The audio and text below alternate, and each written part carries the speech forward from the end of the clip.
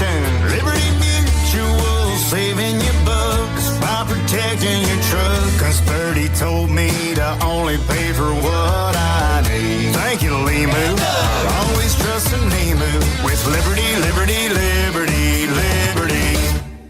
Empower. Katie got a VIP box for the postseason. She worked with Empower to help her get good at money so she can be a little bad. She planned well and was able to bring the whole family. Who wants homemade egg salad sandwiches? Even Beth. Horseradish? Anyone? How about some tuna on rye? Oh, strike 3, Beth. Invest well, live a little. Start today at empower.com. My dad passed away unexpectedly. Of course, it was awful in every way, but we are very grateful that he had life insurance. So even after he was gone, he was still able to provide for us. And that's why I have life insurance for my family. Ethos.com. They make it fast and easy to get covered. It's 100% online. You get a quote in seconds, and you can apply in minutes. You get covered the same day. Get your free quote at ethos.com/game. That's ethos.com/game. Paid spokesperson. Time spent on application may vary. Online health questions required. Rates may vary. The U.S. Treasury just released its official financial report for 2025. Buried in it is a startling admission. By its own numbers, it appears the U.S. government is insolvent. When governments go this deep in debt, they print money, raise taxes, or cut benefits, none of which can help protect you. That's why people move part of their savings into physical gold and silver. Call Monetary Gold at 877-NOW-GOLD for their complimentary gold and silver guide. That's 877-NOW-GOLD. Call Monetary Gold now at 877-NOW-GOLD. Do it before the next headline, not after. Performance may vary. You should always consult your financial and tax professional. A family office is a team built to handle the 3 biggest financial responsibilities a family faces: wealth management, tax strategy, and estate planning. Most firms only manage your investments and refer the rest out, hoping everyone stays aligned. At Trajan, we built something different. Your wealth, tax planning, and estate planning are handled together inside one firm, under one roof. There's no guessing whether your CPA, advisor, and estate attorney are truly in sync, because our team works together every day on your behalf.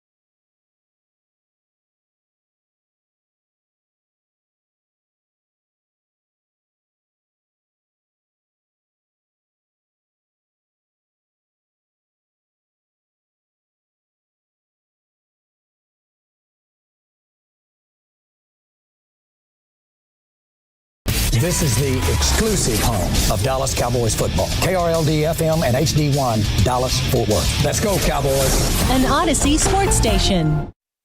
Driven by our D&M Leasing Studios, this is Sean and RJ on 105.3 The Fan.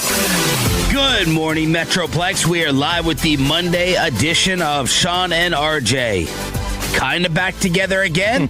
This is DFW Sports Station 105.3 The Fan. Hopefully you had a fantastic weekend. Sean Sharif, RJ Choppy. We got Peyton Phillip Russell running the Odyssey app, the Fan Cam, Twitch, and YouTube. And I thought we were back to full strength today until we get the latest call out ever in the history of the morning show from Bobby Belt. So we'll see what happens.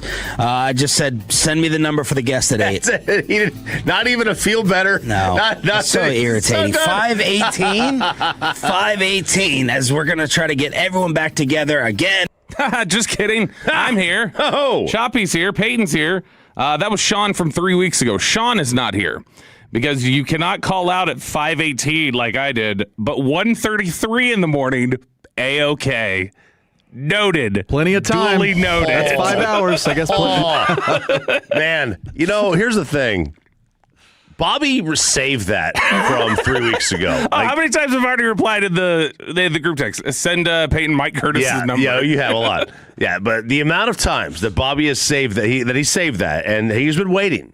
He's been waiting for this. This could have been 7 years from now, and he would have had it at the tip of his finger because that's the kind of psycho that Bobby Belt is. Yeah. No, I think this was. I've been sitting on this since 3 weeks ago. Didn't think I was going to have to use it so quickly. But I guess what Sean would say is I broke the precedent. He'd say two things. He'd go, first off, you're a jackass, is what he'd say. And he would go, you set the precedent. I gave you 4 hours earlier. And he would say, I was telling you yesterday I wasn't feeling good.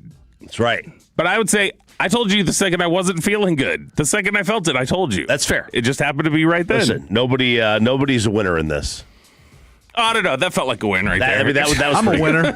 It's an off day for me. No, you still had to come in and pull 14 cuts. Yeah, well, 19 or 13 of those are Sean's. So, well, how many of these are we going to carry over to until tomorrow, do you think? Probably all of them. Probably a lot. What if we just play them? We just play all of his cuts. Play them all in one segment? Peyton, play cut 12 right now. Stop it. Peyton, play cut 12 right now. No. This is Dan Campbell. I don't know why Sean sent this. Play it real fast. I mean, there's been a lot of guys that have done really well for 2 days in pajamas. And then there's some that are learning through it. They're working through it. They're learning. Good stuff, Sean. But there again, I'm done with the hype of the pajama party in May. It's about the mental, it's about the movement skills, like all that other stuff doesn't matter. And then we'll find out in training camp who's who. I don't know why Sean wanted to play that, but he can't play it tomorrow now when he's back. It's already been played. Cut 7, Peyton. Rich Paul's talking about Scottie Pippen's rings. You what? I said, cut 7, Peyton. Rich Paul's talking about Scottie Pippen's rings. Stop Come on. Are we really doing this? No, we're not doing this. We clearly hope Sean feels better. But he'll be back, I think. Look, it's right there on a tee. I had to I do potentially maybe feel partly responsible for his illness. Well, I mean, if you feel partly responsible, that's because he communicated in the text that you were responsible. Where he says, yeah, he did it yesterday. He goes, Bobby's probably next. I got what Choppy got. Oh. Yeah, see, but here's the thing. And it very well may be me. I don't know. We did not make out. Sean and I did not make out. I did text Sean. I did text Sean yesterday. I was like, this is why you and Choppy are supposed to stop kissing. Yeah. But, my wife is not sick. I like it, Poppy. My wife is not sick. So, I don't know. Maybe it's one of those things that only spreads man to man. That's possible. My dad taught me to eat it out. Oh, God. Y'all sound like you have different conditions, though. Because you were just like a cough that wouldn't go away. Yeah. He said his is like his throat's on fire. Yeah, no, my throat hurt to swallow. Like, How'd you find that out? Swallowing. Okay. Literally swallowing. So that's what that hurt. I had like a lot of stuffage in the sinus. Now, wheezing. Gosh. I got to hit my inhaler this morning. I haven't hit the steroid inhaler. I haven't done that yet, but Sean is out today. Maybe he'll be back tomorrow. We'll see. He'll be back tomorrow. I think he will be. You were out one day. He can't be out too. That'll be his thought process. I probably should have been out the day before, though. But he will probably think I can't be out more than Choppy was for the same thing. Is what he'll think. Maybe. But I would say like I should have been out the day before. So that's. You were fine the day before. You operated just fine. Like even if it didn't feel good, you were functional. I was barely functional, but functional nonetheless. I don't know. I thought you were generally operating just fine. Okay, that was my thought. All right. How was the weekend? It wasn't bad. It was. I didn't get sick. Good. So that's going around a lot. Yeah. And I managed to avoid it. So that's a positive. And I know. See, we don't have Sean. I was telling Peyton earlier.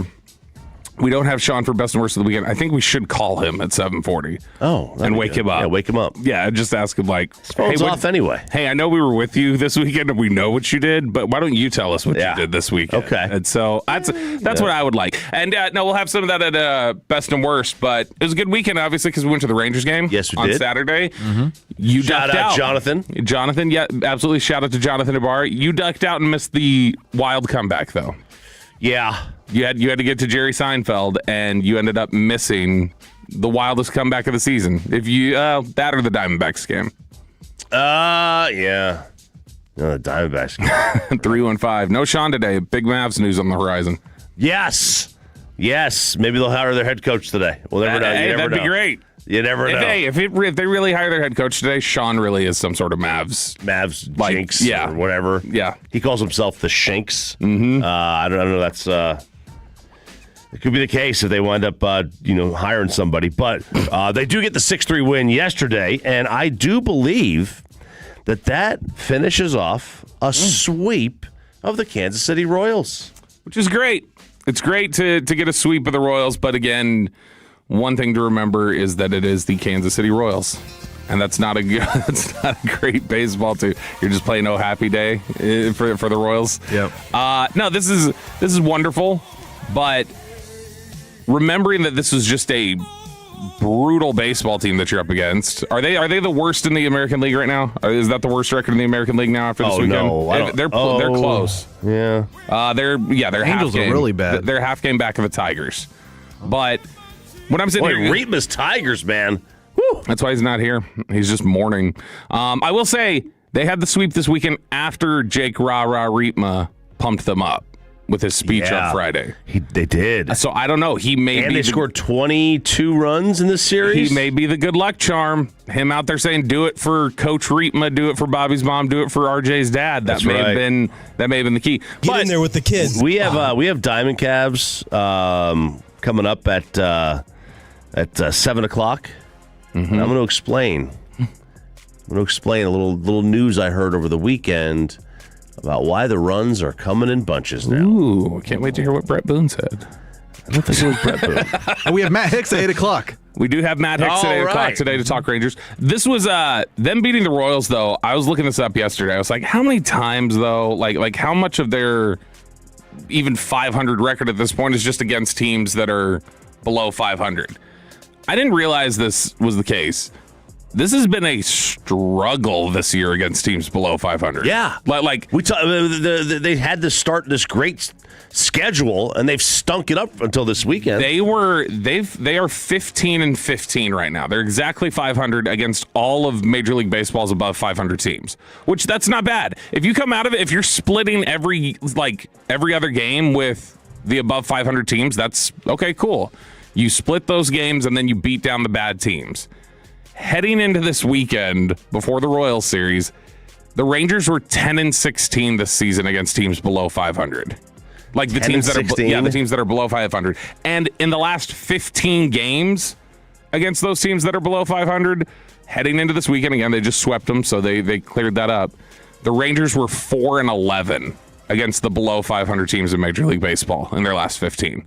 It's ridiculous. So that's really bad. I'm torn. Part of me wants to go, it's just the Royals, but just the Royals has been pretty difficult for you to beat this year. Yeah, and like you're gonna have to, if you're gonna make a push, which everyone is. It's amazing. I think it was funny because the amount of people that said to me over the weekend, I'm just not enjoying this season. And I haven't enjoyed it. It all came to a head like this weekend, and this was like one of their best offensive weekends of the year. Oh, it definitely was. It's got to be their best one at home. It's like they finally woke up all at the same time. And I would say, all right, is it just too late for some people who have already checked out? Which it seems really, really early in the year to check out. But, like, is it too late for the word to get out that the offense is fixed? If the offense is fixed. I don't think it's fixed. Going to say, it's not too late. It's too early to say it's fixed. Oh, it's way too early to say it's fixed. Because they had stretches like this last year where they'd go like 5 games and you think, oh, okay, offense is woken up. But no, I mean, at home this year, that's got to be easily. I'm looking through the schedule. I don't see another series where they've done this. They scored 15 runs against Pittsburgh. That had been the home high to this point. Right. It looks like. I'm trying to see if there's another series in there. No, that's kind of been their top series this year, was that series against Pittsburgh. And then this weekend for them to do what they did, that's just, especially coming off of that just brutal Astro series, that's pretty massive. Well, the brutal Astro series, the brutal Anaheim series. So you scored, what, 6 more runs, 7 more runs, 6, 7, more than you've scored at home in a series all year this weekend? Really? Yeah, because the highest was just the Pittsburgh series, which was 15. Them scoring, 15 runs. God. I mean, they had a 4-game set against the Astros. They didn't score that many. They scored 11 in 4 games. And so this is, again, you'll take it. You're not going to complain about any of it. You'll take especially the way Jack Leiter pitched yesterday. And had the strikeout pitch working. But overall, I know when we were sitting there that 9th inning on Saturday. By the way, I think Houston hit 11 home runs in that series. That's good. So you scored as many runs as they hit home runs. That's awesome. What a stupid-ass take. You know, I had looked this up. Wow, this is so aggressive. Going into Friday, Texas, and this is such a weird anomaly, Texas was the only team in Major League Baseball that was averaging more than one double play grounded into per game at home. They were the only team in Major League Baseball. Basically, they're the only team that has more double plays grounded into at home than games they've played at home. They were the only team that had that. They had grounded into 26 over 25 home games heading into this weekend. Huh. And there's obviously not... What? That doesn't sound...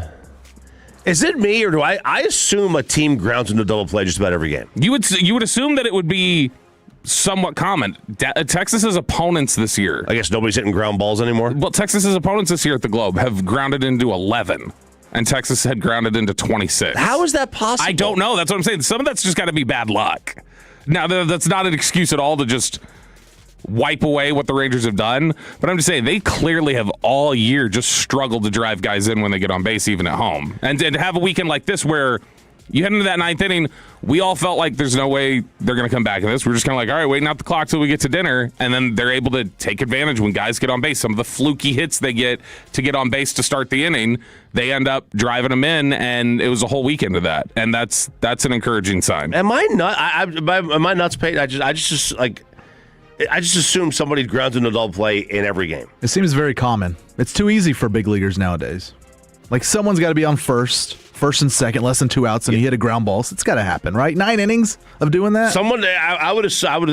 I mean, all the years I'm watching this sport, I'm just thinking to myself, yeah. I mean, in every game, someone grounds into double play. Vegas gave you the line of over under half a double play turned in a game. I'm going to take the over every time, and you would hammer it.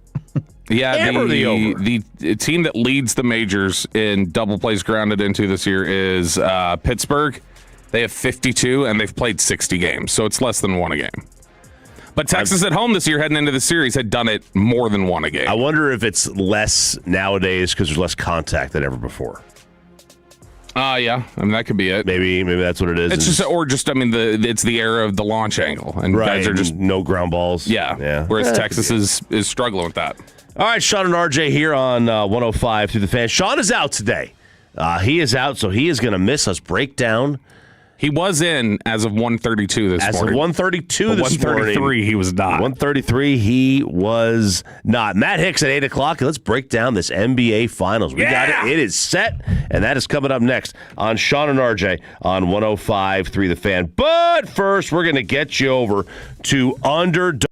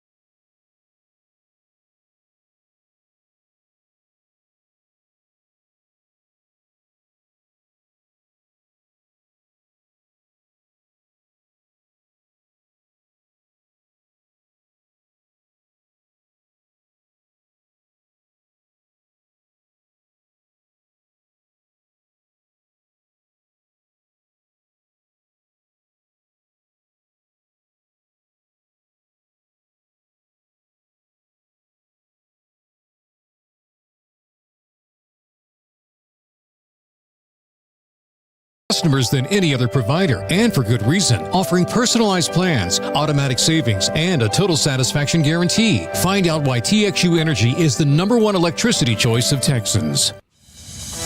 And it's back to Sean and RJ right here on 105.3 The Fan segment here, brought to you by the personal injury lawyers Franco and Franco. If you've been injured in a car or truck wreck, call Franco first, 214-817-333-3333. With Franco and Franco, there's never an out-of-pocket cost. They only get paid when you win. Franco and Franco, the go-to car and truck wreck attorneys in Dallas. Play the highlight. A magical season that has superseded every expectation will continue as the Spurs are headed to the NBA Finals. 111-103. Sean was just so sick that he lost his underdog bet for Game 7 that he couldn't show up today. So he is out. He is out sick today. Maybe back tomorrow. I don't know. We'll have to see if Sean is back tomorrow. It's Bobby Belt, RJ Choppy, and Peyton Russell here. We don't have Aiden either. We're down 2. He's in Alabama. What? Gulf Shores all week. I think he drove too. Well, that's okay. It's not that far. It's like 8 hours, right? Yeah, but I've driven to Florida. We drove to Virginia this past year. I'm driving to Alabama here in a couple of weeks. Well, roll tide. Peyton is too. Mm-hmm. Because that's where Mackenzie's from, is Alabama. Right. Yeah. All right, before we get to the conference finals, again, Sean is out today, and so we're just going to play the audio that he wanted pulled. Peyton, play cut 6. I don't even know what this is. Stop it. Peyton, play it. What are some things you think you can do to help get Chet a little bit more involved offensively? Yeah. Give him a heart.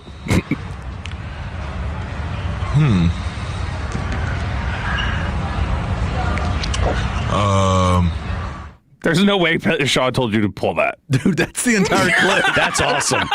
It's in his audio email. I think you guys are tagged in that. I actually can't wait for tomorrow to hear what he has to say about that. Sean, I don't know what we were. Yeah, I don't know why you wanted that pulled. So, all right. Well, I was probably my guess. My guess is that is in direct conflict to what I wrote in my email about Chet. Oh, okay. Which is what? See, Sean, we're using up your topics now. No. I'm not going to dive into it. But I'm not a big fan of Chet. I don't like his name. I don't like his face. I don't like how skinny he is. I don't like his hair. You gonna get some audio? But I can't. I'm not putting this on Chet. I don't expect anything from Chet. I think people look at Chet's salary and they're like, well, he should. Well, first of all, that's not my problem. It's the Thunder's problem. They're the ones that gave it to him. Right. I think Chet is just a nice role player. Yeah. Look, there's. And that may be simplifying him too much. Like no, he was the number 2 overall pick. There was a lot of hype surrounding him when he was coming out. Yeah, he's like an elite Luke Longley. Like, how am I going to put that on him? They're not even the same player. That's not even the same. I was just thinking some white dude. No. Wennington. No, he's like a lesser Wemby is what he is. Yeah. Because he puts up about as many shots per game as Wemby. I'm about to piss off a lot of people on the fan text, I'm sure, because for some reason we have this rabid Spurs contingent that exists on our fan text. Oh, hang on a sec. Guys, Bobby is about to go. He's going to come in here with a Knicks jersey. 877-881-1053, 877-881-1053. You can let us know how you feel about this. I've got to address something. First off, congratulations to the Spurs. It's wonderful that they won. They're going to lose to the Knicks. That's going to happen. But by the way, did you see the Sharps? Your favorite, the Sharps? The Sharps are strong on the Knicks. ESPN had a story up yesterday that said so. Really? That's what they said. Yeah, I think that's probably a value, though, right? Or it could be what we've talked about, which is San Antonio would be the first team to ever win the title like this. Yeah. Nobody's ever done it this way. I know they haven't. So, great performance by the Spurs in Game 7 and bouncing back from down 3-2. The thing that went viral in the immediate aftermath of the game was what, Chop? The immediate aftermath of I was in Seinfeld. So, I don't know. Oh, but it was all over social media. Yeah, but I was literally in a comedy show at the time. What happened post-game, though? What did you see all over the internets about Wemby? The poster of Wemby just dunking on Chet. And Wemby's crying. Wemby's just crying. Yeah. Just letting it out. And look, I'm a man who believes you can cry. That's fine. Okay? Turn this up, Peyton. You can cry. That's fine. For some things. beating the Thunder in the West Finals short of a title, not an acceptable cry reason. You know, another topic I had that we're going to blow for tomorrow. We used to be a tough country chop. Keep playing that, Peyton. This is a song that went number one, or it didn't go number one. I think it was top 10. 50 years ago, Melissa Manchester soars the charts, telling people, don't you dare cry out loud. You keep it inside. Learn how to hide your feelings. Play it, Peyton. Keep it inside and learn how to hide your feelings. That's where we've come from that to now you can't say, Wemby, come on. It's the West Finals. Listen, wait till you win the NBA Finals for that. You must have read my email because I said the opposite here, too. Oh, God!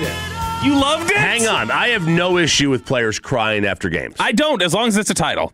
Now, most of the time, and that's the one thing, because I'd be more upset with crying after a win than a loss. The loss is finality, right? We did it! I don't understand happy tears. Happy tears, I don't understand. I never understood that. 940. He's French. They cry. They cry. But oui, yes, like I do understand what you're saying. Like this gives off the impression that you've already won the title. Yes. And that gather yourself. That should scare people. Now, he hates Chet. He's been going at Chet since they were 17. Yeah. Right? They don't like each other. So like he wanted to beat Chet. He felt we talked about this last week. He even had like jealousy that Chet had won a title before him. And it's like you guys aren't the same player. You know, like he's not on your level. Why are you sweating Chet Holmgren? And, you know, obviously felt personal that he lost the MVP to SGA. Yeah, he made a whole PowerPoint presentation telling the voters why it hurt his feelings. But he should have lost it. I mean, Shea had a better year, I think. Yeah. Was it maybe more surprising? The fan text is great right now. They really on are. Both sides. They are great on both sides. They're biting my head off, and they're also going at Wemby because there's a split. Yeah. So you are getting a lot of, well, he is French. That's why that's happening. If Wemby was on the Mavs, Bobby wouldn't say a peep. See, 806, this is where I disagree. I think you're spot on, 806. I think you're on. No. Yeah. Peyton. Oh, Peyton. Don't look at him.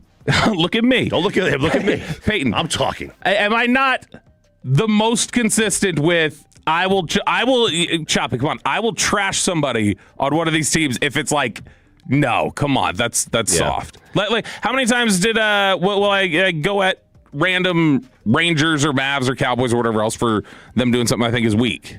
Ooh. Yeah, I mean you will. You will. What was your take on the when they were celebrating Cooper Flagg's accomplishment? Oh, yeah, but I they lost? trashed that. Remember? You did. The water bottles and everything. Yes, you did. That's lost. Yeah, that's a good point, no, I trashed Cooper Flagg and the whole Mavs roster when they did that. So don't tell me that's the case. 443 says anybody who wears a yellow hoodie year-round doesn't deserve to talk basketball. That's fair. Anybody from 443 doesn't deserve to talk basketball because Baltimore doesn't even have a team. You lost the Baltimore Bullets because you had too many real bullets. Wow. In Baltimore, but I'm okay with his tears in general. Like, right? I'm okay with being emotional. Did Dirk cry at the West Finals? No. Dirk cried when he won the title. Finally, that's acceptable. Right. You can do that. I think it was a little early. It's weak. I think it was a little early because what I don't want is him to have an emotional 4-4-3. letdown. He literally said 4 more to go. The job's not done, and yet he's crying on the court. So that literally means that he's either lying when he says that, or he's getting overly emotional for something that's not done. Yeah, I would have rather him not do it at this stage, but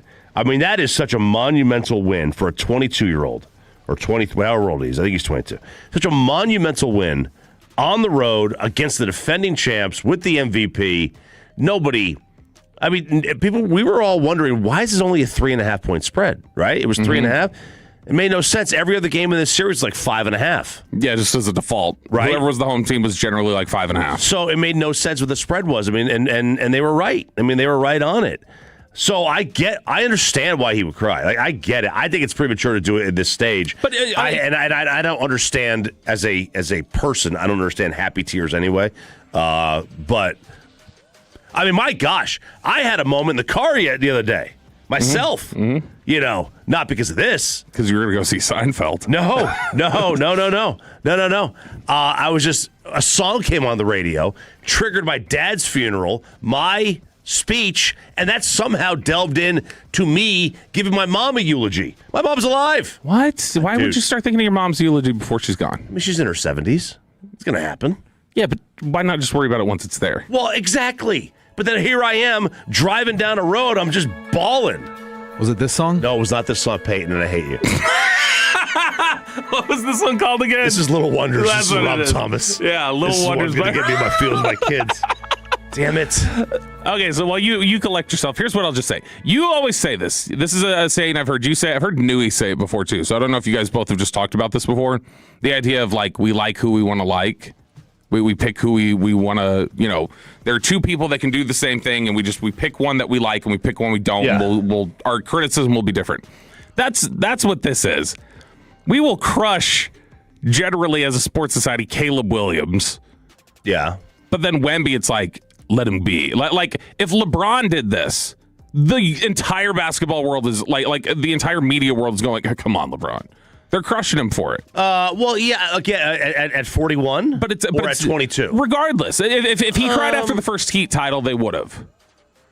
And maybe he did cry. I don't remember. Maybe he did. But regardless, if it's right now, they would have ripped it. I think 22-year-old LeBron in 2006. Well, let's do 07. I have no idea if he cried when they made the NBA Finals in 07. No idea. He was probably 22 then. In 07? Yeah, and I don't. But if that's the whole thing, is that if LeBron would have cried then, it would have been a deal. It's the whole pick who we want to like thing, like you've talked about. This is inconsistent application because, and that's fine if you want to say universally it's okay to do it, or universally it's not okay to do it.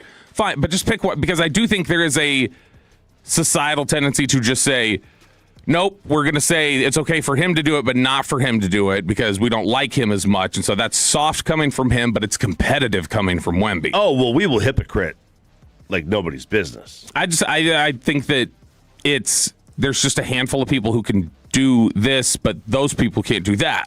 And this star can't do that. And that's what I thought was kind of funny about this whole thing. There were people rapidly defending Wemby whenever anybody would suggest, like, you haven't won the finals yet, like all over Twitter this weekend. Well, and I'll tell you, if he goes out there and he plays like he's already won the title, then he will get killed. 817 contributing. This is Drive by the Cars triggers me every time. The song was out when I lost my mom when I was 14. So now people are just sending in their songs that make them sad because you brought that to the forefront, job. And kudos to the Tolos for being Tolo in here, because the amount of people that have wrote in Sean's out, going to be some big Mavs news today, is quite a bit on the fan text. I appreciate that. We do know it broke Friday. No Sean Sweeney. It will not be him. He will not be the head coach of the Dallas Mavericks as he was hired by the Orlando Magic. So now you're just kind of sitting around going, all right, how long are we waiting until the Nick Nurse announcement? Yeah, that was the first thing that stood out to this with me, is that the moment he was announced, it was like, okay, how close was he here? How was he not close at all? Mm-hmm. Were they gonna did Masai already have his guy in mind? But also the actual GM, not the president, the actual GM coming from Portland, Schmitz. Does he want to try to bring in Splitter? Right. Who was there? Yeah, they could absolutely pivot that direction. And so I don't know, the Mavericks will get more on the head coaching search as it goes on, but this is lingering a little bit so far, and the guy who was thought to be the number one favorite from a lot of people in Sean Sweeney is now no longer an option for the Dallas Mavericks. Okay, it's Sean and RJ here on 105.3 The Fan. Sean Sharif is out today. He is legitimately sick. Most of the time when we say he's out and we say pray for his butt, he's actually sick today. He is sick. This is not a butt thing. Yeah, it's not pray for his butt today. It's pray for his throat. So tweet at Sean, hashtag praying for your throat, and hopefully he's back tomorrow. Coming up next, it is OTAs week for the Dallas Cowboys. We'll be out there a little bit later. Caleb Downs has impressed one Dak Prescott. Has he impressed him to the point of crying? I don't know. Let's find out next on The Fan. After we get you over to Platinum Ford in Terrell, it is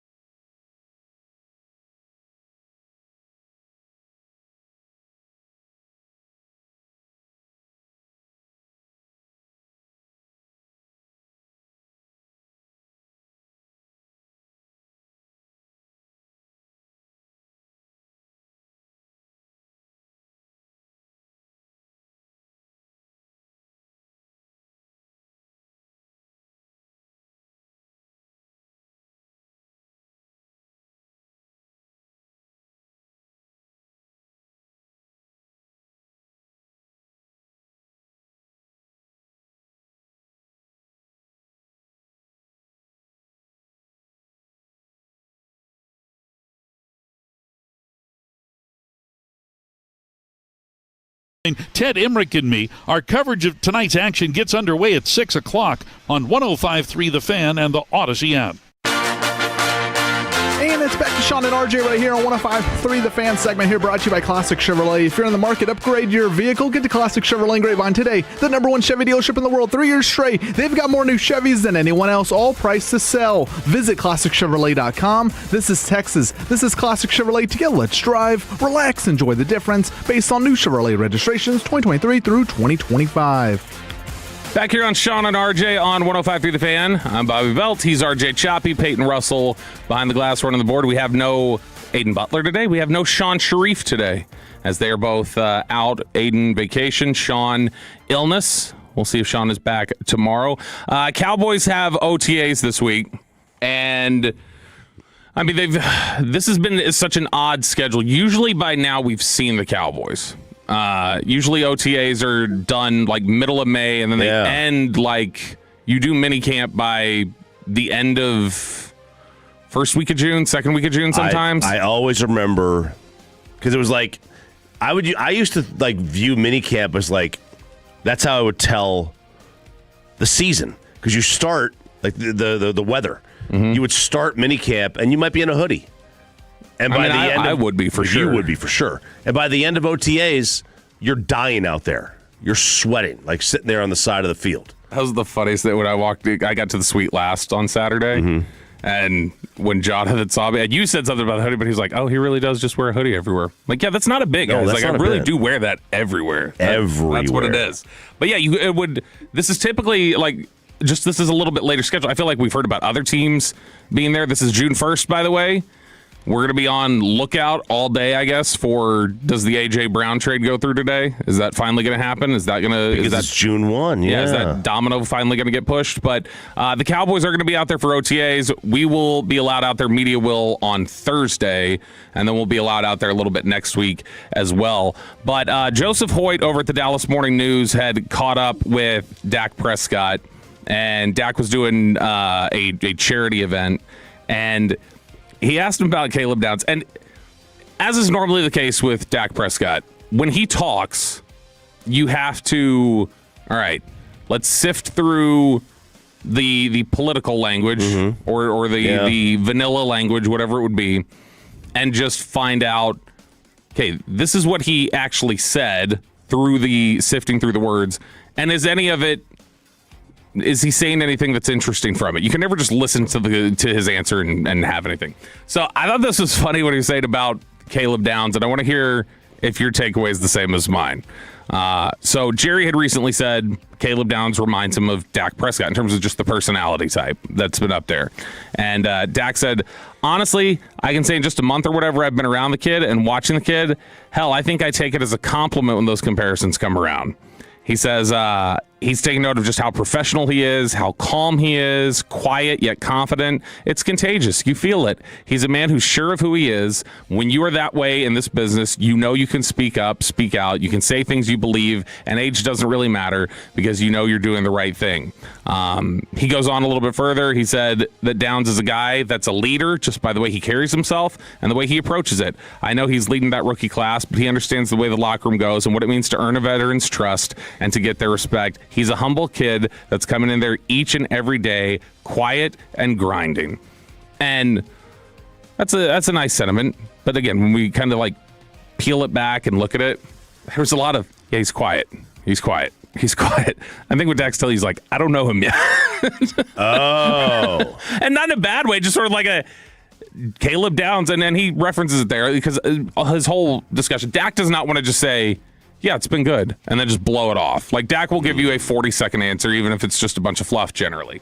But what he's doing there is he comes circling around and goes, yeah, you know, just the quiet confidence he has. He knows coming in there every day, quiet and grinding. And he goes, you know, leaders, you know, when you're a leader, you can speak out when you can, but, you know, when you need to. But, you know, just a quiet confidence. It's like, okay, well, that just sounds like, yeah, I don't know. He doesn't talk much yet, and I think he's just being deferential to veterans, so I haven't gotten to know him yet, is what he's basically saying. I mean, that makes sense. That's a veteran way of saying that I have no idea who this guy is. Yeah, on a personal level. Yeah, and I'm sure we played the clip a couple weeks ago. Caleb Downs had said Dak was one of the first ones to text him and say, "Hey, welcome to the team." So Dak's reached out and everything else, but I thought that was funny where it's like, okay, that's clearly just a guy he doesn't know yet, but he'll get a chance to know him this week while they're out there at OTAs.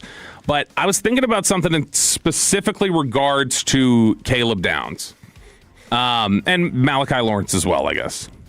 So we always talk about you have to hit on young talent. Mm-hmm. Like, if you don't do that, you get in a hole really fast. Yeah, you do. Your cheap players, when they're on their rookie deals, you need to maximize that time as best you can, no matter what the pick is. And the Cowboys have obviously had some issues lately with Mozzie Smith. Tyler Guyton has not come around the way that they wanted to. So I was rattling this around. I'm curious where you fall down on this, Chop. What happens to this team if Downs and Lawrence bust? Because Downs is not a guy that I think will. I don't think he will. But it doesn't mean that it's, I guess, impossible. Like, I really do think, like, his floor is just kind of an average player would be the very floor for Caleb Downs. Right. But there are others who would say, no, he absolutely could bust for whatever reason. Yeah. Lawrence has more of that potential factor, I think, because they're betting on upside. They think he's going to be good. But if the Cowboys have a Mozzie type situation or a Guyton type situation with both these guys, we find out they missed on those two. If you were to then miss after those two picks on your only chance to double dip in the first round, I don't know how easily this core can come back from that. Like, there's a lot riding on these two people specifically. You talking about just this year? No, I mean moving forward. Like, if they bust and you missed on Mozzie, Guyton is still, jury's out, and then you were to miss on Downs and Lawrence, if those were to be busts of picks, that's really, you're not supplementing you're not filling your roster back with the most expensive, like, or the highest cheap capital that you have. No, you become like the Bengals where you're a mess. And I think that's the thing. There's so much that's, I think part of the exuberance we saw from the Cowboys when they got Downs, because when they were pumped in the war room and everything else, is because if they didn't get him, I don't know if they were super confident about the guys that were left on the board.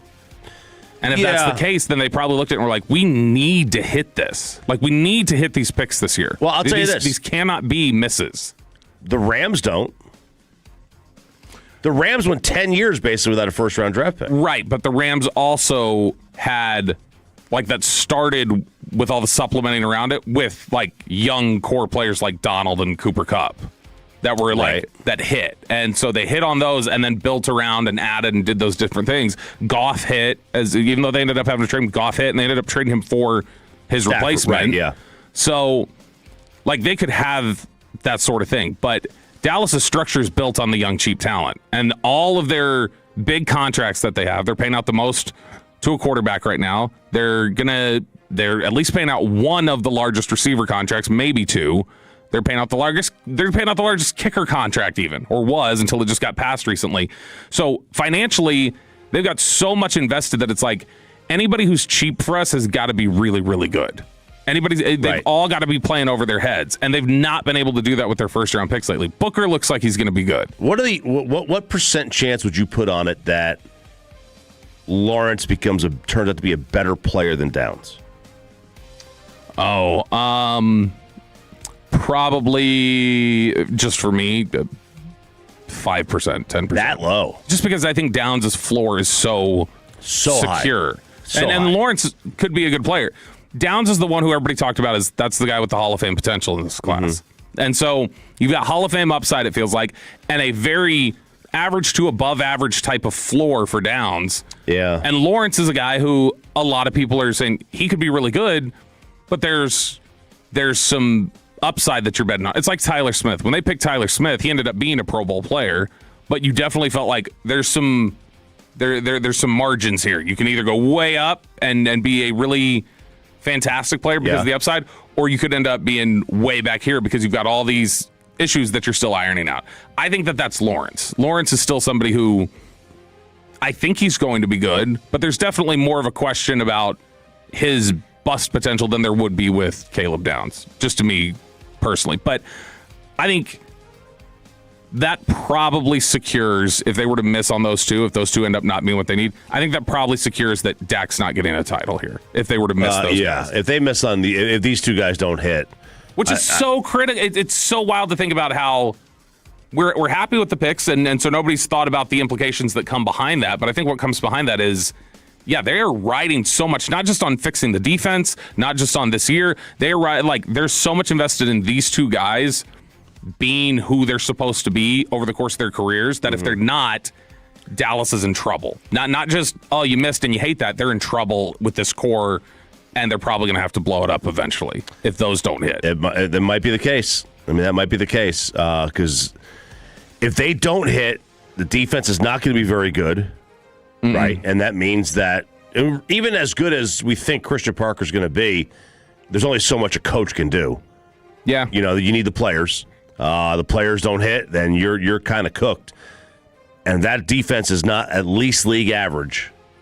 I don't care how good the offense is. And you got to assume the offense is going to be as good as last year or better, because there were some times last year in the second half where a lot of things stalled out. Yeah.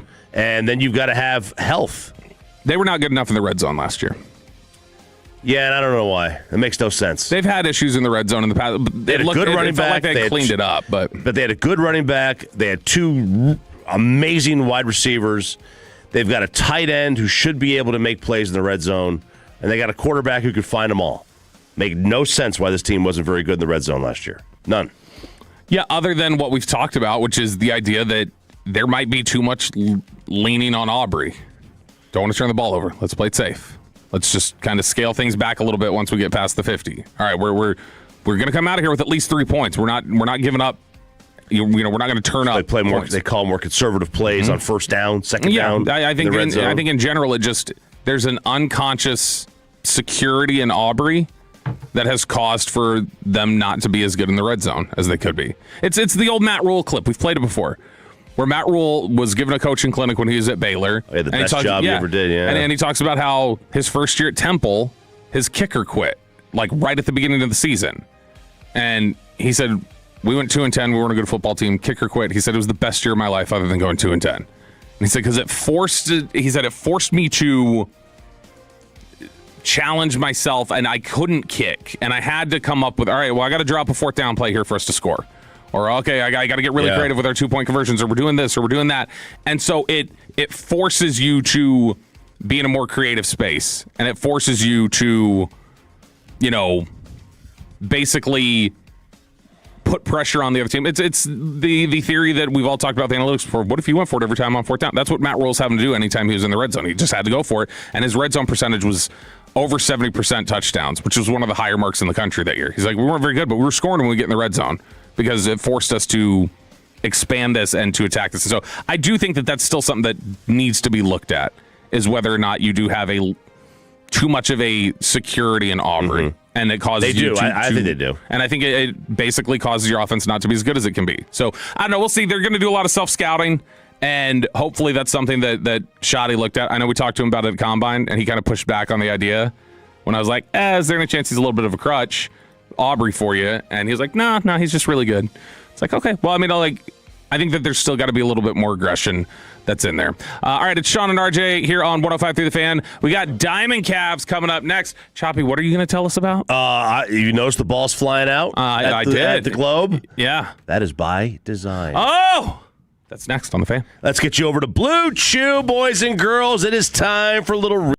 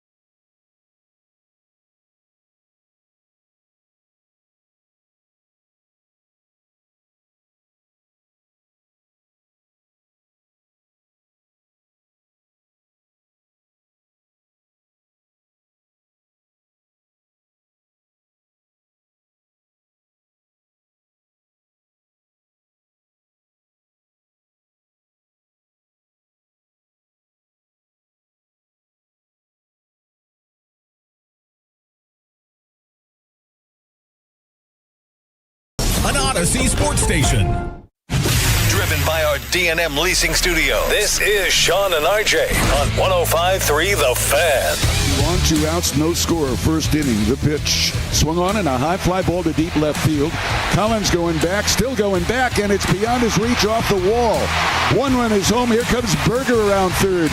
He's coming to the plate all the way to third, sliding in with a triple is Ezekiel Duran. And the Rangers lead 2-0 in the first.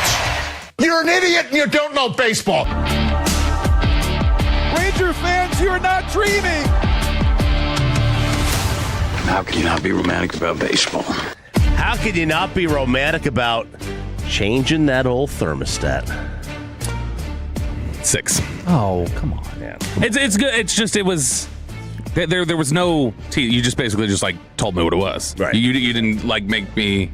You didn't make me long for it. You know what I mean? Maybe I kind of made too much of it. Maybe they didn't actually change the thermostat. Oh. But if you did notice, and judging by the crowds, you did.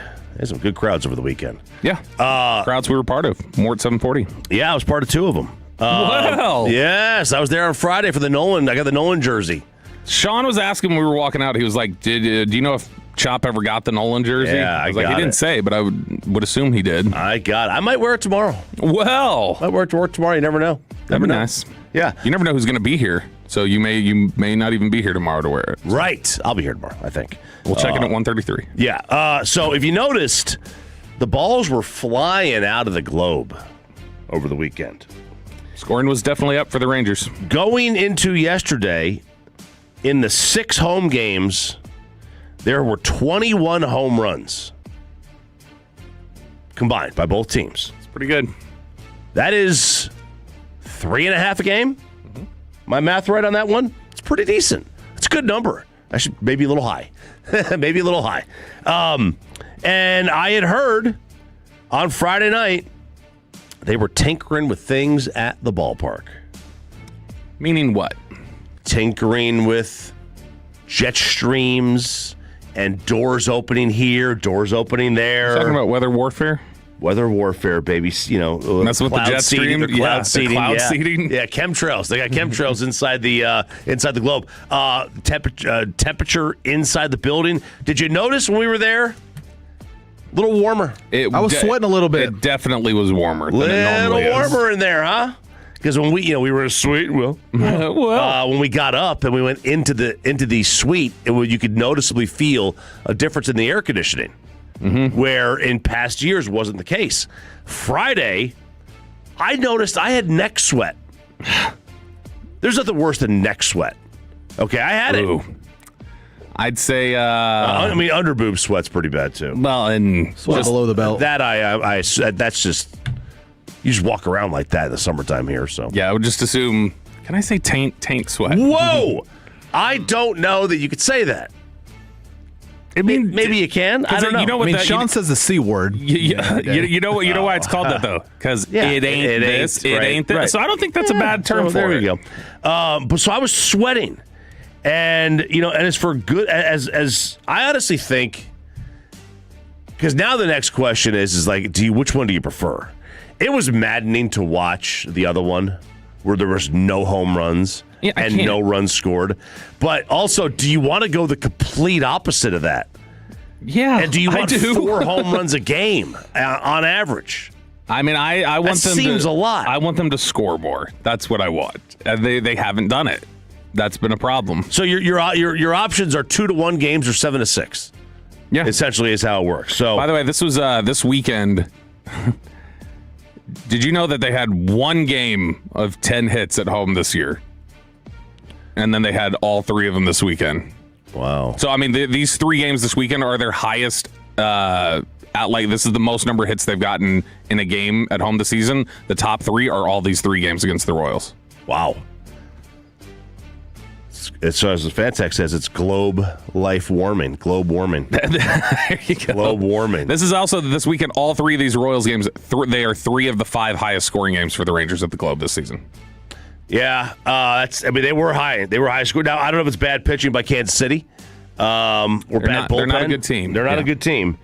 But I'll tell you, man. I mean, there is no doubt that there's a difference in what's going on with the baseball and how it is moving and how it is flying out the out of the park over this last 6-game, 7-game stretch. If you go, let me see what this was. So they had at home this year 1, 2, 3, 4, 5, 6, 7, 8, 9, 10. They had 10 home runs through May 11th at home. And one of them was an inside the park home run. And then in their last 9 games at home, they've hit 6, 8, they've hit 13 home runs in the last 9 games at home. After they hit 10 through the first 19.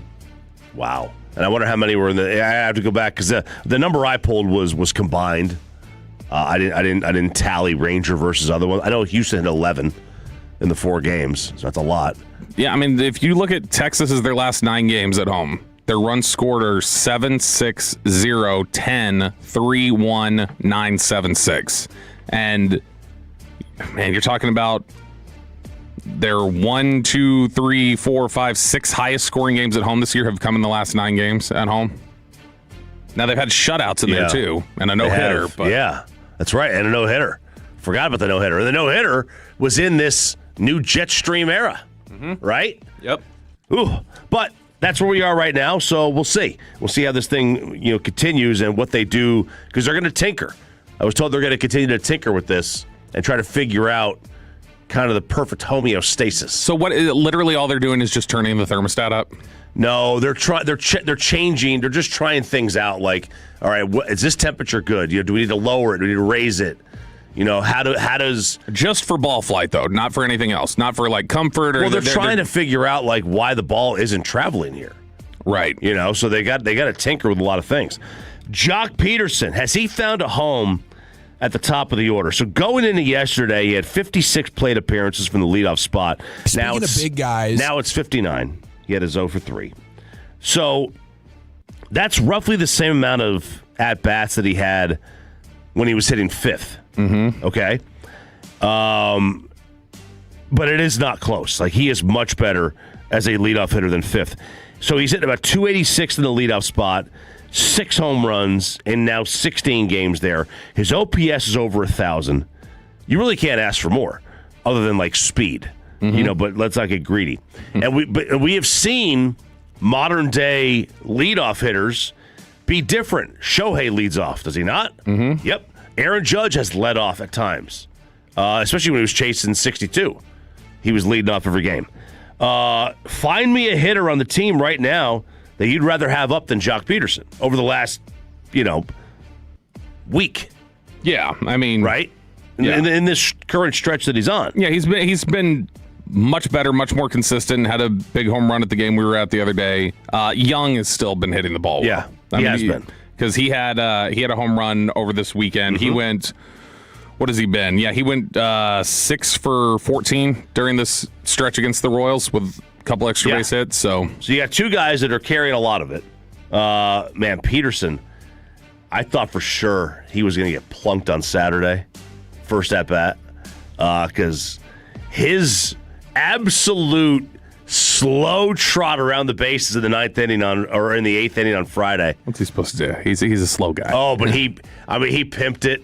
He did. Staring at it, walking to first, carrying the bat like he's Pedro Serrano. He did. All the way down to first base. He will pimp it a little bit. He will. But no, he's been great during this homestand. Like in terms of just the power's been there. He's been getting on base. Even when he's, a hitless game yesterday, he still walked twice. Like he's been getting on base and he's been hitting for power. That's what you need from him. That's what you need. I put out an APB for all the Mackenzie Gore haters that were coming at me about 2 weeks ago when I said it's fine. He's got a 4.78. It's okay. It's not okay. In the last 2 games, 12 and a third, 1 earned run. And the Angels you can look past because that's not the best offense. But KC can hit. Hell, they almost put Hawaiian Brothers out of business in April. But great start for him on Friday. Crowd was appreciative of the effort. Nice ovation they gave him as he walked off the mound. But do you feel any better about Mackenzie Gore? Sure. I mean, I didn't feel like awful about him. I think this is who he is. Like he's probably going to have a couple starts after this where he gets shelled. Like he's pretty consistently shelled. I think who I think he's going to kind of remind me of, not stylistically, not like the way he pitches or anything else, but I think just in terms of I'm always waiting for it flashes, it looks good. I need it more consistent. The guy here, I think he's going to be his whole career, is Matt Garza. You remember Garza was just one of those guys who you always felt like, man, shouldn't he be better? Or like he shows it sometimes where he just looks untouchable. And then there's other times where it's like he goes out there and he gives up, 8 runs in 2 innings. And you're like, okay, well, he's just never going to be consistent. ERA is now under 4. And it'll probably jump right back above that. This is what he does. And that was, so I just looked it up. Matt Garza was a 4.09 ERA guy for his career.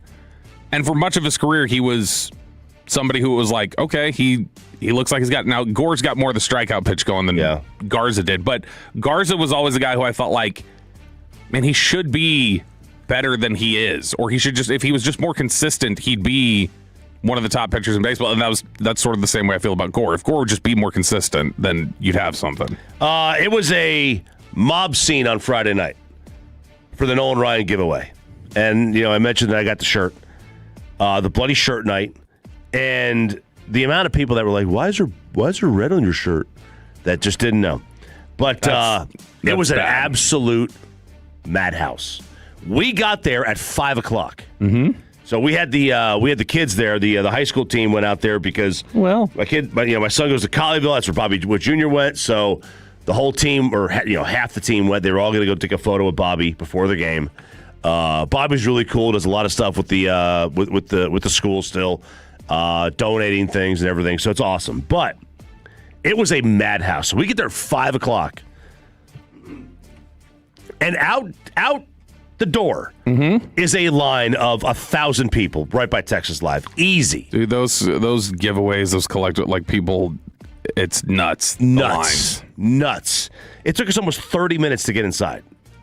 Oh, it was hot. It was a lot. It was a lot, and everyone put those jerseys on. Like that. That's why the crowd looked like they were all wearing white, because everyone put on those jerseys that went into this game. It was cool. They did a great job. They had medium or extra large. I always wonder how they do this. Is it medium or extra? That's what they had. They had medium or extra large. And I got to hand it to them, man. The fans came out. The team did a great job with the jerseys. They're not like T-shirts; they're actual jerseys. They buttons. They were like full jerseys. Because I was gonna say there were some people wearing them Saturday. They looked like they're thin. I was gonna say they're very thin. Yeah, they're very, very thin, which is good, right? You don't want it too thick; it's hot. Especially if they're gonna be turning up the thermostat in there, right? Yeah. And I didn't put mine on. I carried it. I carried it the whole time, and of course I had to carry my kids. Will you ever wear that? Yeah, tomorrow maybe. I just feel like that's not something you would wear. You don't seem like a jersey guy. I don't know how many times I've seen you wear a jersey. I've never worn a jersey. You'll never see me in one. You just said you might wear one tomorrow.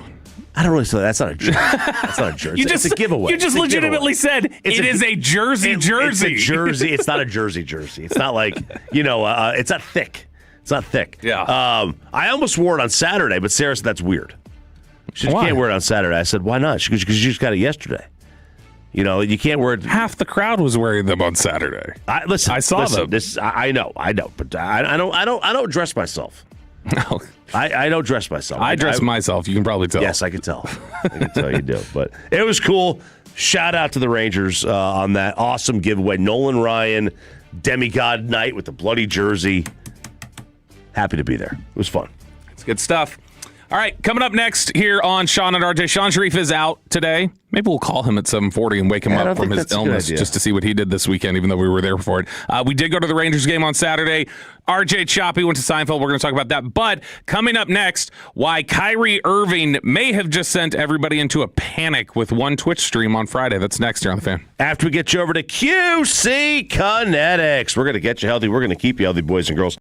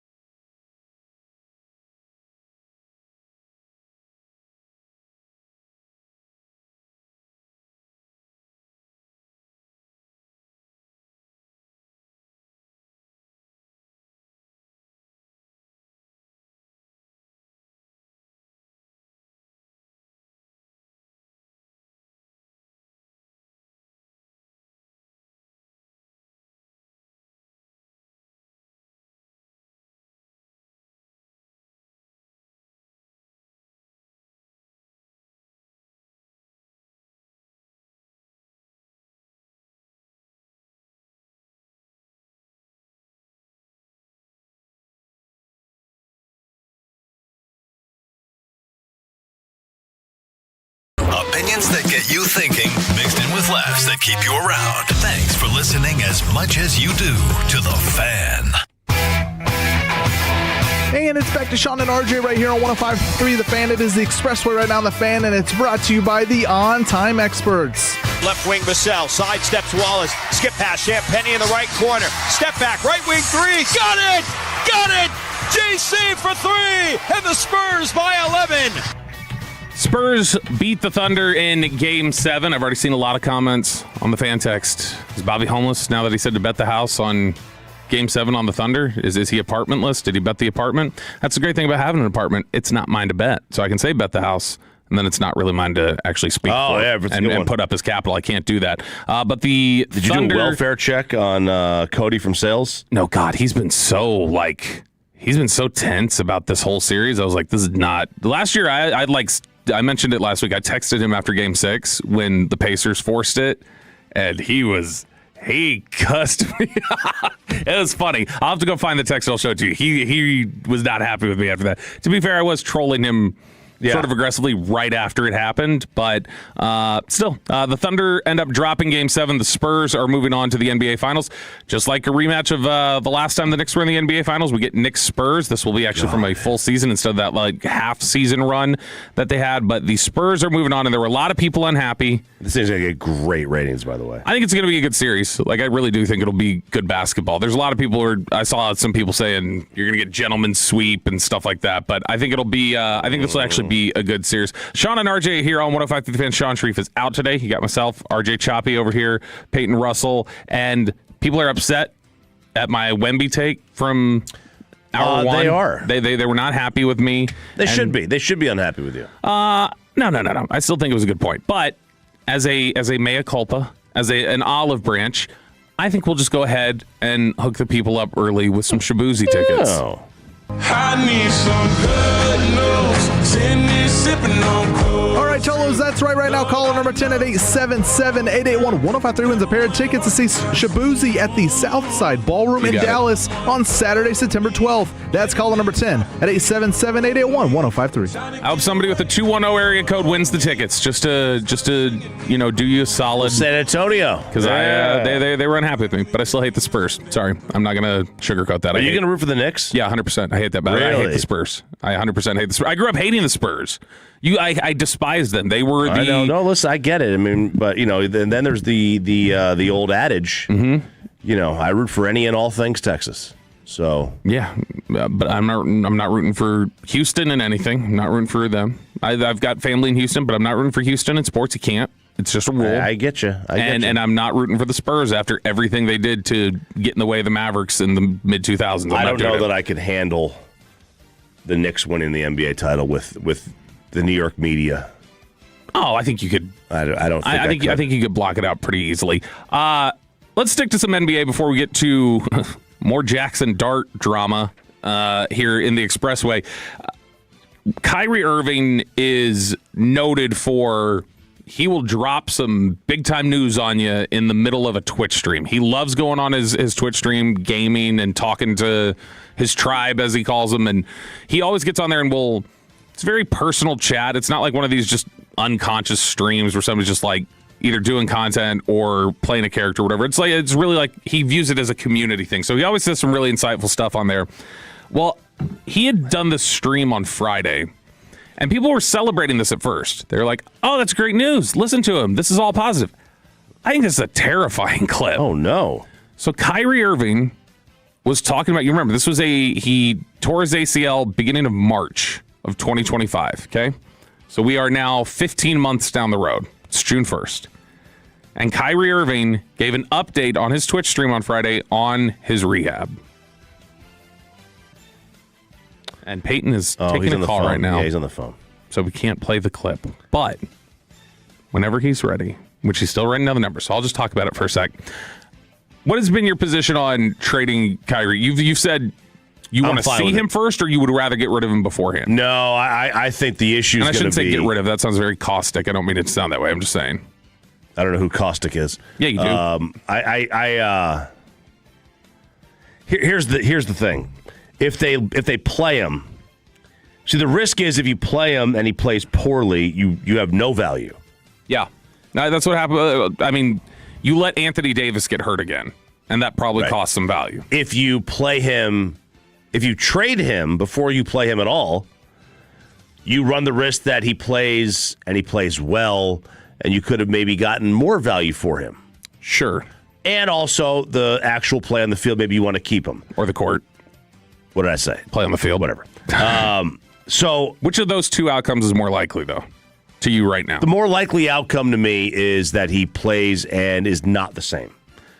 That's how I felt about this. He's in his mid-30s. Yep. He's not going to come back to be I don't think as good as he was. I would send him to a place that he wants to go. I'd be like, dude, I'd play ball with him. You've been an awesome teammate here. We're going to play ball with you. Where do you want to go? Yeah. You want to go to L.A.? You want to go to the Knicks? You want to go to Houston? We'll do a solid. We'll do you solid. Where do you want to go?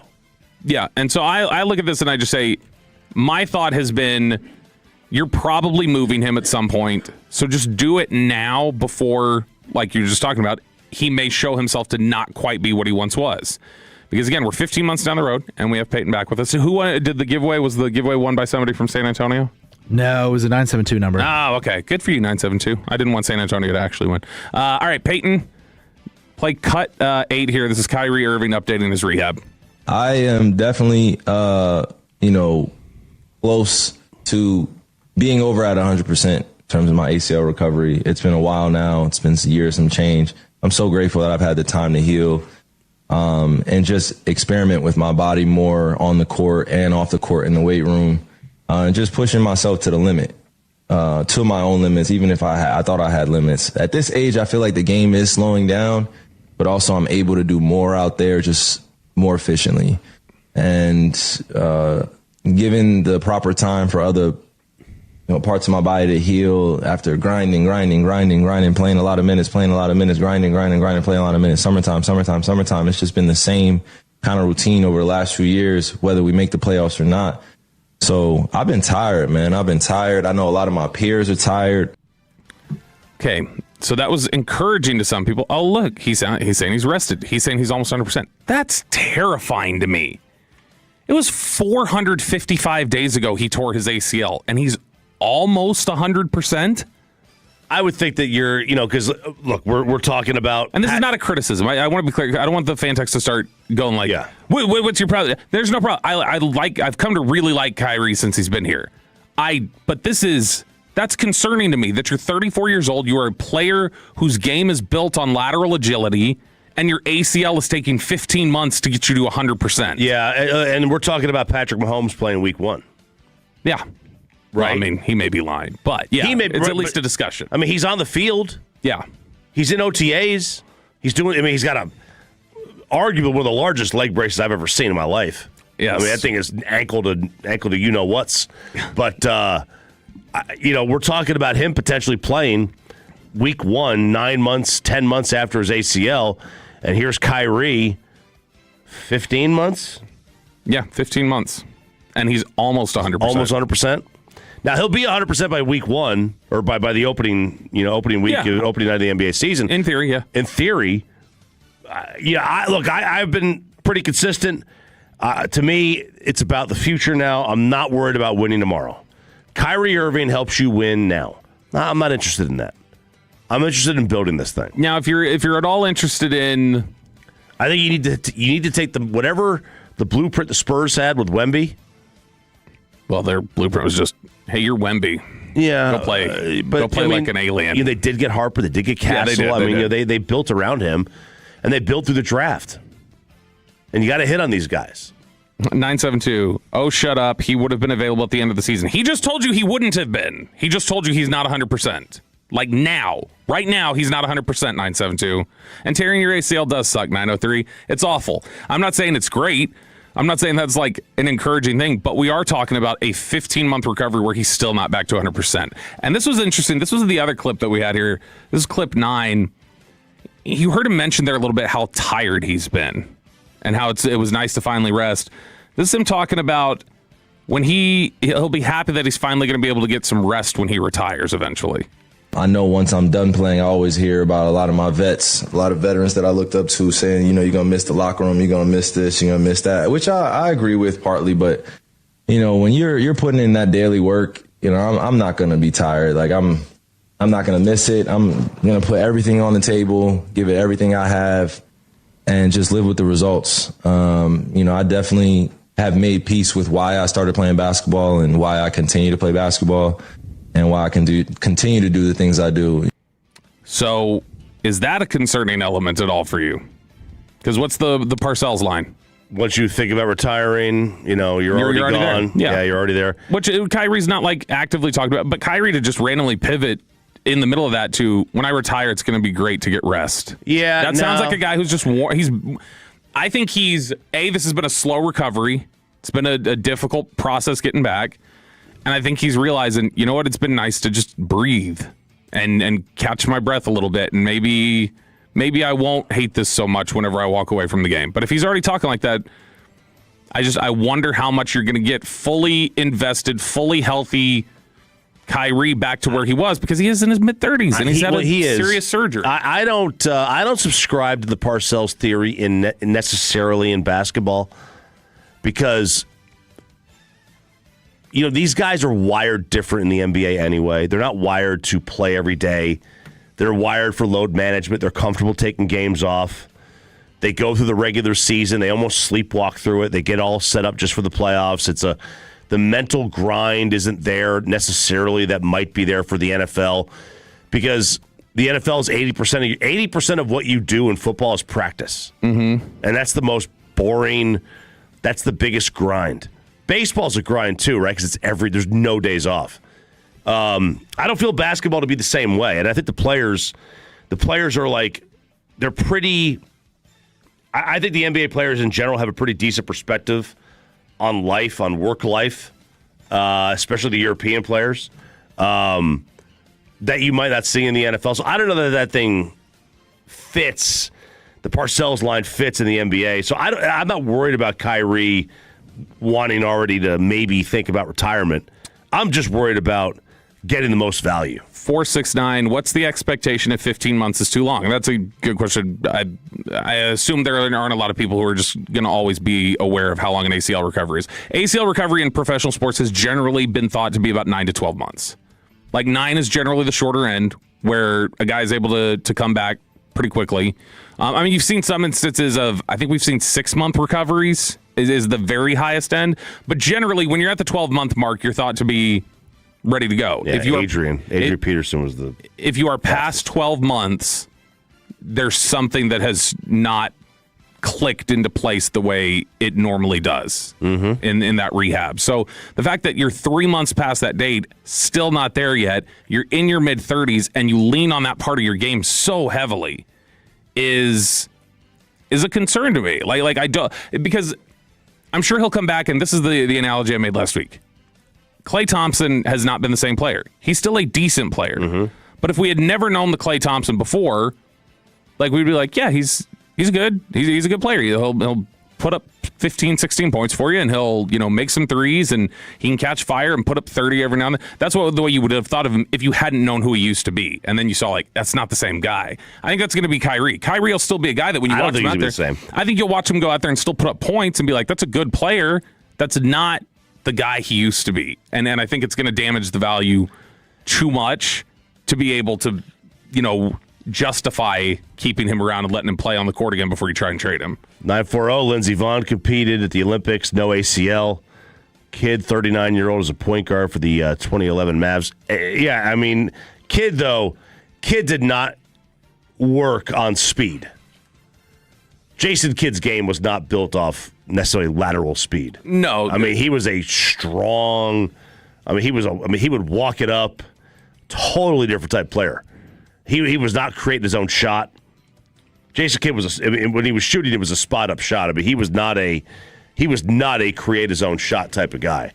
817, is it possible that Kyrie was talking about mentally he's almost there 100%? That's possible. It could be possible that's what he's talking about. And as somebody else said, he also could be lying. Because part of the recovery... He also could just not lie, just be like, he could just be speaking, Part of the recovery is the mental process of it.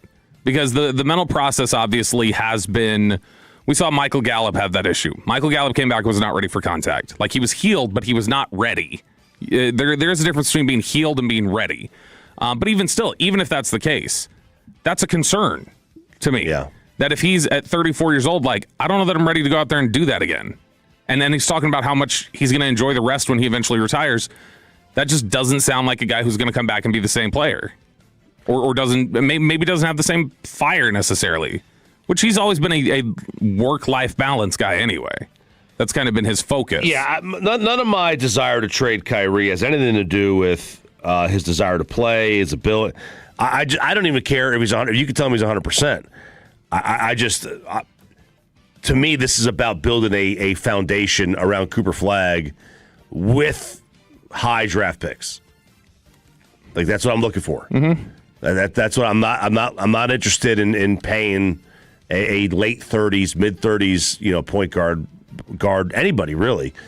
I'm looking to try to duplicate what the Spurs have. I know it's tough to do because they had higher picks anyway, more of them, and they also have Wemby, and Wemby's a freak, but Cooper Flagg's a freak too.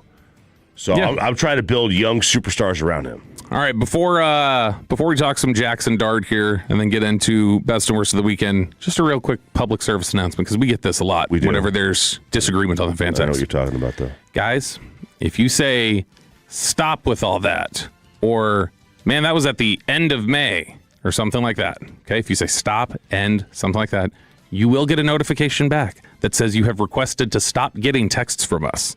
So you were not blocked if you got that message, because we just got a lot of people who were saying, stop with that. And then they got messages back that said, you will no longer receive messages. You were not blocked. You said stop in your text. So if you say anything like stop or end or don't send me anything anymore, like a word like that, the text will interpret it as you're requesting for text to stop coming your way. So, which is stupid. Yeah, you just reply back and say start, and then I think it ends up working again. Or just text again. But there you go. All right, Jackson Dart. It has been a controversy, obviously, the dispute he had with Abdul Carter and the Giants team meeting that occurred and everything else.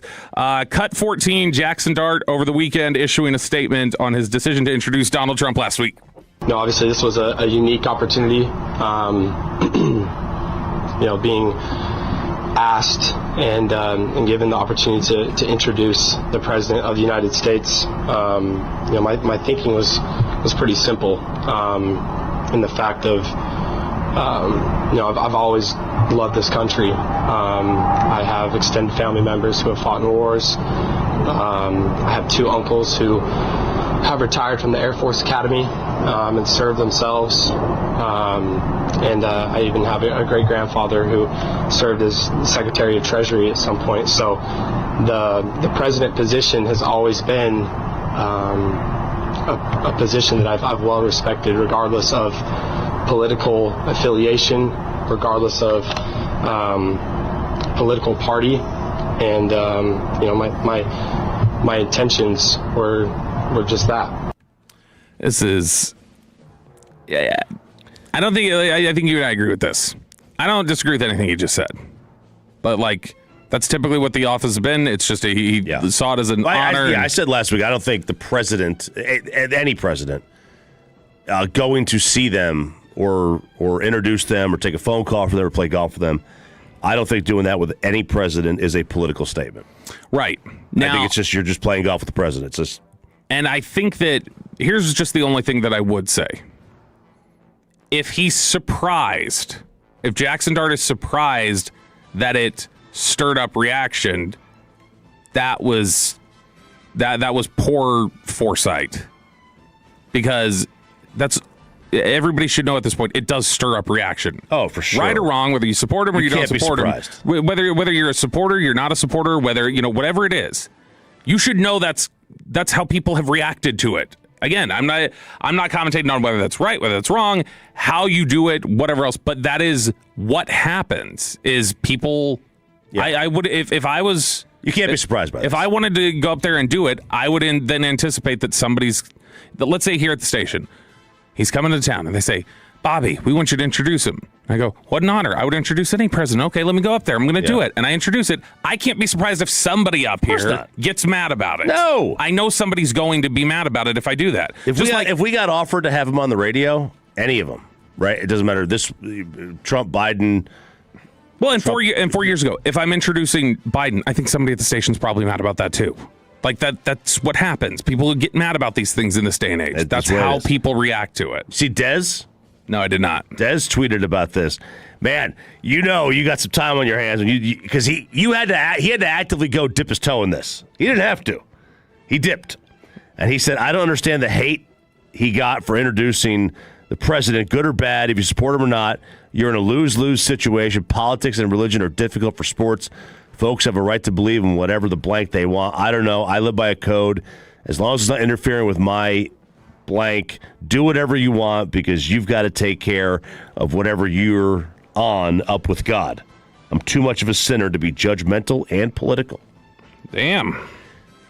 He dipped his toe into it. Let's see, 45,000 likes, 2,000 comments, 3,000 retweets, 2 million views. It's a lot. He's Dez has never been one to. He didn't have to dip himself into it. He didn't have to, but he also has never been shy about doing that. All right, Sean and RJ here on 105.3 The Fan. Sean Sharif is out. Maybe we'll hear from him in a sec, though. I don't know. As we hear best and worst of the weekend. Ladies and gentlemen, the weekend. I'm having a bad fucking weekend. Tell us what you got into this weekend on the fan text 877-881-1053, 877-881-1053. Matt Hicks coming up here at 8 o'clock to talk about those red-hot Texas Rangers after the weekend. A weekend in which we all were at the ballpark. Yeah. We all had a little bit different, varied weekends, but I guess we'll start off with RJ Choppy. Chop, what'd you do this weekend, and who did you go see? A legend of yours? One of your big idols? I did. So Friday, we went to the Ranger game with the high school baseball team, and we got rented a bus, a party bus to get down there. So not all the parents, one parent for each child. That was the invited parents. Is that one parent you're talking about the other day? Were they allowed on the bus? The one parent. Oh, different team. Oh, okay. Different team. Okay. That's the team that got banished from the high school play. That's Grapevine, different team. Yeah, we're Colleyville. Man, I'll tell you, some of these team moms can party. I did not know they were getting down like this, but holy crap. I was not familiar with your game. I was not familiar with their game, but the game was awesome. The crowd was cool. It was Noah and Ryan night. We got the jersey. Got to go see Bobby Jr. down on the field. Went up into the booth. See, they hung out with Chuck Morgan. Well, in the Chuck Morgan booth, we did a couple of innings up there with Chuck, and they got to to see how the sausage is made. I did not know this. Chuck gets there. I said, "What time do you get to the ballpark? 2, 3 o'clock?" He goes, "He gets there at 9 a.m." Yeah, Chuck Morgan, the public address announcer, gets there at 9 a.m. I said, "Why do you get here so early?" And he says, "I've got to put together the entire game." So everything that happens in the game, he puts together that we got to do this, we got to do this, we got to do this, and then there's a producer that puts it into a special rundown. So I was talking to him one time, and he mentioned how he said, "Oh, I really enjoy the show," blah blah, and he said, "I always, I listen to you guys every day on my way into the ballpark," and that's when I found out he's usually driving in right about now. We're still on the air. Yeah. So if it's an afternoon game, is he getting there? He 6 a.m. He said it takes about a full day's work, like 8 hours, to put a game together. So yeah, if it's a noon game, he's probably there either because this happened, right? So he's probably there many hours after the game. If it's a night game, and then he's got a day game after that, he's probably there several hours after the game doing stuff. But it was very, very cool. So could not thank Chuck enough. He was awesome to bring us all in and take some photos. Saw Derek Holland out there. Yes, I saw the picture. Saw Derek out there, so that was cool. And then, Saturday, of course, we go to the Ranger game with y'all. But then after that, we had Seinfeld. Mm-hmm. And the Seinfeld show was... What's the deal with mushroom pizza? There wasn't a whole lot of what's the deal. Oh, really? He was really good. He's retired that line. He just says it in a different way now. He says it in a different way now. What would you say instead of what's the deal? Hey, what's going on with... I don't know. Yeah, I don't know that he had a line like that. Sarah kept saying, "Boy, he's so right. He's so right. He's so right." Because obviously his observations. He's observational humor. He is the godfather. Probably. And I'll tell you this: we get there and we're sitting in the parking lot waiting to go in because we got there a little bit earlier than we had expected. And walking in, she's like, what? Who are these people walking in? I felt like I was going to a Frampton show. That's how old the people were that were around us. Really? Like, it was an older crowd, like a much older crowd. Anthony Jeselnik talked once about, I can't remember who he was talking. I think he was talking to Rogan or something. But he had said before he and Rogan started having a fight, he had said that he had watched Seinfeld in two different contexts. One was his standard show, like the one you're talking about, and he was like, it was hacky. It was like just like blah blah blah. I was like just criticizing it. And he said, and then I saw him at another spot, and it was like a younger festival that he was at, and it was like a younger crowd, and he like killed it. And he's like, and so Jeselnik thinks he tailors it to who he's talking to. That may be, because he started out, his first bit was about like just people on their phones. Not even on their phones. Like, it was like people trying to get you to watch something on their phone. Oh, me. Which is Bobby. And legitimately 4 times a show. 4 times a show. And the crux of it was like, I don't even want to see what's on my phone. Because like, you making me watch your phone takes me away from my phone. And that's a no-no. Kind of clever. But then he went into like a 5-minute bit that like, he had the crowd was going like nuts in the first like 10 minutes. And then he had like a 5-minute bit where it was like a lull, and it was just bad. It wasn't very good. And I was like, God, he's bombing. He's losing it. And then went right to something else. Like he could sense, pivoted to, I don't remember what it was. And then the rest of the night he was kind of like on the tracks. So I get what you're saying. Like, remember the soup Nazi guys? No, I get what you're saying. Because like he tailors it because he recognized that wasn't working and he pivoted to something else. And then after the show, he did Q&A. Oh, wow. He came back out. It's like, anybody want any questions? And he kind of was like... How long did he go for with that? Not long, because they were asking stupid questions about like the show. And he goes, does anybody have a question about something that isn't 30 years old? Like, he's like, just something today. And... it was not really, but... And then did you put your hand down and say, oh, I was going to ask about the Cowboys' last title? No, I did not. Oh, you should have done that. He would have laughed. He would have thought it was funny. Well, it was good. It was very, very good. So it was a good night. Now, the worst is when you have big events on a Friday and a Saturday, you feel like you have no weekend. I know that's first world problems, but we had the Ranger game Friday and then Ranger game Saturday and Seinfeld Saturday. It felt like I had not a second to relax all weekend. And that's the one downside of having big events, but... That's also why you go to big events, because you love to go to them. Yeah. I mean, that's... Well, I hope you have nothing this Friday, Chop, because Saturday you're booked, unfortunately. I am booked on Saturday. Yeah. Thank you for reminding me. What's Saturday? What are you doing Saturday? Wedding. Oh, you're going to that? Yeah. Oh, you made the cut. Most of the station did not make the cut. I did. I got to get my suit. I got to get the suit. It's at the dry cleaners. I was supposed to get it last week.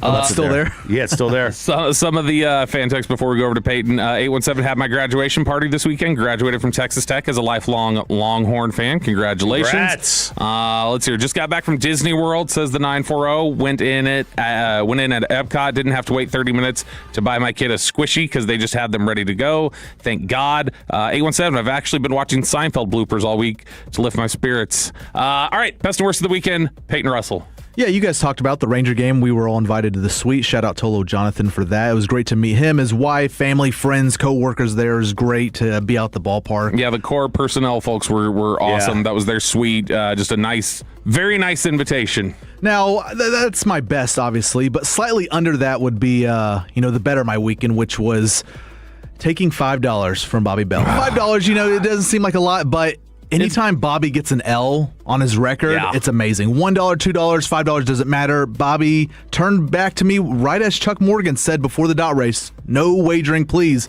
Bobby takes it as, let's wager.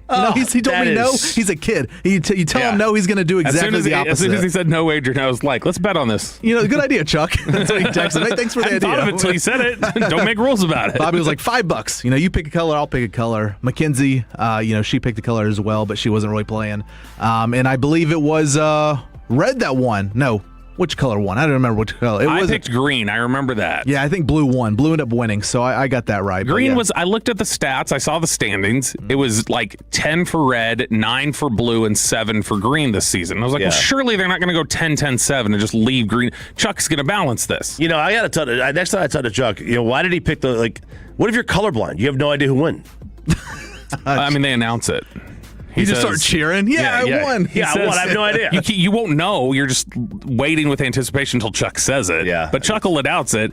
No, but yeah, there was one time I was at a game years ago, and one of my buddies, they were like starting the dot race, and he goes, "Want to bet $100 on the dot race?" I was like, "Sure. I'll bet $100 on the dot race." That gives it some intrigue. I've never had a more intense experience watching the dot race. But he had said, like, all right, pick a color. He's like, if you get it right, you get 100. He's like, if it's either of the other two, you owe me 50. I was like, okay, cool. And so I lost. It was one of the other. The field won. The field won. Yep. Yeah. And so field bet. Yeah, but no. Whenever if I'm at the game with somebody and I hear the dot race come on, then I'm like, oh yeah, I'm placing a wager on it now, whether it's $5 or not. And I did. You did get paid that day. Yes, I did. I literally zelling him $5. You zelled $5? Yeah, I was just like, here you go. Man, that's like my kids. Like my kids will ask me, "Can I have $1?" Because like they go to the store, they're $1 short, and they're in line. So I've got to hustle to zell them the $1 they need. Give a penny, take a penny is not a thing, or take a penny, give a penny, whatever. That's not a real thing anymore. No. Because of inflation. It's got to be give $1, take $1. Well, it's also nobody uses change. Mm-hmm. Right? Nobody pays in cash. Well, who uses a debit card? RJ, just give him a credit card. Teach him about points back. Get my kids a credit card? I don't Do you know what a bad idea that is? They're going to be humbled real quick. Do you know what a bad idea that is? Whenever their credit score crashes because they can't pay the $50 credit card fee. I'll pay I'm going to have to pay I was going to say, didn't Julian run your credit card up with like some video game purchases once or something? $40. Yeah, he bought like stuff in the Play Store. That kid goes in with like $4 on his debit card, and he'll walk out with like $7 ice cream. And I'm like, how did you do this? And he's like, well, the guy just said that's good enough. Like, there's no way. There's no way this is happening. Over on the fan text 214, Bluegrass Festival in Wiley. 972 had the Champions League final. Go PSG. I don't know who PSG is, but congratulations. Paris Saint-Germain. Saint-Germain. Sure. I think it's Saint-Germain, right? I don't know. Peyton, I know some of your best and worst of the weekend was also at Loma. Yes, Sean treated us to a meal and drinks. Look, I can pick up a tab for a few drinks, here and there, as I did, back in January. But whenever it's a meal, it's all on Sean. And when Sean's paying for the meal and drinks, you go a little crazy. He was getting appetizers, dessert. Bobby took home half the dessert menu with them because no one would eat it. Nobody would eat it, and so he was like, "Take that home to your girls." I was like, "Okay." Like nobody, they were all just full. He ordered it, and nobody was wanting dessert. Yeah, see, that's the one thing. The one thing it was I don't like delicious. The one thing I don't like about eating with Sean is that he's an app guy. He's an appetizer guy. I'm not an appetizer guy. Oh yeah. I hate appetizers because Mexican restaurant, you had to get the queso. You got to get guac, queso. You got to get those. Yeah. But like in general, at a general restaurant, I hate appetizers. He is the one who will, and because I want to eat the meal. I don't want to eat the appetizer. No, but it's a very nice thought. And Sean will almost always, if we're out eating, he'll be like, it's essentially he's almost like one of all the appetizers, and it's like then we get like 5 appetizers out or whatever, and then we eat dinner after that. But which you never finish.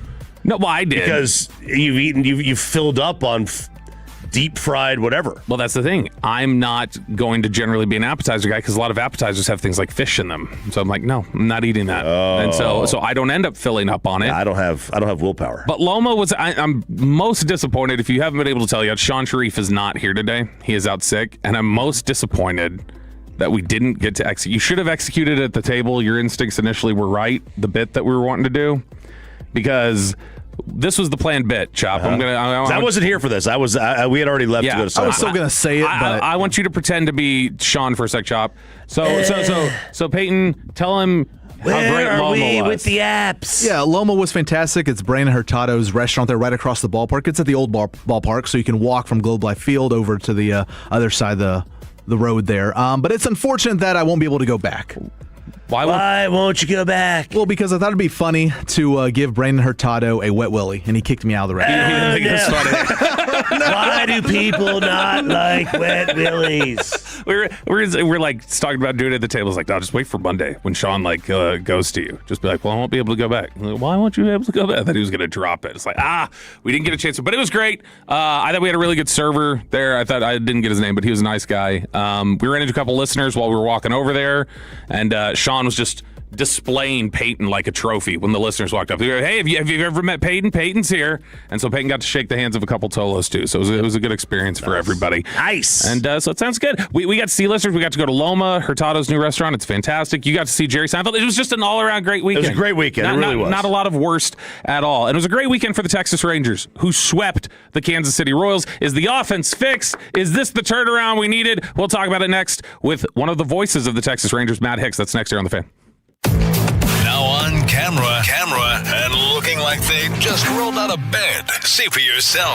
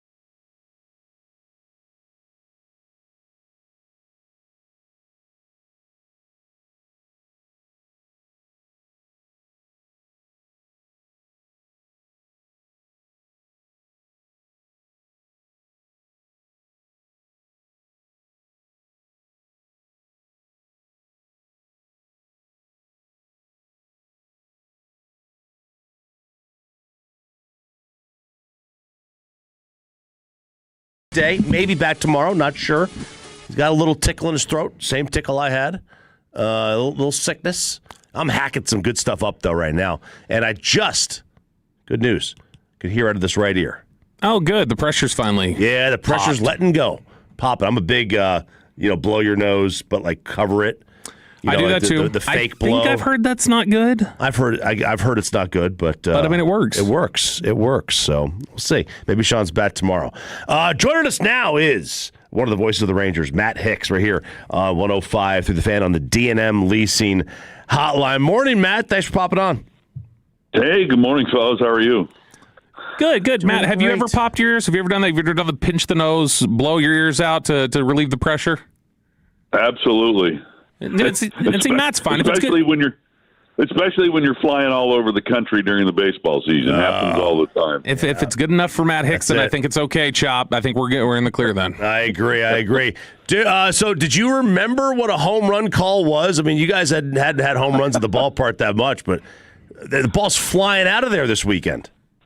You know, it's funny that you played that one for Nicky Lopez, because when the ball left the bat, I'm like, my first thought was, Caglianone's going to catch this. And then, he's closing in, and I'm like, maybe not. And it never crossed my mind that was going to get out, because, number one, Nicky Lopez is not a home run hitter. I think that was the 7th or 8th home run of his career. And so it just surprised me when it went into the bullpen. Yeah. And I had to say something. And then the other thing is, we've been joking about it, Eric and I, here recently, because almost every game this homestand, I think Eric called all of the runs. Oh, no. It's like all of my innings were 1, 2, 3, 8 pitches. Oh, no. I'm looking at Eric. I turn around and look at our engineer, Ken. I'm like, why am I even here? So it's been funny. And yesterday, Eric called all 6 runs. These things come and go during the course of the season. But here recently, I just haven't been on the call for any of that, except for that Nicky Lopez home run. So, has there been? But you've noticed this weekend or the last 6 games, the ball is just seems to be traveling much better there. Is that a sign of things to come? In terms of maybe the ballpark, maybe they're changing things up in the ballpark? That's a really good question, only because in talking to some of our guys, they noticed the same thing. Not just that, the Rangers were hitting the ball against Kansas City, but that the ball seemed to be flying farther, for both clubs. So atmospherically, turning the temperature up or down, I don't know. It doesn't feel like it. But for whatever reason, guys are noticing that the ball is flying farther. And not only during games, but during BP. So I don't know. I don't know what's up, but the ball is traveling. Matt, when you look at this offensive run for the Rangers, which clearly the home road splits have been dire. When they've hit at home this year, it's just not been very good. Heading into this series with the Royals, the most runs they had scored in a home series this year. Do you know what it was off the top of your head before I give you the answer? The number of runs we scored in the series? A home series, yeah. Do you know what the most was this year? Prior to Kansas City? Mm-hmm. I don't. 15 runs against the Pirates in a 3-game series was the high. Wow. And so them coming out of here with 22 is just... It makes you feel a little more optimistic about the offense. What do you think? How much of this for the offense do you think is going to be? Obviously, you want to carry this over, but how much of it do you think is going to be about just a confidence builder and having them going up to the plate a little more confidently? Because this entire weekend, these 3 games against the Royals. This was their 3 highest hit games in a home game this year at the Globe. So, how much of this is just going to be a big boost for them in terms of confidence and morale and thinking, all right, let's not let this stadium or these home games get in our head at all? Yeah, normally I would say that it really doesn't have much of an impact, because each game is new. You're facing a new pitcher each day, and that usually has more to do with it. But in this case, I think there's a little something to it for a couple of reasons. Number one, the Rangers had been awful, and I mean awful, in the first inning all year long until this series. And so of those 22 runs, 9 of those runs came in the first inning. add to that the fact that it was really a total team effort. It wasn't one guy or two guys carrying the team, but it was everybody contributing. So I think that can give the team a feeling of, number one, I can do my part. I don't have to be the guy. I don't have to be the person that helps to bring the team out of its rut. And so when everybody is a part of it, including guys coming off the bench, then I think that's something that is likely more sustainable for a period of time. Matt Hicks joined us here on Sean and RJ on 105.3 The Fan. We had talked about Mackenzie Gore last week about, has he been, what the Rangers had expected. In the last two starts, he's been fantastic. Has he done anything different that you've noticed the last two starts out? I don't know as though he's changed anything. I think that for him, one of the challenges is command. And when he has a pretty good command of his pitches, then he's really tough because he's got very good stuff. I was talking with Danny Jansen about his most recent start because the other day against the Royals in the first inning, it was kind of odd because his curveball is really good. And I thought he was throwing a pretty good curveball in the first inning the other day, but it's like the Royals were on it. And it's kind of odd when everybody on the other team is on your really good pitch when you're not even throwing it for a strike. So I think that they got back-to-back hits on that pitch that was over the plate but below the zone. And then Ketel Marte hit a rocket up the middle off of a curve that Nicky Lopez happened, to be very close, and he made the play, and the inning ended. Had he not made the play, they would have scored a couple of runs, but it was just kind of odd. Like, man, they are crushing his curveball. And so I asked Danny about it because we thought, because from the second inning on, then he basically got away from the curveball. He only threw it about a half dozen times the rest of the game. He was more fastball heavy. He had great command of his fastball. And I asked Danny, I said, did you guys have a conversation after that first inning about consciously just getting away from that breaking pitch? And he said, yes, we did. He said, because we noticed too that, they were on that pitch like no other team had been really this season. And so they made an adjustment, and they were able to do, really well from the second inning on the rest of the game.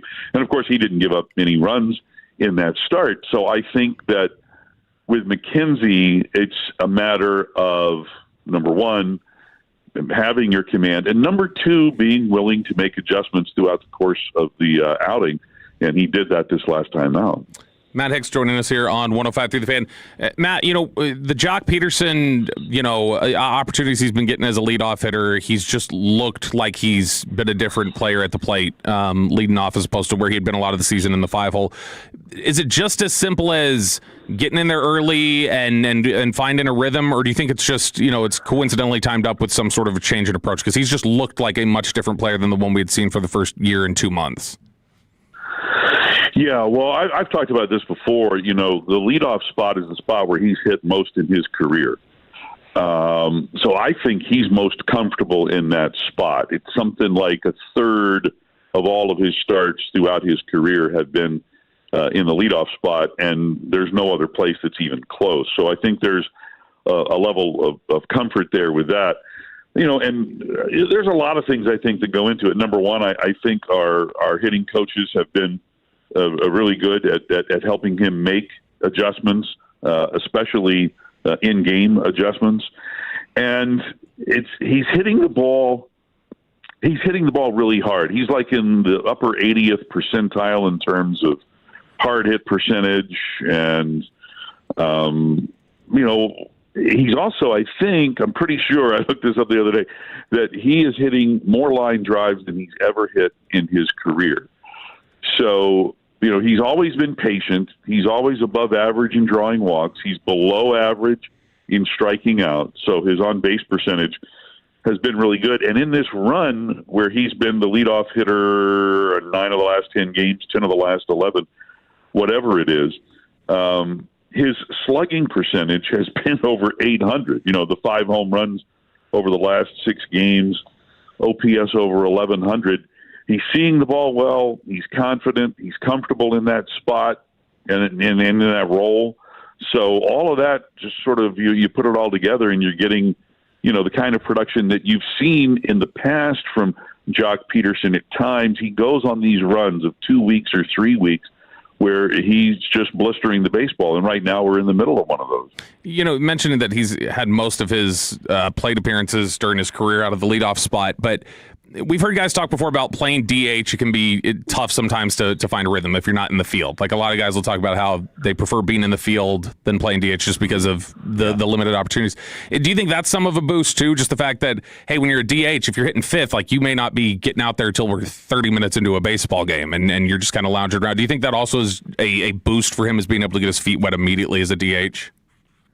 I think that's true. And, Skip talked about the fact that him leading off means that if he has to make, a pinch hitting decision and bring in a righty because there's a lefty and he's taking Jock out in the middle of a ball game, if he was hitting fifth or sixth, sometimes he'd only get maybe 1 or 2 plate appearances. And so you can't really get into a rhythm. Whereas if you're hitting in the leadoff spot, you're batting right away in the first inning, and you're probably getting 1 or 2 more plate appearances during the course of the game. So the fact that he's hitting leadoff and he's getting 3 or 4 or sometimes 5 as opposed to 2 plate appearances a day, that starts to add up, over the course of a week. If you're batting leadoff and you're getting 30 plate appearances, 32 during the week as opposed to 15 or 16, that's a huge difference. Hicks, Seager begins his rehab assignment this week. How long do you expect that rehab assignment to be for him? Man, no idea. That's one of those things that literally they're going to take on a day-by-day basis. So, I wouldn't be surprised if it was 1. I wouldn't be surprised if it was maybe a couple of more. I think I would be surprised if it went beyond like 3 or 4 games. Just watching him, the last few days, mine is not the professional trained eye of a guy. That guy looks like he's ready, but he's moving pretty well. So I don't think it's going to be a long time. Is the team surprised? Do you think that it has kind of been this long? In terms of the time that he's been out? Yeah. Well, I don't really know that, either because, and let me just make sure we're talking about Seager, right? Yeah. Okay. All right. Yeah. So, anytime you're dealing with anything related, to the back, that can be really tricky. You can be out for a really long time or a really short time. If you ever had back pain, right. It could be some of the worst pain you've ever experienced in your life. So the degree to which he's been feeling it, how much it's impacted him, I really have no idea. So anytime anybody's dealing with anything with the back, the amount of time out is just always up in the air. Hicks, we appreciate it, man. Thank you so much. Okay, thank you guys. Matt Hicks, Rangers play-by-play, joining us here on Sean and RJ on 105.3 The Fan. We got a little game that we're going to play. Oh, yeah, we do? Sean's out. Line rankings. Sean's out. No way. That's exactly it. No way. Peyton, get the Stevie Wonder music ready. Let's go. Because we're going to do some blind rankings with RJ Choppy next on The Fan. After we get you over to Platinum Chrysler, Dodge, Ram, Jeep.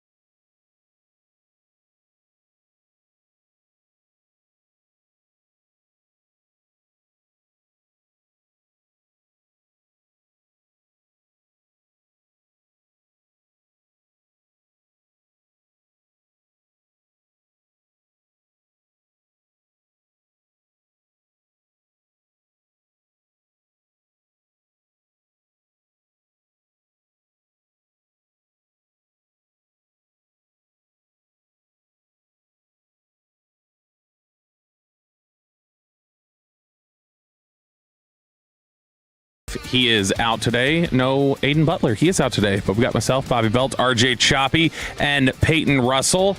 And when Sean's gone, we typically end up playing the games that he doesn't like playing. Right.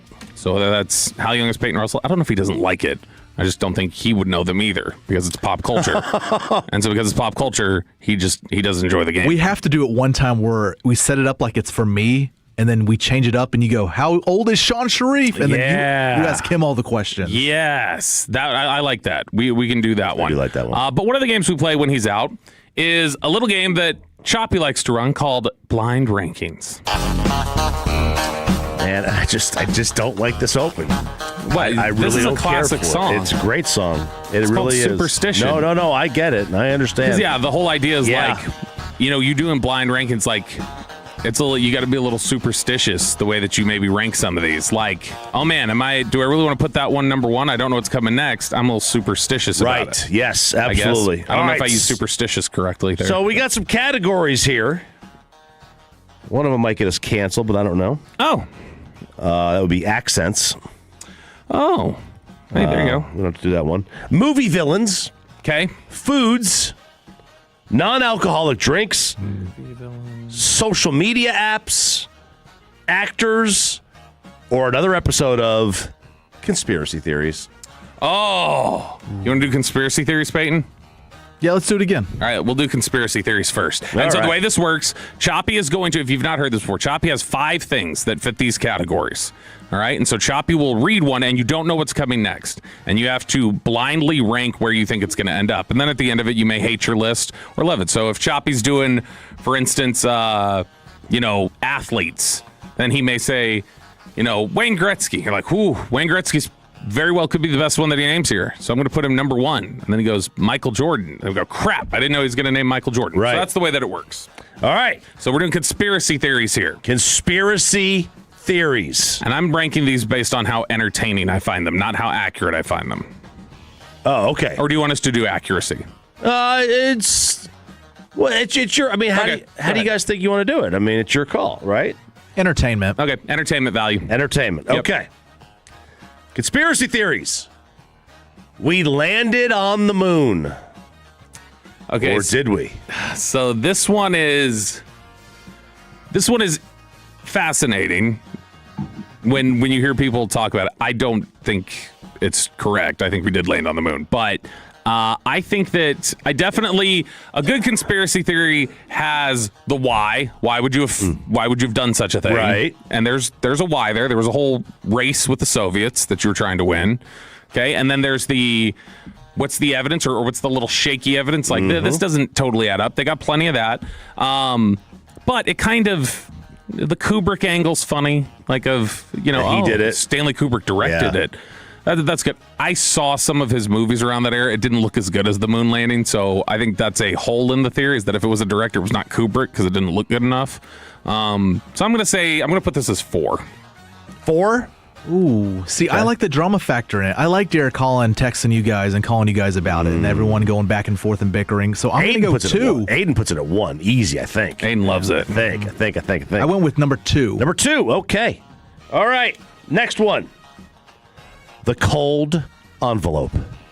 Oh, Patrick Ewing. So do you know this theory, Peyton? I do not. Okay, so the cold envelope is that the New York Knicks, Patrick Ewing was considered like the biggest prospect to come out in the NBA in a very long time. Bigger than, think LeBron level. And people thought, the New York Knicks really could use a boost.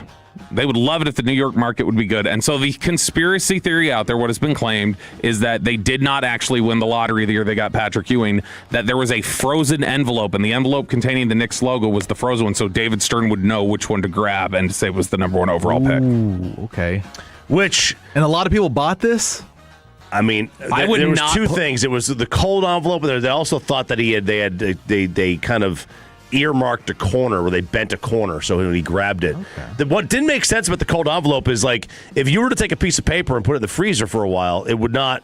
How long to stay cold for? How long was the changeover?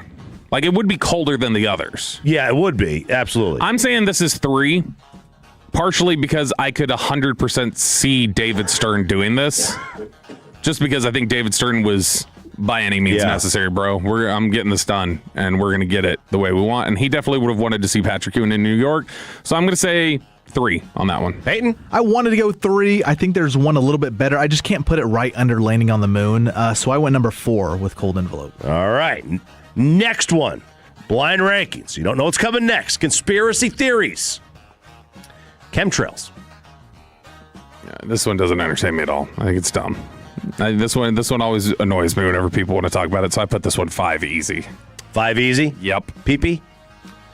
Yeah, I'm going to go 5 here. Boy, this is never good when I'm left with the last 2 options, and it's 1 and 2, and I just have to put them 1 and 2 now. Ooh, okay. I got a lot of options here. Which one do I go with? New Coke. Okay, this one is brilliant. I don't think you're going to give me one that's more entertaining than this. So Peyton, I'm guessing, would not know the New Coke conspiracy either, so I'll explain it to you real quick, Peyton, and for those that don't know. 1980s, they come out with the New Coke formula, right? And it bombs, and people are furious about it. And they're like, bring back the old Coke formula, da-da-da-da-da.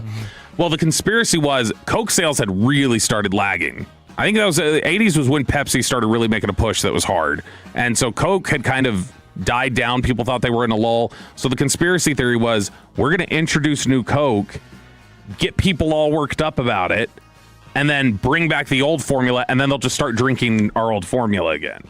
And so it's like the idea of when Chili's got rid of the queso, how everybody freaked out, and then they kept it. And how people were like, yeah, I think you were just trying to essentially get people romantic and nostalgic about it. So that's the idea. I like the New Coke one because it gave us one of the greatest quotes of all time, which... Can't remember who the CEO was of Coke at the time, but when he was presented with this question, he said, "We're not that smart and we're not that stupid." That's a good quote. It's a great quote, and so I'll put New Coke number 1. That's not a bad one. PP? I went 3. I think we got one more here that's going to top everything. I think he's going to throw something like super obscure, and I'm going to be like mad it's even number 2. No, I was. It's not super obscure. Okay. It's pretty recent. Okay. I'm debating on whether to put it in because I don't want to give it credit. Because I could have put the Illuminati in there or Finland. Finland is a conspiracy. I don't know that one. That Russia and the Soviet Union and Japan created Finland. I've never heard that. You never heard of that one? No. I think it's the conspiracy theory that people think that about the Charlie Kirk assassination. Oh well, I mean, if we're just talking about discussion around it, yeah, like just and the viability, I guess. Well, no, again, because we're not ranking this based off viability. We're ranking this based off of like what is the thought process, and I hate saying entertainment value because it's about somebody dying. Not entertainment, yeah. But in terms of just the observing the debates, I do find the debates between people and people yelling about it, I do find that entertaining. You do? Them arguing over. So number 2 is fine with me. Number 2? Okay. All right, very nice. And Peyton, you had it number 1? Number 1, yep. I don't hate my list. New Coke, Charlie Kirk, Cold Envelope, Moon Landing, and Chemtrails. Okay, next one. Movie villains, foods, non-alcoholic drinks, social media, apps, or actors. Let's do... What do you want to do, Peyton? Either actors or non-alcoholic drinks. Let's go actors. Actors, okay. Robert De Niro. He's great. He talks a little too much. I'm going to say it's going to be hard to find anybody better. I'll say number 2. Ooh. He's a great actor, dude. Yeah, he is. Or was. I mean, I don't know what he does now, but in his heyday, he was great. Yeah, I mean, he was in The Godfather, so, I'm going to put him at... Godfather 2. Yeah, I was going to put him at 1, but I can't go 1 right off the bat. I'll go 2 here. 2? Okay. Brad Pitt. Underrated actor. I think he gets talked about too much as being like looks guy, pretty boy. But like I do think he's a good actor. He's been in some good stuff, and his movies always kill. And he's usually good in them. He's not anybody who would have it at the very top, but I would imagine you're going to mention somebody here I hate. So I'm going to put Brad Pitt number 4. I went 3, Brad Pitt. 3? Love him. Yep. Okay. Edward Norton. God, number 1. He is my favorite actor of all time. He's so good. He plays a great bad guy. Just an elite bad guy. He is fantastic. One of my all-time favorites. Love him. So Ed Norton is definitely number 1. He's American History X, Primal Fear. He's been in so many good things. The Illusionist, Fight Club too, right? Fight Club. He's great. See, I can't put him 1. There's got to be Italian but I don't job. want 4. I don't want 4. I think that's too low. I'll go 4 then. 4? Dang it. Man, that is low, below Brad Pitt. You watched Fight Club I set and myself said, up for this. and you said he's better. Edward Norton and Robert De Niro were in a movie together by the Score in 2001. It also had Marlon Brando in it. Come on, It was RJ, give me Marlon a good Brando's one. last movie. Tom Hanks. Yep, I'll go 1. Remo would have him last. Huh? Remo would have him last. Yeah, he would. He hates Forrest Gump. Strong, little overrated. I'm putting Tom Hanks 3. Is he the actor of our like him or Denzel is era, like the guy, life, whatever? Yeah, Tom Hanks or Denzel. You had him 4? I put him 3. I already had Brad Pitt 4. I like my rankings are exactly what they would be so far. Edward Norton, Robert De Niro, Tom Hanks, Brad Pitt. Now I don't know who you're going to name. And who you have 5 left? Number 5. I got left? number 5. Yeah, high 5 as well because I went Tom Hanks 1. I may not like who you're going to say. I don't know. I don't know who you're going to say. Al Pacino. Okay. He's 5. What do you want here? I don't love it. I don't love it because I'm in the dark here. I think he's better than Pitt. He has had some campy performances where he's just yelling. So if you want to talk about consistency, he might be 5, but it's just his best performances are way up at the top of some of the best you'll ever see. Oh, yeah. So I would have had him probably 3. I would have had him, but I don't know. Him and Tom Hanks would be close.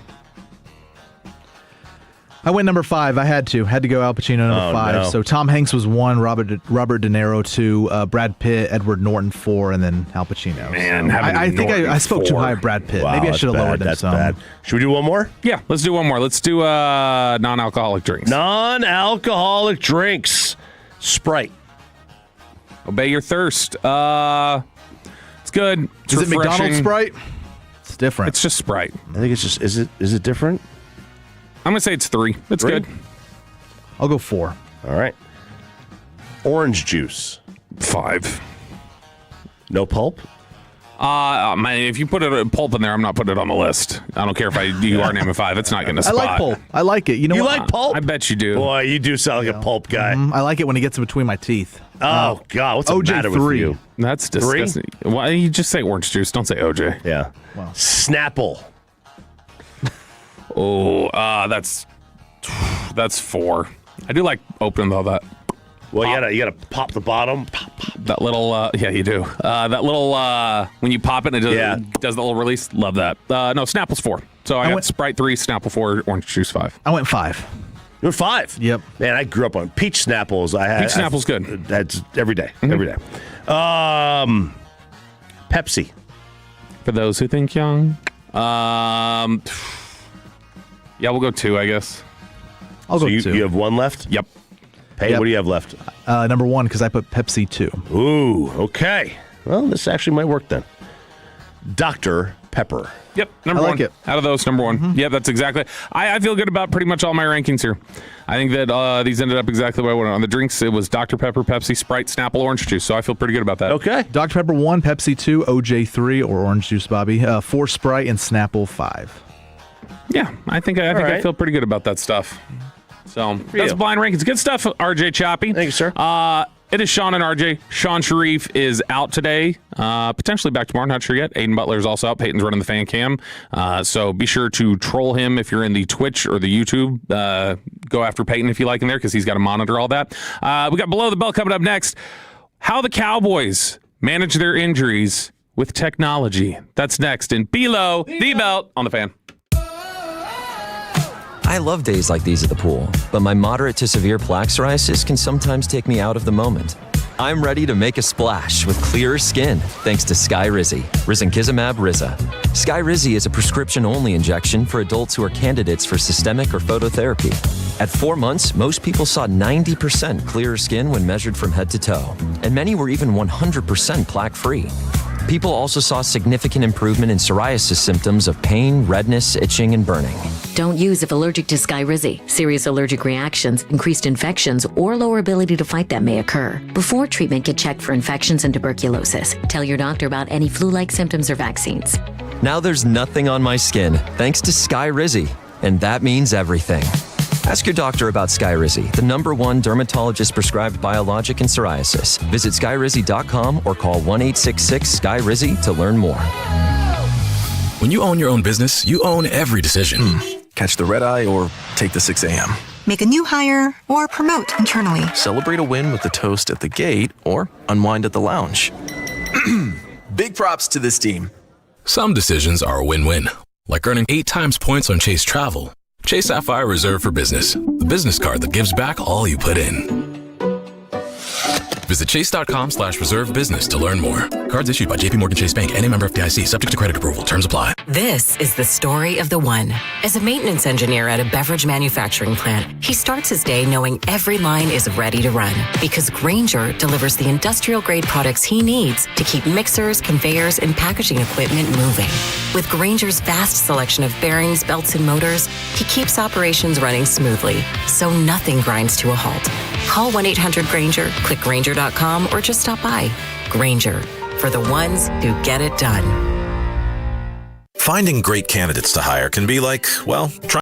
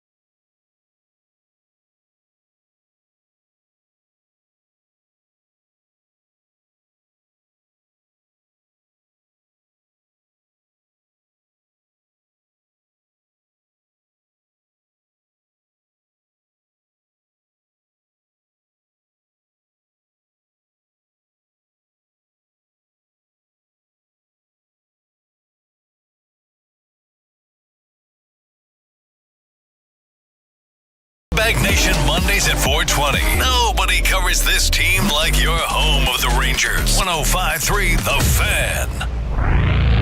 Hey, and it's back to Sean and RJ right here on 105.3 The Fan segment here brought to you by Classic Chevrolet. If you're in the market, upgrade your vehicle, get to Classic Chevrolet Grapevine today. The #1 Chevy dealership in the world, 3 years straight. They've got more new Chevys than anyone else, all priced to sell. Visit ClassicChevrolet.com. This is Texas. This is Classic Chevrolet. Together, let's drive, relax, enjoy the difference based on new Chevrolet registrations 2023 through 2025. The great Bobby Belt. Bobby knows ball. Hey, let's talk ball. We're the ball knowers and we just talk ball.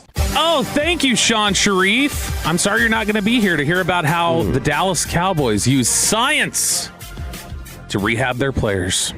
I mean, I guess everybody does, but there's a more particular science behind it. And we'll talk about it here in Below the Belt, which is brought to you by Window Nation. So it's off-season time, Chop, and I like to do a bit of a deep dive when we get into off-season and just investigate parts of the organization that don't get talked about as much, or maybe that I don't understand. So, like a couple weeks ago, we played some stuff from the analytics department, and we heard about how the analytics team uses various things from John Park's talk. And we played before position coaches that do stuff, or like when we interviewed the scouts on draft day, we then played that audio. So I was like listening to that stuff because you don't get an opportunity to talk to those people during the season. Usually the off season, if they're doing a panel discussion or something, that's the only time you're going to hear from them. And it's usually not something that's going to be like super widely consumed, so it gives you an opportunity when you can find some of it to get something that's like really fresh and unique and different.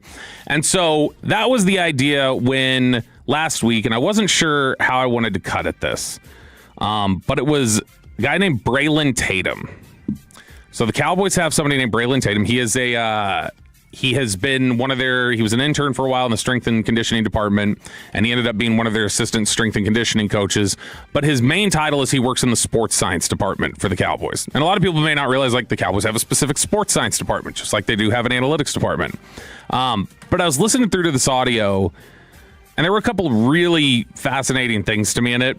But it's also one of those things where you go, man, is this so niche and so, like, in the weeds? Are you just talking past people at that point? Because a lot of people may just be like, I just care about watching the football game. I don't care about all these little ins and outs. So there were several cuts that I pulled, but when I was looking back and I was like, man, there's really just two things here that I think are really interesting for us to consume and talk about that I think listeners would enjoy. If you want to see more of it, you can go find it on my Twitter. I've tweeted a lot of the clips and where you can find it. But Braylon Tatum, who works in the Cowboys sports science department, did an interview with this podcast called Valdcast. And it's a podcast that's put on by this company called Vald Performance.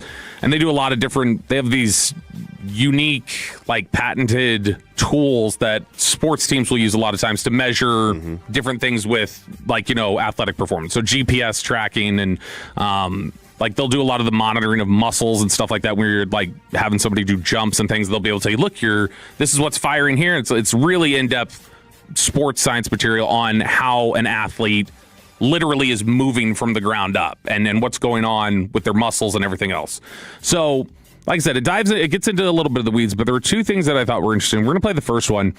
We always talk about the rehab, work that Britt Brown does, whether it be with Savone Revel or DeMarvion Overshone, and we're always trying to figure out, okay, when is somebody going to come back? And there's always this kind of gray area with guys rehabbing and trying to figure out, okay, why did that guy take 12 months? Why did this guy take 9 months? We talked about it a little bit earlier with Kyrie Irving. Why is Kyrie Irving's, rehab gone longer than others? And how do they determine that timeline? How do they know it? It's not just as simple as, hey, he's healthy now, or that's worked back all the way. Like I'm looking at some imaging. That looks fine there. Braylon Tatum here talks about how they use data in collaboration with Britt Brown on how to evaluate timelines for their players to return from injury. He's old school, and he's the aggressive old school football mentality mindset, so, and I like that, and I agree. So when we use that data, it's about pushing guys to get back to their norm. What were they doing prior to the injury? What did their baselines look like? So with that, he definitely understands the data, and he utilizes that way because it allows him to progressively add that stress to the athlete at the right time. And then it gives us a timeline of where we want to be finished, the finished product, where he's back on the field. So it just gives us the blueprint on the way there. So he's talking about they literally have, okay, we tested you with this, our different scans and our different tracking, and this is the type of athlete you were before. So it doesn't matter how you feel, doesn't matter anything else. We can legitimately track and see, did you get back to where you were athletically? And did your muscles get back to where they were? Like, we've got measures, objective measures now that we can put there. And it also gives them guidance into how do we lean on this? How do we push this player here? How do we move forward with that?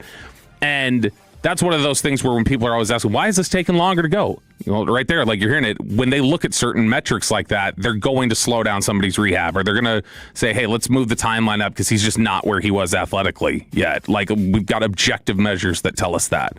The next clip here is less about the actual science behind it, and this is more the bigger question that I wanted to talk about with you.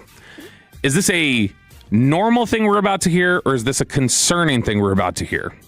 This is Braylon Tatum in the sports science department talking about how he has to tailor his information that he has to the Cowboys coaching staff based on how receptive they are to his technology. When you're trying to incorporate technology, and if you're the young man on staff like I was or am, they think that you have this tendency to just want to introduce the new flashiest thing. So I think one of the approaches that I've taken was understanding where everybody's interests lie, understanding that, okay, this specific coach or this specific trainer wants to hear how we're going to get guys back on the field faster. We don't want to hear about cutting guys reps and being soft. If that's his mentality, I'm going to use that data to be like, okay, hey, we should be able to push a little bit harder here because this is what the data is telling us, or vice versa. So when you just understand a lot of the coach's interests, our coach is real big on competition. On our shirts, we have compete every day. So with that data, I'm presenting things towards him saying, hey, these guys are being competitive. These guys are pushing. Those are the things that he likes to hear. So once we start introducing data based off of interest, we start developing a little bit of trust. So, and he talks about later too, about he has to do the same thing with some players. Because he said players naturally think that data is going to be used against them. Like, hey, he's not up to snuff, or, oh, he's got to, do this or that. And he said, we have to show them, no, it can be good for you, because we look at it and go, man, you've been overworked. You need a rest day. And then you get a rest day off of practice and stuff. Like, it can be used to your benefit. We're not just here to beat you over the head with the numbers. But him talking about that and saying that basically he has to take the data that he has and he has to tailor it a certain way, or he has to pick and choose, like, hey, I don't need to come to this specific coach here, this one here, with numbers that say, hey, let's reduce the reps. They don't want to hear that. They want to hear how this is going to help them. And if there's any reservation at all about this technology and any reservation at all about your department's purpose, how are you applying that in a way that they understand and that they appreciate? Mm-hmm. Which sounds like normal office politics or something that you would have. But it does cause me to think back to when we played the John Park audio from the analytics department. And analytics, we know, has been met with resistance in professional sports in a lot of areas.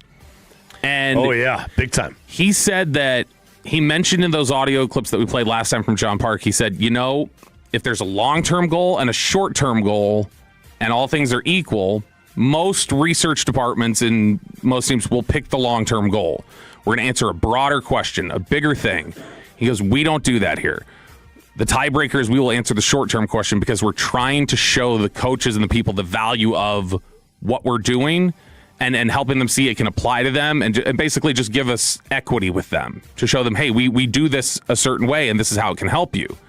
Similarly, that's what Braylon Tatum's saying, that he's got certain things that maybe he thinks this is something, but he knows that may not be received very well or applied in a immediate win-now sort of way that the coaching staff would want. That is a tug-of-war. So, and that's the thing is that, does that concern you at all, or does that because that right there, those two statements, people could very easily interpret as, so what? You have to sacrifice long-term goals because you got some dinosaurs who don't want to receive new technology. No, and then there are others who would look at it and just go, that's just the natural tug-of-war that exists within offices and with people having various interests and they have different things they want to accomplish. No, I'm not concerned because I think this is probably normal in most offices, in the NFL, period, or within sports? Within the sport. Mm-hmm. Coaches don't typically care about long term. They want to know, how are you going to help me? Yeah. How do you make my job better? But Parcells basically said CYA runs sports. Mm-hmm. Cover your own, you know what. And coaches are very much in a, what if you can't help me today, I can't use you. Mm-hmm. Right? Like they coaches are not interested in 5 years from now, because if they're interested in 5 years from now, that's somebody else's team. They're interested in today. They're in everybody, and this goes for everywhere in life. In the workforce, people are interested in today because it's first of all, you need the instant gratification. Mm-hmm. Second of all, people aren't judged on 5 years down the road. They're judged on basically their job performance that day. In the NFL, yeah. In the NFL, it's like I need to win today. I'm not worried. That's why these teams, these coaches refuse to start young quarterbacks. They want the older guy. They want Geno Smith. They want Sam Darnold. I know Darnold won, But you get what I'm saying? Like, they'd rather do that than go with the risk. Yeah, they want somebody told me this once that they said when you go to the draft, personnel departments more times than not are going to want the upside guy. And coaches are going to want who can play now. Yeah. Give me somebody who can play now. I don't have time to develop somebody that I'm not going to be coaching. Like they want somebody who they're going to be able to get right now. And it's interesting to me to hear those two clips because I think you're right. I think it's just the nature of the NFL. I don't think it's. I was just positioning the question that way to see if you felt that way at all because I think somebody could interpret it that way. But the broader thing I think I'd interpret it as I think it's interesting to look at different various departments that exist within a professional team because when you start hearing certain things about messaging or the way that they apply things, you start to it crystallizes what organizational goals are. So when you hear the analytics department say, hey, I got to really make sure I tailor this to coaches to show them how it applies to what they're trying to accomplish now. And you hear the sports science department say, I got to tailor this to apply to them right now. And when you hear Jerry say, I don't have time to have a bad time. Time for a bad when time. you see them making moves like, I'm going to go trade for Quinnen Williams. I'm going to flip these switches and we're going to have deferred money, this deferred cap charge all the way into the future. All of those things tell you now. Absolutely. Like this is an organization who their entire focus is on right now. There is no building for this team. That's why when we talk about them trying to rip open this 3-year window to compete and just say, this is our last run. I think you hear it in little context clues. Like that sounds like an innocuous statement on its own when he's talking about, I got to tailor things for the coach to him to see it this way. Well, then we see somebody else over here saying that. And you see over here somebody else is doing this in their department. And everything starts to come together. When you see it, to step back, take a look at the broad picture, you go, oh, they are very clearly a urgent football team right now. And this organization right now is operating under urgency of it's got to happen now. There's a real sense of, I don't want to say panic, but like almost like this anxiousness of it has to happen right now. Yeah, and urgent football teams and the analytics departments generally don't mesh. No, and that's why he said that they've talked about, like when we played that stuff from John Park, he has to sacrifice certain things he would maybe normally, like most departments would want to use. Right. Which is, I'm addressing a long-term goal here. And if I was the Cowboys, I would look. I'll tell you this, and I like analytics, but if I'm a short-term, you lean less heavily on analytics than long-term. And I think this organization right now, forget just the coaching staff, I think what we're hearing in these comments and when you watch the way that they make decisions, they're telling you everybody is short-term right now. Jerry, Steven, Will McClay, Brian Schottenheimer, Dak Prescott, the people serving food in the cafeteria at the start, like everybody is focused on this has got to happen for us now because if it doesn't open up really fast here for us, we're in trouble.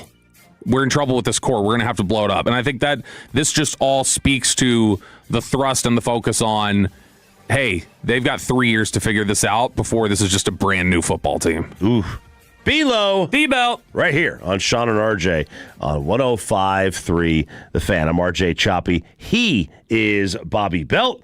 We got Peyton alongside. Hey, look, Alec Medford has shown up. He's here.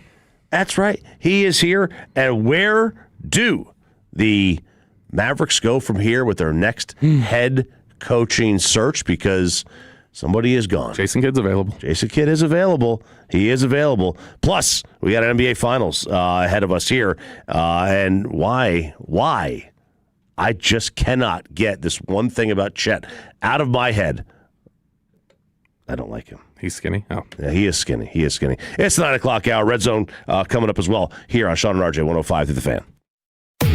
When sports news breaks this morning.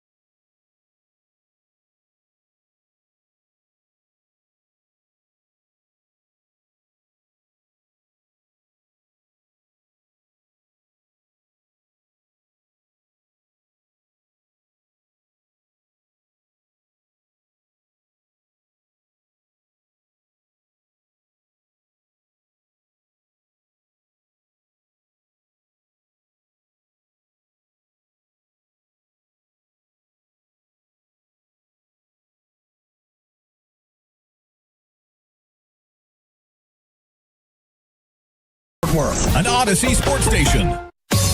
Driven by our D&M Leasing Studios, this is Sean and RJ on 105.3 The Fan.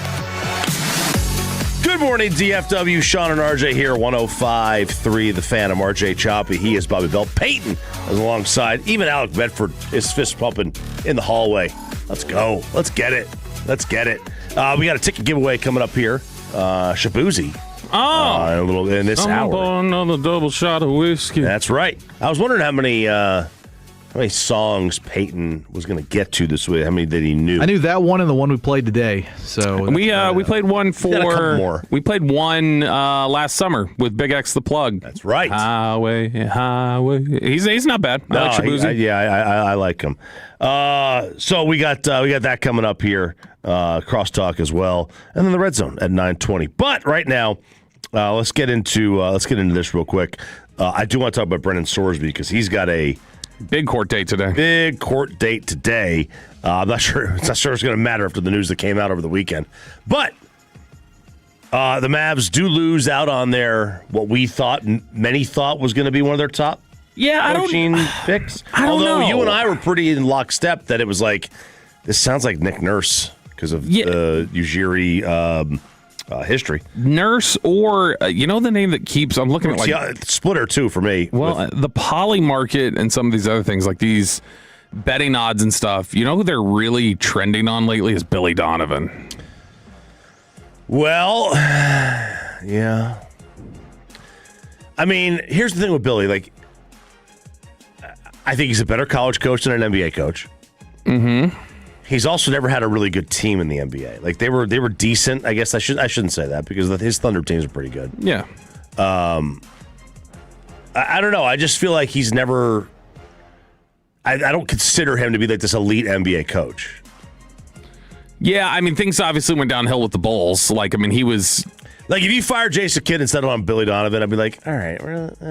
Yeah, but I mean... But I also feel the same way with all these guys we're talking about. Would you feel like you could trust him, though, just in the development of Flag? Because that may just be ultimately what the question is. Do I trust who the next head coach is picked for? What are you going to get out of Cooper Flag? That absolutely is what the next head coach is for. So, I mean, if that's... I guess that's just really the only question. Would you trust Billy Donovan to develop him? Or to add something? Who's he developed? I mean, I just think in general you've seen him.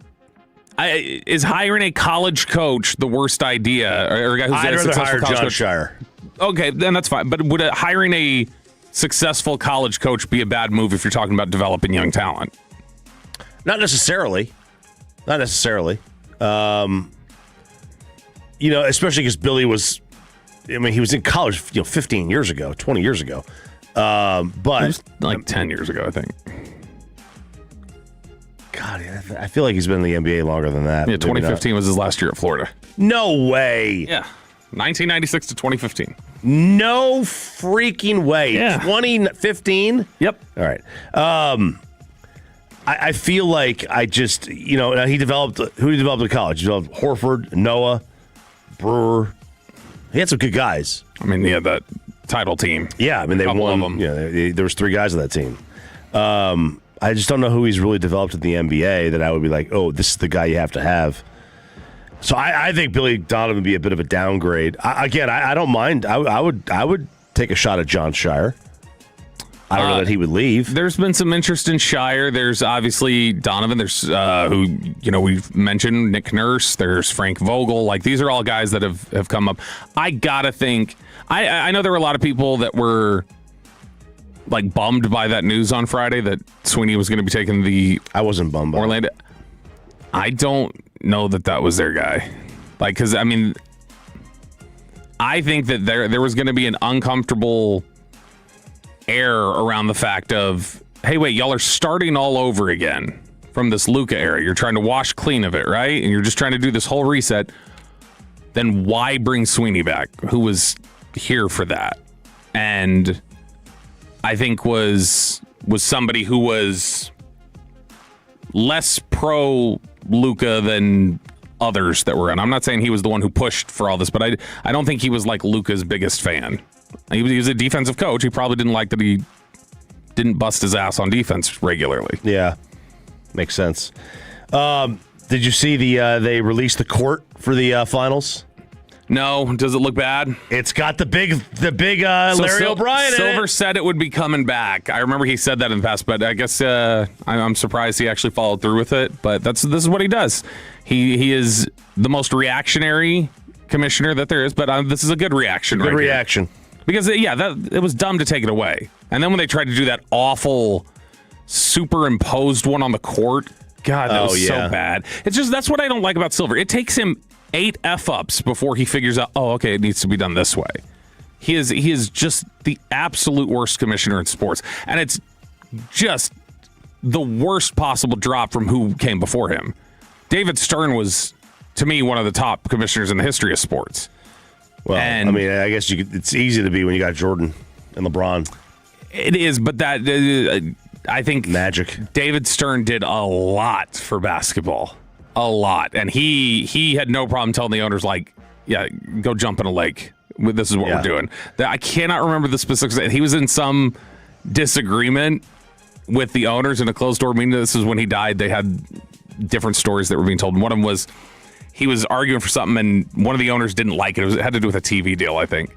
But one of the owners was arguing against it. And he goes, 500. He holds up his hands and he goes, billions of dollars from a TV company or the opinion of some jackass I don't like or something like that. Right, and he goes, I'm taking the billions. Yeah. And basically told him, screw you. We're taking the money. Yeah. League needs the money. We're doing it. And so Stern, I think, was really, really good for the league. And then Silver has just done nothing right. It's a little bit probably I guess the way you feel. I think it's a little bit like the way you feel probably about Stern would be Wembanyama. And then for me, Adam Silver would be your Chet Holmgren. Right. This summer, the $41 million kicks in.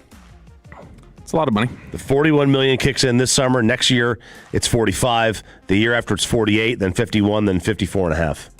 That's his number for the next 5 years. I do want to stop giving him all the blame because we need to realize that this guy's just kind of like a bum. And he's not a bum. Is he a superstar? No, but he's not a bum. Yeah, but just NBA Twitter. And anybody expected him to be anything more than ever he's really like a number 3. He's really a number 3 in under 30 minutes per game. He's a 17 points, 9 rebounds, 2 blocks, 55% shooter. Who plays strong defense? Yeah, but he got taken out of the game in the 3rd minute of this game because he puts up as many shots as Wemby does. He put up 2 shots. Yeah, that's what Wemby does through 3 quarters in games that they lose. It's just I'll just pass. 2. I mean, he legitimately had 8 in game 5 through 3 quarters or something. He's not a big volume guy. I'm obviously not saying it's the same issue, but do you want him taking a bunch of shots over SGA? I don't think Chet's a bad player. You just said he's a bum. He's a bum if you're going to call him a superstar. Yeah, he's not a superstar. Right? So, from that perspective, it's just calling John Elway a loser. Josh Allen a loser. I was going to say, John Elway, it's true. Yeah, Josh Allen's not a loser. No, again, loser. You know what I mean? It's relative to the whole loser thing is just are you somebody who has succeeded in the big games to move forward and win a title yet? No, you're not. To me, Chet's not a legacy player. He's not so what are we even talking about him for? Well, I mean, he's a good. Like I told him earlier, I jokingly called him an elite Luke Longley. All right, and that's wrong. He's probably just a skinnier Will Perdue. No, that's not even kind to him. No, he's Rick Smits with a little bit better footwork. No, he is like Timu Kevin Durant is what he is. Kevin Durant? No, he's not Durant. I'm saying exactly that. He is like a knockoff. Like the knockoff squishies that Sean has to go looking for. Neatos. He's the knockoff one. He's not. It's like one of those ones where you go well, that's not Kevin Durant. I asked for Kevin Durant. It's he kind of does some of that. I'm also not going to blame a guy for getting 2 shots off when they don't give him the ball. Yeah, they don't have. They just didn't even attempt. Now he may not have wanted it. I think Wemby put him in a body bag with that early dunk, that poster. That was everywhere. He was done. The moment that happened, he was like, all right, this game's over. I'm out of this game. Yeah, I mean, in fact, I think I saw when Wemby dunked, he shed a tear running back to the other side because it was just so emotional for him. Okay, I see what you did there. Just a big emotional individual, that guy. I want to touch on Sorsby here real quick. You? I didn't say I wanted to touch him. I said I want to touch I on did. him. I just said, do you? What are you good now? Okay. According to Pat Forty, there's a court filing ahead of the hearing today that uses proxies in place, that he used proxies to place wagers on his behalf. So it's not just him betting and doing things. He's also then trying to enlist, hey, let me bet this through you. Yeah, so the NCAA says he has wagered $90,000 in his college career, including on his own team. They also say that, since he moved to Texas where, See what you did there? Since he moved to Texas. Since he, moved to Texas, obviously there's no sports books here, right? He was still able to place bets. How? Well, he sent about $5,000 through Venmo and Zelle to individuals to place bets on his behalf in other states, like in sports books. So there's this money trail where he has done this. And, of course, he is suing to regain partial eligibility. And I want to listen to what this is what is happening here. All right. His team, now they're not really saying, they're not trying to deny that he bet on games. No, they're saying he was predisposed and couldn't help it. Yes. They're basically saying that he has a problem, an addiction, and he can't help it. That is one of the most preposterous things I've ever heard. It is 100% the defense you would come up with if you were the choppy lawyer, though. He can't help it. What's he supposed to do? Yeah. They're going to say he suffers from such a gambling addiction that he should be able to bet on his team. And not only is this not enough to suspend him, you need to grant him a waiver that allows him to continue to bet. Yeah. Like every alcoholic who gets in a DUI should absolutely use this defense. Yeah, if it works, it's not going to. If this thing works and this passes today, this is absolutely what they should do. Because this what? I'm just thinking, do you think that Sark is just sitting around waiting for the ruling today before he tells Cody Campbell, okay, cool, do the buyout, we'll play. Yeah, do it. We'll play you. Yeah, absolutely. I'll tell you on June 2nd. Well, no, because they're going to get the kid from UCLA, right? I don't know. The track star who entered the portal? I don't know. But, man, I'll tell you. But here's, and I got some takes as, there are very few people who gamble more than I do. You never hear somebody who's up $500,000 say they have a gambling addiction. Yeah, no, that's the thing. When they talk about gambling addiction, it means you're a bad gambler. Right. You're not good at it. I think it's the same as a sex addict. Yeah. The people who say they're sex addicts are the ones who got caught, and now they're trying to say, well, I was just addicted to it. All right, so I got to go to therapy. Yeah. You never hear somebody who's up $500,000 say, I'm a gambling addict. Right. Because it's not an addict. You're good at it. Right. Why would you, that's not an addict. You're just a savvy investor. Right. You're only an addict when you're bad at it and losing money and you still can't stop. And then you're trying to get out of, That's an being, addict. Yeah. banned. That's why I would never say I have a drinking problem, because I'm great at drinking, right? And I have a good time, and so because I have a good time with it, then it can't be a problem. No. Shop.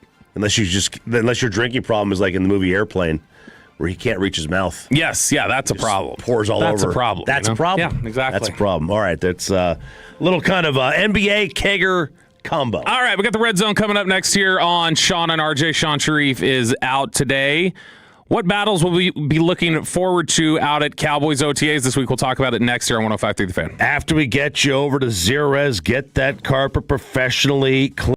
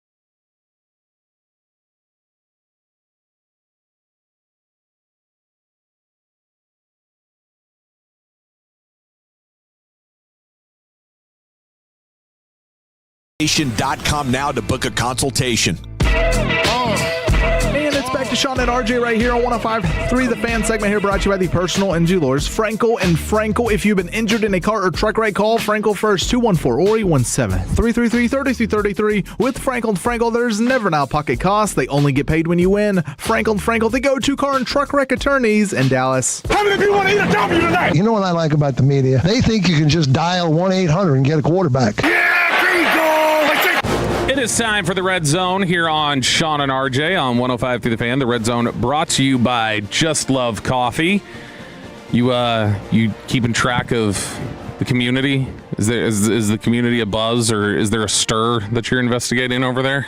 I'm trying to. I heard down the hall at KRLD that there was there's some building that's got like a dozen cop cars and troopers around, and it's not our building, is it? I don't know. Gosh, those Spurs fans are swatting us because I said Wemby was crying. They're swatting me. Swatting you. It's the Thunder fans going after Alec. Oh, yeah. That's what they are. Yeah. I'm rooting for the Spurs against the Knicks. I can't stand the Knicks. What's that, Alec? Oh, Alec says Thunder fans don't know how to use a telephone, so they wouldn't be able to call. That's what he said. That's what he just said. Yeah. That's fire. Alec. You're going to have to find that. All right, the Cowboys have OTAs this week, and the media is allowed to be out there on Thursday, just Thursday of this week, so I'll be out there. We'll have a report out at OTAs come Friday morning. But over at Sports Illustrated, they had the 4 most intriguing position battles entering OTAs for the Dallas Cowboys, because that's the first thing.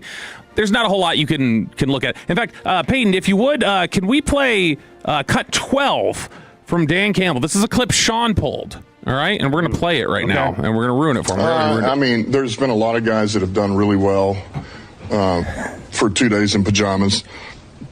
And then there's some that are learning through it. They're working through it. They're learning. But there again, I'm done with the hype of the pajama party in May. It's about the mental. It's about the movement skills. Like all that other stuff doesn't matter. And then we'll find out in training camp who's who. So that's Dan Campbell talking this week about OTAs, and that's really what it is. It's a pajama party. There's not a whole lot you can see. It's not like, oh my gosh, look, we see all these different things that the offense is trying to do, and look at Christian Parker's defense. So you're not going to hear a whole lot of that because it's not what they're doing right now. Have you ever tried that? But what you can get out of this is who's lining up with the first team. Like, how consistently are they lining a guy up here? Or how much is this or that? That's really like kind of depth chart hints is what you get an idea of. And so they've got the 4 most intriguing position battles. And tell me if there's something amiss here on this list from Sports Illustrated.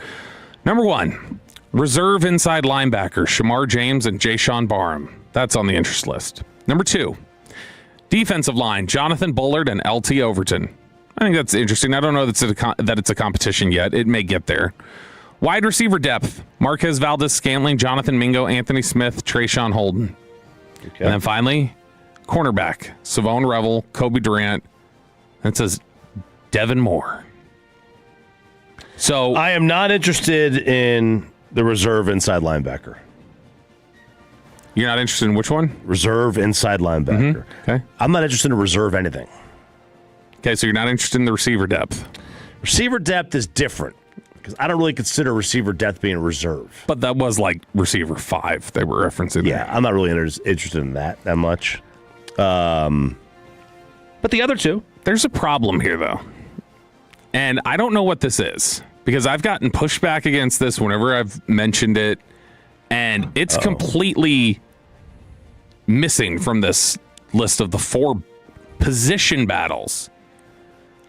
Reserve inside linebacker, the number 5 receiver. Do people really think that's a more legitimate open competition right now than left tackle?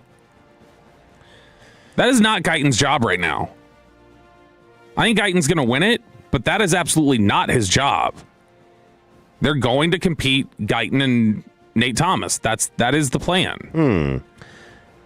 You think it's that open? Yes. Okay. I think that is the biggest open question mark that exists right now. And again, I don't think it's going to be much of a question mark. I do think that Guyton's going to win it. So if you want to say it from that standpoint, it's not a competition because we all know Guyton's going to win. Okay, fine. You can say it that way if you want. But in terms of the coaching staff has put it on notice that, hey, this is what we're approaching and this is what we're going to do. Yeah, that's open. Left tackle is not settled right now. They have not picked it. They showed you that at the end of last season with the Tyler Smith stuff, where they bounced him outside to tackle at the end of the year. And we're like, well, I'm just figuring some things out. It wasn't just like that wasn't a throwaway. They were trying to figure out how their line should operate. And so, yeah, left tackle is definitely something that's open right now. And who wins that ultimately, we'll see. But I think that what you're going to get is Guyton, in all likelihood, winning that. But right now, they're definitely going to give Nate Thomas a chance to crack that job. Okay. I mean, if that's the case, then that has to be number one. Like, that has to be the biggest battle. But, I mean, let's just look at it logically, because I'm saying that's what they're going to do. But let's look at it logically. Even if that wasn't the case, doesn't everybody have a question? If you're one of those people who doesn't think they're actually having a competition right now, which some people on the fan text had said that, why do you think they moved Tyler Smith out there at the end of the year? Why would they have done that in meaningless football games other than to measure what he might be able to do there for them? Well, especially when he seemingly did not want to do it. Right. You're just going to do that just for the hell of it, or to get a mix and match the way you want when you're playing non-playoff games? I think you can make a case that, like, all right, that we like this guy a lot. Like, just because you wanted to move somebody else, maybe because you want to move one of your guys out there, doesn't mean that you don't think Guyton's better than the other option. Right, but that means there's a question. So that means they're looking at something. The 903, I think, says it perfectly. It's Guyton's job. He's just more likely to lose it than other jobs. No. 903, you are incorrect. Like, you know what I mean? Like, no. He's more likely to win it, is what I would say. But it is not his job right now. He does not have it. All right, let me ask you this. It's one of those things where I'm trying to think. Snap one of OTAs. Yep. Who's the left tackle? Guyton, I would imagine. Okay. Then it's his job. Guyton is not going to be the only one taking reps there. Absolutely. So it's not his doubt. job. They have not settled on it. That is just like, for instance, last year when we go into OTAs and we don't know who's going to start at corner or whatever else, just because they had to throw somebody out there to get the first reps does not mean it's their job. It means it's open and they're figuring it out. It is not Guyton's. I think it has been communicated to Guyton, this is a competition, you're going to have to go win it. How about you say it's his job to lose? So, here we go. Yeah, he's the favorite. He is the favorite. He does not currently hold that job. I'll go Ric Flair. To be the man, you got to beat the man. All right? Bobby Heenan used to say, great announcer, Peyton. He doesn't have to beat. So the guy in the lead, Guyton doesn't have to beat Nate Thomas. Nate Thomas has to beat Guyton. I don't even think it's that for them. They have created this as a job because they have been that disappointed with Tyler Guyton. Oh, there's no doubt they're disappointed with him. But what I'm saying is that because of where he was drafted, they want to protect that. He doesn't have to necessarily beat out the other guy. The other guy's got to beat him out. Like, if they're both the same, if they're even, they're gonna give it to Guyton. I don't believe so. If they're even, no. I think if they were even, they would say that they have issues not only with the play, they have issues with the injury management. And so if he's not, that the whole best ability is availability. If they're tied, they think Nate Thomas will be available more frequently. Well, that's a different story. And so, no, he's got to go win that job. This is put up or shut up time for Tyler Guyton for the organization. That's just where they're looking at it. Some of the other things that we're looking at here, 682, Bobby is clearly speaking in semantics. It's Guyton's job to lose. No, you don't understand. I'm literally trying to tell you things. Like when I tell you guys about Jermod McCoy or things happening with Pickens or other things, and then they end up being true, and you guys think I'm just talking into nonsense or whatever, I'm telling you that's what it is right now. So I'm telling you right now, the Cowboys have that as an open competition. They do not have anybody settled. Yeah. No, I'm just telling 682 right there now. It's not semantics to them. But to them, they say you do not currently have a starting job. They would tell Tyler Guyton, you are right now not a starter. Because we don't know who's got that position. That's fair. I'm just saying, and I think what he's saying too is like, there is an open job. It is an open competition, but it still is like somebody has to be the front runner. Yeah, the guy he is a front runner. Yeah, the guy getting the snaps. But it's his job to lose. Again, see, I think that's more semantics than what I'm talking about. A front runner does not mean you have it. He does not have it. It's just they're legitimately saying. This job is completely open right now, and they think Nate Thomas has just as good of a shot to be their starter week 1. They think that. I think Guyton will prove himself to be better because I just don't think Nate Thomas is good enough. It's the Red Zone here on Sean and RJ 105 through the fan. Real quick, update on the Brendan Sorsby, because the hearing is going on right now. Was he late? Was he gambling? He's not there. Oh, he's at the craps table. Yeah, let him finish his role. Why is... and his team is trying to... They believe their declarations can be made without him present. They have told the judge this. Pete Thamel's like, the hearing's underway. He is not present. The hearing's about to take less than a day. I'm kind of surprised he's not there. It's in Lubbock. But do you think they're like, well, he's currently in a rehab facility. He's doing the Vrabel. I went to get treatment. Yeah, could be. So that's what I'm doing. I think that's what it could be.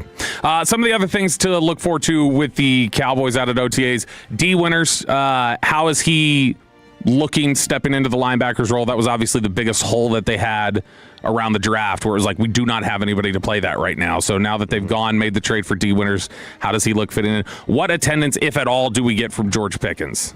That's going to be obviously something that everybody will have their on. Yeah. I wouldn't guess he's going to be out there. He has to be there for minicamp? Or he gets fined, yeah. But, I mean, plenty of people will skip minicamp in some sort of protest. But he's signed now, so I would imagine he will show up for minicamp. He will be there for training camp. Now, will he say, a little tired today, or got something going on? He may have one of those. He may have a lingering issue, like an injury issue that's going on. But then I think the other thing, the one thing, it is the pajama party. Dan Campbell's right about that. The one area where I think you should watch and see movement, even if they're in pajamas, is going to be those two corners, Revel and Bland.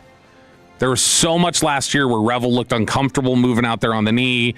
There was obviously the issue with Bland's foot. You can throw Overshown into that. I think watching those three move, even in pajamas, quote unquote, like they talk about, I think seeing how those three are kind of moving around and how fluid do they look, and is there still any lingering thing? Does there look like there's any rust? That's going to be the one to watch in terms of their actual movements on the field. But otherwise, we're going to be just looking at attendance and depth chart. That'll be the biggest things that you're looking at when you're out at OTAs.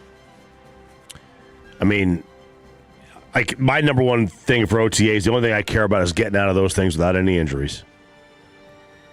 Yeah. That's my number one thing. Which is uncommon. Doesn't happen a lot other than cramping and you stuff. Get some cramping. You'll get a pulled muscle every now and then. Because, and I mean, it used to, this is when Sean Lee got hurt.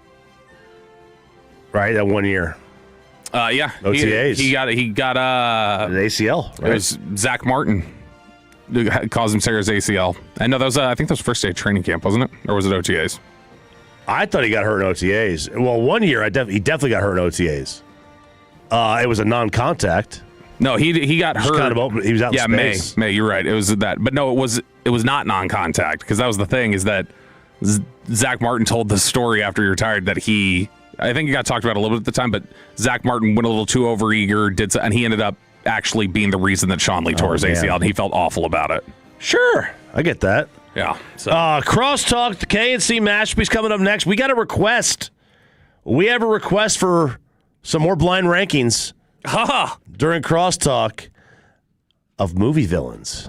We'll do that next in the fan. Coming up in the next G-Bag Nation, it's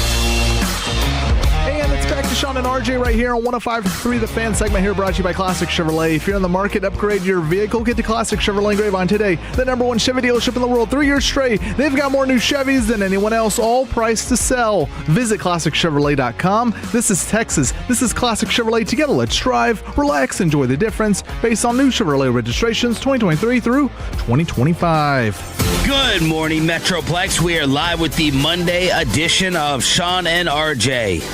Kind of back together again. This is DFW Sports Station 105.3 The Fan. Hopefully you had a fantastic weekend. Sean Sharif, RJ Choppy. We got Peyton Phillip Russell running the Odyssey app, the Fan Cam, Twitch, and YouTube. And I thought we were back to full strength today until we get the latest call out ever in the history of the morning show from Bobby Bell. So we'll see what happens. I just said send me the number for the guest at 8. Not even a feel better. No, not so irritating. 518 as we're gonna try to get everyone back together again. Just kidding. Sean called out that late today. Oh! No, it's not that late. 3 weeks ago today. Oh, no, sorry. I gotta be. 5:18 is not except 1:33 in the morning is. That's pretty early. So, hold on. What time do you wake up? I'm up at like 4:45, 4:50. Gross. You? Same. Ugh. So 3:45 for me, Corey. In case you're wondering. Was not wondering. I mean, honestly, I wake up at about 4:15 every day to pee. You should get that checked out. But there you go. Sean not with us today because what's wrong? The late call. He said he was hacking. Normally, we always make the joke of pray for Sean's butt. Yeah, he's coughing. We say, but he said his throat was on fire. So today it's pray for Sean's throat. And that was he sits here. Yeah. But I mean, you were sick last week as I was rolling out of here. I would be more concerned that Sean Did you stay sick? Sean did see Hagee and then over the weekend. So that would be probably more for you than. Do you listen to this radio station or show ever? It was it was a good, I would say a 36-hour where I was really bad. I was bad for about 36 hours. How are you feeling? I feel fine. Did you high five Sean at all? I'm immune to adult germs. I don't know about that. It's only my the child germs. Guys, it takes me down. Plus you drink Vicks daily.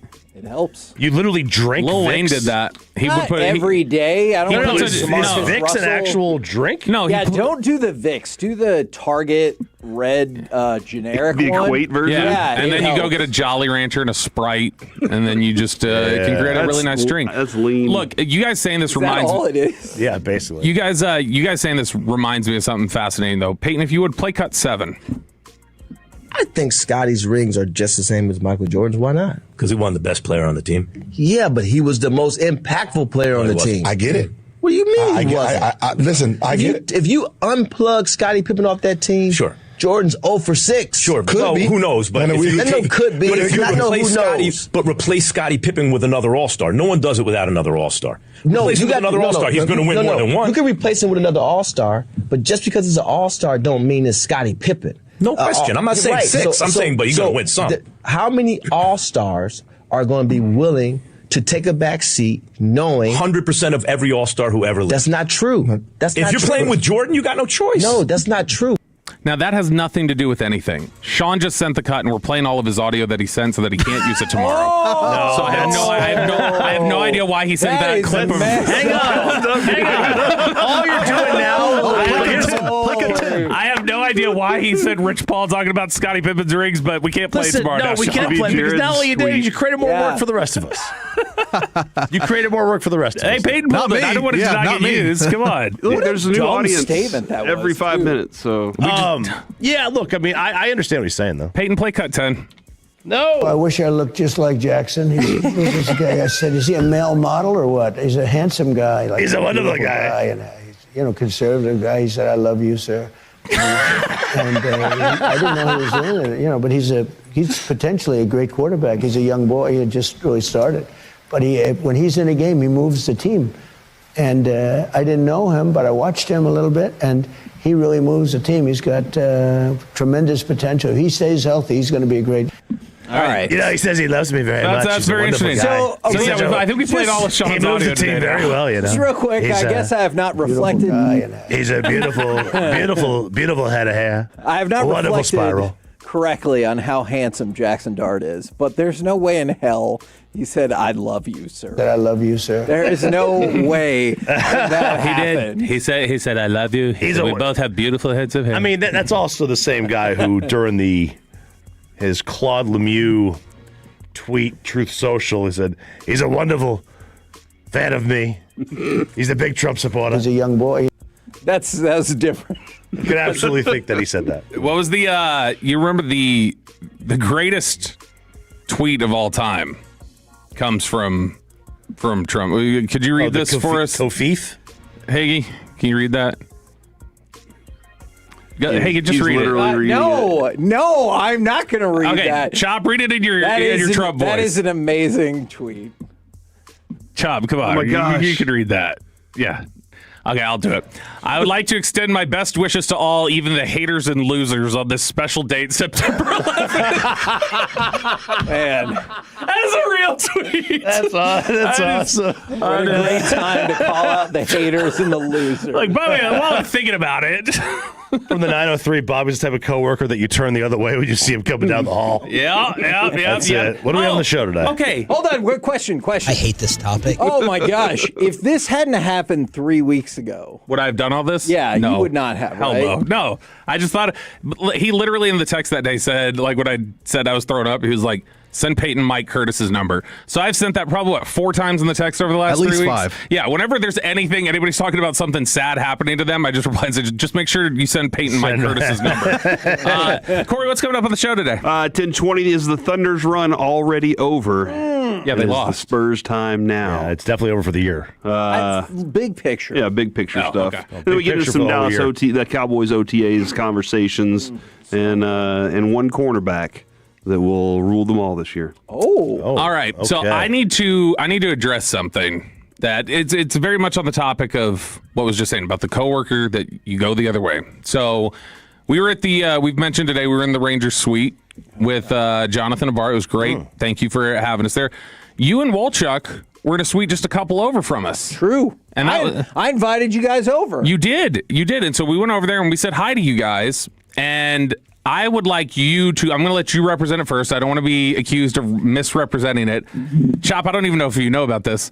I would like you to represent what you said to me when I first walked in the suite. This is how he greeted me.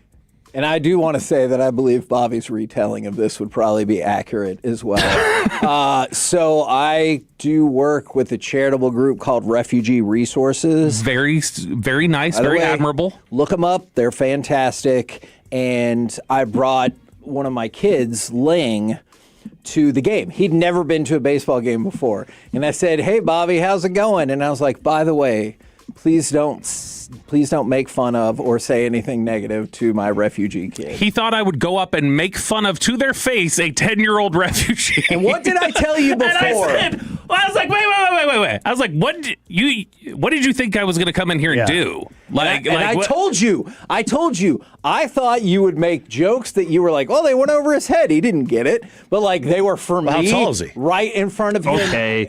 Okay. See, you should have said it to him. He's in middle school, guys. Well, no, because if it was short over his head, easy. But do you understand why I might have been concerned? Where were they a refugee from?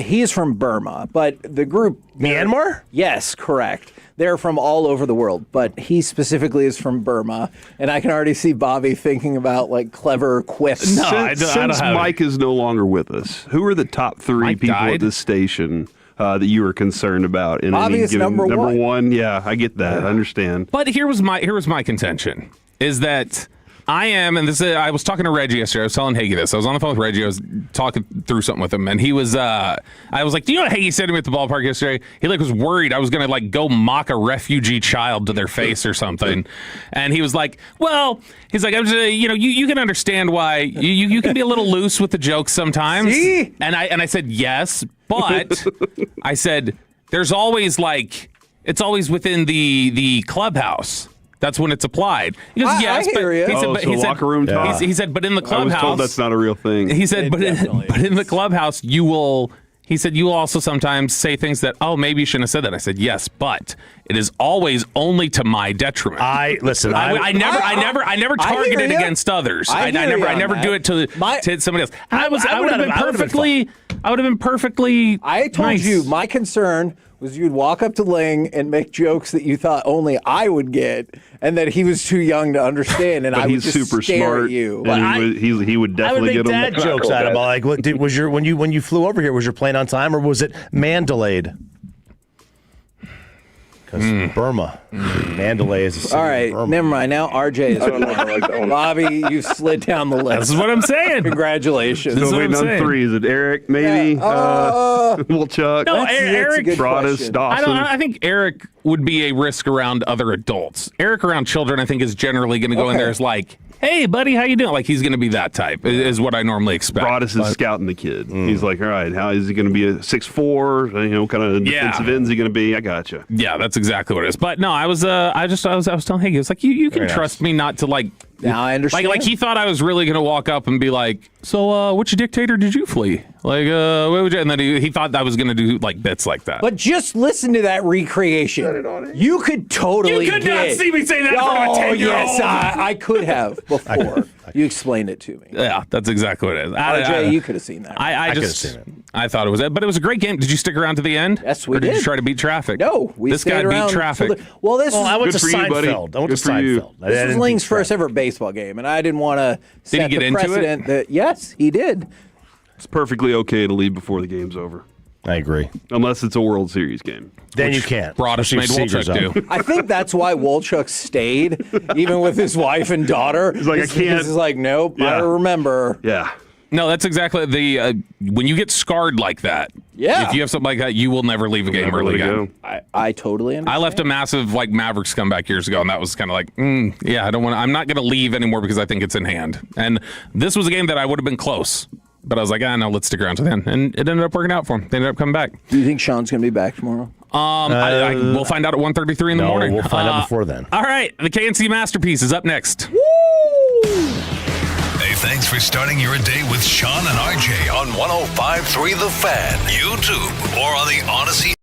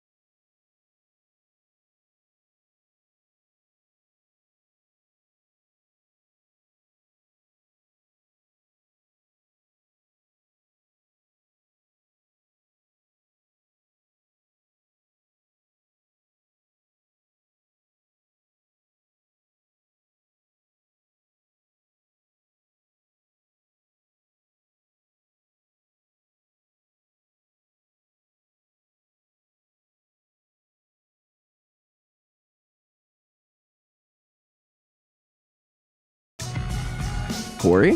What? That whole how you doing and stuff. I'm sorry, guys. I'm a little out of rhythm. You were only gone 2 days. It's been so long since I've been on the radio shows. Today, and I'm back though, and it was an eventful. Here's my question: do you guys take vacation to actually relax? Or do you take vacation to accomplish things? Usually it's that second one. Like whenever I think we've talked about this before. Whenever I go somewhere on vacation, it's not just for fun. Yeah. It's so I can accomplish things. I think I'm more tired from all the stuff I had to do this weekend. I think I did more than I typically ever do in life. Because I had to talk to people, which I talk to you guys all the time.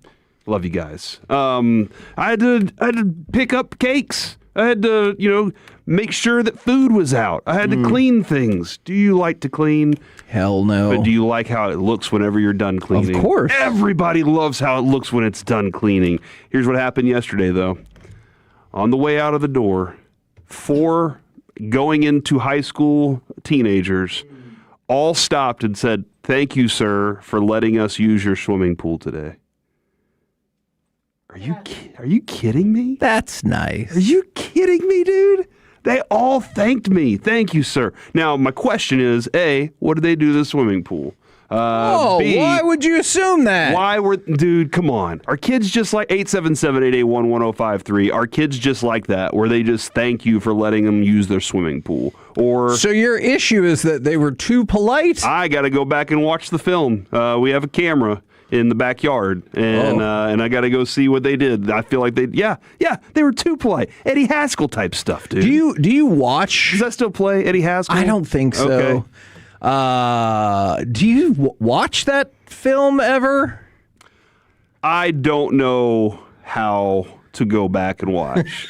Honestly, I know I can, but every time something's happened, I'll be like, "Oh, I didn't store it" or whatever. I don't know how to do. So no, I don't. Okay. But we do have the cameras, so I'm sure somebody can help me figure it out. We got tech guy Alec over here. Yeah. I'll just send him the link. Hey, Alec, I need you to come to my house and help me figure this out. No, just send him the link and he'll log in and he'll be able to check it out from there. Okay. Yeah, I'll give you the password and everything. But what if Alec's in on it and he's like, with no. the kids? Yeah, and he's like, no, I watched the video. There's nothing on there. Because he was in on it and he knows now you have a blind spot with these cameras. Hey, Corey, $20 is $20. That's a good point. How did they know him? This is my big question. I don't know. That's a good thing, though. I am the mayor. Yeah, it is the mayor of Mansfield. So, yeah, things are going really well right now, man.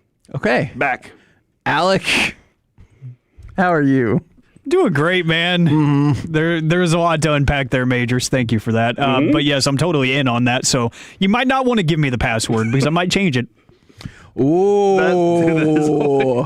And then you can never get in. And every time you try, you're like, are you doing this password? And you're like, yeah, I don't know what's happening. He's just driving me insane. Yeah, That's who are you right. going to call? One of Alec's friends? He's clearly in on it, too. What about you?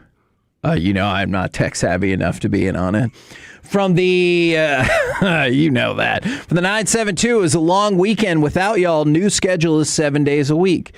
I feel like for a while, that was your goal, right? Goal was 24 hours a day, 7 days a week. Boss said the government wouldn't let us do that. So we have to abide by the government rules there. 24 hours a day is too much, they said. But if you want that much KNC, let the bosses know. Yeah. I mean, I guess that's a lot. Gavin.spittle at Odyssey. Would some of that be replays, or that would just be us live all of the time? All the time, like Big Brother style, dude. And we just do our thing 24 hours a day, every day. Okay. Actually, my plan was we're just mic'd up wherever we go, and we're live. So if it was Big Brother style, it doesn't always have to be structured. Like, 2 hours of the show will be like, here's me watching Hunt for Red October. And you could just hang out while I'm like, Yeah. And Corey's also watching Hunt for Red October, because that's what we do, right? Every night we go home, watch the exact same things. And that way we can come in the next day and have a discussion about them. I keep thinking about the Eddie Haskell bit from the 972. just remember, like in the 50s, 60s probably, are you amazed that how much our culture has changed? But Mrs. Cleaver said, Ward, you were a little hard on the beaver last night. And nobody thought anything about that because we're not all perverts back then. And that kid's name was Beaver Cleaver. And now people are like, that was the first smut on TV. There's no way that's what they meant. Well, we were discussing this recently. Alec, how many words now can you just not use? Around my kids, I can't use, there's so many words where I'll say something like, hey, yo! And I'm just like, and hey, yo means something too. It does? Oh, yeah. I think so. Scott Hallism? So it just seems like we've run out of words that aren't double entendres. Oh, man. From the 972, thank you for the info. Gavin will update you on your new time slot, 10 to 6. See, we're getting there. That's closer. Oh, man. It's closer. But those last 4 hours, though. Yeah. Those are going to be tough, 4 hours to get through. But okay. We can do it, dude. We've done it before. All right. Well. Hey, from the 561, my son Theodore was born a week ago today. Can't wait to turn into a Tolo. Love you guys. Do you like, how do you influence the kid to be a Tolo? How do you, not, I mean, at that age, what can he do? Right. So you just kind of just play it. Just play it. Yeah. They have to. Yeah. How did you become influenced as a Tolo, Alec? How did I? Yeah. Honestly, I enjoy Texas Rangers baseball and driving around in high school and stuff. Yeah, I wanted to listen to the games, and I listened to y'all after. We were live and local in the evenings, and that's how I would hear it going to and from sporting events. Oh yeah, that's how I became a Tolo. I was driving home from UNT because I lived in the old Lake Highlands area, and I went to Denton, so it's an hour and a half drive sometimes. And Dawson was the only thing that was on, and I was like, "This is fantastic content." And then we had a not very good show after that. It had its place, and some people that were pretty good. Oh, I agree. There were other people on the show that were good. All right, go ahead and give me, you know what? I went to this game. Go ahead and give me cut number 2, please, good sir. Goodbye, Royals. Hello, Cardinals. Let's talk about how sweep it is. Here's the set. The pitch. Swung on and a drive to right field. Coming on, Caglione. Can't get it. Base hit. Racing for the plate is Nimmo. The throw, not in time. It bounces away, and the Rangers have won it 7-6. And yeah, that's specifically why he didn't want to say. He wanted to say 6-5 instead because he did not want to encourage any 6-7 nonsense. But like that game had everything, and it was all kinds of agitating as well. But that last play was incredible because you had a runner on third base, and it looked like the right fielder might be able to scoop it up. So he's like, wait for a tag, wait for a tag. But then the ball just skips before it gets to his glove, and now you're going to run anyway. Mm-hmm. But it was almost exactly like a tag situation, so it's really weird. And the right guy on third, too. Yes, exactly. But it's really weird to think, hey, we got a single with a runner on third, and he just barely beat the tag, and you had to hustle. But it was crazy, and it was just a couple innings removed from when me and other people who were at the game were like, hey, why the hell does Chris Martin keep pitching? I had a dream that he was really mad at me for asking a question like that. He got up in my face about it. Oh. I would just stand there and be like, because I don't think you're good at this anymore. So I don't feel like that is mean-spirited as much as just I watched the games. I got a couple of theories on this. Theory number 1 is you can wear out a bunch of other arms that are useful to you if you don't put in some other people. Theory number 2 is you're hoping to get something out of him, right? To finish, because there was a version of him that was very, very good, and it's maybe got one good game left in there somewhere where you're just like, he did it. But you kind of have to. He's confused. He's befuddled, bewildered, if you will, on why he's not pitching well. And maybe you're just at a point in your career where you don't pitch well anymore. Yes. But that is definitely. At some point, the GM, the people who are in charge, have to recognize that and say, it's been a run. but we were ready to move on from Jock. And now he's in a hot streak. So I think they're just hoping that livens back up at some point. But at least with Jock, I can say contractually you're never going to be able to move off of that. Absolutely. So you got to figure it out one way or another. So for Chris Martin, when he got hurt, he was not pitching well. He had an ERA of 7.11, and I get it. Being a relief pitcher, sometimes that can radically change your ERA. All right, so what was the next incarnation of it? He did not pitch well in his rehab stint, and so they were like, all right, fine, let's bring him up anyway. And since he came back over the last week and a half or so, in 4 innings, he's given up 4 runs, and he's made 4 appearances, and in 2 of them, he's given up runs. Mm-hmm. And so that is hugely problematic. And then obviously, he gave you that heart attack against the Astros, where he gave up a pair of hits in an inning, and he's going to turn 40 tomorrow. Yeah, and the thing in most instances. Sorry, Kevin, I hope your birthday's great either way.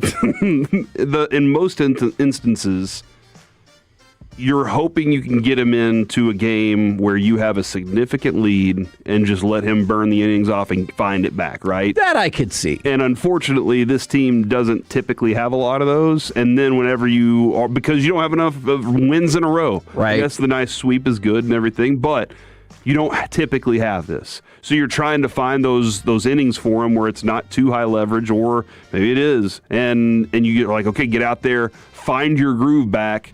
And that's not helpful to a team that is also still trying to win this early in the season. And that's why it's as frustrating, because it's more noticeable, more recognizable, and it happens more. But, again, when you have younger pitchers that are capable right now, maybe Latz and all these guys can do this for the rest of the season, they're going to be fine. When you have them, you're like, why don't we go use those guys instead? See, and I think that's why I have some more grace for, even though I see some people's patience is running out on Tyler Alexander as well, is at 3-0, and with the best bullpen ERA in at least the American League, you got to feel great going into the 7th inning. Then Tyler Alexander, he was not good. If it weren't for the 3-batter rule, they would have pulled him out sooner than that. Junis, he struggled as well. But even then, it's only 4-3. And I thought the game was lost when Martin gave up the 2-run home run. And that's what I was really irritated about in the bottom of the 8th, because you score the run, make it 6-4.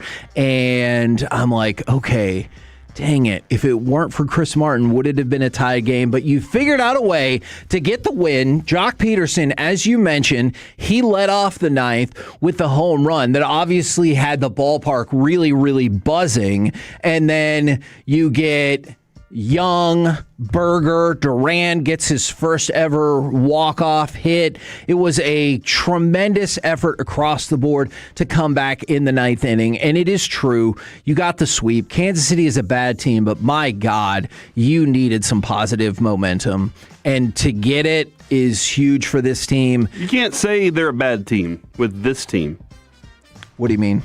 They've been losing to bad teams. Oh yeah, for sure. So and this is nothing against what you said. The it's Royals just right are now, a bad team. You just have to win games, you do. No matter what. Sure. And saying, well, you're a bad team too. I agree. And so that is the place that this team is this is a big deal. Yeah. And like you said, carry that momentum. If your starting pitching goes out and does what Jack Leiter did, you take advantage of those things. You do everything you possibly can. You make sure your guys, whatever was Jack Leiter said after the game plan was the reason that, the detail that it was.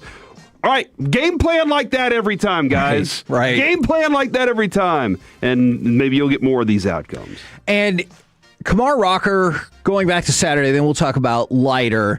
6 innings pitched, and it's an interesting dynamic where, obviously he was super effective. Mm-hmm. But watching it in person, it didn't feel overwhelming, which I actually think can be kind of a good thing. Okay. Because Rocker frequently found himself behind in counts.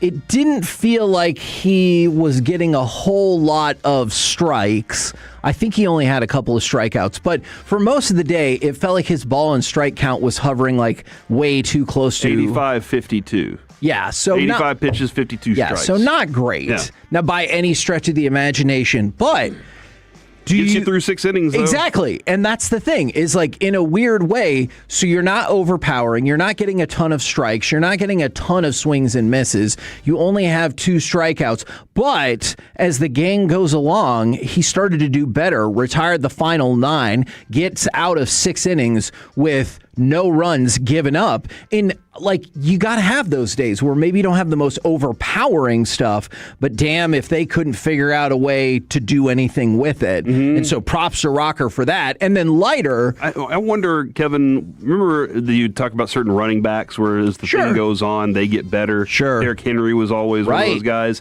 I feel like watching Rocker grow this year, he might become that kind of pitcher where we've already talked about how bad he is in first innings. But like this one was good. But if you kind of watch how he goes and he gets more comfortable as the game goes on, he might become one of those 7-inning guys that was stronger in the 7th. I would love that too. Man, that's what we saw when he was in college. And so you saw almost the exact opposite with Jack Leiter yesterday. So 10 strikeouts, which led to an elevated pitch count. Of course, when you get that many strikeouts, I know he was really disappointed to not be able to finish out the 6th, but you get almost 6 innings from him, just like you got 6 innings from Rocker. And even though it looked different for both, guess what? The Royals had no runs through 6 innings in both of them. And obviously that, at sometimes with this offense, feels like what you have to do. But you get the sweep for a team that desperately needed it. You had lost 6 of 7 against not good teams going into that series, and you get the sweep over Kansas City, and now you go up against a solid but not overwhelming St. Louis team as you hit the road once again. Yeah. Let's see if they can find it, man. Find that on the road against a reasonably good team. Yeah, they're all right. They're above 500. True, and they're a reasonably good team. And if you can get strong pitching outing, that's what we're all. That's what this team was built on. Hopefully, your bats can stay alive and do the things they're supposed to do too. We're the KNC Masterpiece right here on 105.3 The Fan. Coming up next, I'm really curious, thinking long term. Is the Thunder's run already over? Is it now the Spurs' time? Or are these two going to battle for years and years to come? We'll do that next right here on The Fan. Tolo means turn.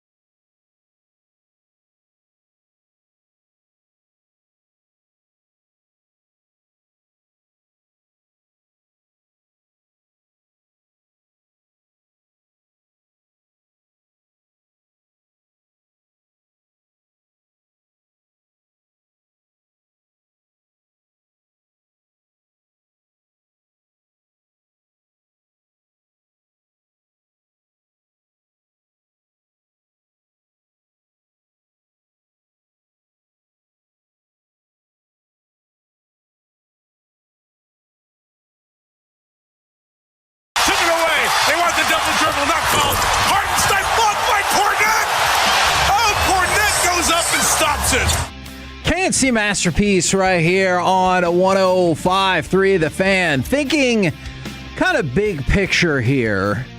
Do you think it's possible that the Thunder can be a one-and-done champion? Do you think the Spurs are ready to roll for a while, or do you think you're going to see this exact same playoff matchup, perhaps this exact same Western Conference Finals matchup again and again and again? Now, let's start with this. This will be the 8th consecutive year that there will be a different champion in the NBA, going back to 2019 with Toronto, then the Lakers, Milwaukee, Golden State, Denver, Boston, Oklahoma City, which that set the record for longest run in the NBA with a different champion at 7. And now, obviously, New York or San Antonio. That will make it 8 straight years with a different NBA champion. Is that good for basketball?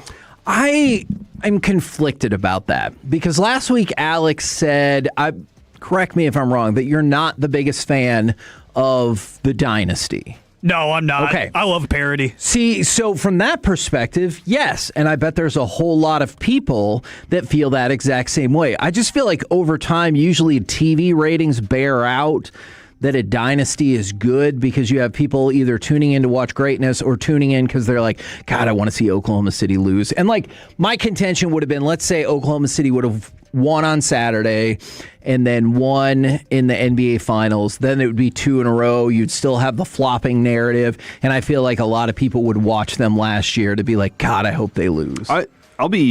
This game Saturday, did it not feel like they got out of that game again, the flopping part? Yeah. It felt like they were trying hard to avoid it, and we're like, we're going to do it the right way. Shea was, his shot was on too.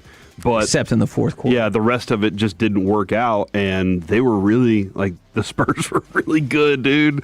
That you got a good point there. And then we kind of we talk about the Chiefs. The Chiefs were, for a period of time, lovable. Sure. And then became unlovable. Because they won too much. And because their players... And it's so I wanted to ask you about this, because I just don't remember the other stuff back then. Was Michael Jordan loved immediately?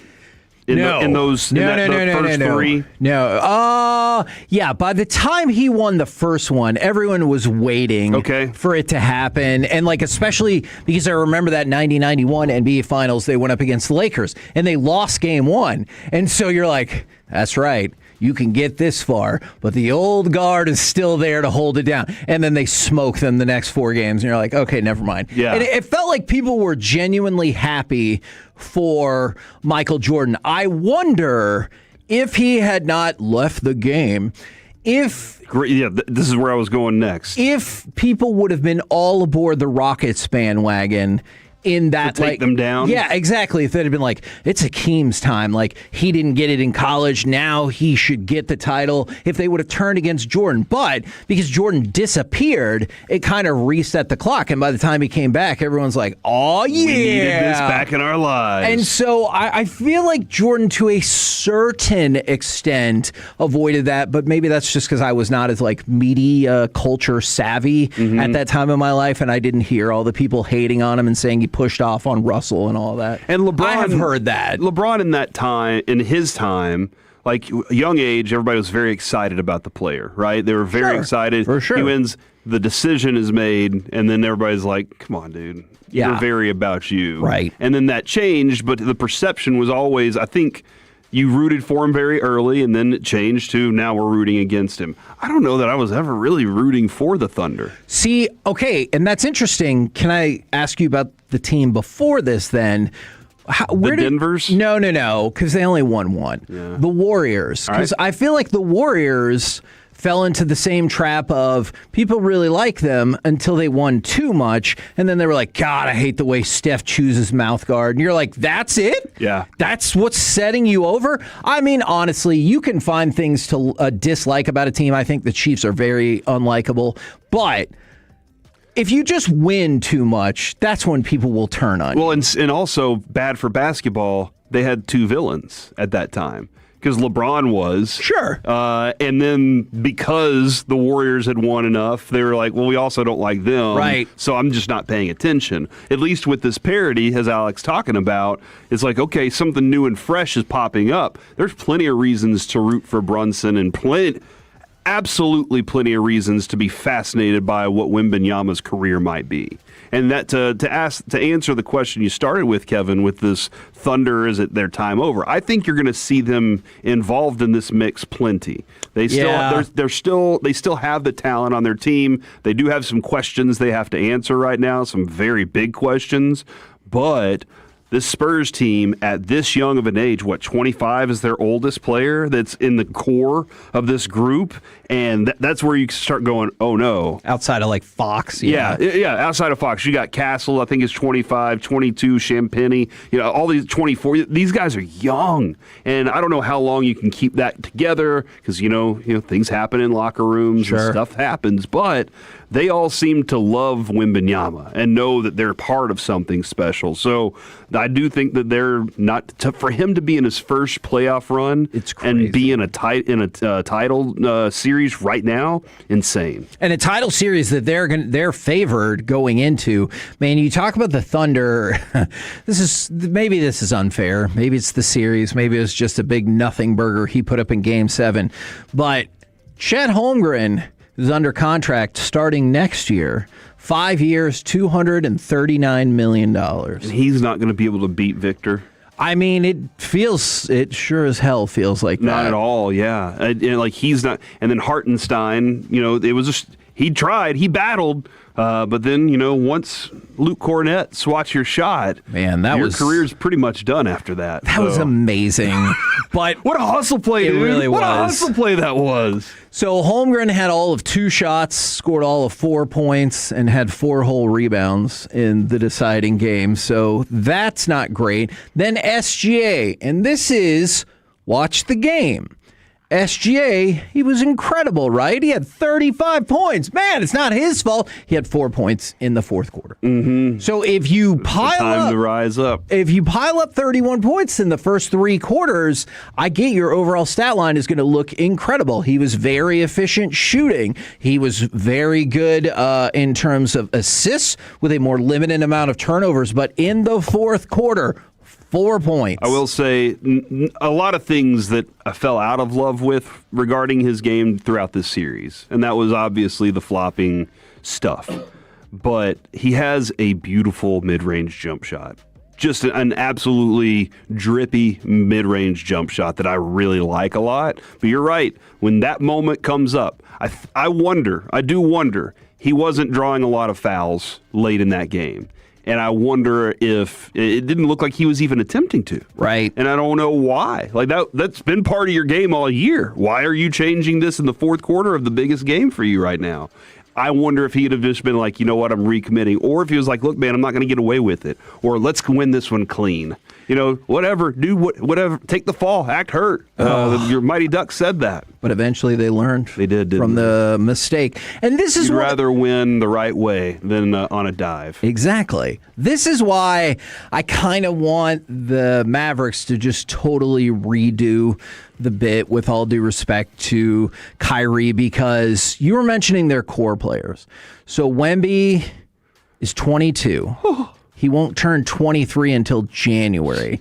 Stephon Castle is 21. Okay. He won't turn 22 until November. Is Vessel 25? I'll check on that. And then Dylan Harper just turned 20 a few months ago.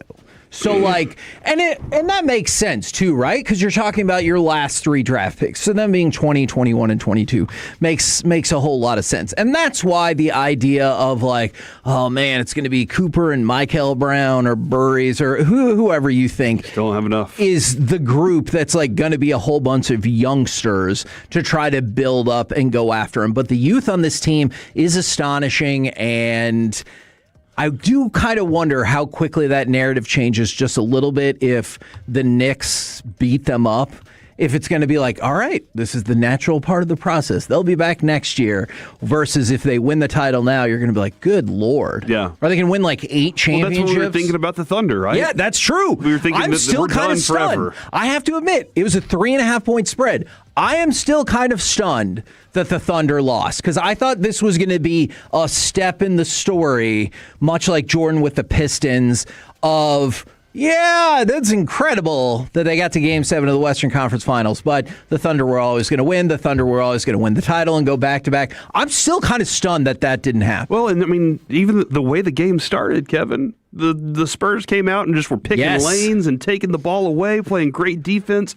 But then by halftime, you were like, God, this game's close. See, and that's another reason I thought the Spurs were going to lose, because the Thunder had kind of played this game against the Nuggets. Like, if you go back, I think it was last year, the conference semifinals, they got punched in the face by the Nuggets. And then they just were able to get back up and methodically wear them down. And I thought by the time, you get late in the third and it's not a tie, but it's like right back together, I'm like, they're going to win. Like, they have systematically worn them back down and moved into the game. And in the fourth quarter, the Spurs are like, the hell they are. Yeah. And that was special. It still kind of shocks me a little bit. So reset me then on the Mavs, because your desire, look, I love Kyrie. For sure. There's nobody in Dallas loves Kyrie more than the Jerry Jones and Stephen Jones. That's isn't that how they always phrase something? Nobody likes him more than us. But I love the dude. I've loved his time here. I would have loved more from it. But as you're saying, you have Flag, you have this number 9 pick for right now. Do you want to try and have, let's say, Brown this year, somebody next year? Because you don't have a lot of picks. Sure. Is the idea more stacking down the road of building this, or do you want to try and get it all right now in this draft? Yeah, see, I feel it's too complicated. And that's why one way or another, and Are you saying this is going to be a 4-year build? I mean, it could be, but then again, the Spurs made it in year 3 already to the NBA Finals, and they're the championship favorites, so we'll see. But, like, I like my chances way better with, like, let's say, Max Christie, Cooper Flag, 2 picks this year, a pick or 2 next year, if you were to make a variety of trades and building up that way. I like that way better than Cooper Flag is good to go, so is Kyrie, so is Gafford, and like, let's see what happens. I gotcha. Because then that feels like a 1-2 year proposition. And I mean, look, in 2 years, Wemby will be 24. Gross. So it's not like you're like, hey, we just got to wait him out. We just got to wait Shea out. You got to compete against him. Yeah, it really feels like, and I know you never know because of what happened with Luka and everything, but it really feels like you're going to have to overcome those two, Shea and OKC, Wemby and San Antonio, for a decade. And so I would much rather go back to the bunker, get more supplies before I go running Leroy Jenkins out in there.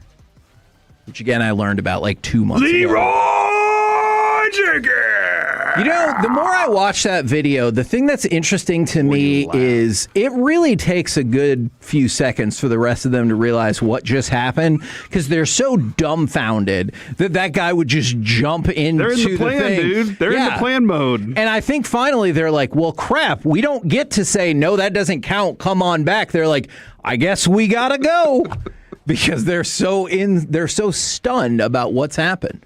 We're the KNC Masterpiece right here on 105.3 The Fan. Coming up next, it's time for baseball nuggets, historic innings, and come from behind victories. Next right here on The Fan. Coming up in the next G-Bag Nation, it's a Monday show. We'll react to Rangers Royals and get you set for Rangers Cardinals pregame at 6. Nation starts at 2 on The Fan. Hey there, folks. I want to tell you about our friends at Mark and Scott Frankel at Frankel & Frankel. Look, if you or perhaps somebody you know, unfortunately, have been injured in a car or truck wreck, I want you to go with the go-to car and truck wreck attorneys here in the DFW, and that is the Frankels. Been that way for almost 30 years, so they've got the experience that you're going to be looking for. They also have the trust of the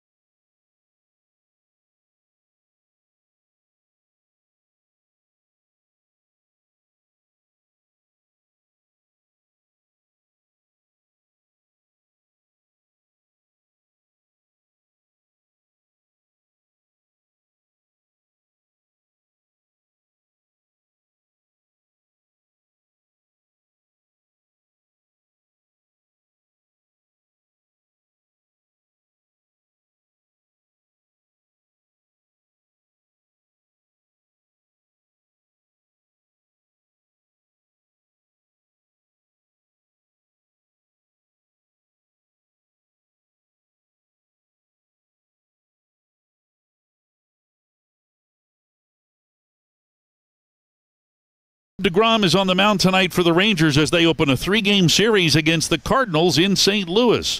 Hi, everybody. This is Matt Hicks inviting you to join Ted Emmerich and me. Our coverage of tonight's action gets underway at 6 o'clock on 105.3 The Fan and the Odyssey app. This segment is brought to you by Classic Chevrolet. If you're in the market to upgrade your vehicle, get to Classic Chevrolet in Grapevine. The #1 Chevy dealership in the world 3 years straight. They've got more new Chevys than anyone, all priced to sell. Visit ClassicChevrolet.com. This is Texas. This is Classic Chevrolet. Together, let's drive. Based on new Chevy registrations 2023 through 2025. And he swings and he lines one to left, a base hit. 1 run is home. Here comes Lopez to score. It's a 2-run single for JJ, and it's 6-0 Texas in the 4th. K&C Masterpiece right here on 105.3 The Fan, giving a little bit more love to those Texas Rangers who pick up, I believe, their second sweep of the season by defeating the Royals 3 straight. Right now, how about we fire up some baseball nuggets? A couple of injury notes to keep an eye out on. Ellie De La Cruz left the game yesterday, but Terry Francona said they feel like they caught the hamstring issue before it was any worse. He's going to get scanned today, so we should get an update on that. And then my guy, Connor Griffin, has said he is progressing well, but he is on the injured list as well after a month in which he had really heated up. So he started off slow, but then in May, he had 2 home runs, 9 RBIs, stole 7 bases, and hit .306. Dang! So you're like, hey! But now, something to keep an eye out. He's got a flexor strain. If this was an issue for a pitcher, it feels like it would be far more problematic. But just keep an eye out on those two. Not problematic injuries for now, but it feels like they could get pretty bad. Was Connor Griffin doing pretty well before the injury? I just told you that. All right. It just didn't seem like Mike Trout numbers. Yeah. Okay, I'd never said he was going to be Mike Trout. No, you said the next Mike Trout. Because the last person we thought was the next Mike Trout is still injured list. Still working on that. Let's talk about Jesus Sanchez. Did you see this story yesterday? We had to leave the game because of an injury, because maybe or maybe not a fan thought he was playing catch with him. So, all right. So when you see the headline, it's Blue Jays outfielder Jesus Sanchez leaves game after getting hit by a ball thrown by a fan. It sounds like this reckless doucher who's drunk in the stands is like, I'm going to show you. But, and by the way, x-rays for a fracture came back negative. The more you hear about the story, it sounds like a 12-year-old or somewhere around that age kid in the stands thought he was gesturing to him to throw him the ball, and he would throw it back to him. And like that time, we've seen Mike Trout do that, actually. Yes. He went and played catch and warmed up with the kid in the stands, which was awesome. I know, and it's probably the greatest thing in that kid's life. And so it sounds like a similar situation, but that is not what he was trying to do.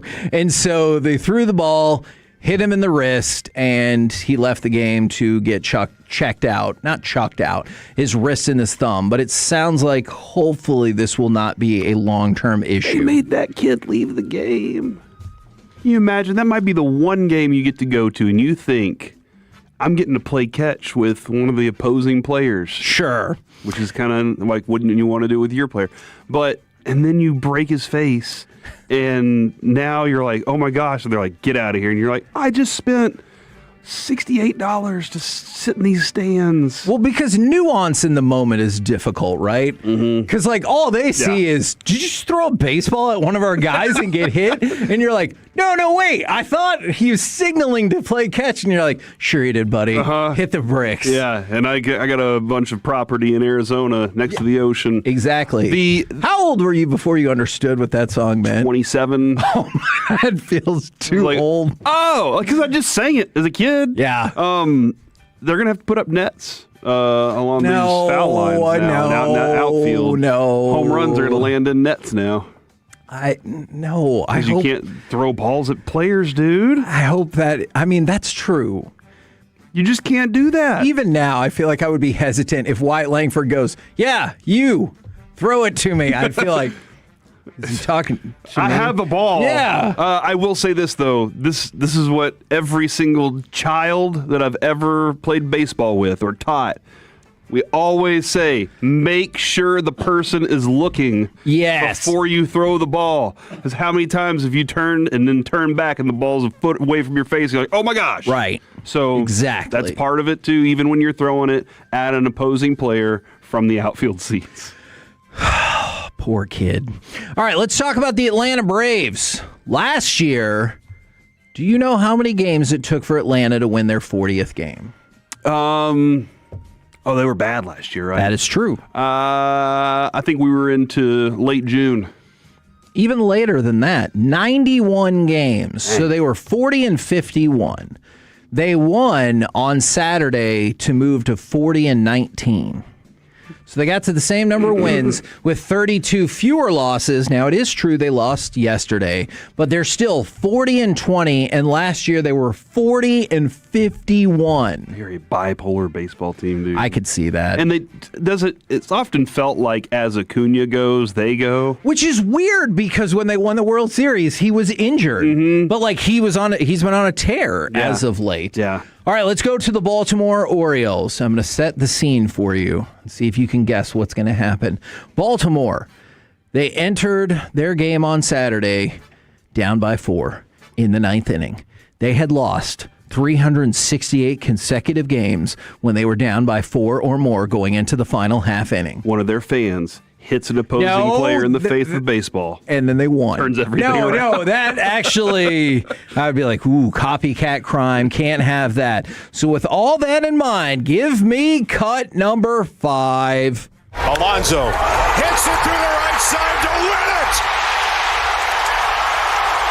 Ball game! So they did end up winning, or else it would have felt really superfluous to give you all those stats. And they're like, but now it's 369 because they lost again. Nice. So they were victorious. Congratulations to the Baltimore Orioles. Also, congratulations to the Chicago White Sox, who are now 32-27. They have won 5 games in a row. One of the teams that they have just been beating down on is the Detroit Tigers. They just completed a sweep of the Tigers. Now, you started to hear all this buzz that Tarek Skubal is going to get traded. Why? Well, since Tarek Skubal was hurt, do you know what the Tigers' record is? Good. It's not good. Oh, no. 4-21. So why would you want to trade the guy that whenever he got hurt, you're not good anymore? I think it's because they're like, he only pitches once every 5 days. So best case scenario, we switch 5 of those, and we're 9-16. Okay. I understand that. But also, I think there's more of an effect than that, Kevin. Yeah, that's because fair. Your 2 goes up against their 2 instead of your 2 going up against their 1. You understand what I'm saying here? Your 6 isn't going up against their 5. And so, like, these things, not only that, but you also feel like you can win and you get a confidence win out of him. Maybe you feel better the next day.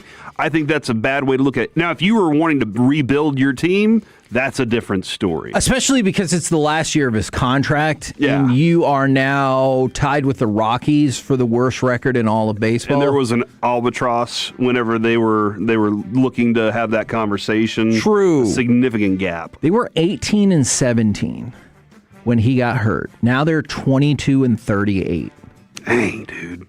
It really is wild. They don't sound like they're very good. No, they are not. Let's talk about the Nationals real quick.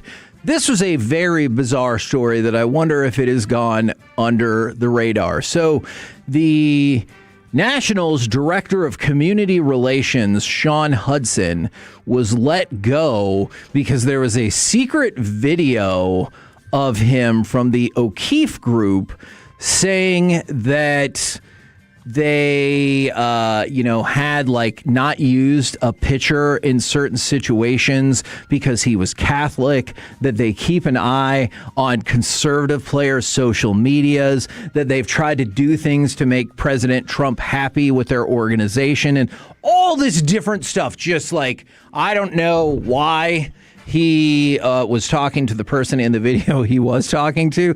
So that video quickly racked up 4 million views, and the Nationals had to say, hey, none of that is true. Because it was AI? But no, they said it was real because they let the guy go. None of it's true, but it's not real. The guy in the video, they let go, and they didn't say his name before the game on Friday. They were like, yeah, we had to let go of an individual, but they did not say his name. But everyone was like, oh, so the guy who made the video. And then you've been able to track that was the guy that they let go because they're like, none of that stuff that he said is true. He's just a fool. Wow. They didn't say he was a fool, but that's feels implied. I don't know, dude. Do you think that they're just like, we didn't agree with it all, right? But we did it.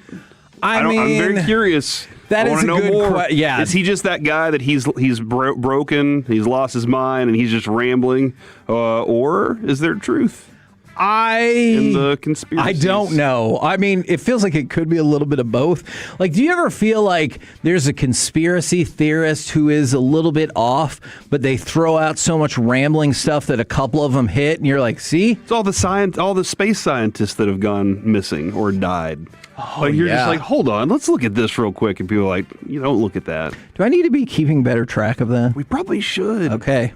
I did see a cool video of Pope Leo, though. He was in the Pope bubble machine, and he's driving around, and some dude was like, watch this, I make pizzas. And the Pope was like, let me get a picture with that pizza. That's a cool Pope right there, dude. It is. I mean, he's happy because the White Sox are doing so well. By the way, we didn't get a chance to bring up Jacob Mizorowski. Maybe we'll talk about it tomorrow. It's looking like this is going to be an all-time great National League Cy Young race. Like a .23? Yeah. Is he doing all right? Did you hear his quote? Nuh-uh. He's very Paul Skeens-ish. This is what he actually said. He was 5-0. This is pretty good. I mean, that's decent. It could be better. Him and Paul Skeens. We're the KNC Masterpiece right here on 105.3 The Fan. Coming up next, Dallas Cowboys news of the day with OTAs beginning next on The Fan. The more time you give, the more our crush grows.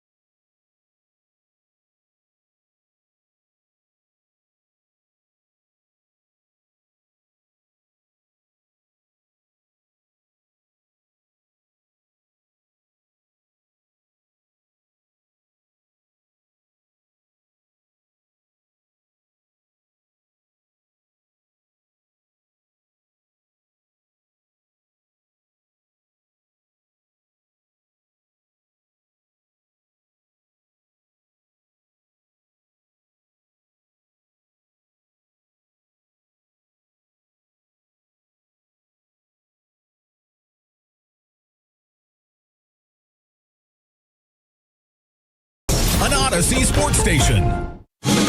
Driven by our D&M Leasing Studios, it's the KNC Masterpiece on 105.3 The Fan. KNC Masterpiece right here on 105.3 The Fan. It's time for your Dallas Cowboys news of the day, and we will start with this. Hopefully you already knew this, but voluntary OTAs begin today. So you've got them today, tomorrow, Thursday, next Monday, next Tuesday, next Thursday, and then the ensuing Tuesday, I believe, the 16th, is when the mandatory minicamp will follow. So I'll start with this question. Do you feel like OTAs perhaps take on more importance than in previous years for the Cowboys because you're working on so much different setup defensively? Well, I don't think just defensively, but yes. I think that this year, this offense has to change and evolve too.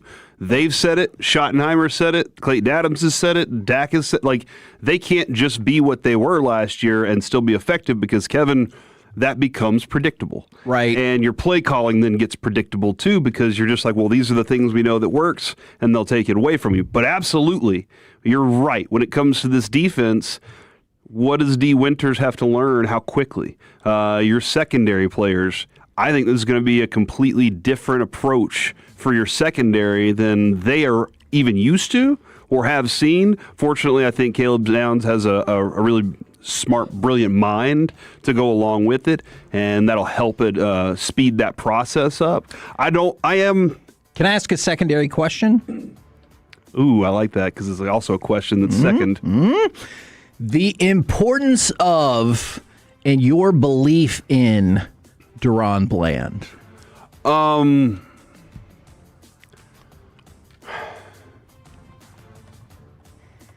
Man, that is a long pause that makes me nervous. His health is a concern. For sure. I know the dude can intercept the football. He absolutely can do that. But the discipline I think that it takes to play in this scheme, and that I think it's going to take to play in the scheme, he might have to change his game a little bit. That being said, Christian Barker did say that he wants to tailor things to the players. And that's part of it, too. He was like, he was pointing out with Sean and RJ and when they were up there at the Combine, look, each one of these cornerbacks that we already have is different. How quickly can they turn more into a player out of Florida? So there's a lot of things, but when it comes to Bland, I have my concerns on how quickly he can adapt to what's going to be asked of him.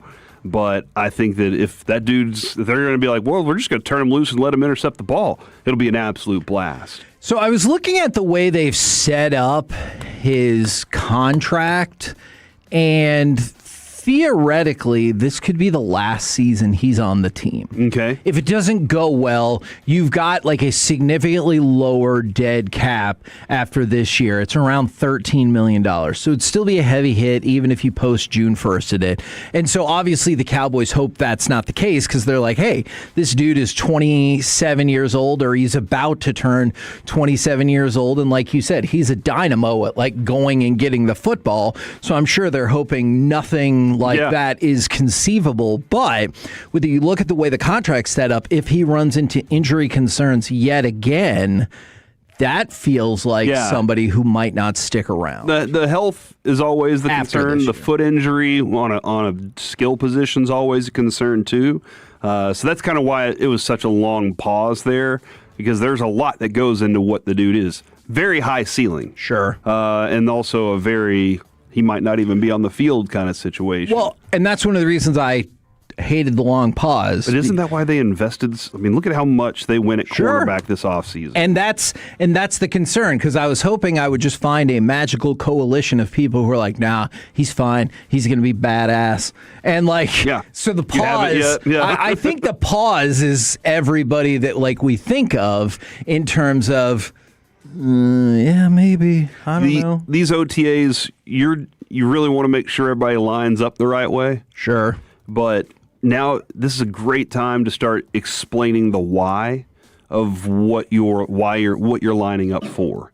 Just here's what we're setting up, and then we're going to add this wrinkle at some point. We'll add these things. As I learn more about you, the player, too, then I know I can do more things with you, DeMarvion Overshown, because he could be an X factor for the team for sure, obviously, if healthy. Right. When you look at what the defense does, you want to start building those ideas of what the nuance is of why you are where you are and what you're looking for, so that you can, like, this is where Christian Parker, being what we're told, a great communicator and great teacher, this is where he should execute the biggest part of what his season should be. For Ravel, then hit the ground at camp, running. Yes, both literally and figuratively. So for Revel, all right, he is now, of course, further removed from the injury. By the time you start the season, it will be about 24 months from the ACL injury that he had against East Carolina. And so you've gone beyond the part where you're like, hey, you should be good to go. Obviously, another offseason to build it up. What are your, I guess, reasonable expectations for him, especially given he had the unfortunate combination of being hyped up way too much by the Jones family, and then when you saw him come back, he looked like somebody who was coming back from an injury. Yes, which was, and Kevin, can you say with all certainty that Eberflus was going to have anybody prepared for coming back from an injury in midseason? No. So I'll give So I'm giving a lot of the crap that we saw last year, and that's exactly what it looked like. I'm giving a lot of that crap. It wasn't going to work, and with what Revel's first season was, hey, let's chalk that up to a rookie injured season. Let's just leave it at that. The next step is I think he fits well with what they're going to want to do as far as being a physical type dude that also can run. Now, he fell down. Yes, that was embarrassing.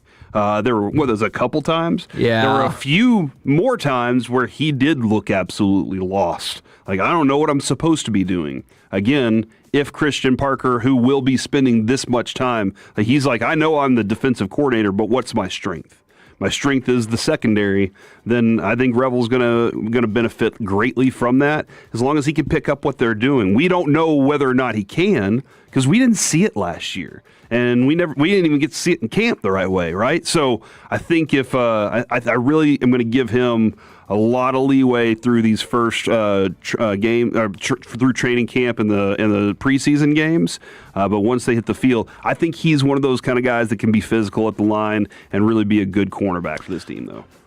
I think we'll get a good answer to this, and I bet Shoddy will answer this on Thursday. We'll hear from him. Hopefully somebody will ask him, what do you think this offseason is like for him, having now gone through the head coaching grind, as opposed to last year when even if you were part of the organization, you're learning so many new things about that seat? You know, I love that question. Thank you. Somebody ask it on Thursday. We won't be at the presser. I loved when he was talking about the draft, though, this year leading into it. And he was like, look, man, when I got hired last year, I was already late in the process of our draft. You know, I didn't already have some ideas, so I kind of had an idea of what we were going after. But now I'm a lot more into and involved with what our process is, because I want to make sure my coaches are getting the things that they need, but I have a pretty good idea of what I want my football team to look like. That's really the big deal, right? Like, if you're a head coach, you want it to look a certain way, you want it to have a certain feel, so you know the type of leadership you have that you can go to, but also the type of players you have that you can rely on. And I think that was a big factor for him last year. So I bet this whole stretch of it too, he learned a lot last year. But right. Didn't he seem comfortable, you know, in that environment? He never seemed shook to me by it all. So I've always had a question about this, and this is not just about Shoddy, but like, how does your public persona match what you're like behind the scenes? Like, you're right, because you're right. Publicly, it felt like every press conference, even when they lost, he was still like, Oh, shucks, y'all. Gee whiz. It's just great that we get to go play some football today. That is definitely. You know, like, yeah. and but if he's going back and telling his players that, those dudes see right through that crap. Yeah, but I appreciate that publicly, but I also wonder, like, behind the scenes, was there ever a moment or moments, because I'm sure everyone runs into this, there's like, oh my God, what the hell are we going to do? Mm-hmm. Or if he was always like that, he was like, guys, it's going to be fine. We got kicked in the face today, so I want you to get your ass back up, or like, I don't know. I've always had questions about that. You definitely want to establish consistency for your team to be like, okay, I know I have the leadership. What was Greg Popovich told the Spurs coach before Game 7? You need to be their leader. That was the advice. He said he hadn't talked to him at all during the playoffs. Right. The advice to him was show them you're their leader the entire time. They need that confidence in their leadership in this game. And so you want to establish that consistency that you are whatever guy you want them to think you are. That way, whenever you kind of step a different way, they're like, oh, crap. He's not happy. Yeah. And I better fix this right now. So that is definitely a thing. So I think he was just kind of consistently that. And then whenever he made comments of, we're doing this poorly, I got to go sit in meetings with Eberflus. I got to go do these things. It was a little out of character, but it didn't seem panicked. And we've seen so many coaches. I always go back to Adam Gase and how his eyeballs were all crazy when and everybody's like, "Oh man, can we trust this dude?" Right. So that's the panic look. I really hope everyone got an opportunity. Go find that Adam Gase picture, dude. No, I want them to, and then compare it with Corey's, because I thought he did a really good job of like kind of showing you that wild eye look right there. Eyes. Yes. Do you remember the Ticket Oak commercial? So to go along with all of that, the Dallas Cowboys are working out Romello Brinson from SMU. That's somebody that they were interested in the pre-draft process. They had dinner with him after SMU's Pro Day. He was one of the Miami Dolphins tryout players at their team's rookie minicamp. He did not score a contract, but now he's here with the Cowboys to get a look. And I know some people have equated that to Paris Johnson retiring, and you're like, yeah, maybe, maybe not. Or it's just that time of year where you take a look at some players once again to kind of gear up for the mandatory minicamp. Bodies. Or, yeah, gotta have exactly. bodies, dude. There's a lot of, you don't want to wear dudes out. You just want to make sure that everybody's in good shape. But you got to have bodies out there to go hit. And I said Paris Johnson. That's Campbell, thank you. I was like, Paris Johnson does not play for the Dallas Cowboys. But you understood. I don't know if this was something y'all had discussed last week, but there is some breaking news from Schefter that Russell Wilson is finalizing his deal to become CBS Sports analyst. Oh, thank God. Because I thought you were going to say to come back and play football again. And I was going to be like, oh. No, he's done. Okay. He is done. Do you think he's going to be good on TV? Or No, do you think. Absolutely not. Oh, man. Do you think people are going to get tired of the cheese factor really quick? I think that if he needs to really lean into the Mr. Unlimited thing from the get, and that way people will go, well, at least we got that. At least we got the Mr. Unlimited. Do you want them to be like a persona with like the star sunglasses? He comes on stage or onto the set. He's wearing a boa all the time. Yeah, Alec, do you kind of want to see that a little bit? Like an actual, factual, different persona when he's Mr. Unlimited. I would love that, and I think he would be the best analyst in all of the land if he would just commit to the bit. All right, I would like that.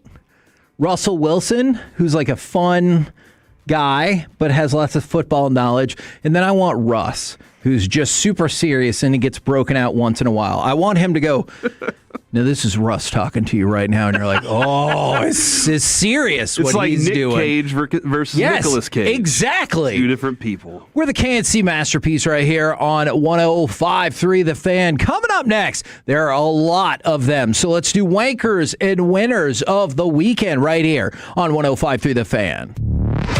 Take us with you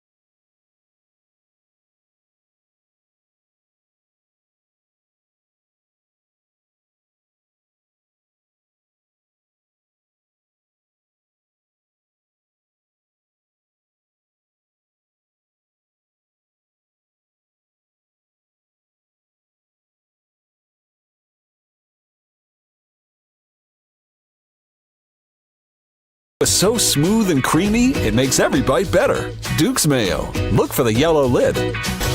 This segment of The Fan is brought to you by Hawaiian Falls in Mansfield. It's Alec Medford from 105.3 The Fan. Join me at Hawaiian Falls, Mansfield on June 4th from noon to 2 to celebrate baseball. Meet Rangers mascot captain and coach Travis Jankowski. Wear your favorite team's gear to score admission for $19.99. Visit hfalls.com for details.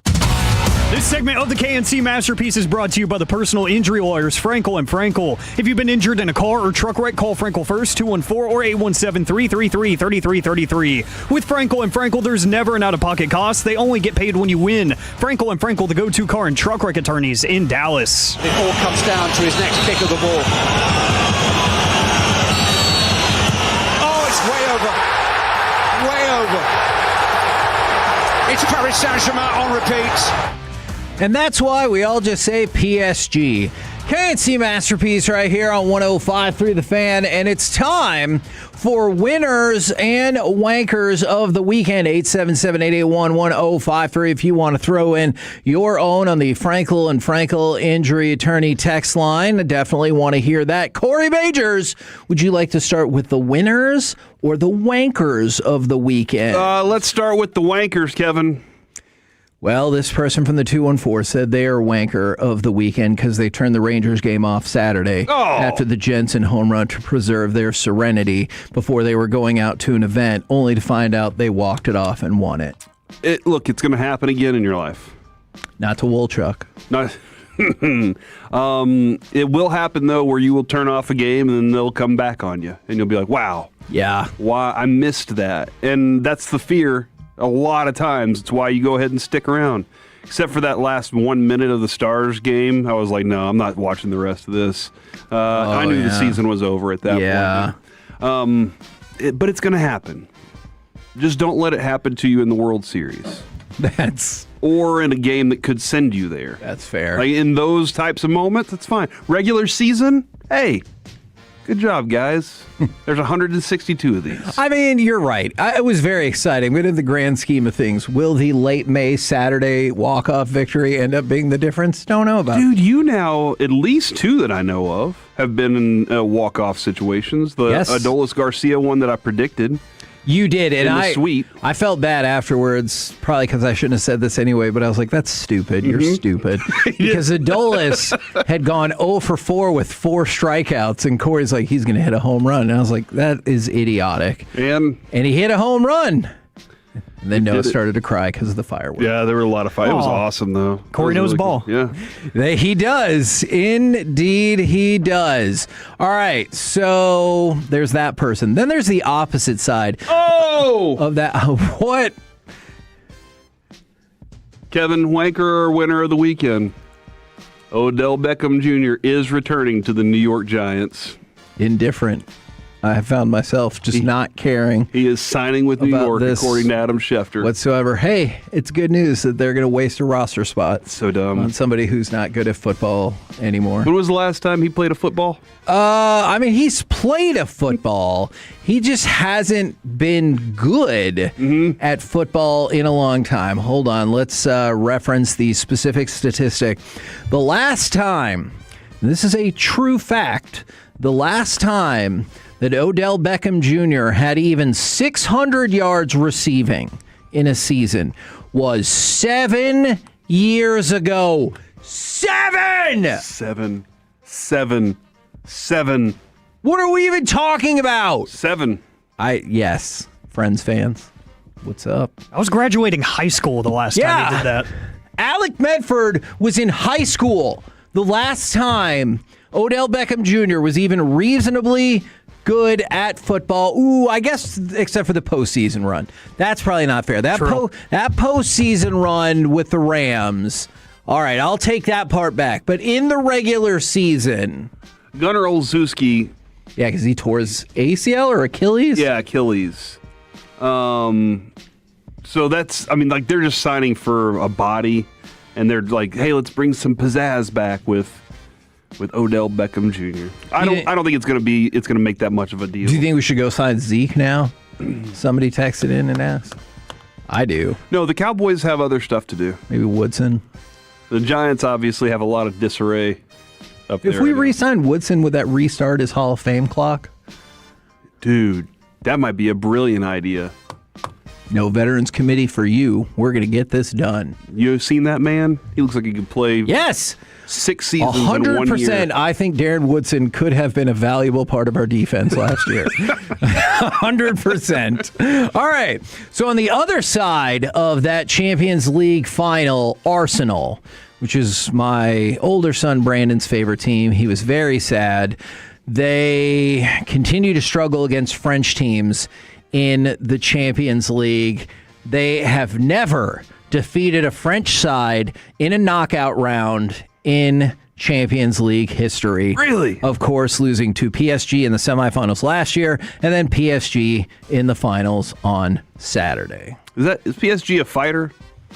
No, that's GSP. Oh, okay. So George St. Pierre. Exactly. Every time and back he's in the French day. Canadian. Yeah, okay, interesting.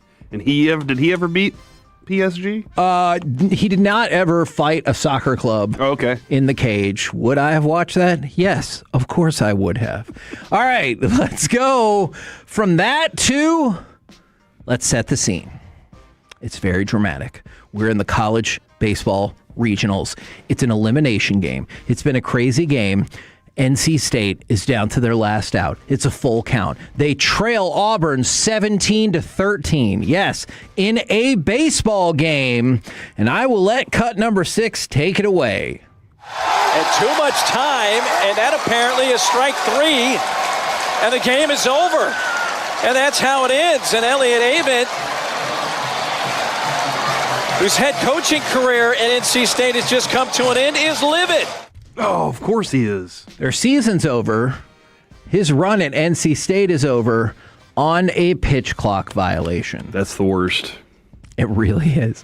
Luckily, I think it would have been way worse if the bases were loaded and it was 17-13. There was nobody on base. So you're like, hey, you still had some work to do. If the bases were loaded, man, I think that guy might have flipped out, punched the official or something. Yeah. I mean, again, you can't be that upset whenever you're the one that screwed it up, right? True. So that's why you're the wanker. He was. Yeah.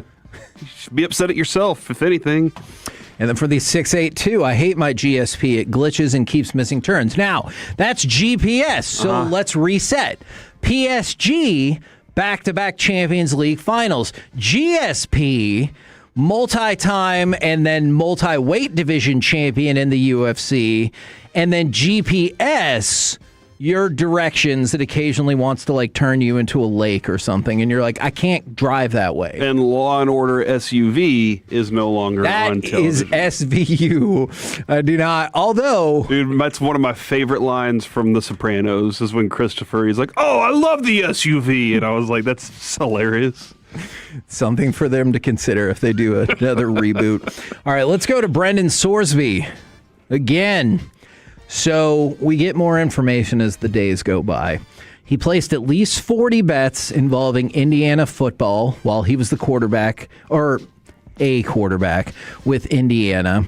He used sportsbooks accounts registered to a family member and wagered approximately $90,000 over the 4 years. And when he transferred to Texas Tech from Cincinnati in December, he kept gambling. And so you think this guy is going to go into the supplemental draft and be taken by the NFL? I do. I don't think a single person should touch that guy. Be that as it may. No team. I'm not saying they should. I just think they will. I think this is one of those where the whole league just recognizes what's going on and says, yeah, if you want to go prove it in the UFL, that's perfectly fine. So if he didn't get taken in the supplemental draft, he's a free agent. Could have potentially been a second rounder. Still not touching him? Nope. Okay. No, look, man. Now, then again, I hear you. The NFL probably also feels like they're bigger than a lot of things and that you can't touch us. Sure. So maybe they don't care about something like that. But I just would never trust that this dude's not going to do it again. And if you let that seep into your system, you're already having to punish players for making bets inside of their facilities. You've already had to do that. You're going to have to bring, for him specifically, doesn't it feel like you'd have to bring the hammer down even more? Probably. Because you'd be like, he had a past history of it, and we knew that. But what does everybody love? Everybody loves the Phoenix story. Everybody loves somebody that had an opportunity to rise from the ashes. And as somebody just said, he's a kid. The thing we love the second most is tearing that person down when they get too successful after coming back up. That kind of goes back to our second segment of the day. Let's talk about UCLA baseball. Holy moly. UCLA baseball was dominant this year. Dominant! Number one all year long. And then they lost their regional opener to St. Mary's 3-2. They were the first number one national seed to lose the regional opener since national seeds were introduced in 1999. Then, yesterday, they led St. Mary's in an elimination game 5-4, going into the ninth inning, and lost again, this time 6-5 in 10 innings. So UCLA, number one all year long, bounced in the regionals. Man, not very good, huh? I guess not. I guess whenever that happens to you, how do you, I just don't understand when, I guess we've seen a lot of things that historically it just doesn't happen. The Mavericks have given us those moments. Right. And then historically, this just doesn't happen. Do you recalibrate everything, or do you just go, that's just bad luck? I don't know, man. It sucks. People are having so much fun with acronyms. I got my Mickey Mantle graded by GSP. Nice. Got a 10. It's worth billions. That is PSA.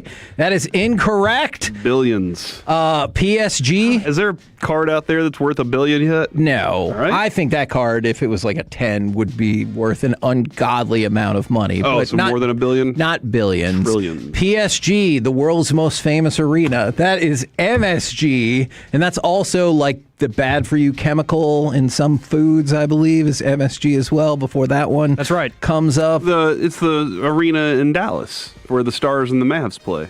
No, that is the AAC. Okay. None of those letters are right. Okay. But you were talking about that baseball team that just lost. That is UCLA.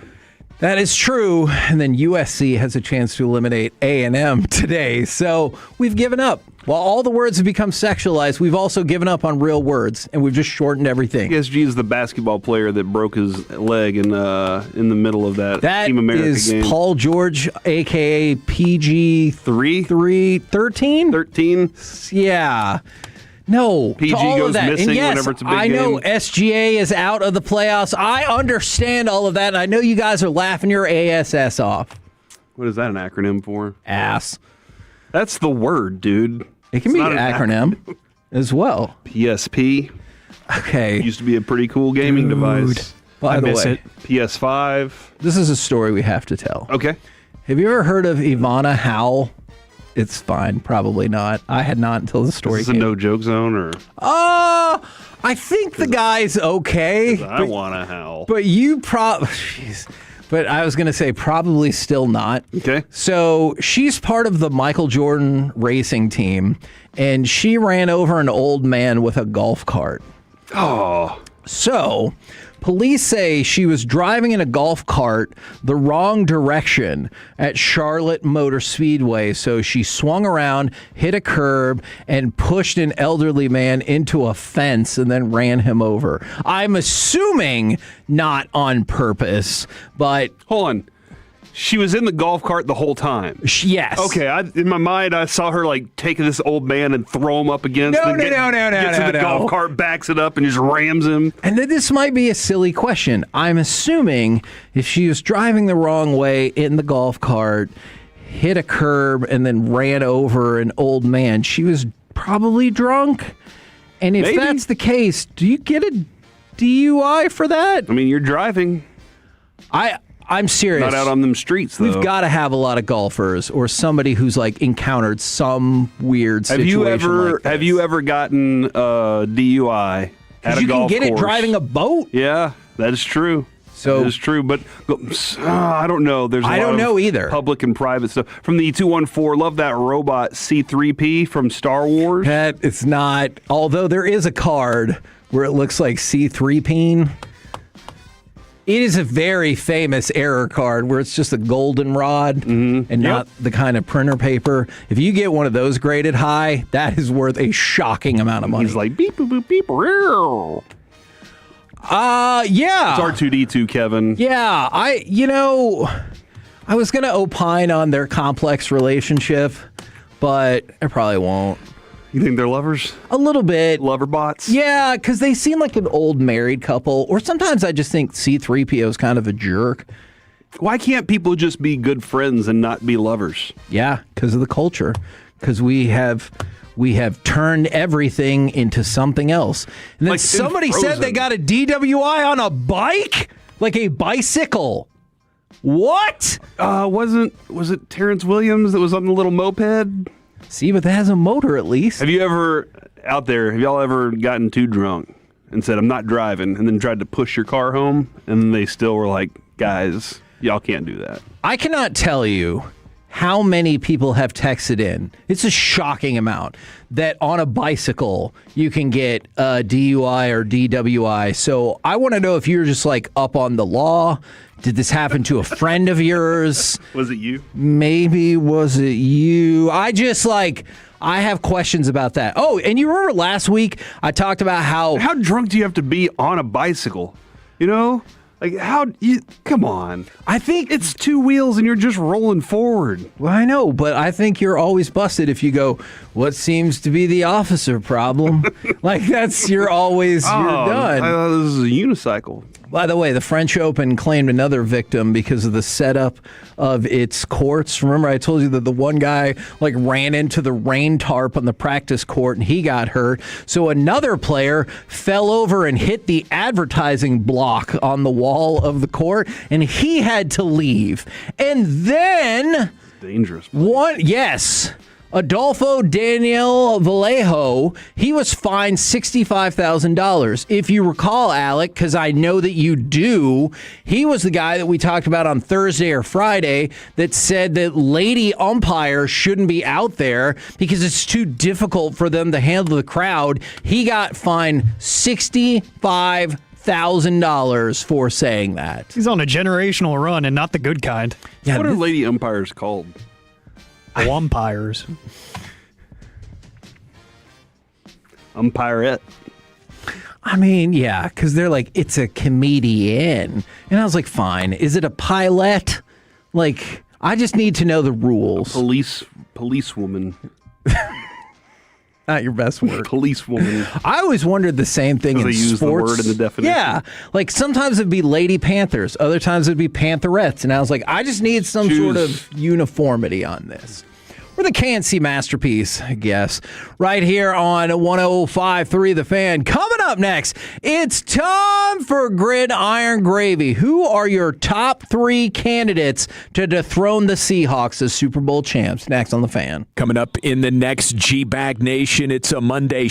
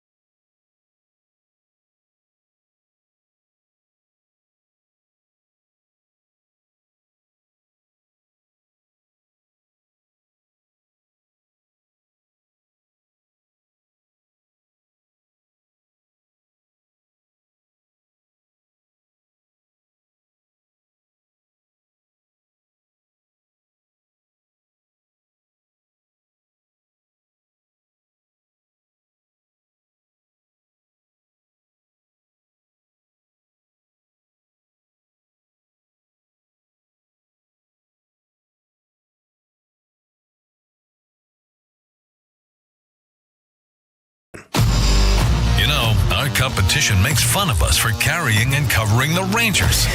What? Spread that word to your fellow baseball friends that here at The Fan, you can count on us for Rangers news, insight, and, of course, Hall of Famer Eric Nadel and Matt Hicks calling the game, something our competition doesn't have. This is your loud and proud home of the Rangers. We are The Fan. This segment is brought to you by Classic Chevrolet. If you're in the market to upgrade your vehicle, get to Classic Chevrolet in Grapevine. The #1 Chevy dealership in the world 3 years straight. They've got more new Chevys than anyone, all priced to sell. Visit ClassicChevrolet.com. This is Texas. This is Classic Chevrolet. Together, let's drive. Based on new Chevy registrations 2023 through 2025. Bootleg. Stafford has Parkinson. Colby Parkinson breaks a tackle and another for a touchdown. KNC Masterpiece right here on 105.3 The Fan. Right now, powered by Men's Tea Clinic. What say we go around the entire NFL and dip into some gridiron gravy? Dip it and rip it. In case you missed it, the Giants have signed Odell Beckham Jr. and Russell Wilson has signed to be on TV and no longer be an active NFL player. So we start, of course, with this question. He's finalizing the deal to be on CBS. Is Russell Wilson a Hall of Famer? He looked like he was going to be. Agreed. And then played himself out. Which most guys in their careers, not great anyway. I always felt like he was carried by the rest of the team, right. Although he was a special dude at times. Do his numbers, 46,000 yards, 353 touchdowns, 114. That's a really good touchdown-interception ratio. How many MVPs did he have? None. How many All-Pros? He was second team one time. I'm going to have to say no. Follow-up question. If the Seahawks do the competent thing and run the ball, is he a Hall of Famer? Yes. That is an interesting dynamic. I don't think you're wrong. Two-time Super Bowl champion quarterback. Back-to-back. I mean, Troy Aikman ran the ball a lot. Now, obviously, he did play some of his best football in those biggest games, too, though. Right. But, I mean, what you hear Nate Newton say it whenever you hear the Cowboy Hour or the show that we have every Wednesday night. Crossover. Cowboys crosstalk. Yeah. When you hear him say, Troy had the decision, he could have very well said, I want to rack up all these stats and have the MVPs, but I'd much rather have the gold jacket. And the gold jacket, definitely, I think winning is a big factor in whether or not you wear one. I agree. Especially as a quarterback. Yeah. So, unfortunately, no. But, man, really good numbers for his career. And then really bad numbers for the end of his career. Indeed. Now, let's go to the saga of the Bears Stadium. So, and this is going to dive into the world of politics. Wow. But it's going to be nonpartisan. So, the Illinois State House of Representatives, well, the Senate at 3:30 a.m. Central, or 3:40, excuse me, so 4:40 Eastern, put together a revised stadium structure that would help fund the Bears Stadium. But about an hour later, so now it's almost 5 o'clock in the morning in Chicago, the House of Representatives adjourned for the session without taking up the bill. And then they went on to say, well, we got time in the summer session to take a look at it in Arlington Heights, see if that works. So now the city of actual Chicago is looking at this as an opportunity, and they're like, hey, this is obviously where you should be anyway. Mm-hmm. So now Chicago is going to try to swoop back in and get back in the mix and take it back away from Arlington Heights, which I guess technically never really had it, while Indiana sits here and they're like, hey, we'll take it, even though that would be stupid. And there's no Bears in Indiana. I don't know if that is factually accurate or not, but the Chicago Bears being in the state of Indiana would be weird. I understand that. You'd have to change the name to Hoosiers because everything in Indiana is named Hoosiers, I believe. What if they said, we'll give you the most amazing stadium that has ever been. We'll pay for the whole thing, but you have to change your name to the Indiana Bears. Would the NFL allow that? That's a good question. Because I don't think Arlington has, like, this city of Arlington has enough pull to make that happen. There is no way. But the state of Indiana might. What if they were like the French Lick Bears? Ew. That's where Larry Bird's from, right? That's true. So they're the French Lick Bears, and you're like, man, that little town. I can just see power. People are upset about like football soft now or whatever, but this would be the end for some fans if they're like, coming up this weekend, the Indiana Bears play the Arlington Cowboys. You'd be like, what the hell is happening? Why? Why does it matter? I know it shouldn't, but doesn't it? Don't you feel like you would be outraged if they changed the name of the Dallas Cowboys? I mean, Dallas Cowboys just sounds right. But they don't play in Dallas. They didn't play in Dallas before either. And their headquarters isn't even in Dallas. It was like back in Dallas. Yeah. It's in Frisco. They were in Irving Dallas and then proper. moved to Arlington and have their facility in Frisco. They're the Dallas Cowboys. If you tried to change it, I feel like... Yeah, is the name of the place part of the brand? I think it is for the Bears. That might be a good conversation with Jerry. The Jacksonville Jaguars, I'm dead serious. Yeah, I agree. And I don't know how many other people out there are like, man, I got to hear what Jerry thinks about this. But I think it would be kind of a fascinating answer from him because he'll tell us the story about going to the Cotton Bowl and kicking the beer cans. Right. And being like, Dallas Cow, can I handle this? But as long as I have the Dallas brand. I mean, good question. All right, by the way, this is an amazing story. Tell it to me. So 13 years ago, Nolan Teasley wrote letters to all 32 teams in the NFL asking for an opportunity to get back into football. He got one interview, and that was with Brian's intern, John Schneider, who hired him as an intern. And then much like Schneider climbed the ranks, Teasley also climbed the ranks, and he is now the new GM for the Minnesota Vikings. Dang. Isn't that a neat little story right there? Yeah, that is cool to see stuff. As long as the people deserve it. You know, we've seen some people become coaches because their dad was a GM or something. And we've seen some things like that. But if you've earned your way to it, and look what happened with Schneider. Like, that dude built a champion multiple times over. Yeah. And that's the right way to do it. So Broadus has influenced 2 Super Bowl championships out of 3 because of the Packers. And then maybe another one with the Vikings. It is an interesting... I'm just joking. That's never going to happen. He's got a nice little tree right there. Cody. Oh, yeah. Who wins the Super Bowl first, Vikings or Cowboys? Cowboys. Vikings have never won a Super Bowl. 1,000% Cowboys. Oh, okay. Let's talk about... Cowboys already have 5. That is true. Yes. Let's talk about Shedeur Sanders. The previous record for most money licensed in a single season was Tom Brady at 9.5. Shedeur Sanders, $17.7 million. This is typical for jerseys, trading cards, video games, other collectibles kind of all lumped in there, and then additional royalties per the NFLPA. Shedeur Sanders, your soon-to-be backup quarterback for the Browns, setting a record broken by Tom Brady. You said soon-to-be backup? Yeah. Why can't he be the starter?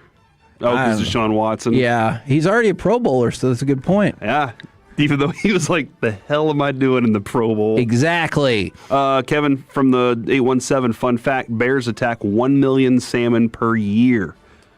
Salmon attacks on bears, however, much less. That makes sense. That's a very David Letterman joke, right? I would love to see how that would work.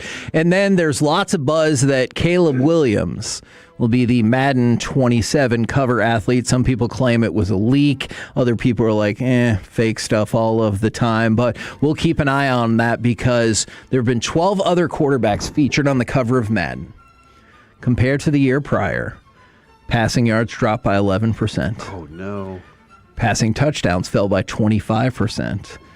interceptions rose by 45.5%. Now, is that the Madden curse, or is that the idea that these players got onto the cover of Madden because they had a truly elite season and they were probably always destined to have somewhat of a statistical fall off? Similar to Evaldi and DeGrom. Right. Like last year having such a great year, and now they're kind of, good. It's inevitable you're going to have some kind of fall off. I mean, there's whoever, I guess Mike Trout did it for a while, and then eventually it fell at some point. We're the KNC Masterpiece right here on 105.3 The Fan. Coming up next, it's time to choose your own adventure. Are you ready? Option A. What's a fair grade for the Rangers through the first 2 full months of the season? Option B. We blatantly steal from one Jared Sandler in his question. Would you rather have ended your career as a role player on a championship team or as a Hall of Famer who was never really in the playoffs? That's option B. Let us know which path we should proceed on. We'll do so next right here on The Fan. Our goal is to have you winning every sports debate with your buds.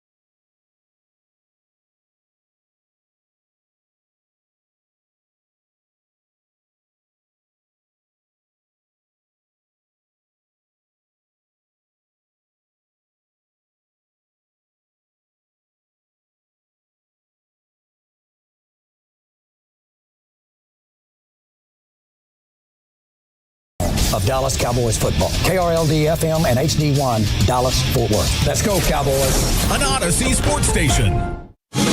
Driven by our D&M Leasing Studios, it's the KNC Masterpiece on 105.3 The Fan. Can't speak.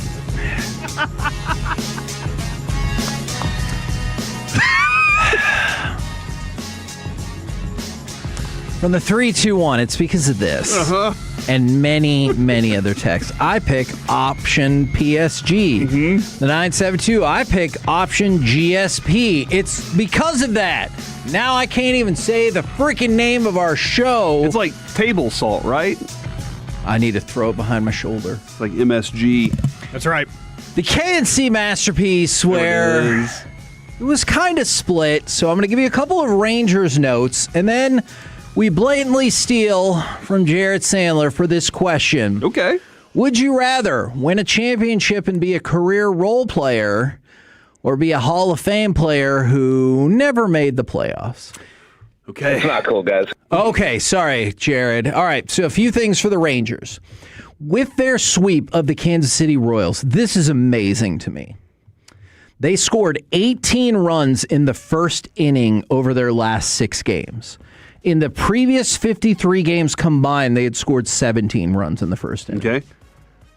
That is remarkable. Just in this 6-game run, they've outscored the rest of the season. And we've talked about it. The Rangers have found themselves trailing again and again and again. And so it's good to start kind of switching that up. Now, on the rehab front, Corey Seager has not been on a minor league rehab in about 3 years. It looks like tomorrow or Wednesday, he will start his rehab assignment at AA Frisco because they're home this week. Evan Carter, who was hit in the foot by a pitch on Friday. Skip said he didn't feel good enough to start on Sunday, but the scans were precautionary, and it looks like he's going to be okay. And then obviously Alejandro Osuna was okay after a bunt attempt hit the tip of his index finger on Saturday. He was back in the lineup, no fracture yesterday. So there are some quick updates for you. Does he have one of those bruised fingernails, though?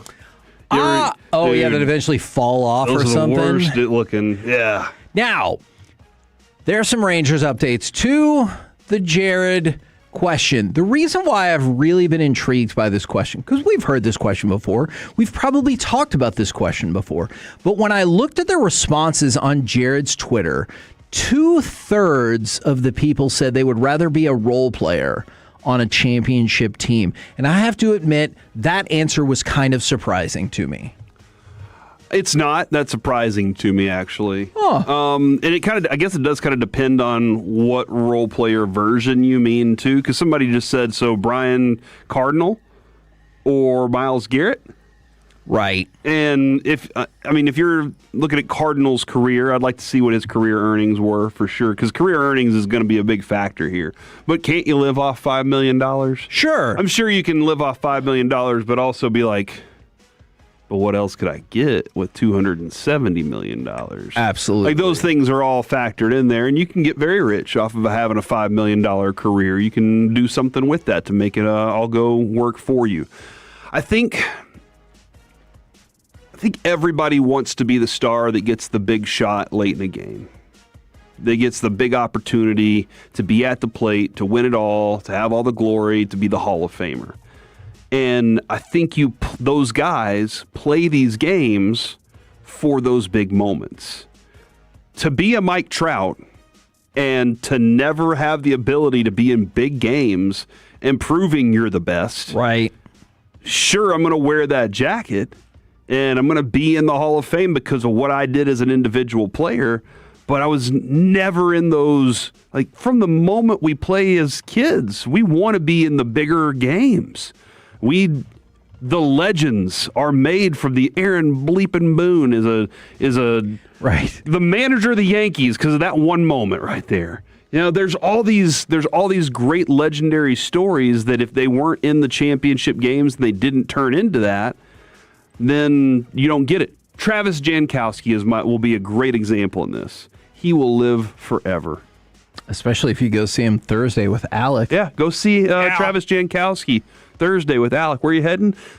Hawaiian Falls and Mansfield off of Highway 360. Get after it. Nice. So, but again, like that dude everybody will love him forever because he contributed to that championship. Big time, too. Yeah. You know, Evan Carter might never do anything again. Actually, hopefully he does. We'll consider that at another time. But I think one of the best things about winning a championship with a team is that you always have your brothers that you did something special with. You have this group that you know you're tied to them for the rest of your lives. Hopefully you liked them along the way. Hopefully that was a good thing for you. Or maybe you didn't and you grew to love them because of the championship. Robert Horry should be a Hall of Famer, obviously, because of how many championships he touched. So, Horry is an interesting one. Because you're probably right, but do you view him after all of those championships and like hitting so many of those clutch shots as a role player? As a role player? That's where I was kind of like, are we talking janitor? Yeah. Or are we talking Robert Horry? Because he was never Shaq. Sure. He was never Kobe. On any of those teams was he ever the dude. Not even close. But he was a guy that played his role because he was like, look, I can show up and know what I am on this team. Right. And I guess when you go back and look at even the older versions of the Lakers, there are lots of guys where you're like, okay, well, it was Kareem and Magic. Look at how good the rest of that group was, though. But were they role players, too, in their own right? Whether or not they were high-level role players is another story. So I think I was looking, Kevin, role players in Major League Baseball, veterans make about $5 million a year. If I stick around for 10 years, not only am I going to get my pocket filled whenever I get done because they're going to pay me my extra money, my pension, but I also got $5 million a year that I can live nice on, and I got championships. Guess what? I'm getting free dinners and drinks, and people love me, and they want me to show up to events, and they're still going to want me around. Yeah, and so here's a couple of answers that they both use Mike Trout. Mike Trout is a very obvious example as one side of this. From the 682, I'll answer your question with a question, and this goes back to the which I was like, this goes back to the bank account thing, and then somebody else jumps on this from the 817. To answer this question, would you rather be Mike Trout or Jonah Heim? The answer is clearly Trout, but I don't think that everyone feels that way. Well, obviously everyone doesn't feel that way because, like I said, 2/3 of the people on Sandler's tweet said they would rather be a role player. And I know that's easier said than done, like if you're rather in that situation. But I don't think the answer is 100% like that whatsoever. There are a lot of people who are not just driven by saying, I would love to be an all-time, like an all-time great. I get that, who has $400 million in the bank. I'm sure there is a group of people who are like, I was part of something special. I was part of a team that was special and did something special, and that can never be taken away from my championship ring, to the parade, to, like you just said, everybody in the town or the city or whatever treating you like you're the man for freaking ever. And everywhere you go, like when you see those 30 for 30 is about like the miracle NC State team, I think it was in 83, getting together 30 years after the fact, and they're all still like, man, do you remember in the semifinals that one turn? Everyone's like, oh my God, I thought we were going to lose. And like for some people, I bet that is way more of a driving force than the individual glory or individual bank account. Somebody's talking about you can live that relatively private life after. And Scalabrini is the one that I always go back to on this. I might suck in the NBA, but I don't suck compared to you.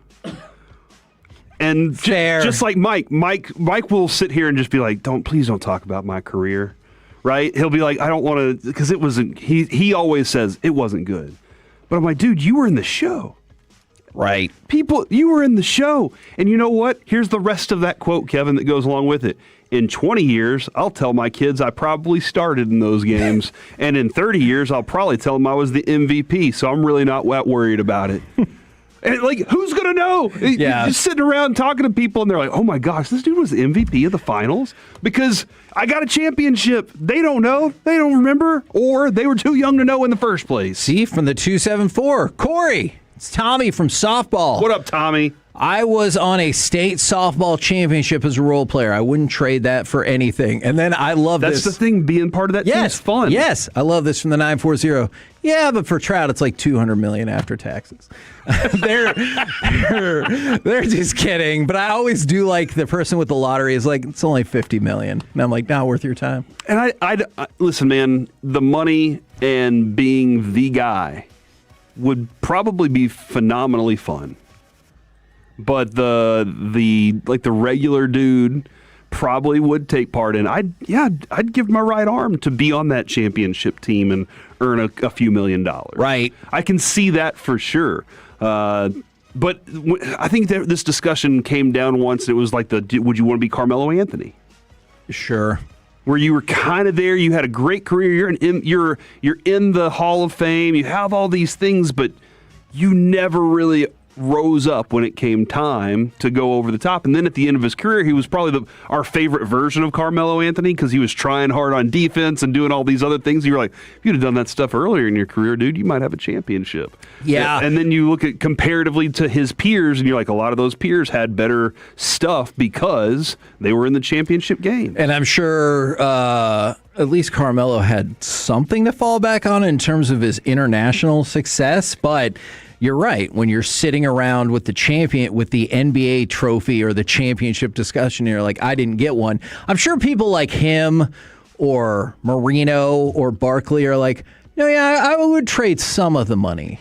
But I feel like you'd be hard-pressed to hear them be like, yes, I would trade all of the money in Hall of Fame for that one ring. They'd probably be like, let's make a deal. Well, how much money can I keep? Marino made most of his money selling gloves in Miami, but he's really well-known talent scout for acting. He got Jim Carrey off the ground. He found him in like some town and said, let's put this guy in a movie. Yeah, and then because of his acting. He was a big In Living Color fan. I don't know. I really do wonder this.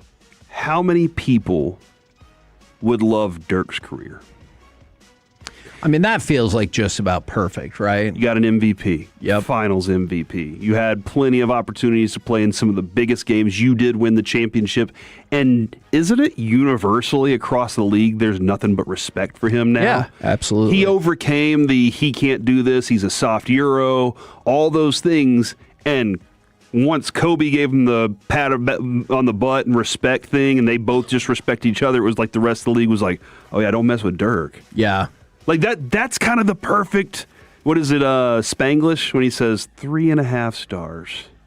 You don't want more, you don't want 4 because then it's going to be too much. You just want right there in that happy medium, and Dirk's career was the happy medium. Okay. Huh.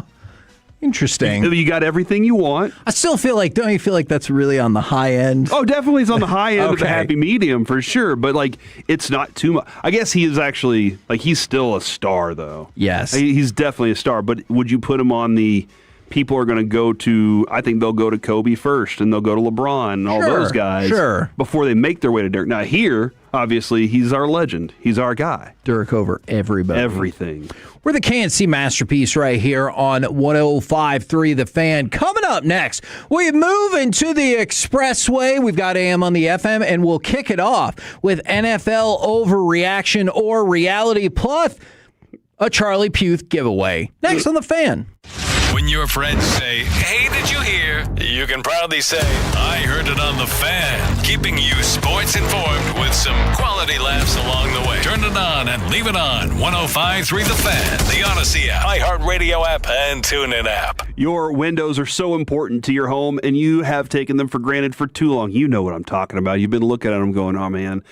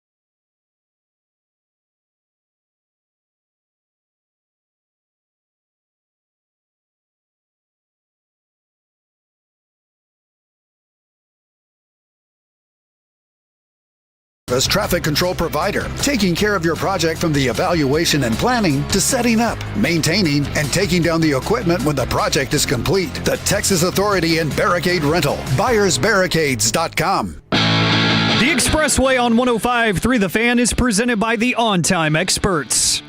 KNC Masterpiece right here on 105.3 The Fan, where, man, that break was long. And we have breaking news for you, and it is huge. Myles Garrett has been traded to the LA Rams, proving all along that Cleveland lied when they said, hey, don't worry about all of this stuff that we shifted around in his contract. That was just for fun. And don't worry that means it will make him more tradable. You don't have to concern yourself with such things.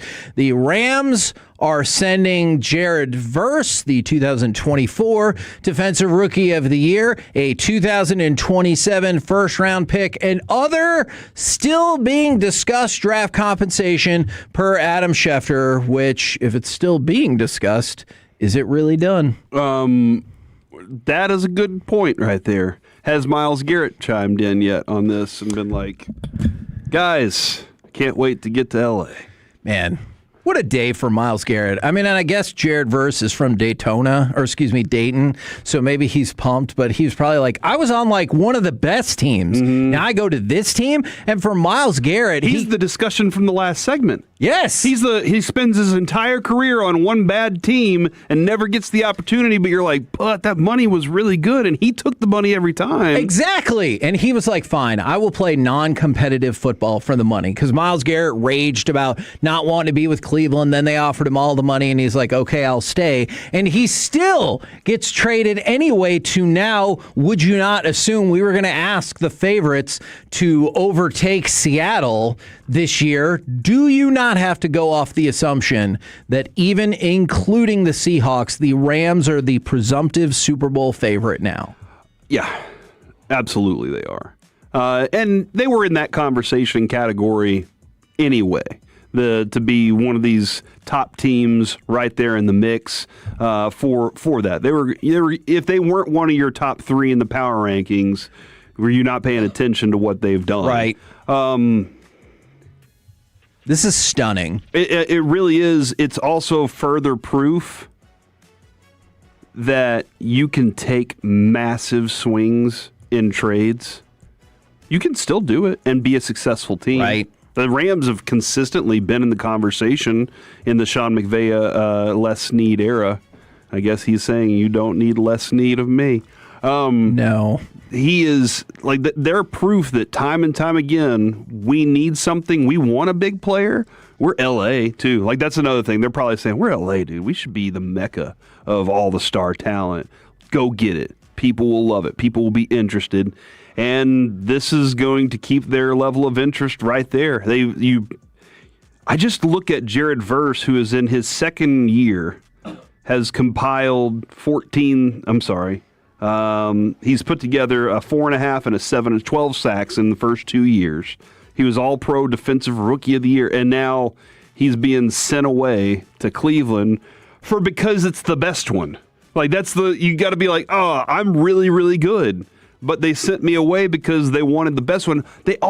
You had to be paired with a pick to go get the best one too. That's just a really bad feeling for him. But yeah, man, the hill is just gotten steeper in the NFC with the Rams adding a player like this. And for Myles Garrett, you got to be very happy for him to be in a place where he thinks he's going to be able to compete, doesn't have all that chaos that goes on with it. It's a different type of chaos, but it seems like the winning environment you're looking for. Sean McVay's like, look, dude, I ran out 3 tight ends offensive. We're going to be good offensively. We just got to make sure we can make the stops. Man, a couple hours ago, a radio host for ESPN Cleveland said he saw a text that the Myles Garrett trade has been done for a while. Okay, I can believe that. And you get it on June 1st, so sorry, Russell Wilson retiring to go do TV. Sorry, Odell Beckham signing with the Giants. Now also sorry to Romello Brinson, who has in fact signed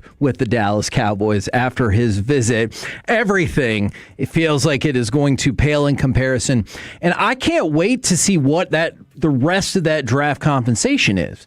Because if it's a first rounder and Jared Verse, you're like, oh, that's not too bad at all. Deal. Yeah, but if it turns out like it's also a second round pick and then 2028's first and second or whatever, or if you just find out it's like some more ancillary draft pieces like third round picks that are still important, but you're like, yeah, I'll take the hit for that because you're going to make another run at it these last couple of years that Matthew Stafford is doing his thing.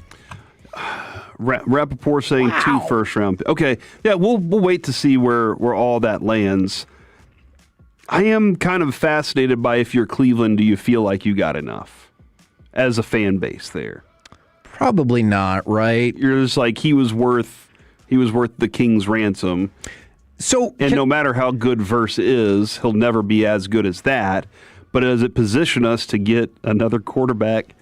With a top pick in next year's NFL draft. Okay, so let me ask you something about that. So this is going to be tough. Oh, we should probably see if you can get Derek Holland on the phone. He's a Browns fan. He'll be sad about this.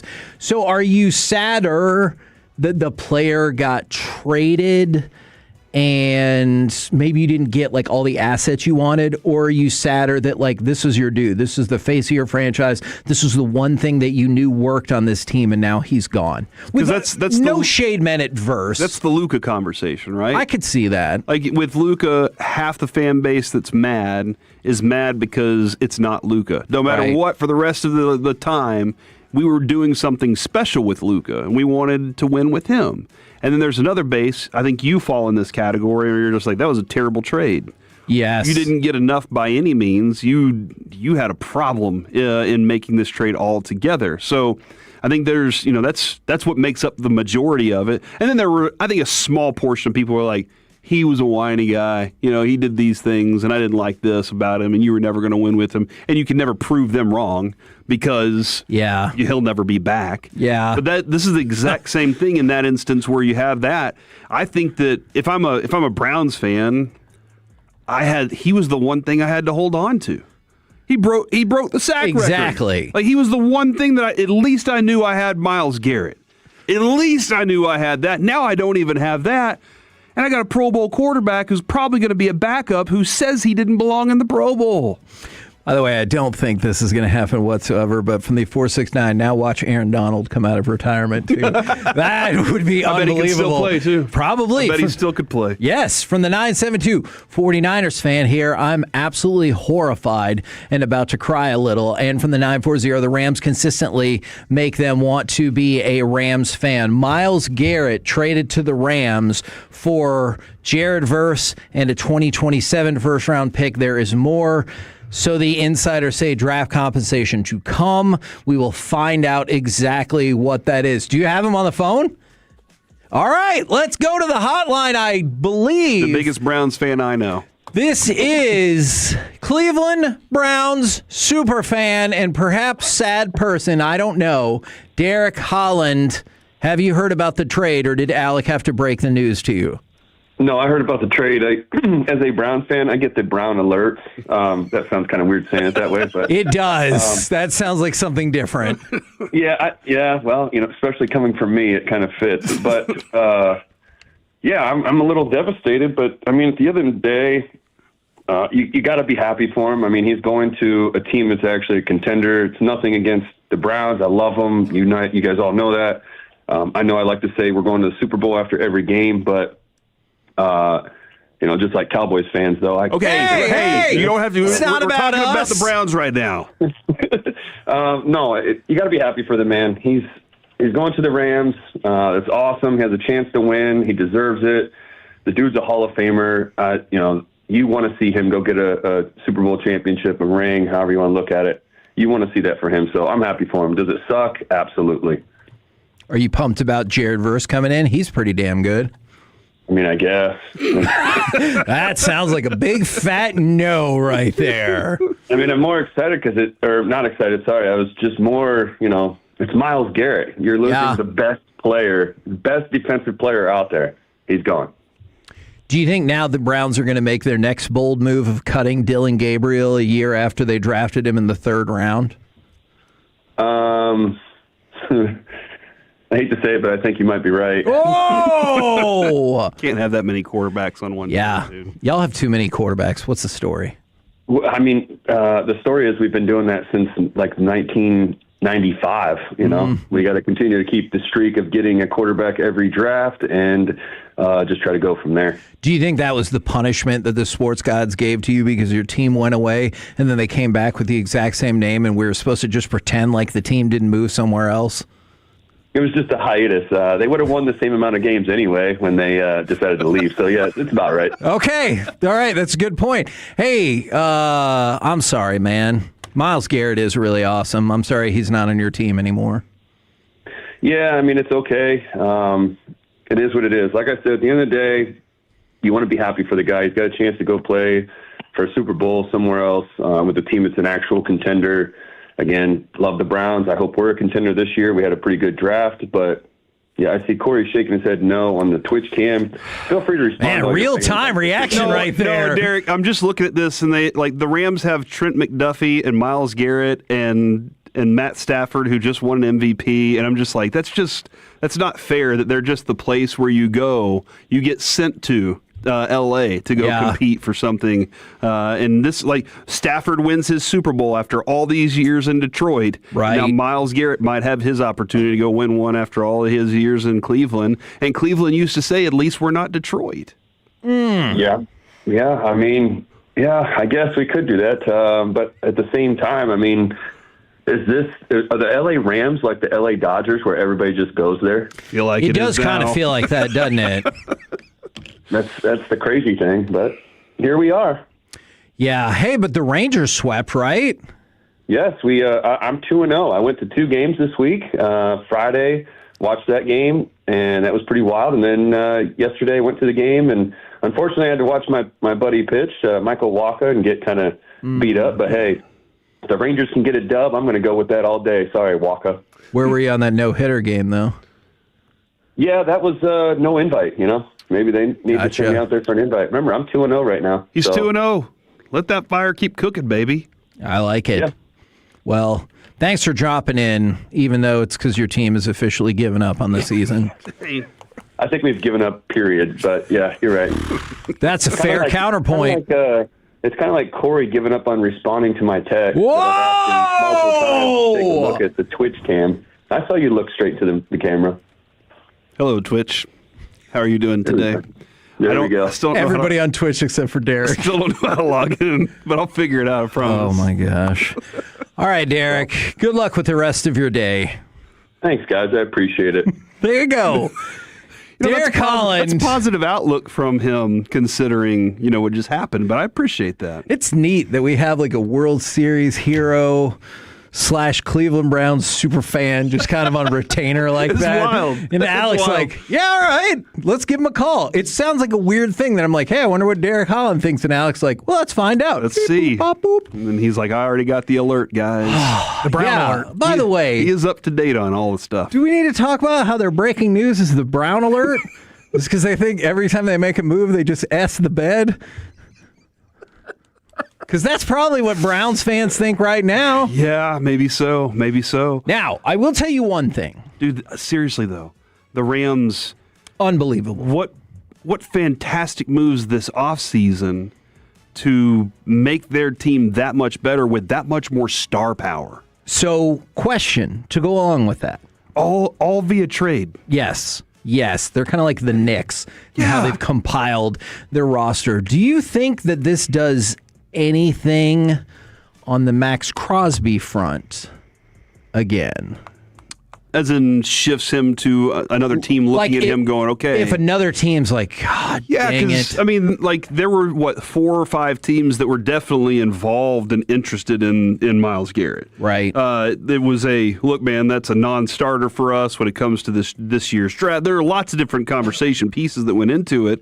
But if you're an Eagles team right now, why wouldn't you be re-picking up the phone. Yeah. Or picking it up for the first. That's, hey, Myles Garrett's gone. The next best one is available. Is that knee really that big of a problem? Or is he going to be able to contribute, at the same level right now? So, yeah, absolutely. This seems like the right time for it to pick up, too, because as these OTAs for a lot of teams start going on and teams are putting their things in place, then the GMs are doing their job, too. The GMs are sitting at the table going, have we done everything with the draft and free agency that we need? Did we leave any holes that we need to go out there and fill? And Les Snead said, we'll be the first ones to do it. This is probably not the right time to bring it up. But this feels like exactly the right time. Somebody said for the 972, F the Cowboys for not making these kind of moves. If we could take a step back. If for any reason, and your defense was terrible anyway, you never made the Quinnen Williams move, would you not have been like the prototypical team to swoop in and try to do this Myles Garrett move with the draft picks that you have and everything like that, or would have had in this scenario? And I will tell you something for Cleveland. I think Cleveland is smart to just kind of reboot this thing, because with Jared Verse, one thing I will say, I haven't crunched the numbers from the Myles Garrett side just yet about dead money and all of that stuff, even though I know Cleveland kind of cleared the way for that. Jared Verse over the next 2 years total makes $9 million. Mm-hmm. And then you have a club option for 2028. So you have a very, very good defensive player who you've locked down for a small amount of money for the next 3 years as part of this deal. Okay, I do want to revisit, He's not Myles Garrett, I get it. The Max Crosby conversation. Yeah. Jared Verse and the pick, is that a lot? Depending on what the rest of it is. Let's say that's it right now. I mean, Does that change the Max Crosby conversation? I don't think it does. I think it makes Max Crosby cheaper for sure. That's what I'm saying. Maybe way cheaper. Yeah. That's why there has to be more draft compensation, even though I think Jared Verse is worth a first rounder for sure. And I did wonder, with Myles Garrett kind of being a potentially available trade piece, was that always the stagger in the way the conversation would go with a team that was interested in Max Crosby? They could use that as leverage. They could use Myles Garrett as leverage to try and get a better deal because, if we're going to do that, we'll just go get Myles. Right. And now that's not there anymore. So if you pick up the phone to call on Max Crosby, as the Cowboys always like to say, you pick up that phone, you're having the conversation of you lost the power. But Les Snead was just like, I just want the player. It doesn't matter to me. I want to make sure that I get a player that's that good. Dude, what they've done with their picks, Nick Harris just posted what the Rams have done with their picks since 2015. Because they only made the pick once, right? Todd Gurley in 2015. Jared Goff eventually traded for Stafford in 16.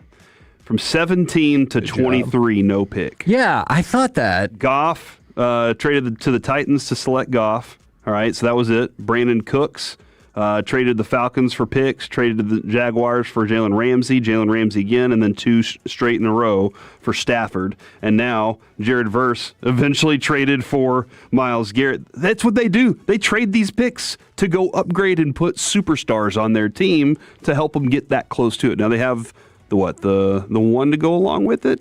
This is interesting.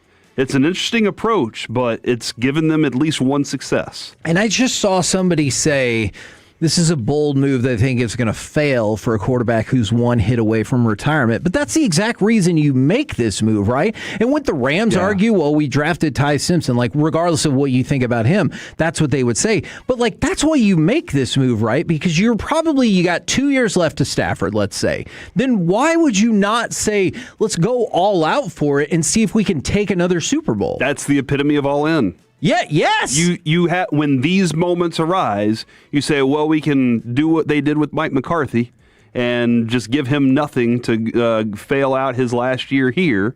Or you say, screw it, we're going to do everything we can to go prove somebody right and go make this happen. Because Matt Stafford has, a couple years, 3 years? Two, but it's rolling, right, on whether or not it makes it very easy for both sides to come to a good agreement on what his contract will be. But if that's going to be the case, go all out for it. That's what the Rams' whole MO has been anyway, too, is we're going to go out and try and do things. From the 940, Rams, y'all are missing the point. This is about the Rams beating Seattle. No, it's about them. This is about them winning a Super Bowl, not just Seattle. I don't agree. Now, beating with that Seattle is either. probably going to be the path to make that happen. Yeah, but so I keep seeing people being like, why didn't the Cowboys make these moves? Why didn't the Cowboys make these moves? I get it. Trading for Myles Garrett would have been unbelievable, but you still are coming off. I know you got Christian Parker. I know you got Caleb Downs, but you're coming off having one of the worst defenses in the modern NFL. What in the world makes you go, oh, we're just these couple moves away without actually seeing it on the field? Now, we might find a scenario where you're 6 weeks in, and you're like, holy crap, this defense is pretty okay. And then you might be like, dang it, I wish we would have made that move. But that is a big leap of faith. So as we wait to find out the rest of the deal, Jared Verse, a 2027 first-round pick on the way to Cleveland as they send Myles Garrett to the Rams in an absolute blockbuster of a deal. And right now, I'm interested to see what direction this goes. It's time for this. What does this button do? Please, please, do not push the button. You have no idea what it... Alec, you be quiet. Alec, that was awful. 1 for Alec, 0 for Peyton. Don't you dare touch that dial. Don't you dare do it, especially today, because it is time for AM on the FM. My name is Alec Medford, the man that they call the pride of Mansfield, Texas, and the mayor of the Medfordplex. 877-881-1053 is the Frankel and Frankel Injury Attorneys text line to speak your mind about what's going on today. Myles Garrett is going to the LA Rams because, of course. Did you see the other big news that has happened? I'm scared. Juju Smith-Schuster signing with the Giants. Nope. What do you mean? He is. They also... Mike Garofalo, yeah. Jeez Louise. He and Rap Sheet are saying Odell, Braxton Berrios, and Smith-Schuster all heading to the Giants. So they're like, hey, none of these are good. We'll take them all. That doesn't even come close, though, to the Myles Garrett thing. Yeah, no, it's not even 0.1%. 443, Les Snead is my hero. They also threw an F-bomb in there, but I did not say that because I can't. Does it feel like the Giants are like, hey, I know the food's gone bad, but it's a heck of a price for all of it? This is one of those buy one, get one at the meats area. Yes, it's the manager special. Yeah, the manager special. Yeah. You're like, how questionable is this? They're like, do you really want to know, or you just want to cook it? See, but you guys know I've often said that if you have 3 wide receiver 4s, you have no wide receiver 4. So man, that's going to be the saddest wide receiver competition ever with Beckham. That really is. Again, if you're looking for a 4th wide receiver, sure. I'm scared for them that they don't think he's just a wide receiver 4. They think he's going to do valuable things for them, which is just odd. But today is June 1st, so that starts National Candy Month.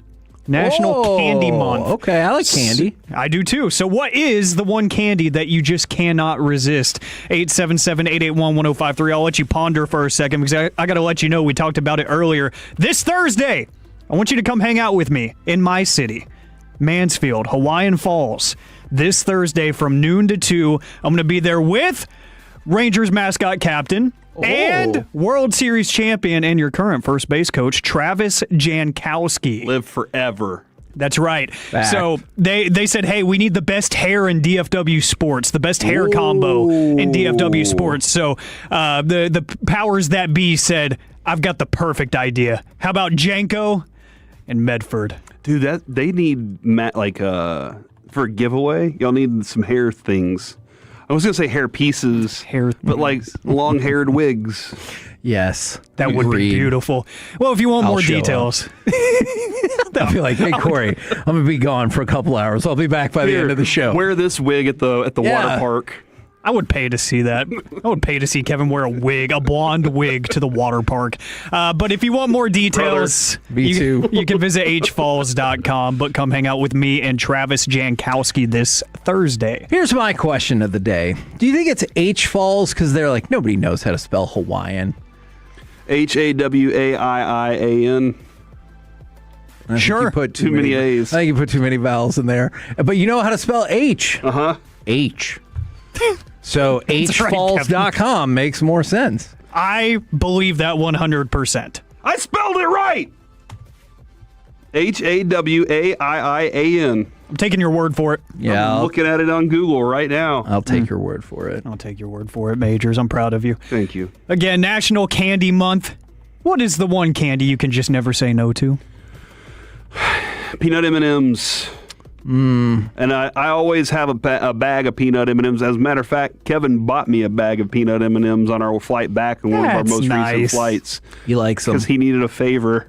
Oh, it was purely transactional. It was really smart on his part because he goes, hey, can I get the keys? And I was like, yeah, sure. And you needed to go get something. Yeah. And you preemptively went ahead and bought them for me because of some. I knew. And I was like, dude, thanks. And it was awesome because I love peanut M&Ms and I have since I was a child. Yeah, and they make the flight size bags. Oh, my gosh. They'll call them share size. It's but dinner. It's for your It's flight. dinner, dude. That's right. Because we're on a flight at dinner time. Yeah. And I'm like, I could either buy a $58 sandwich from the airport or eat these bag of M&Ms. From the 817, Reese's Take 5 is elite. Now, those are good. The Take 5 and the 100 grand are candies that have like come more into my wheelhouse over the last couple of years. So I totally get that. I really like the Reese's Sticks as well. Ooh, yeah. Because, Alec, I've been on the search for a new candy since Butterfinger was like, hey, let's change up our formula. I know it's been a really popular candy for a really long time, but let's change it up. And it's not bad. It's just not the same. And so I feel like I've been a man without a candy for some time, and I've been seeking out, like church hopping, but with candy. That is an analogy I will never hear again in my life. I'm proud of you. That was a first time in history moment right there. Somebody get this man a candy. Are you prouder of me or Les Snead for that trade? Les Snead. Les Snead. And it sounds like they just this is what Rappaport's saying. The Rams were the team in Myles Garrett, and they kept pushing until it happened. Like they just kept talking to the Browns until they were like, fine. Man, we'll sleep with you. Whoa.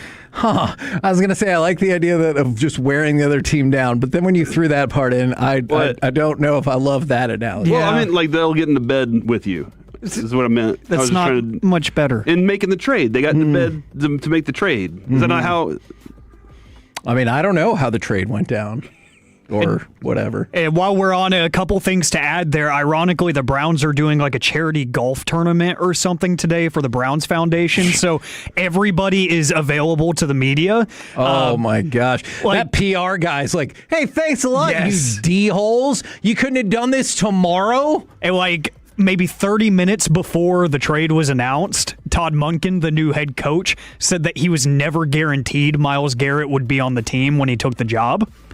So that was before the trade was announced. Oh, my goodness. And then after it got announced, the GM, Andrew Berry, spoke to the media, and he said the deal is not finalized, so that's why he doesn't have a comment on compensation. But he said in the next several hours, he hopes to have comment.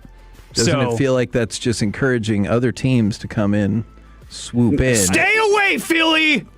And get it done. No.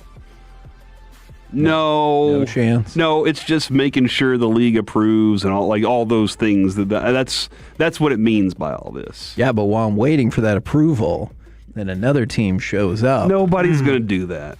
Nobody will try to swoop in and take Myles Garrett from the Rams. If the Cowboys did it, it would be the biggest splash in the modern NFL era. Ooh, okay. Since the merger, Kevin. Since the merger. It's always since the merger, isn't it? That's right. Yeah, man. This is significant still. I'm shook for I know. sure. I am too. And just to put some incredible context on that division. How much do you think Seattle is shook? Let me ask you that question first, Alec. Like, Seattle is the reigning, defending Super Bowl champions, but now does it not feel like they'll be a decided runner-up, like just in terms of the odds going into the season? That is interesting because I bet Snyder is like, we already lost some pieces in free agency this offseason, so we're weaker than we were before. And then our division just gets that much better. To which I mentioned, I just saw this tweet. Johnny Venerable on Twitter said there are layers and levels to the NFL. One team in the NFC West is trading for Myles Garrett. Another team in the NFC West is having a public contract dispute with Jacoby Brissett. Yeah. There's layers to it. So that might answer my next question here then. There's layers. Jordan Schultz, who hopped on our show once and was getting back treatment. Said the F word. Said the F word and was still a really fun guest. He was. He tweeted the eyes looking emoji. Now, if this is about the Myles Garrett trade, it's too late, right? Like it's too late in the conversation. This is 3 minutes ago. So it could be something else? So that's where I'm like, hold on. Like, he's the kind of guy that has up-to-date information.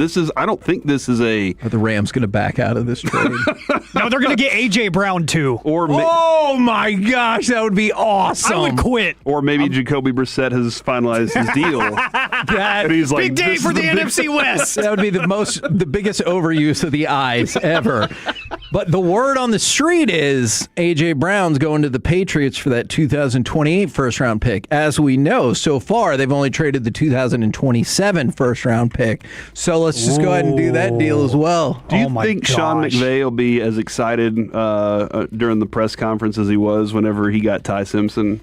I think there's a tiny chance. He was like, see, this is what we should have been doing, not this Ty Simpson crap. Do you think Matt's team? Do you think they told him? Miles' team. Yeah. Do you think they told him afterwards? Hey, they were like, hey, why don't you calm the F down? We're working on trading for Myles Garrett, so don't worry about Ty Simpson yet, okay? He's like, you didn't make my team any better. They're like, we're working on it, okay? From the 214, this is the GM apology to McVay for taking the quarterback. Maybe so. Yeah. He's like, look, man, like you just said, chill out. We will take care of you. What a consolation prize. My bad. We'll go get you the best one on the market. Dude. You just shut up. Wes Snead is awesome. Yeah. He needs to be in every negotiation for anything important ever. That's what he needs to do because he knows what he's doing.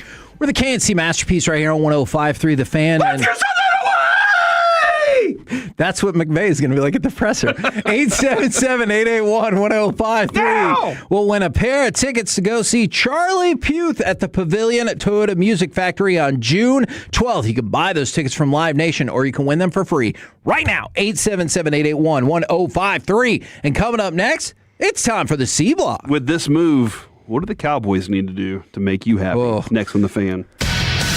Hear from your favorite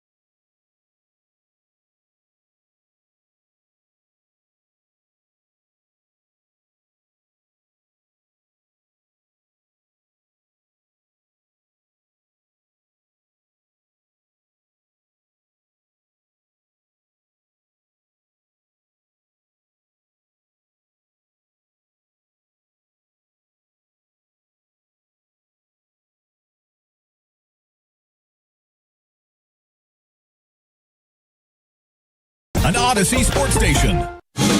Driven by our D&M Leasing Studios, it's the KNC Masterpiece on 105.3 The Fan. KNC Masterpiece right here on 105.3 The Fan, where the Rangers did sign Jared Kalenic to a minor league deal, but that does not feel as important right now as the monster trade of Myles Garrett to the Rams. Somebody texted in, do you think there's any chance that the Browns tried to get Ty Simpson in that trade instead of Jared Verse? They're like, we need more quarterbacks. But you know what? Here's the thing. Here's this whole grand world of things. The Browns are like, we'll give you more stuff if you add Ty Simpson into this. And Sean McVay's like, you guys didn't trade Ty Simpson? He's just furious at the press conference. He's like, look, guys, it's great that we have Myles. Right. But this is Matt's team. You know, like that would be the fun part of no, I don't think that happened. And it looks like the Browns are going to eat about $15.5 million of dead money this year and $25.5 million of dead money next year. Okay, but that's not like you're not eating money for the other team in the trade, like in baseball. Like that's a different thing. Oh yeah, right? no, some of that money will come off in terms of how it's structured and stuff. So the Rams will be paying him a bit less than like what you would have thought his contract would be. But when the Cowboys have done that too, then yeah, you just need the picks to be able to do it. Exactly, or the players, or whatever. And then, yeah, but I mean, you've seen teams now eat 80 to 90 million, so this is not so bad for the Browns. From the 817, you guys quit on YouTube. I have not heard you guys mention anything about it. I don't think so. I just think I love the Odyssey app so much. And you should definitely download that. Yeah. Have that connected to your phone at all times so that you can Tolo wherever you go. And I think that's a great place to start. Is where if you can't listen on terrestrial radio, the Odyssey app is my number one place to go. Did you also see the Dallas Cowboys PR won the Pete Rozelle Award for the PR staff that exhibits the most professionalism with local reporters? The Cowboys staff, obviously, that feels like every year has huge headlines for the Cowboys. Good job. From the 405, what all was traded back in the trade? We don't have the complete trade yet. As Alec pointed out moments ago, still being finalized. Jared Verse in a first is what we know, and other draft compensation is what we keep seeing too. So once we know all that, then we can really go lambast the Cowboys for not doing enough, right? Is that what we would wait for? Like if it comes out, could have done this for a first and a second, or what if it's like a 4th round pick in 2028? Are you going to be like, what in the actual hell? I also do say Tolo go. I mean, go ahead and Tolo go all you like during the midday show. Who could the Cowboys have given up that's equivalent to Verse along with their 1st round pick? You could have not traded for Quinnen Williams and just done that. But you already did it. And that's another conversation, right? Like, was Myles available then? Right. And they really had the strong consideration that up the middle was where they needed to be the most effective. Now your defense looks a lot different as the base is the 3-4, even though the 3-4 isn't the base. Right. So you do look like a bit of a different defense right now, but I will get to that part of that conversation with where we are with the Cowboys right now. But, Kevin, a couple of things I was questioning, because a trade like this does have a ripple effect in a lot of different ways. Absolutely. Number one, Pete Prisco hops onto CBS HQ with our friend Haley Sutton, who's over there, and says that the Cleveland Browns should keep an eye on Texas quarterback Arch Manning after this trade. Is that not like I mean, that makes a lot of sense. The de facto thing is they're going to use these picks in order to go get the Dante Moore or whoever you think the quarterback is. Because really what they need right now is more quarterbacks. Well, one quarterback that can play well. I mean, they have Deshaun Watson. He's played well in the past. They have Shedeur Sanders. Pro Bowler. Dylan Gabriel. Alec hates him. And then they had that other guy they just drafted who's like the fastest quarterback, and he's like, I bring something to this room that nobody else does. And Joe Flacco could be there at any point. I mean, that's a great point. And also, after this year, Deshaun Watson is out of contract, and they owe $86 million on the cap for his money. Mm-hmm. So, by the way, just real quick, let's put all these numbers together. In the next 2 years, Deshaun Watson, who won't be on the team, and Myles Garrett, who's not on the team, will cost them about $126 million on their cap. good work. But if you have Arch, then you don't have to worry about that because now you're in the window of the rookie quarterback contract. You're not tanking. You just don't have any salary cap space left. Mm-hmm. Dude, you're doing your best. They have probably ruined so many quarterbacks' lives just by being the franchise that they have been. Don't you automatically assume that if Arch has to go there, he won't be great because he'll get sucked into the Cleveland vortex? Yeah, absolutely. I could see that. And, I mean, I will also add this. Doesn't he kind of need to prove that he's the number one worthy pick overall anyway? Oh, yeah. Like, I don't think there's a de facto one for that yet, even though his name's the biggest. Well, sure, because he was going to be one going into this draft, and then you're like, you probably should stay. Probably take another year. And he's like, good, I didn't want to go to that team anyway. And now, he didn't want, I don't want to go to the Raiders. I want to go to the Cowboys. Could you see Arch going back to school again? You're like, I don't want to be a Brown. And the Browns are like, screw that. We're going to trade somebody else. We're going to trade Jared Verse, get another first-round pick for next year. Arch is out of eligibility, and he has to go. This could be the UFL's opening. They sign Arch Manning because he's like, I do not want to play for Cleveland. No way. They keep tanking for me, and I don't want to be there. That would be awesome. But the other ripple effect on this is how much does this change the AFC North? Like, how much of an impact does Myles Garrett have on what the AFC North? Does this bump up the Steelers, Ravens, or Bengals all? Or does it bump up each of them? Who now becomes the favorite in that division? Is there a person or a team because of him specifically? I don't think so. I think his difference for the divisional favorite is negligible because Cleveland was going to have a crappy team either way. But it could help out extra teams making the playoffs from that division, right? Because like maybe you thought, because you're all going to have to play Cleveland twice, and maybe you think now it's an even easier game. That I'm not saying you're guaranteed to go 0-6 against that division, but it feels like you're creeping a little closer, and last year you were 2-4. So if, let's say you lose one more, who's that one win going to go to? Is it going to go to Cincinnati, Baltimore, or Pittsburgh, and could one of those teams need that one win to get into the playoffs? Yeah, for sure. So I could see that. Or maybe that one win to be the division winner, too. Like those two, yeah. I think this definitely shakes it up, unless the Browns are better without Myles Garrett, which I just don't. I don't. Better long term because of the money. I could kind of on the field. Yeah, I don't. On the field this year, they aren't. I don't see how. Yeah, that's the case. I was going to have an overreaction or reality question about Myles Garrett, but it was going to be about how many sacks he can get. So I guess that will stand. He can still get lots of sacks. But it'd just be somewhere else. How many do you think he can get? 28? Well, you know what? Let's do that tomorrow. Okay. Overreaction or reality if we do it tomorrow. Because I'll probably say not 28. But I don't get to answer these statements. 29? Sure. 28 and a half. I was probably going to say 20. Oh, that's not as much. Man, I like the idea that a 20-sack season would be a disappointment. When you set the bar that high. Good point. So I guess this is where everything had kind of stalled after the draft for the Cowboys. You had your rookie mini camps, and you were excited about Caleb Downs, and Caleb Downs is the player you want him to be. Sure. I did see somebody, I think it was last week, Kevin, they were like, we pump the brakes on this kid first, though, like... Fair. We know what we saw on his college tape. We know what the player that we scouted him to be.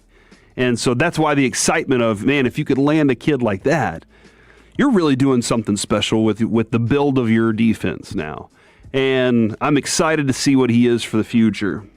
But we have been asking the questions about, are the Cowboys done on all sides of all facets of this thing? Steven will tell you. 24 hours a day. Yeah. 365 days a year. Yeah. We are making sure we are acquiring and looking for talent. Yeah, so I hear. For some teams, that means Myles Garrett. For teams like the Cowboys, it means picking up the SMU receiver who didn't get picked up by the Dolphins as an undrafted free agent. And you're right. I mean, we were just discussing this. The Rams' philosophy is we didn't draft the big stars, but that doesn't mean we don't use the draft picks to get big stars. Right.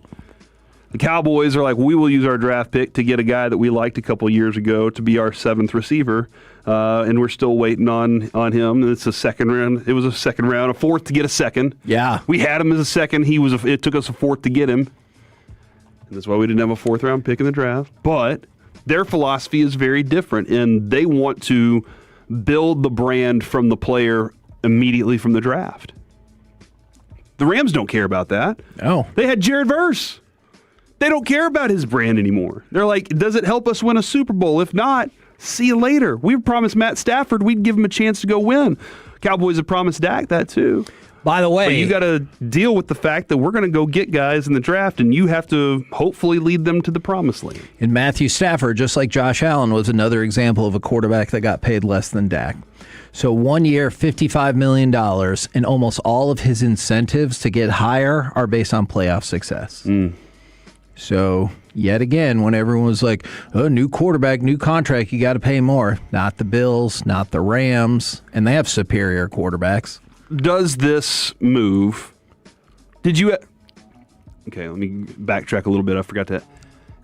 Every year, we would have why don't you just go trade for Myles Garrett conversation. Right. That's gone now. Right. You're never getting Myles Garrett from the Rams. Never going to happen. Oh, I do think you are. In 6 years. When he's done. $1.9 million or whatever. Does this move, A, incentivize the Cowboys to do anything? I think the answer is no. B, does it incentivize you to demand that you want something more done after this offseason? Or are you content with we're building a defense here? Yeah, I think it's that one. So this might... Are you content with that? You said that one? Yeah. Because you're residing to the fact of it? Because this might be a fringy opinion, but I'm going to say it again. Why in the world would the Cowboys be in on this move? So you think they're legit Super Bowl contenders if they trade for Myles Garrett? I'm not saying you. I'm just like it's an abstract concept. We're all excited about our draft picks, about our new DC. You haven't seen any of this on the field yet. And so what if your defense becomes unbelievably better and now they're 19th in the league? Mm-hmm. Is that good enough with the offense? I don't know about that. Maybe it is, maybe it's not. But the Rams can do it because they've positioned themselves for that. The Cowboys can't and shouldn't because they're not in position for that. Yeah, in my mind, it's look at this team. If you have Quinnen Williams and Myles Garrett across that front. And I know it would have probably taken the ability to go to get a Caleb Downs. Actually, we had the conversation. They did call the Browns and make the offer to them to move up to make some moves happen there. But it wasn't for this specifically. But you add Caleb Downs, you have Myles Garrett, you have that play, you have Quinnen Williams on that front. I could start dreaming about this year immediately. I look around and I'm like, is there another? I can't say that a Max Crosby move makes me have that dream immediately. Even at a discounted price, which, as we discussed, depending on the rest of the compensation, feels like that would be the case. I can't say that I'm like, oh man, there's something else. I'm sure there's another player out there that I could get very excited about for. But right now, I just look at what the Cowboys have done and I'm like, this was the plan all along. They're not moving off of it. And I can't look back at this trade and go, dadgummit, why didn't they do that? Because that's not what they do. They're not that kind of franchise. They're not that kind of front office. It doesn't work that way for them. Yeah, I don't know what's going to happen next, but I always default to Dak Prescott is good, but I do not think this front office is good at managing the salary cap. And there's part of me that thinks you just are going to have to wait it out until Dak's not here and hope you hit lightning in a bottle with a rookie quarterback that will give you a salary cap advantage. Just because I don't think our front office is good enough at this. Love to be wrong. Last thing real quick, and I got a couple of other things for tomorrow. I get especially teeth regrowing. But what? Yeah, Matt Rife is a comedian, Kevin. And he put Ramondre Stevenson on the ground in a celebrity softball game, ran right through, tackled him at second base, laid him down, and almost put him on the IR for the season. My question to you is, if you're a comedian actor and you do that to a player will you immediately become a villain in that city from there on? 100%. Immediately? 100%. But don't you love that if you're a comedian? Because now every time you go to that town, you get to change your set just a little bit. Oh, so you'll have and be the heel because you know they're coming after you, and you're like, okay, good. I got other jokes for you guys. Yeah. And then it becomes that back and forth. Like, comedians are built for that stuff, dude. They're like, come bring it on. I do this for a living. From the 972, oh man, I completely forgot the Rams made that McDuffie move too. Yeah. Yeah, the McDuffie move, like that's actual all-in. They right? they have a guy who was the MVP at quarterback this year, and they said not good enough to win the Super Bowl. Let's go get more. Yeah, because we believe that guy has at least one more year left in it. And by the way, from the 361, go get Max Crosby and Jordan Brooks or Fred Warner. Let's make this very clear. 100% you could make that happen right now if you were the Cowboys. 100% you could. But is there any part of you that think they will? We like our guys. Yeah, well, how's that usually Some of work those guys could be progress stoppers. Yeah, I guess for those 2 years that you're just really good. And you're like, man, we progress stopped these guys. Oh, we were going to an NFC championship game finally. That's the C block, ladies and gentlemen. We're the KNC masterpiece right here. There's more. On 105.3 The Fan. Coming up next, it's time for the NBA and NHL playoff super segment right here on The Fan. Tolo means turn it on and leave it on.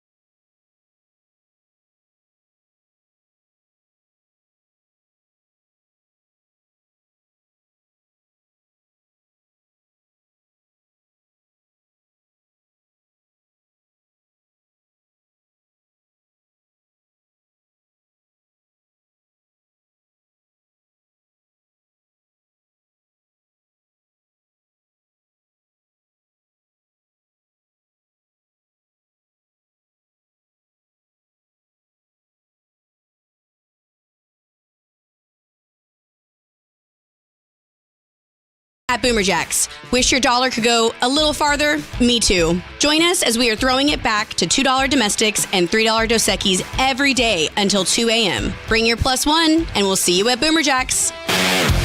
This segment of the KNC Masterpiece is brought to you by the personal injury lawyers Frankel & Frankel. If you've been injured in a car or truck wreck, call Frankel first, 214 or 817-333-3333. With Frankel & Frankel, there's never an out-of-pocket cost. They only get paid when you win. Frankel & Frankel, the go-to car and truck wreck attorneys in Dallas. Jan Penny misses the three. Harper cleans up. And Mark Daigneault takes his final timeout with 4:26 to go. KNC Masterpiece right here on 105.3 The Fan, where euphoria is over, and so could the runs of every team not named the Rams in the NFL this season. We'll find out about that. But the trade's official. Jared Verse and a 2027 first-round pick, 2028 second-round pick, and 2029 third-round pick for Myles Garrett. What do you think now that you hear the ancillary parts of that trade? Hell of a deal. I mean, like that's the Rams. That's a smart move on their part to go get what they think is a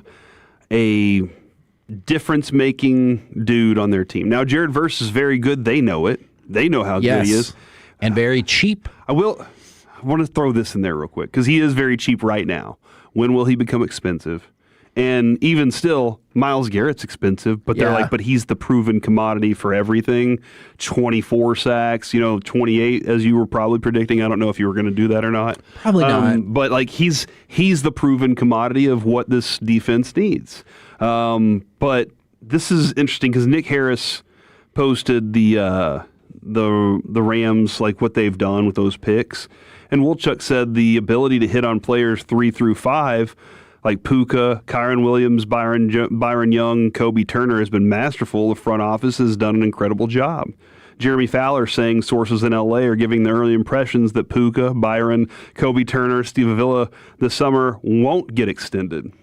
So if you're one of those guys that they drafted with those picks, don't look forward to getting a big contract for the Rams because their money is going to be spent there. But while you're playing for the Rams, you're playing an awesome offense. You're playing on a good team. You're in contention for it all. You're just probably going to get paid somewhere else. And that's the issue that you run into with the Cowboys that can be so maddening is every single year they're planning for 3 years ahead sometimes it feels like at the expense of the current season, right? Or the current couple of seasons. Yeah, but as far as the deal goes, that's reasonable compensation. Yeah. If the Cowboys had tried to make this deal, a player like Ezeraku doesn't not as good, do enough, and so you're probably going to have to add another first in there in addition to maybe a second.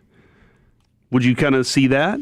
What if I told you it was going to take a first, a second, and Tyler Smith? Ooh. I know it's opposite end of the ball, but you have no defensive player. Yeah, you're just thinking of really good players. You're not ready there yet. Well, and plus it's a little different because the hook... You're basically swapping the position kind of with them. And the hook for Verse is he doesn't make any money, right? And so, like... Who would you have thought of before he started getting hurt again? Deron Bland wouldn't have worked because he's already getting paid. Tyler Smith wouldn't have worked because he's already getting paid. Tyler Booker, you didn't see enough in that rookie year to make it happen. Yeah, Overshown is somebody who, like, we all could have had dreams about that. But do the Cowboys have any good young players who haven't gotten paid yet? Yeah, and this also comes down to this too. Myles Garrett didn't want to be there and had told the Browns, I do not want to be here anymore. And the Browns started to feel like the pressure of, we're going to have to move from this player because he's the only good dude we got. Right. And if he starts to sour, we're in another bigger problem. Man, what about Pickens? Yeah, but he's getting paid. That's my point. Who are the good young players on the Cowboys who haven't gotten paid? Yeah, because that's got to be part of the appeal. Booker. Booker's fair, But, like, that's part of the appeal for the Browns in this trade is Verse makes, what do we just say, a total of $9 million over the next 2 years? Yeah. So Pickens immediately is almost $20 million over that for 1 year. And you were scrambling to try and put together something defensively last year with, spare parts you found from the designer bin at the Goodwill. Yeah. It is an alarming trend, and one that, like, we kind of talked about with the Mavericks when they were like, oh, now they can trade back for Luka. And you're like, for what? Who are your super young players, obviously besides Flagg, that haven't gotten paid? Same thing for the Cowboys. Who are their awesome young players who haven't gotten paid? Not enough. Exactly. Yeah. Our friend Trevor Sikkema, who was a fantastic interview, said, what this all tells me is that Ty Simpson's eventually going to be traded for Joe Burrow. And that's how the Rams are just going to be like, you know what? They'll figure out a way to get Max Crosby. We had ourselves Matt Stafford. Why not go to Cincinnati and get Burrow? Do you think that the Browns are excited because it gives them 3 more chances to draft another quarterback? Yes, I do. There's like, how many picks Me too. can we spend on the quarterback before we get it right? We got to hit on one of these guys. Never give them enough time to get good. Never build around them to be good. Don't give them the actual, receivers to go be good quarterbacks, and don't give them the coaching that's going to lead them to that area. Just be a team, and then use every single pick you get, which is kind of the opposite of the Cowboys. They're like, look, we got a quarterback. We're just going to forget about all the other stuff most of the time. Okay. But this year is going to be different, Kevin. Somebody just brought this up. Side question. Does this make the Cowboys look like good negotiators for their Micah deal? Well, you still don't have a pass rusher. They at least got a pass rusher back. True. So you got Kenny Clark and 2 firsts. And used one to get Quinnen. True. I'm not going to factor that in for now. All right. And then the Browns traded the superior player, and they got a 1st, 2nd, and 3rd in Jared Verse. Because if it's a push value-wise, then I think advantage Cowboys because they traded the worst player. Okay, yeah, that makes sense. The better player being Myles Garrett. Yeah, that makes sense. They traded, the Cowboys traded the lower end comparatively. Right. And the Packers still had to pay him. Got something that's similar reasonably when in compensation for it. Would you say the package that the Browns got back is very similar to what the Cowboys got back ultimately? I think so. Obviously, it's different, but I think that's similar. Yeah. How much does that push how much would you push the point spread for that game at the Rams? With the Cowboys? Yeah. What was it before? 5.5. I think it's already gone up a point. I don't know, dude. Dak's pretty good at getting away from Myles Garrett. Oh, okay. And Micah. Oh, remember that game? Yes, I do. How did Micah do against the Cowboys? He had that one fake sack. There you go. Other than that, Dak was like, I'm getting rid of this thing early. I remember Dak was like, what? That's not a sack. And we all agreed. Yeah, and I was like, oh, fair. All right. So a truncated version. We'll pick it back up tomorrow on the NBA and NHL playoff super segment. Obviously, on Friday, Canada was eliminated because that's what Canada does in the Stanley Cup playoffs. The Montreal Canadiens, they were eliminated. That means we'll now go into 2027 season with Canada having not won a Stanley Cup in the last 34 years. Is it fitting that 34th year is a team that's actually named Canadians? Yes. And they were the last ones to win. Yeah, they were the last ones to win. They were the ones that were going to break everything. And Kevin, as we said, that first game for the Hurricanes, I was a little concerned. Right. Because it was very difficult. And then from there on, they were like, okay, we woke up. We're back, guys. Don't worry about it. And they turned that thing on. And I did like the signs from the Hurricanes fans that said no Canada. Yes. Because they get it. That's good trolling. So they go into the Stanley Cup final with the best record ever since 1987 when the playoffs got expanded to 7 games every round. Other teams, the 88 Oilers, they were 12-2 going into the final. They won the Cup in 4 games. The Kings in 2012, they were also 12-2. They won the Cup in 6 games. The Panthers, Hurricanes are 12-1. So they have the best record going into the Stanley Cup final of any playoff team. No team has ever had this record going into the final. Not since they expanded it out in 87. Wow. And so they are either going to be the best ever or they choked it away. Well, yeah, because that Oilers team won 4 straight, so they finished 16-2. Yeah. So Carolina's still got its work cut out for you, but I'll give you some more stats tomorrow that kind of show that it's possible this could be a beatdown for Carolina. Carolina's going to get beat down? No, Carolina is going to do the beating down. All right. That's fine. I always like to see Vegas get beat down. Indeed. Now let's go ahead and give me cut number 10. Let's get another one of those highlights in for the San Antonio Spurs getting work done. Holmgren can't get the board.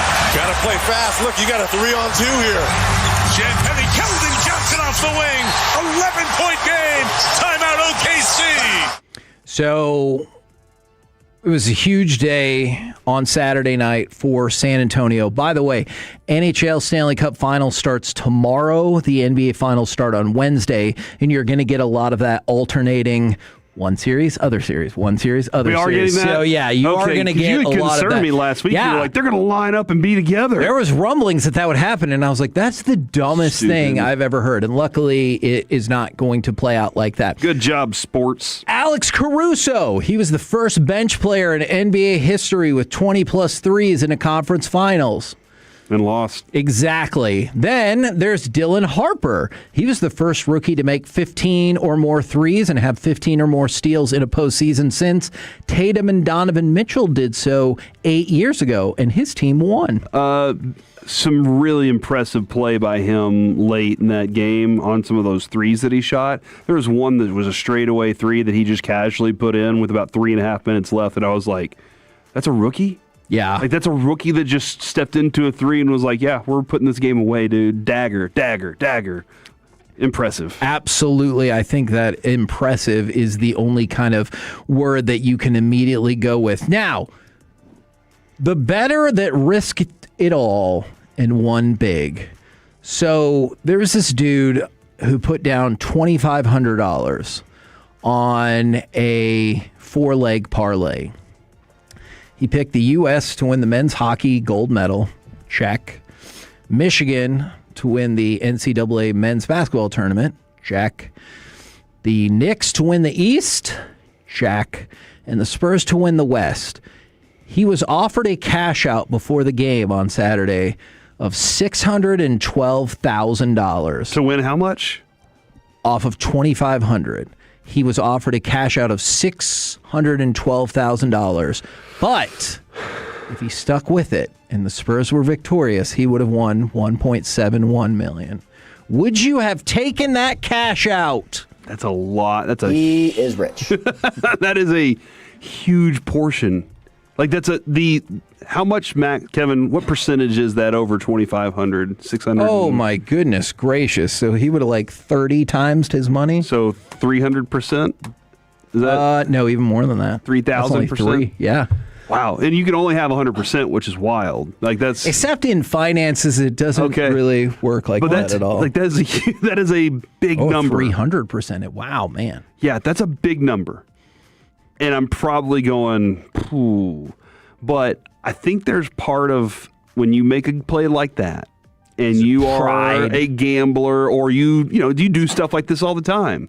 There's this factor of dude, I have the confidence that this is happening. I can predict the future. You start to believe stuff like that, and that payout's big. So good on him, dude, for sticking with it. Man, he won the $1.71 million. How much more money did he need, though? He got what, $900,000 more? That's it. It's $1.1 million more, but also I wonder if you have $2,500 to just drop on a parlay, you probably have all the money. Don't you usually drop $1 or $2 on a parlay? So if you've got all that money, $1 could turn into 50. Yeah, $2,500 was probably his version of $1.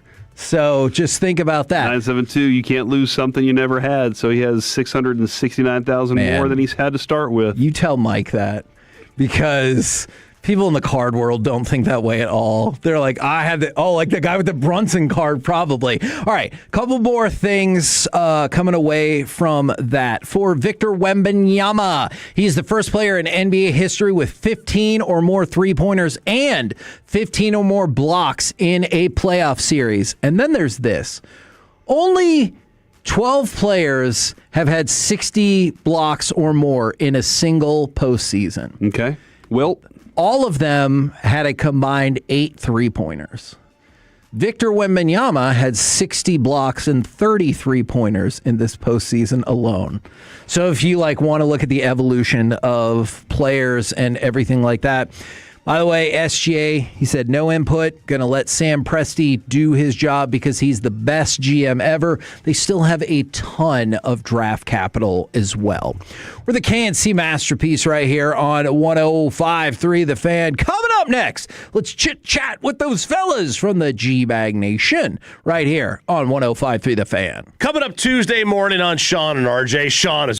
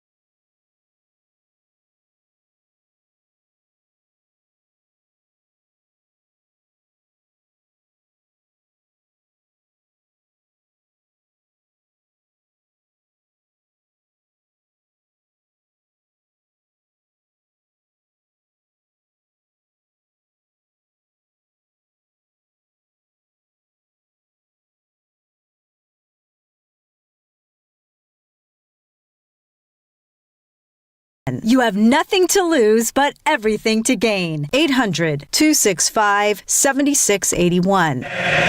Thanks for making the Fan DFW's #1 rated sports station so far in 2026. To those of you that TOLO, which means turn it on and leave it on the Fan, you're appreciated. This segment is brought to you by Classic Chevrolet. If you're in the market to upgrade your vehicle, get to Classic Chevrolet in Grapevine. The #1 Chevy dealership in the world 3 years straight. They've got more new Chevys than anyone, all priced to sell. Visit ClassicChevrolet.com. This is Texas. This is Classic Chevrolet. Together, let's drive. Based on new Chevy registrations 2023 through 2025. KNC Masterpiece right here on 105.3 The Fan. Are the Cowboys looking to make their own move after the blockbuster trade today? By the way, Myles Garrett to the Rams drops their Super Bowl odds from 15-2, so that's 7.5-1, to 6-1.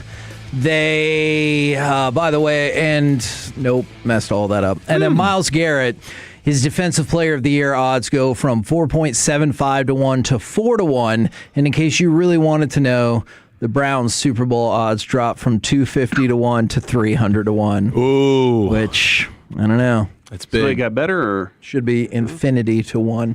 Right now, courtesy of D&M Leasing, it is time for our chit chat with the fellas from the G-Bag Nation. Gentlemen, how is ya? Pretty dang good, Hagee. How are you? I am doing well. Thank you for asking. Myles Garrett's over-under on sacks went from 14 to 15.5 with the Rams. What did you think of the move? And do you really believe that the Cowboys could be in on Josh Sweat?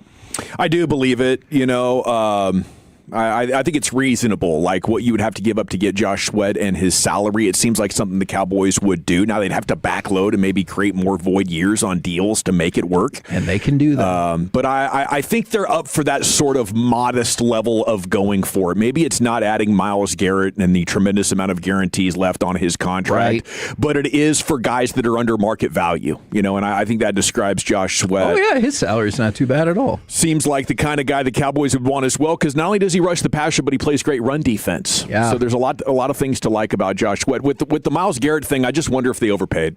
I guess it's a 1, 2, and a 3 and verse. Yep. I mean, you could argue that just in a vacuum, Jared Verse and those draft picks are worth significantly more than Myles Garrett, is he over 30 now? Do you think? Ooh, yeah, I think so. He is. Do you think the Rams' perspective is going to be, hey, this is going to be the last or next to last pick in two of those drafts? Yeah, they got it. They know it. They know the most important thing is getting the best team in football. Right. Not managing it year to year and, we're losing a little bit of value here, guys. We're making the best team in football. We're adding a Myles Garrett. We're going to steamroll if, guys stay healthy. The work they've already done on the back end? Oh, yeah. Oh, my With God. McDuffie and, it's Watson. It's weird. Yeah, it's weird when you think about that as, like, the next move. Hey, we got Trent McDuffie. Oh, yeah, that's pretty good. But what about do they have right now, all things being equal, the best team in football to you? And I think the sports books, confirm that. Yeah. Even before the Myles Garrett trade, it's been like, the Seahawks won the Super Bowl, but we know the Rams are really the best team. Interesting. What do you think about the return versus Micah? Does it feel about equivalent? 2 1s and Kenny Clark for a 1, a 2 years away, a 3 years away, and Verse. I mean, I think the compensation for Garrett is more. I mean, Jared Verse is a premium player right now, much more so than Kenny Clark is. I agree. And then a 1, 2, and a 3. I think that ultimately, because I look at Jared Verse like that's a first-round player. Like that's basically 2 first-round picks plus a 2 and a 3. Okay. When taking that part of the conversation, though, the Browns did pay Myles and still do have the dead money. Yeah. Micah did not that's get true. that, and you don't have that as well. Because you're looking... the Packers had to give him the deal. Yeah, and the Browns have to eat about $40 million in dead money. But then again, they're going to do that once Deshaun's contract is done. So what did they... And then inevitably pay Verse. Yeah. Yeah, that's at some point. Yeah. He's still. How long before he's like, all right, now I demand this. Yeah, because that does go back to four? what Dawson just said about we're not worried about the value for the Rams as far as No, that they don't goes. care. Yeah. Because Stafford might play for 2 more years, so why not load it all up, go all in for those next 2 years, For sure. actually go all in and try to win another Super Bowl, or who knows? Well, and you drafted Ty Simpson to be the next quarterback. Like, you're not like emptied to feel like, oh, we got to go use a bunch of picks to go get that guy. Or you eventually trade him to get Joe Burrow whenever Matt Stafford retires. I like that. Why do you want to keep a guy around that you're not really wanting anyway? Burrow would be fired up about that. Last time you said Flacco, Oh, yeah. which is why I was like, huh? I said Flacco, yeah, Burrow. Did you kind of wish that the Browns would have traded for Ty Simpson too, because they needed more quarterbacks? He just threw in the deal. Like a 7th quarterback in the room. I do like what you said amazing. about Leslie just making this right with Sean McVay. But I mean, there's been some people out there that have reported that this has been kind of a done deal now for a while. Like Chris Caney had thrown out last week that he had heard that Myles Garrett was going to get traded and he wouldn't be there for mini camps and OTAs. Was there a specific reason they would have waited until today? I don't know. The June 1st. June 1. Yeah. It's and hopefully the Cowboys are participating in this. But it's just a way of managing the cap, because a third of the cap hit now goes for this year and 2/3 of it next year, so it makes you more flexible. Yeah. No, I agree with that. So to go along with all of that, I know we talked about Sweat. Is that like your primary focus right now? Are you still thinking about Brooks? Do you think that has already passed? Would signing somebody like Wagner do anything for you? You know, I think in the spirit of the Rams, like what I'm going to say today and moving forward is go get both of them, Steve. You know, okay, so 24/7. The Eagles, the Rams, the Niners, and the Buccaneers have taken turns over the last 9 years building teams way better than anything else in the NFC. You know, and the Cowboys want to live in this world where they pretend all we have to do is win the NFC East and then go on a run like it's baseball, like you're the Rangers. And it drives me crazy. So, you know, I think Sweat or Brooks could make you so much better right now. But if you get both of them, then we could have a conversation that maybe their roster is better than the Rams. Oh, how fun would that be? How fun would that be, instead of going, yeah, but in 3 years we might be up against the cap, and instead just go, okay, you know what? You essentially have Dak for 3 more years, realistically 2 more before you get out of it. Let's go for it in the Give next them 2 2 strong years of Yeah, being able to compete, actually compete for that championship game. Not necessarily the Super Bowl, but the conference championship. I mean, because if You're not getting there like this right now. But if this year it ended up like some magical way, they make those moves, and it was the Cowboys and the Rams, if you didn't win, you'd be disappointed. But don't you think Cowboys Nation would be like, holy crap, we did it? Heck yeah. Yeah, at least they would say, hey, our guys were in the fight. You know, it didn't work out. And maybe, you know, if it doesn't work out, then we would say it didn't work out. But by God, the Jones boys actually realized that you have to aggressively pursue the Super Bowl instead of trying to sneak into the playoffs. And I think that would be a huge adjustment, whether that's for Dak or the next quarterback. That's a lesson Steven has to learn. Yeah, because Corey, when we were joking around about this, when you were like, well, the Cowboys will never get Myles Garrett. And I said, sure they will in 6 years when he costs $1.7 million or whatever. Well, what about them being Terry so... Poe, Gerald McCoy. Like they were in on Crosby. Would you go back to that? And is the price lower now? Oh, it definitely should be lower. Yeah. Do you pick up the 100%. phone? I'm always going to try and be aggressive and pick up the phone. I kind of hate that. I mean, they know more than I do when it comes to making deals, but like to sit on your hands and wait for somebody to call me, I feel like is kind of foolish. Sounds like Les Snead kept picking the phone up. Yeah. He kept saying, hey, get in bed with me, right? Come on, let's go. Let's make this happen. And I don't believe they would have got Crosby and Rashawn Gary and Jalen Thompson. Yeah, okay, When Wolchuk said that, it opens up the possibility that if they want to prove me wrong, it's there for the taking. Yeah. You know? Go do it all. What do you guys got coming up on the program today? Pure Gold, as always, thanks for asking. It is a Monday, so we'll have Cy Young on at 4:20. Awesome. I look forward to your Chris Martin question. Roll home with the G-Bag Nation. We've been the KNC Masterpiece. Make your way back with us tomorrow, 10 a.m. to 2 p.m. right here on 105.3 The Fan. Hey, why is he still even pitching, Kevin? That is the question. The more time you give,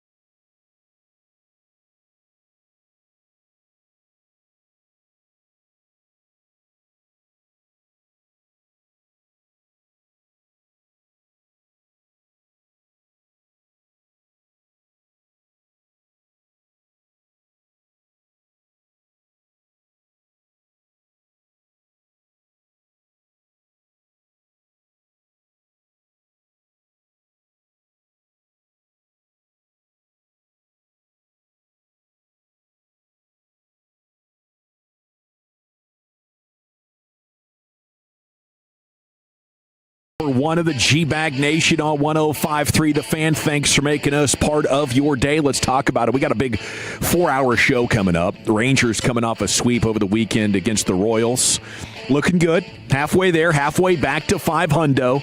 Series with the Cards coming up with the pregame at 6 o'clock right here on your home of the Rangers. General at your service at ease. Broadus has the day off. Send that man some love on social at Crown Global Media. Let him know he's missed. Lucius Alexander's in the Pin Cup Master Control here, 75 and 635. The Lakeside Studios fixing to go for Flawless. Yeah, Wolchuk and Chiafalo.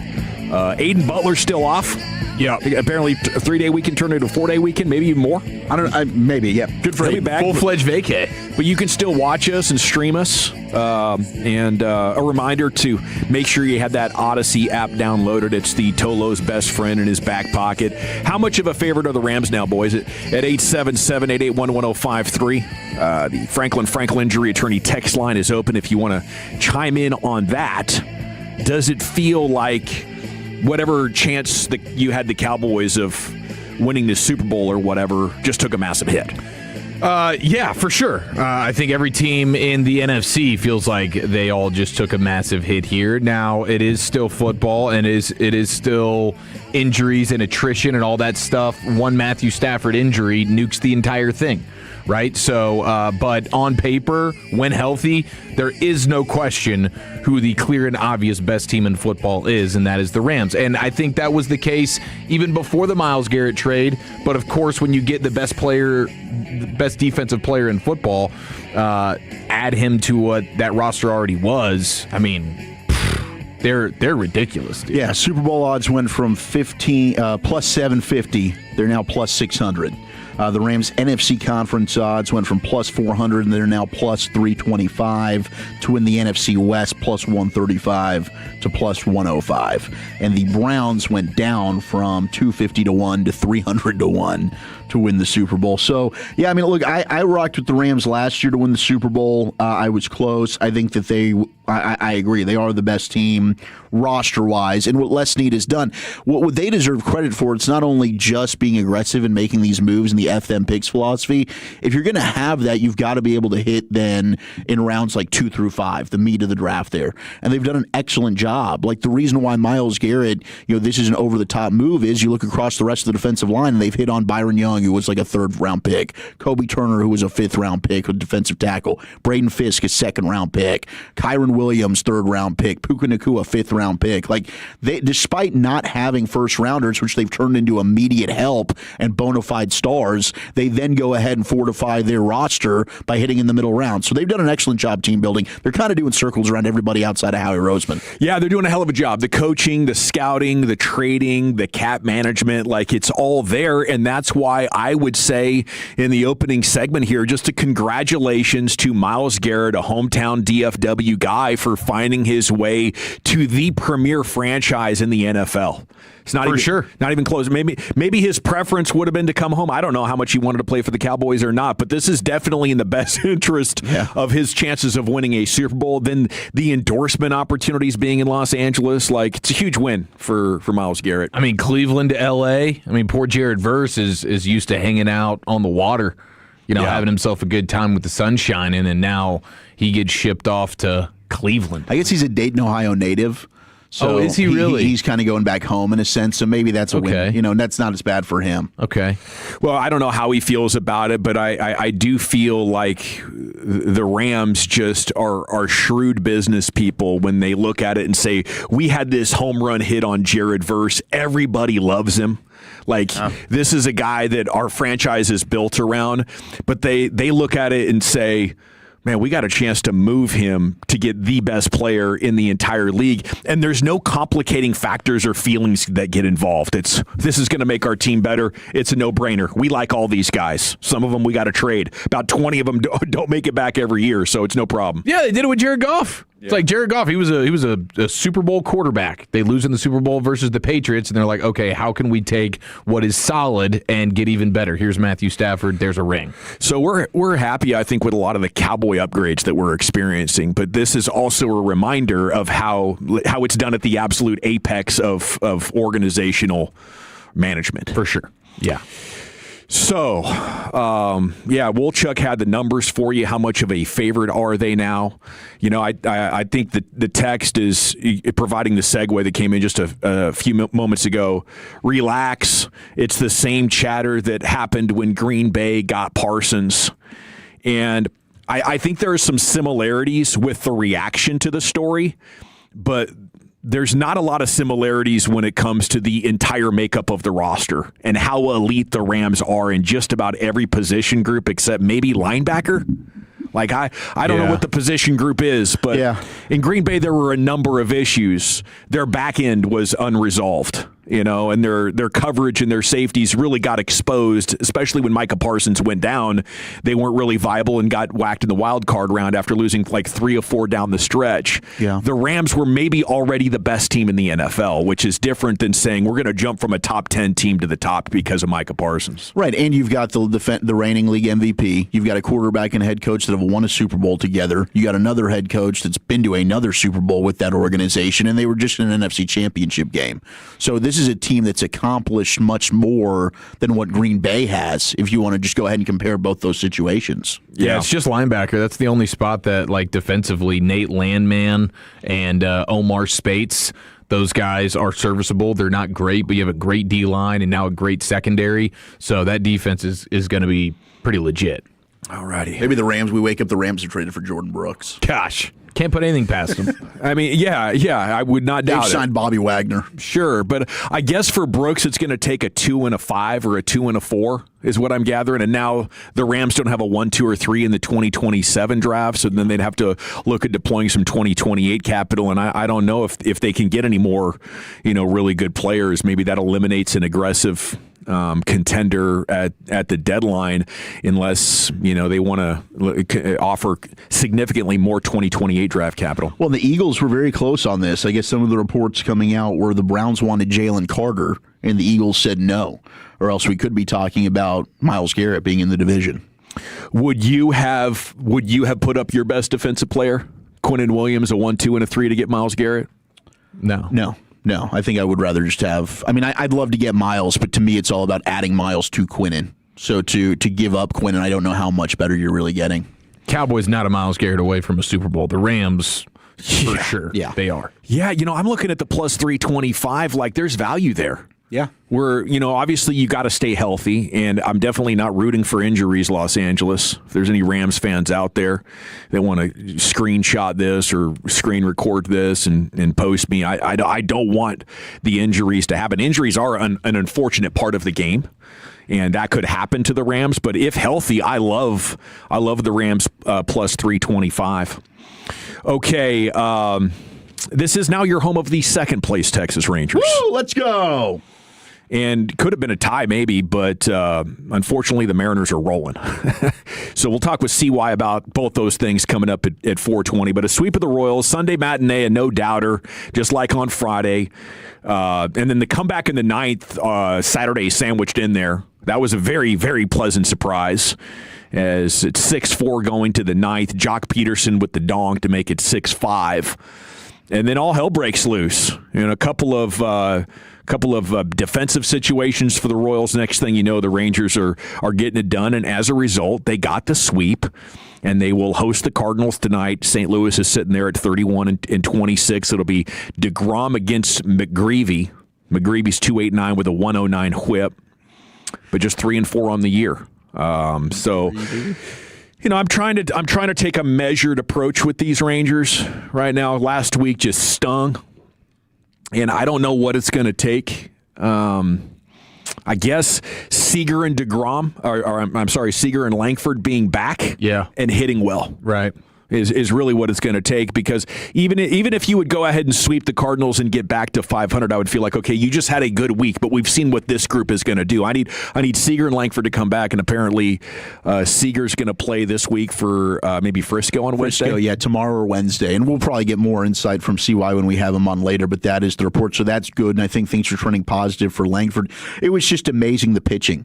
Like, all of a sudden, there was a couple of days where, Evo gets shelled in the first inning, DeGrom has a little bit of a rocky start, you're starting to think, man, the one thing we could rely on is the starting pitching. Is that now something that we have to question? But no, you got nails when it came from Leiter. Rocker was great when we were out there on Saturday, which was a great time being out there. But Leiter with the career-high 10 Ks, and then Mackenzie Gore really starting off the series on a high note. But Jock Peterson swinging the bat well. Ezekiel Duran coming up clutch. I think Brandon Nimmo starting to trend back into a positive direction. Look, it's 3 games, stack them up. I said 5. Could you get to 5 in a row? Could you get to 500 before maybe you started to think, okay, is this turning around? If you can sweep the St. Louis Cardinals on the road, which is a tough place to play, and you've got terrible memories, and nobody from this team was on that team, but I know all Ranger fans feel that. 6-game heater, hey, that's certainly something to build on. Yeah, that would definitely do it. You know, get your guys back and be on a 6-game winning streak going into the next series. That would definitely make things a lot of fun. But I'm psyched for tonight at least. I feel like there's something on tonight. Yeah, it's a shot in the arm when they go out there and do something like they did this weekend. So it's all out in front of them now. Keep taking advantage of it. But Leiter, Rocker, and Gore and Rangers fans, I think, got to experience what it looks like typically when you're facing the Rangers. And the Royals just held up a mirror and said, this is what your opponents see usually. Just completely inept. And then when you get to the 9th inning, apparently it's nervous time because your bullpen might give it up. Oh, my gosh. Why is Chris Martin still on the team? Okay, as I mentioned, the downside is the Mariners are going on that run that we've been waiting for the Rangers to go on. They have won 6 in a row themselves, back-to-back sweeps of the Diamondbacks and then the A's. So they're at 31-29 now, 2.5 ahead of both the Rangers and the A's. I believe the Mariners are a pretty solid team. I don't think they're just hot. I think they struggled for the first 7 weeks, 8 weeks, and now they're probably about to play around that 600 baseball or so that you would have predicted for the ALCS participants last year. Congrats to the Spurs of San Antonio for winning the West. Congrats to Lucius for calling it. Congrats to Chief for calling 7 games. Just incredible defense. I think the takeaways from this series were so well coached. Salute to Mitch Johnson. Yeah. But Wemby, I think, he just calms everything down, kind of like how Tyson Chandler did for the Mavericks when they won the championship in 2011. It was a team that didn't have a backbone, and when he stepped in there and started knocking guys down and blocking shots, it just made everybody more resilient, more mentally tough. And, when you have a player like Wemby backing you up, you can say, hey, all I got to do is my job. And I think that really played out as you're making your way through this Game 7, and multiple times San Antonio built big leads and then got tracked down. And both times they said, no, we're not saying you got us. We're here in OKC. We're saying, wait till you see what we do next. We just need to get a timeout. We're going to come out here and kick your ass again. They kicked the Thunder's ass on at least 3 different occasions on Saturday night. Yeah, they were outstanding. They really were. And at no point did the Thunder really get where they needed to, other than SGA, and then he was just out of gas in the fourth quarter. And credit to him, I do think that, I don't know if he started to hear what was being said about him, but I was watching intently, and he wasn't doing the usual fall to the ground after every shot attempt. And so I don't know what got in his head there a little bit. But that too. But he was really the media got to his head, bro. He had some rabbit ears on. Yeah. You're supposed to block all of that out when you're in these type of situations, but he got to listening. Yeah. You can tell it affected his whole play. And he did a cease and desist in the middle of the series. Yep. I mean, that probably did get stuck into him a little bit. Yeah. And then Holmgren's not able to do much versus Wembanyama. Yeah, that's a disaster for them. Obviously, the Williams injury. Yeah. The Williams injury makes a big difference, but so does Wembanyama's presence. I mean, how many times are they getting to the rim and then turning around and finding someone else? Well, then they're blocked by Cornette. The block by Cornette. You've got to sit Wemby's in foul trouble, and then here's the guy that you've got to put in because you don't really have a better option. He comes up with maybe the play of the game for you. I mean, unbelievable. But Wemby might have just ended Chet's Oklahoma City Thunder career. Yeah, I mean, there's a chance. Right? Like, you've got to look at that. And I did see some, and I don't know how many, like, this is kind of rumor. It's like when you get to draft season, smokescreen season, that the Thunder might be interested in, like, a P.J. Washington. Like, do the Mavs get into a trade conversation? Like, Cason Wallace is a guy I'd absolutely love. He was brilliant in the fourth quarter. I don't know, like, what they would want. But, I mean, if they want P.J., like, Would you want Chet on the Mavs? I don't know that I would. No, not if if Wemby is his kryptonite, which Wemby might prove to be everyone's kryptonite, but that's, he looked like he was scared. Oh, he was. I mean, you take 2 shots. Terrified. 2 shots in the entire game. Like the broadcast, Reggie Miller's like, go at him, attack. And Chet Holmgren's fumbling all over his feet. It was crazy to himself. see the champs rattled. Yeah. And not doing what got them there. I mean, Chet Holmgren, though, you want to talk about a guy that looks like he was born with no shoulders. Dude. That's tough. I think you need a very specific role for him, and then you got to worry about his mental toughness here on the backside of that. USA Soccer looked good in a win over a very good Senegal team yesterday. World Cup warm-up friendly, 3-2 the final. Tallies from Serginho Dest, who played like a true wing. Christian Pulisic found the back of the net, had an assist on Dest's goal, and Balogun scored the winner. Had another called back for offside and barely missed another in a half of work. Ricardo Pepi started, and he looked kind of magical. Yeah, he did, dude. They've got speed. Yes. Like, they can get behind the defense pretty quick.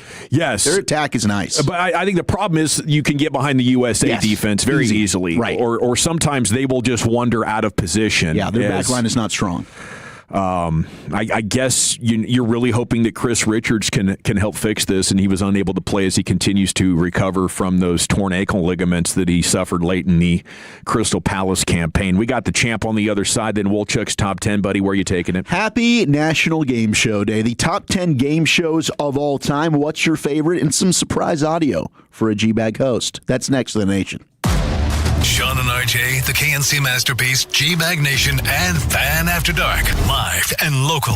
Turn it on and leave it on. 105.3 The Fan and our Odyssey, iHeartRadio, and TuneIn apps. Hi, everybody. This is Brad Sham, and I'm here to talk to you today about John D'Angelo Real Estate Investments. Sometimes you need to sell your house. Sometimes the condition of your house is not what you'd like it to be, but for John, that's not a problem. The John D'Angelo Company, reliable, dependable. They're there when they say they'll be, and their closings happen when they're supposed to. Most importantly, John D'Angelo is an honest man to deal with, and he'll make you feel like a valued customer. Call John D'Angelo today and set up an appointment. That phone number is 214-320-8816. You've got better things to do this summer than deal with old appliances. That's why right now at Lowe's, you can still get in on Memorial Day savings and get up to 45% off select major appliances. Plus, get up to an additional 25% off when you bundle select major appliances. It's time to upgrade what's outdated. Our best lineup is here at Lowe's. Valid through 6/3. While supplies last, selection varies by location. See Lowe's.com for more details. This is the story of the one. As a maintenance engineer at a beverage manufacturing plant, he starts his day knowing every line is ready to run because Grainger delivers the industrial-grade products he needs to keep mixers, conveyors, and packaging equipment moving. With Grainger's vast selection of bearings, belts, and motors, he keeps operations running smoothly, so nothing grinds to a halt. Call 1-800-GRAINGER, click Grainger.com, or just stop by. Grainger, for the ones who get it done. Dell PCs with Intel inside are built for the moments you plan and the ones you don't. For the time you forgot your charger at the gate. Passengers, we are now on our initial ascent. Or when you're bouncing between projects like a ping pong ball. We build PCs with long-lasting battery life, so you're not scrambling for an outlet. And built-in intelligence, so you can stay focused on whatever you're doing. Dell Technologies, built for you. Dell.com/Dell PCs. At Alliance Hyundai, you can shop the all-new 2026 Hyundai Palisade today. Every new Hyundai comes with America's best warranty, 10-year, 100,000-mile limited powertrain warranty and owner's assurance. Plus, you don't need an appointment for service. Come see us today in person or visit us online at alliancehyundai.net. We have breaking news. Myles Garrett has been traded to the LA Rams. A bombshell in the NFL. Arlington Martin, A&M, and Cleveland Browns Defensive Player of the Year, Myles Garrett, dealt to the LA Rams. And we're on it immediately. You do not have to go off the assumption that even including the Seahawks, the Rams are the presumptive Super Bowl favorite. All over breaking sports news. That's why it's important that you turn it on and leave it on The Fan.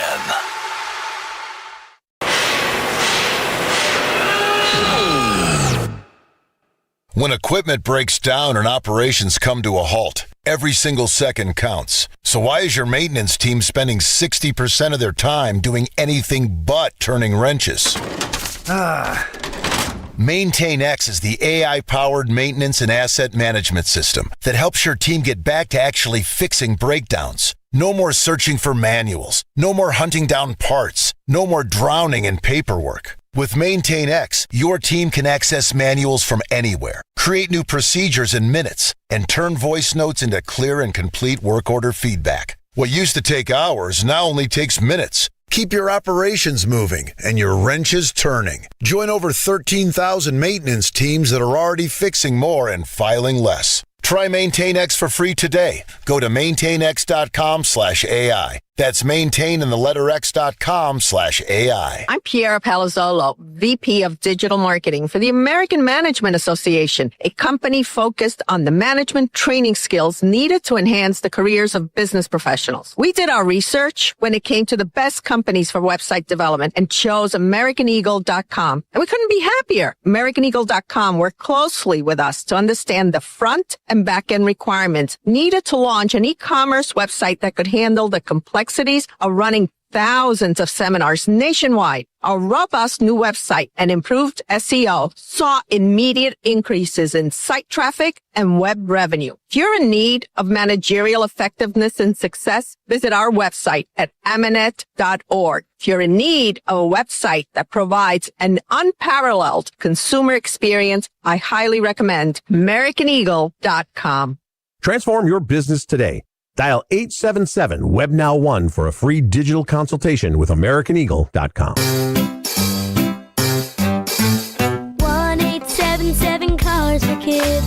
KARS Cars for kids. 1-877-CARS for kids.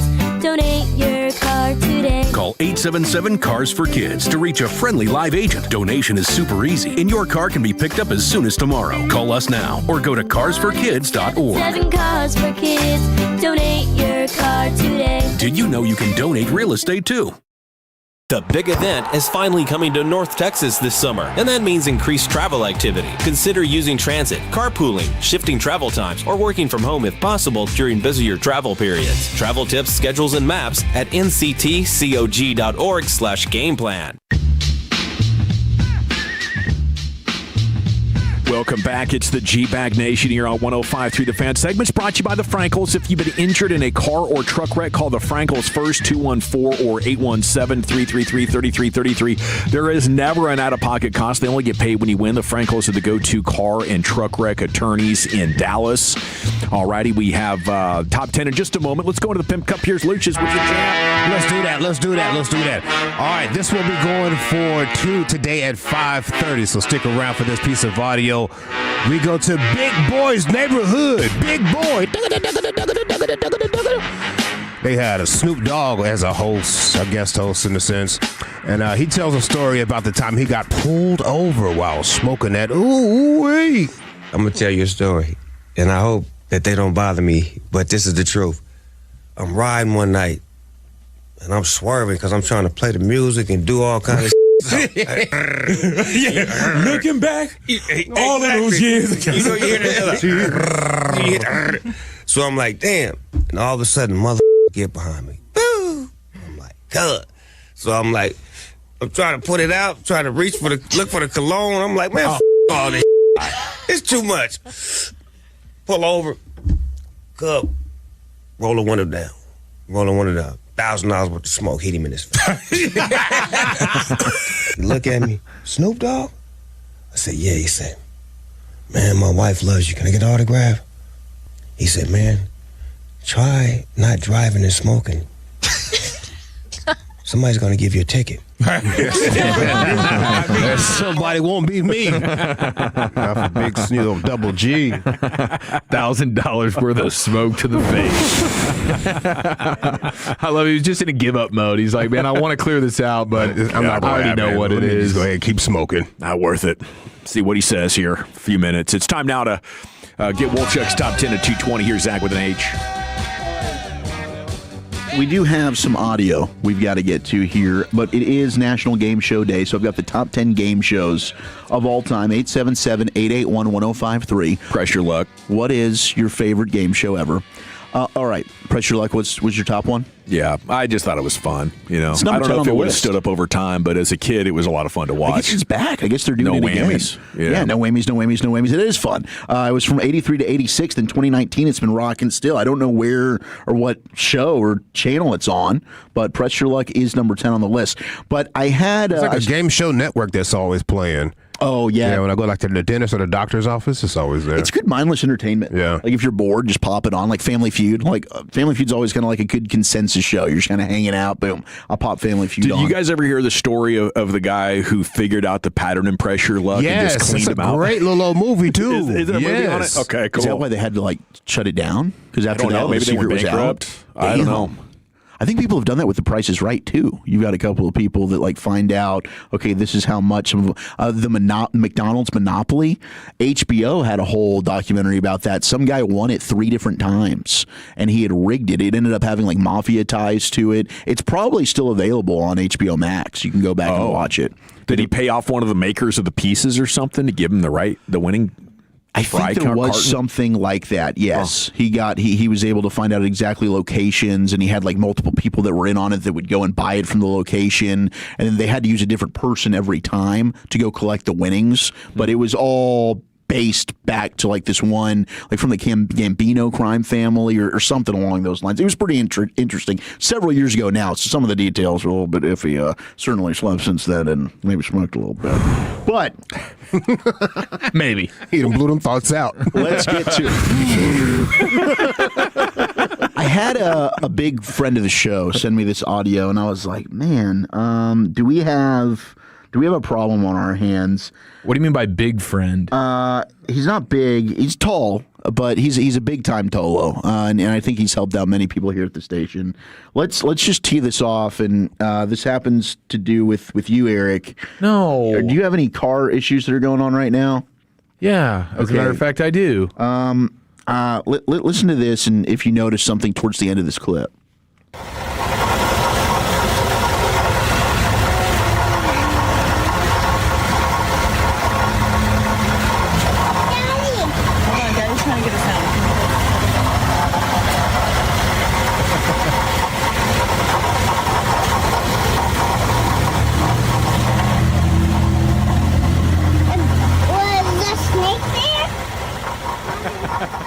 Okay, so was the snake in there? So are your poor girls who saw you just run over and back and over and reverse back and then kill the snake a couple weeks ago, and you gave us the audio of that.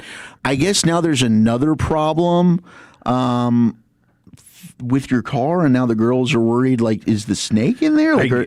Are they traumatized by this snake? Well, to be fair, we were at the scene of the crime. Okay, it wasn't like we're in a random parking lot somewhere else and they're thinking about the snake still. We were in the driveway where the snake did get murdered. But I'm having a van issue all of a sudden. When the car's put in park, it's making that weird rattling noise. So I just took a video to send it to Mike Osmond. Shout out to Mike Osmond at Blair Automotive, the great mechanic that he is, and he was like, "Yeah, get that towed in immediately." So I guess while I was filming it, my daughter, my youngest, okay, not the oldest, but the youngest, lobbed out, "Hey, is the snake in there?" So there's some PTSD. I get it. When you go back to the scene of a crime, it's going to start to. Unfortunately, that scene is in our driveway. Is the snake in there? I mean, these poor girls think anytime there's something wrong with the car, the snake is somehow responsible for this. The snake is not going to go away for a long time. Do they ask you about it on a regular basis? Are they asking about the snake? I've probably been asked. When did that happen? Maybe 2 weeks ago? Yeah. They've probably asked me 3 or 4 times about it. Oh, goodness. Just why did we do that? 2 o'clock in the morning while they're sweating in their room. Daddy, you got to run in there. The snake. No, my daughter. No, it's over. Don't worry about it. I had a heart attack. I had a heart attack the other night. I put the kids go to sleep. My wife runs to the grocery store. I'm the only one awake in the house. It's 9:30. I take a shower. I'm coming out of my bedroom. All the lights in the house are off. It is pitch black everywhere. I'm walking around the corner and out of my bedroom to go into the living room area. and my oldest daughter is just standing in the corner of the room. And I see it like in the corner of my eye, like there's a human being right there. I jumped, I screamed, I had chills. It was like I was so pissed off at my 6-year-old because it brought me to like I needed like 10 minutes to like calm down. You thought there was a haunting going on of some kind? There was there's a person in here. Yeah. And it was my daughter who was too scared to like walk in the room and let me know that she got out of bed because that's a bit of a no-no. But I said, hey, if you ever get out of bed, just please come into the room. Just identify yourself immediately. I had to tell her this 15 times over the last 2 days. Yeah. You just scared me in a way that I don't think I've ever been that scared before. She did that to me. Let me see your hands. Seriously, nobody move. You know how lucky you are right now that I thought you were going to walk out to another snake. Yeah, no, number 2 over here. No snake. Or one of your daughters is killing another snake. Now they take it up just like Dad. Wow. Well, Mike was concerned, and I understand it. And hopefully this doesn't end up being something that you've got to worry about for the future. Well, it'll be a talking point for probably forever in my house. Well, Daddy, the day Daddy murdered a snake, and no, it wasn't Kenny Stabler. I still remember when my dad murdered our cat. You know? Okay, there you go. Was it intentional? I guess it was. No, this was accidental. It was at a family meeting. Gather around, kids. Watch this. This is what happens to you when you don't listen. I told you to feed them. No, this was pre-garage door opener. You know, you're trying to keep the cat in the garage as you're going to work. Oh, okay. You yank it down. Cat tried to get out. We're out waiting for the bus, like 2nd grade. All we heard. All right, well, let's get to the top 10 here. Like before school? Yeah. Man, so you had to go to the rest of the school. You guys won't believe what I saw this morning. Oh, man, that's traumatizing. Get on that damn bus and go to school. Don't look back. Top 10 best game shows of all time. Number 10 is Press Your Luck on National Game Show Day. The board game with the whammies. That's Steel Prizes, iconic for its animation strategy and memorable moments like the No Whammies chant. Incredible. And Dawson, you shouted that out. Lucius, did you have any of your favorite game shows? I was thinking about it. Mine's are kind of weird. There's like a Eliminate. Those type of, Okay, so you're like eliminating contestants today? Yeah. Okay, those. I came up during that little MTV run where they had those TV shows on there. Like Next. Yeah, but if I do want to watch one of those old classic, like Password. Okay. The password is butt cheeks. Yes. And then they have like these Hollywood people trying to figure it out. It's always funny. Hollywood Squares, I like that. Hollywood Squares was good. Yeah, that was good. Yeah, a lot of talented people working on those. What was the pyramid? Was it 25,000? Was it 75,000? I think it was 25, right? Okay, they had 10, 25, and $100,000 pyramids. Okay. So I think now they're up to 100,000 because there are still present iterations. That's actually number 9. The honorable mentions. Password was an honorable mention. You had Double Dare, which was an honorable mention. We'll take the physical challenge. Yeah. Oh, dude, Double Dare was pretty good. Double Dare was good. Yeah. It was good. Deal or No Deal. Show. And What's My Line? House. Was another one that was on here.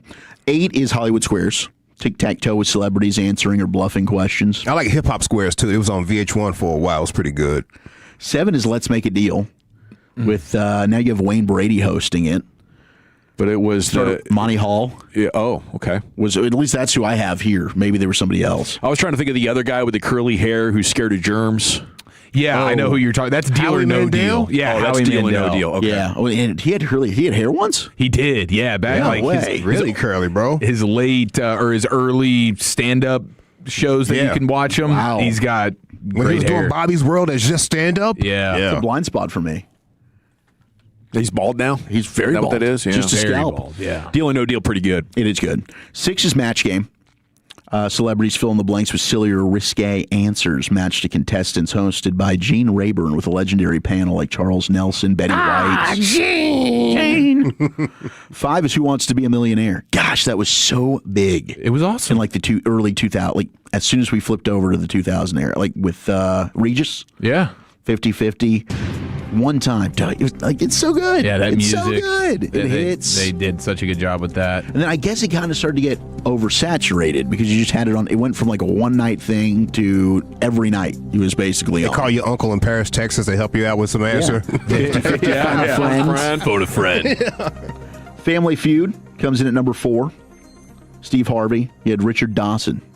Dick Dawson used to he used to kiss all the ladies on the show. Oh, he was getting on the lips, bro. Yeah, no matter the age, on the lips where there's spit. Ooh, wow. Yeah.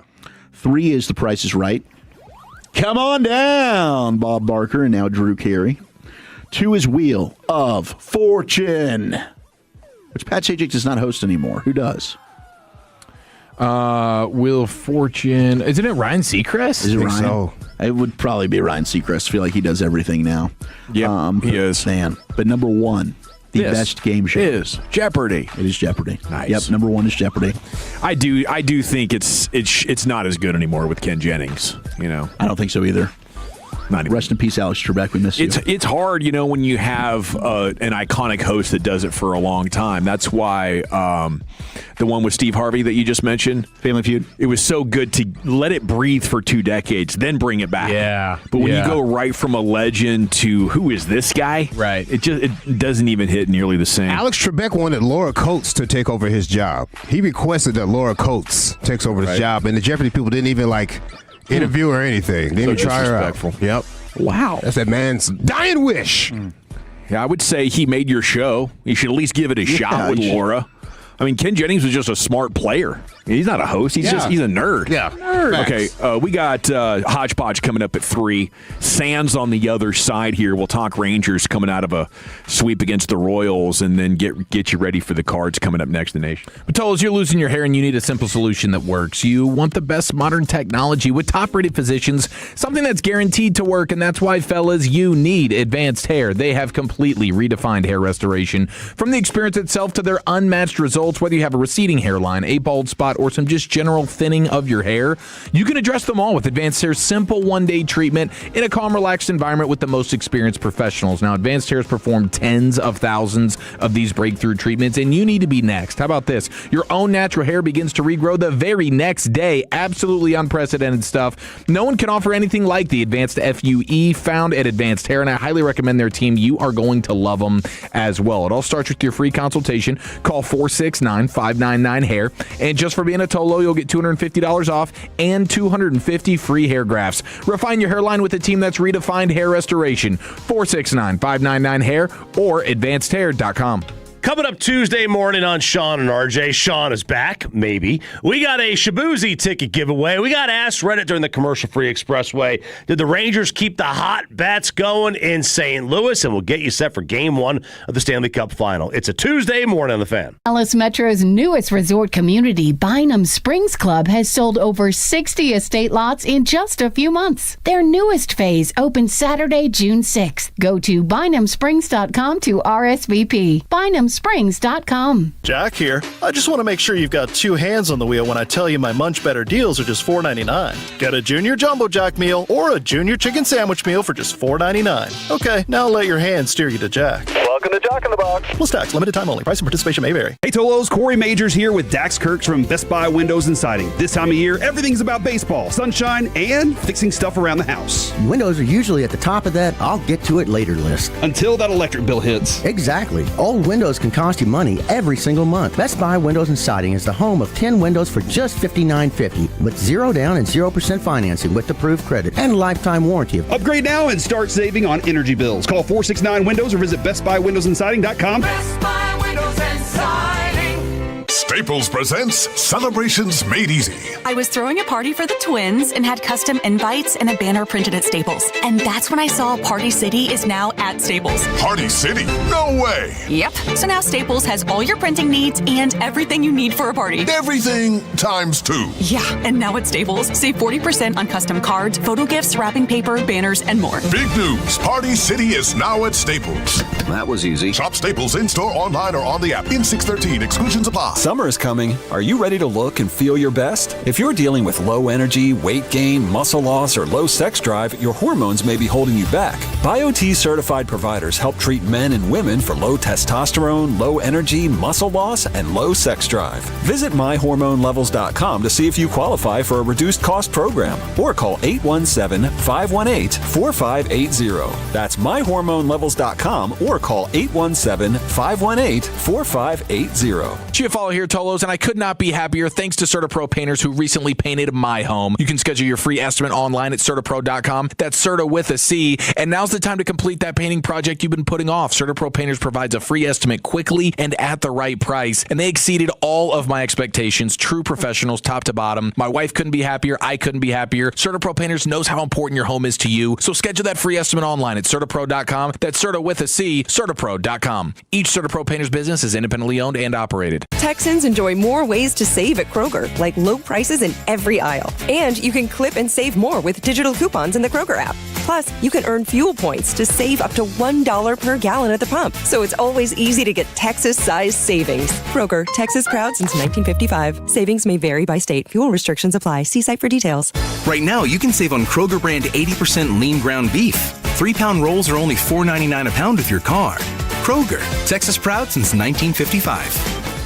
Hi, it's Michaela at Boomer Jacks. Wish your dollar could go a little farther? Me too. Join us as we are throwing it back to $2 domestics and $3 Dos Equis every day until 2 a.m. Bring your +1 and we'll see you at Boomer Jacks. Liberty Mutual customized this song for you. Like your car insurance, it's custom too, yeah. Liberty Mutual's got the coverage that could save you money. Thanks to Doug and Limu, well now you can go and take that cruise. Liberty, liberty, liberty, liberty, yeah. Okay, class, let's begin. Psst, love your boots. I just sold a pair like that on eBay. Oh, really? Yeah, it took like 2 seconds to list and they sold almost immediately. I've been selling everything lately. Some chunky boots, a faux fur coat I never wore, and a vintage chair that was more of an expensive clothing rack. You know, I actually bought these on eBay. Wait, are you Kitty Sell Stuff from Brooklyn? Okay, quiet, please. Find what you love, sell what you don't. eBay. Things people love. When was the last time you laughed and didn't think about your teeth? A lot of people walk around covering their mouth, skipping pictures, and avoiding certain foods because they don't feel confident. That's no way to live. That's why I've been telling people about my friend Dr. Jeff Buski at Granbury Dental Center for over 20 years. Look, doing nothing isn't an option, and dentures aren't a real solution either. Dr. Jeff Buski has placed more than 10,000 dental implants in his 29 years of experience, so he knows how to give you a smile that feels like your own. With dental implants, we're talking about real teeth, secure and natural, no slipping, and no embarrassment. You can eat what you want, laugh when you want, and stop thinking about it. And yes, it's worth the drive to Granbury. So if you're ready to stop hiding and start living again, go to GranburyDentalCenter.com and schedule your free consultation. And tell them Dave sent you. That's GranburyDentalCenter.com. What's up? It's Draymond Green. I'm back for my 14th NBA season, and my podcast, The Draymond Green Show, is back too. This season, I'm breaking down games, reacting to the biggest NBA stories, and sitting down with teammates, rivals, and culture shapers. And trust me, I'm not holding back, on the court or on the mic. 2 new episodes every week, new segments, big conversations, real basketball talk for the real hoop heads. Listen to and follow The Draymond Green Show wherever you get your podcasts. We're back, we're better, let's get it.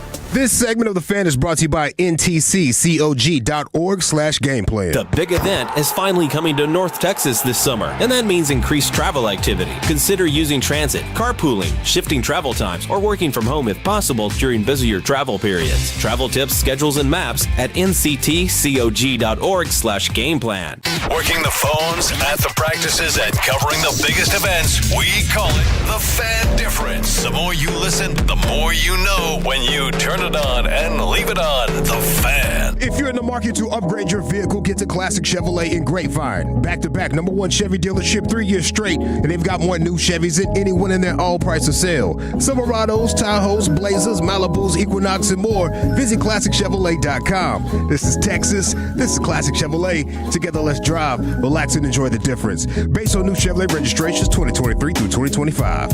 Thank you very much, Lucius. It is the G-Bag Nation here on the Fan. Time to chat with Jared Sandler about these Rangers getting 3 in a row against the Royals over the weekend. Chris Young show's coming up at 4:20. We'll talk with him then, and we have a sports hodgepodge coming up at 3 o'clock with the Chief. Jared Sandler joins us now here on the Fan. Buddy, how the heck are you? Hey, what's up, guys? I'm doing great. Hope you guys are doing well on next weekend. Yeah, we did. It's Game 7, Rangers sweep, almost perfect weather. It was hard to not love that weekend, Sands, but it's awesome to be here with you and getting ready for this card series, and we'll talk about that, tonight's matchup and all that. But do you think it's possible we could see Langford or Seager by midweek if they play in Frisco tomorrow? Would that be too soon, you think? You know what? That'd be a great question for CY. I would love to know the answer to that one, too. I think with Wyatt, it's possible. It depends on how quickly they want to rush him, or I shouldn't say rush him, how quickly they want to progress him and what things they need to see. He played the field, let's see, yesterday, Saturday, Sunday. So I think he played the field yesterday, right, if I'm not mistaken. It's a universal off day today, and so he'll be back at it tomorrow. I think that it would be very realistic for Wyatt Langford to be back before the team hits the road next week, going to Kansas City. And I think, with Corey, it's kind of unprecedented with Corey. I don't know that he's gone. Maybe he's gone on one rehab assignment since he's been. He hasn't in 3 years. But he's usually. What's that? He hasn't in 3 years. This is his first minor league stint. Oh, okay, yeah. So I was going to say we don't really see him do this much. So I don't know. What boxes he needs to check. I'd say this, Gavin, the fact that they're both, or Corey's about to start a rehab assignment, Wyatt's already started one. I think we should see Wyatt by the end of the week. And if Corey's not back by the end of the week, then I think we'd see him in Kansas City. Listening to Skip talk about it, he said he's ready as a hitter, but he just wants to see him play defense and reach for the ball and make sure everything is okay. I don't know, Sam. I don't know if I'm buying that, and I don't want to put you in a weird situation with Skip, but to me it's like, let's get him down there and see if he can get some confidence and get on the roll before he comes back to the big leagues. Am I crazy for thinking that? It's a good point. I don't know. The only thing I would say is I don't think that Corey is ever lacking confidence. Not that he's like, puff his chest guy, but like Corey's just kind of, a part of what makes him great is I don't think that he allows any, a lot of these guys ride the roller coaster, and Corey knows that he has struggled, right? It's not like Corey's oblivious to that. I just don't think he rides the mental roller coaster. I think it's the same reason why he performs so well in the playoffs, because I think a lot of guys dome themselves out, and I just don't think that any of that gets them. So it certainly wouldn't hurt, right, for him to see some results. But I really do believe that, because of how intense the shortstop position is physically, that they just want to see his body recover and playing, whether it's 5 innings, 7 innings, whatever the case might be. Because I know that people, bag on baseball players because they do a lot of standing around and whatever. And, it's obviously a different level of conditioning than playing football or hockey or basketball. But there is something to, hey, I'm going to play 7 innings of defense and I'm going to have to move my body in this way and that way and do it again. The same way golf is not, a high-intense sport. They don't even carry their bags, at the professional level. But we've talked about how Live Tour players struggle in the 4th round because they're not used to that, when they were doing the 3-round bit. So I think it's just making sure that, with it being the back, that he is properly conditioned. But to your point, Gavin, if he gets a little wind behind his sails by, hitting some balls out the yard in the minors, that certainly doesn't hurt. Do you ever think that losing confidence or failure is a big part of overcoming for these guys? Like, the ability to temper that, the loss of confidence? Well, okay, so when you're hitting rock bottom and nothing's going your way and you lose confidence, it makes you rethink everything. And I think for a player that's getting older, that's kind of an important process to go through. So I think that, I do think that there are guys. Hey, let's look at Ezekiel Duran. He's not an older player, but and I wouldn't be fair for me to say he hit rock bottom per se, but the reality is the last couple of years he just kind of hasn't, been a productive player, and he hasn't really been someone that you were eager right in the lineup. And now look at what he's done, and I do think that he has used the last 2 years as a realization that, hey, I got to go on some sort of a fact-finding mission here to get back to where I was in 23 and what I can be. Same with Josh Young. Josh Young was, not very good last year. And, I think he used that and the beginning of this year too to, kind of get back on track. I think with Corey, it's just so he is so unique, right? I think absolutely, Gavin, generally speaking, what you said is 100% correct. Now, that doesn't mean that guys are going to be able to recapture or reclaim it. I do think that, it is very tough for these guys to go about something a certain way for however many years and then have to reinvent themselves. We see it, and I think it's always impressive when guys are able to do that.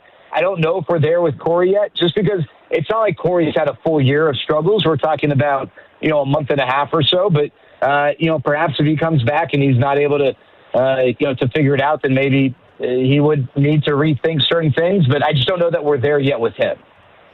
So what were your overall thoughts from this weekend, sweepy, as Elvis would say, against the Royals? They're able to put up 22 runs of offense. They got 22 consecutive scoreless innings. Obviously, being out there on Saturday was amazing with the comeback victory. This is pretty amazing watching Jack. I mean, how do we carry this over to St. Louis and have success? Well, yeah, it's got to start with Jacob deGrom. And Jacob did not have the best month of May. He's had a little bit of a tougher time on the road. Obviously, the home run ball has been an issue.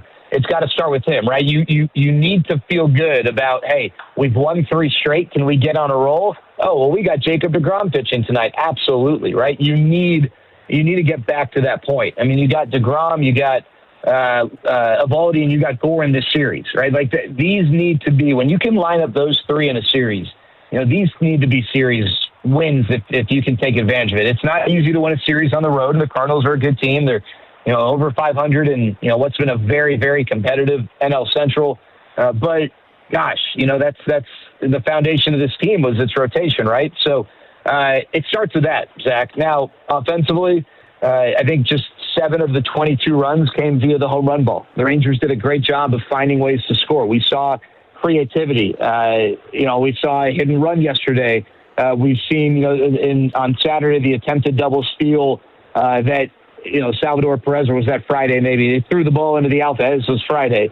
We've seen sack bunts in each of the last 2 games. And, it's also where you are in the lineup. When you got, Hellman and Lopez at the bottom of the lineup, guys with speed, guys who are not, hitters with a track record, maybe you got to figure out ways to do things differently. And you put pressure on the other team. When you put pressure on the other team, you give yourself a better chance. And I think we saw that over that 3-game series against the Royals.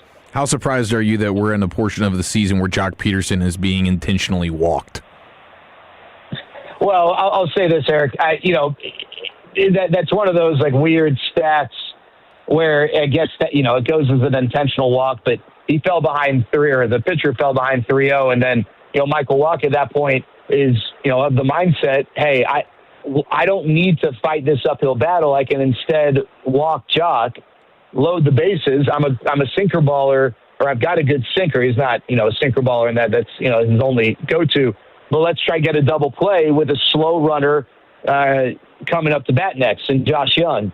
So I think, it's a little bit different, obviously, than just giving him the straight 4-ball treatment. Yeah. But I do think when I think about that, and that's a weird thing to say, right? I'm sure that could be a drop. Couple of them. We talk about the game within the game, right? And one of the frustrations the last couple of years has been approach, or maybe lack thereof. The lack of thinking baseball in the box, not for everyone, and not for for certain people every time, but in situations. So I want to use yesterday as an example. I thought of Josh Young really taking a step forward in that regard. He's been this way all year, but so Jock gets walked. Bases are loaded. Michael Wacha is looking for the double play. Josh Young knows that, right? He's aware. He knows what Michael Wacha's got. One of the things he's got is that sinker. Well, why is the sinker good? Because the sinker will dip below the barrel. You'll get on top of it. You'll hit a weak ground ball. Bam. That was a well-executed pitch by Michael Wacha. It was at the very bottom of the zone. It was a borderline strike. It's the type of pitch that usually leads to a ground ball. Josh Young knew clearly that's what he's going to try to do to me. And he got under it and was able to elevate it enough for a line drive. I just thought, that's the type of pitch where if you're not thinking through it, you take the bait. It's an inning-ending double play. Instead, it's 6-0. He gets the 2-run single. I just thought that was a really impressive job of hitting by Josh. Sans, impressive stuff once again from you today, sir. We got 3 hours to go until the pregame. Have a good afternoon, and we'll catch up with you tomorrow. Sounds good, fellas. Take care. Rangers Cards coming up here with McGreevy against DeGrom. Rangers looking for 4 in a row. And we're fired up. You know, this is what we hope for when we left off on Friday after a disappointing week of baseball, that we could get to this point where they put themselves in a position here to get healthy this week and at least keep pace with the Mariners, who have won 6 in a row now. We got a Hodge coming up next, though. Chief, where are you taking us? Yeah, what happens next for the reigning champs? That's next year in the nation. But Tolos, let's get you that brand new vehicle, courtesy of the all-new Alliance Hyundai, conveniently located right in Fort Worth. It's my backyard, I-35 and Golden Triangle, and I spent a few years in the car business, and I got to tell you, my buddy Ryan Watson, he's the owner, big-time Tolo. What he is doing at Alliance Hyundai is second to none. Ryan's built a dealership that actually puts people first, and the difference is night and day. Right now, every new Hyundai comes with America's Best warranty. We're talking 10 years, 100,000 miles, limited powertrain coverage, plus owner's assurance, and they've got a huge selection of great vehicles, and you will get the best deals on those vehicles. The versatile Tucson, the sporty Elantra, spacious Santa Fe, and the eco-friendly Kona Electric, all at Alliance Hyundai. Shop online or stop in for a no-pressure test drive with their knowledgeable team. Alliance Hyundai is locally owned and operated, proudly serving Fort Worth, Dallas, Denton, Grapevine, Saginaw, and beyond. You'll love the transparent pricing. I know I did. The price you see is the price you pay, with their lowest price guaranteed. No appointment needed for same-day oil change. Their factory-trained technicians offer quick same-day service, plus a comfy waiting area with free Wi-Fi, drinks, and snacks. So come see the difference at Alliance Hyundai today, or check them out online at alliancehyundai.net. That's alliancehyundai.net. And remember, at Alliance Hyundai, it's their mission to be your ally in the automotive business. Tolo means turn it on and leave it on. Thank you for making 105.3 The Fan and the Odyssey app part of your day every day. This is an Odyssey Sports Minute. The Spurs won Game 7 of the Western Conference Finals on Saturday night, 111-103. Chet Holmgren was a complete no-show for Game 7. 4 points on 2 shots in 33 minutes. Over the span of the last 2 seasons, the Thunder have put together a run to make people question whether or not they're seeing the start of a dynasty. The answer on Saturday night was, you might not be. I'm Chris Black. Man, I love this place. I've been surfing here since I was a kid. Now, seeing my grandson out on the water, it means everything to me. Watching him and taking in the blue waves, the sea breeze, the blurry horizon. If you have geographic atrophy, or GA, subtle changes in vision could mean it's progressing toward irreversible vision loss. Izervay is proven to slow GA progression and could help preserve your vision for longer, so you may keep seeing the world around you. Izervay, or avacincaptad pegol, is an eye injection. Don't take it if you have an infection or active swelling in or around your eye. Izervay can cause eye infection, retinal detachment, or increased risk of wet AMD. Izervay may cause blood in the white of the eye, blurred vision, or a temporary increase in eye pressure. Do not drive or use machinery until vision has recovered after an eye injection or exam. Ask your retina specialist how you can slow your GA with Izervay. To learn more, call 1-855-IZERVAY or go to izervay.com. Paid for by Astellas Pharma. We all hear the radio ads about the IRS. They tell you to be afraid, to be scared, and they try to frighten you into calling. I'm not here to do that. Tax Relief Advocates is different. TRA is here to tell you that if you owe money to the IRS, whether it's $5,000, $50,000, or $500,000, we have a solution. It doesn't matter if you're sitting in your car, at work, or with your kids. No matter where you are, call now. 800-507-9701. Don't lose hope. TRA can eliminate or reduce what you owe to the IRS. Generous programs are now available that can give you a fresh start. Our passion is taxes and helping individuals fix their IRS problems. We have over 1,000 5-star reviews on Google and an A+ with the Better Business Bureau. You don't need to be afraid of the IRS any longer. End your tax nightmare today by visiting us online at TRA.com or call 800-507-9701. That's 800-507-9701. Tax Relief Advocates. Real solutions for real people. Hi, it's Eric Giafalo. Looking for a great deal to stay connected? Now for a limited time, new Verizon Mobile and Frontier Fiber customers can get Fiber 500 internet and a line of mobile for just $59.99 a month with autopay for 1 year. Get Fiber 500 internet for $19.99 a month and unlimited welcome for $40 a month plus taxes and fees with a new smartphone line. Visit a Verizon store today to learn more and switch. For new Frontier Fiber internet and Verizon Mobile customers in select areas, mobile and home discount enrollment required. Additional terms apply. In times of congestion, unlimited 5G and 4G LTE LTE may be temporarily slower than other traffic. Domestic data roaming at 2G speeds. Hey, Tolo's Choppy here. When you think about barcodes, the first thing to hit you is labels. You see them everywhere. Every box, every pallet, every product in the warehouse. So who do you call for the labels and ribbons that actually work? Texas Barcode Systems. Picking the right combo of labels and ribbons can be confusing, but don't sweat it. With over 30 years as the industry leader, these guys are the barcode experts. They've got over 80,000 rolls of labels and ribbons in stock right now, so they got you covered for any application. Reach out. Texas Barcode Systems. TexasBarcode.com. That's TexasBarcode.com. This is the exclusive home of Dallas Cowboys football. KRLD-FM and HD1, Dallas-Fort Worth. Let's go, Cowboys. An Odyssey sports station. Driven by our D&M Leasing Studios. You're rolling with the G-Bag Nation on 105.3 The Fan. Welcome to the nation. That is right. It is hour number 2 of the G-Bag Nation here on 105.3 The Fan. We got Chris Young coming up 4:20. C-Note is in 20 minutes from right now. The Cowboys news of the evening. A terrific article written about Christian Park and the Cowboys defense today by Ted Wynn in The Athletic. We'll get to that here. It's time now, though, for a sports hodgepodge with the Chief. The reigning champs have been put to bed. Myles Garrett is a Ram. What is this world we're living in? Right after this. TJ Hushmanzada, could you just rate my guy here on a scale of 1 to 10? You don't think it's rude what you just did? Who's literally listening to this anyway? Is anyone listening? Well, it is the home of the Cowboys. Well, no one exactly. No one's listening. I did a radio show when I first got here, and they told me I was fat. The brisket sando, that is hard to beat. LeVar, do you want to get in on this? I'm not in on that, you rude motherfucker. Oh, he almost cussed. Then they called me the Girthquake or something stupid. I do like the Girthquake. That's a nice nickname. Little shock jock stuff.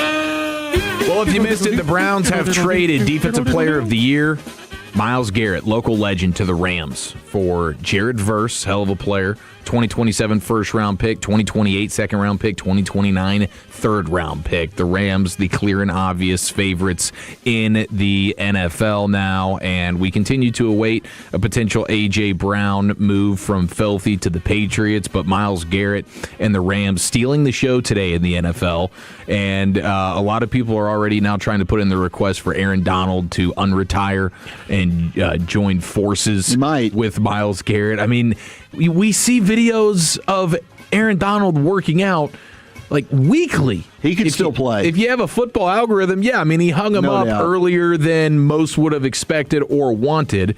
The face of defensive dominance in the NFL for a very long time. The idea of him coming back and playing next to Myles Garrett is pretty insane with what already is one hell of a defensive line there. But the rich get richer. F them picks. The Rams are unequivocally right now the top tier organization in the NFL with the coaching, the way they team build, knowing when to be aggressive. But as you mentioned earlier, Walchuk, maybe the biggest thing is the way they're able to capitalize on the picks they do have. Okay, we move on from our first round picks all the time, but man, when we have a fourth round pick, we're going to hit it out of the park. We have day 2, day 3 picks, we're going to find a Puka Nacua. Like they do an unbelievable job. And so now they are as in win now mode as I can remember ever seeing an NFL team. Like they are all in a way that you, even for the Rams or like an Eagles team, you don't usually see it this aggressive. It might be since the Rams won the Super Bowl last time with the Ramsey and OBJ trades. Yeah, I mean, that was a hell of a team. And they put in Ndamukong Suh on top of that as well. Like, they did not relent. You know, Aaron Donald, 35 years old, wouldn't surprise me at all if he steps in here. But, you know, when you are dealing with a force like this inside your conference, I'm just like, I'm waiting for the Joneses to engage here. I'm now waiting for the Cowboys' answer, and I hope that's coming soon. Now I'm seeing from Elias Sports Bureau, they're dominant. First time since 1997 that any player won the NFL Defensive Player of the Year, then changed teams the next season. Wow. Walchuk, can you do me a favor and look up who was the depoy in 1997? NFL depoy in 1997. You're rattling your brain. You're trying to get the trivia question. And we'll see. I don't think you're going to nail it based on what I'm seeing here. Okay. I'm seeing a defensive tackle. I just want you to confirm this for me. not much of a household name. I'm sure Broadus would slap me over the head saying this, but it's not like here's a Reggie White, at least in terms of the name that I'm getting. But you're not used to seeing a guy who's been crowned. Okay, what is the name? Dana Stubblefield. Dana Stubblefield. Wow. Was the last reigning defensive player of the year to switch teams. He was a defensive tackle with 15 sacks for the 49ers. Wow. I'm going to have to do a little work on this fella. I didn't know exactly how dominant he was. I remember Dana, but I did not remember him winning Defensive Player of the Year. That is pretty darn incredible. So he went from the 49ers to, who was the team that he switched to? That's a good question. We didn't have that? Another question. All right, I'll figure that out. Don't worry. I can do it. I'm sure I've got it. I've already got him up here. I can figure it out. Dana Stubblefield was not considered a great player for a long time. There was a couple of seasons where it was him and this guy named Bryant Young, who were their two defensive tackles. But Hall of Famer. Yeah, that time kind of. Dana Stubblefield made the Hall of Fame? No, Byron Young did just recently. Yeah, so he went to the Raiders. Good. We got a mug shot the first. No, I'm sorry. He went to the Commanders first, or the Redskins in '98, and then he ended up with the Raiders at the end of his career. Well, we also had over the weekend, of course, the San Antonio Spurs advancing. And once again, congrats, Lucius. You nailed it. Did you put a little scratch on this, Lucius? I didn't. You just went with your gut? I didn't. Yeah, I just went the gut, bro. Yeah. Seen the matchup. All right, so who should we take? Spurs and Knicks? Spurs. Okay. Spurs. Maybe 5 or 6 games. Ooh, so you don't think the Knicks really have much of a chance? The Knicks are going to come out hot. Game 1. Yeah. They're just going to die by the end of the game. Because they're nice and rested. Yeah. Yeah, it'll be fascinating to see how the Knicks can try and combat what it is the presence of Wemby and what it did to the Thunder. Not only Chet, and we'll get to Chet, but also SGA and the rest of those guys. I know they were banged up with their guards, and the Spurs with Harper and with Castle defensively. Got to give a ton of credit to those guys. And when you start thinking about the Mavericks and what they need to do, like the size is going to matter here with the way Stephon Castle and Dylan Harper are able to play their perimeter defensively. But SGA, it seemed like he changed the way he played. And I know it feels sort of anecdotal and just eye test. I don't have like the numbers to back it up, but it did not feel like he was playing the same game that he usually plays, particularly in Game 7. And he was fantastic for most of the game. But then in the fourth quarter, it's like, dude, somebody's got to help me here. And he seemed exhausted. He was. Like, he just ran out of gas, and you're right. I mean, the supporting cast. Cason Wallace stepped up. Cason Wallace did. He had a big fourth quarter. And he's not happy with his role now. Well, I get that. I mean, hey, if you're going to go ahead and have that kind of night, and right, I mean, there's just too many mouths to feed there. Like, you're not going to start over Jalen Williams. I'm sorry. No. And that's why I'd love to, if there's any way to do that, if P.J. Washington is somebody that OKC would like, I'd love to get Cason Wallace back in a type of trade like that. It just comes down to shots, and you need minutes. And in this league, it could be the difference of $40 to $10 million. If you give me 35 minutes, and I can go out here and score 20 points per game, now I'm going to get some, bottom fishing team to think I'm the answer and give me generational wealth. Or I could sit here and back you up and make 10. And as much as I like winning, I need the hundreds of millions of dollars in income before I'm done. I think the thing with San Antonio is they're putting out the blueprint here for you. It's 6'5" to 6'7" guys who defend like crazy and shoot threes and are skilled. It's not that hard, You don't have to find the star at 9, Mm-hmm. Go get you a guy who's in really good shape, can shoot and defend, and whether it's a 2-guard, a small forward, or a power forward, that's the sort of combination that's going to get the job done. And it's taken decades, but it's already ground out the stationary big man. Now it's setting its sights on the smaller guards. Yeah, and that's what's so fascinating about this matchup now in the finals. The two faces of the franchises. You have Goliath and Wemby, and you have little David there with Jalen Brunson, and how he navigates this will be a ton of fun to watch. And we have all week to kind of break that down. But no one had a worse sports weekend individually, I would say, than Chet. Yeah. I mean, Chet was just getting all over the broadcast. I mean, they wouldn't stop hammering the Chet Holmgren drum of like, dude, you need to do something here. And it felt like he was, I mean, the insecurities of knowing how much better Wemby is at what you're supposed to be good at. And it's like, man, if Chet Holmgren was in a little bit of a different era, if Chet Holmgren was in his prime 10 years ago, he's doing some special things. But you have a guy in Wemby now who is everything that you are, but just 10x'd. And it renders Chet Holmgren useless. And he's getting ripped to shreds. You have to wonder what OKC does here moving forward. Here was Kendrick Perkins, Big Perk, giving it to Chet Holmgren. Hey, Chet Holmgren, we're talking about a guy that was a first-time All-Star this year and made third-team All-NBA. And was a complete no-show, not just in Game 7, all throughout the course of this series. And Wemby straight up not only punked him, but he took his heart. He snatched his soul. Chet Holmgren was scared to compete. And now Sam Presti, he have real business decisions to make when it comes to Chet Holmgren. This is not an overreaction. This is facts. Wembyamba is not going anywhere. He's going to be here.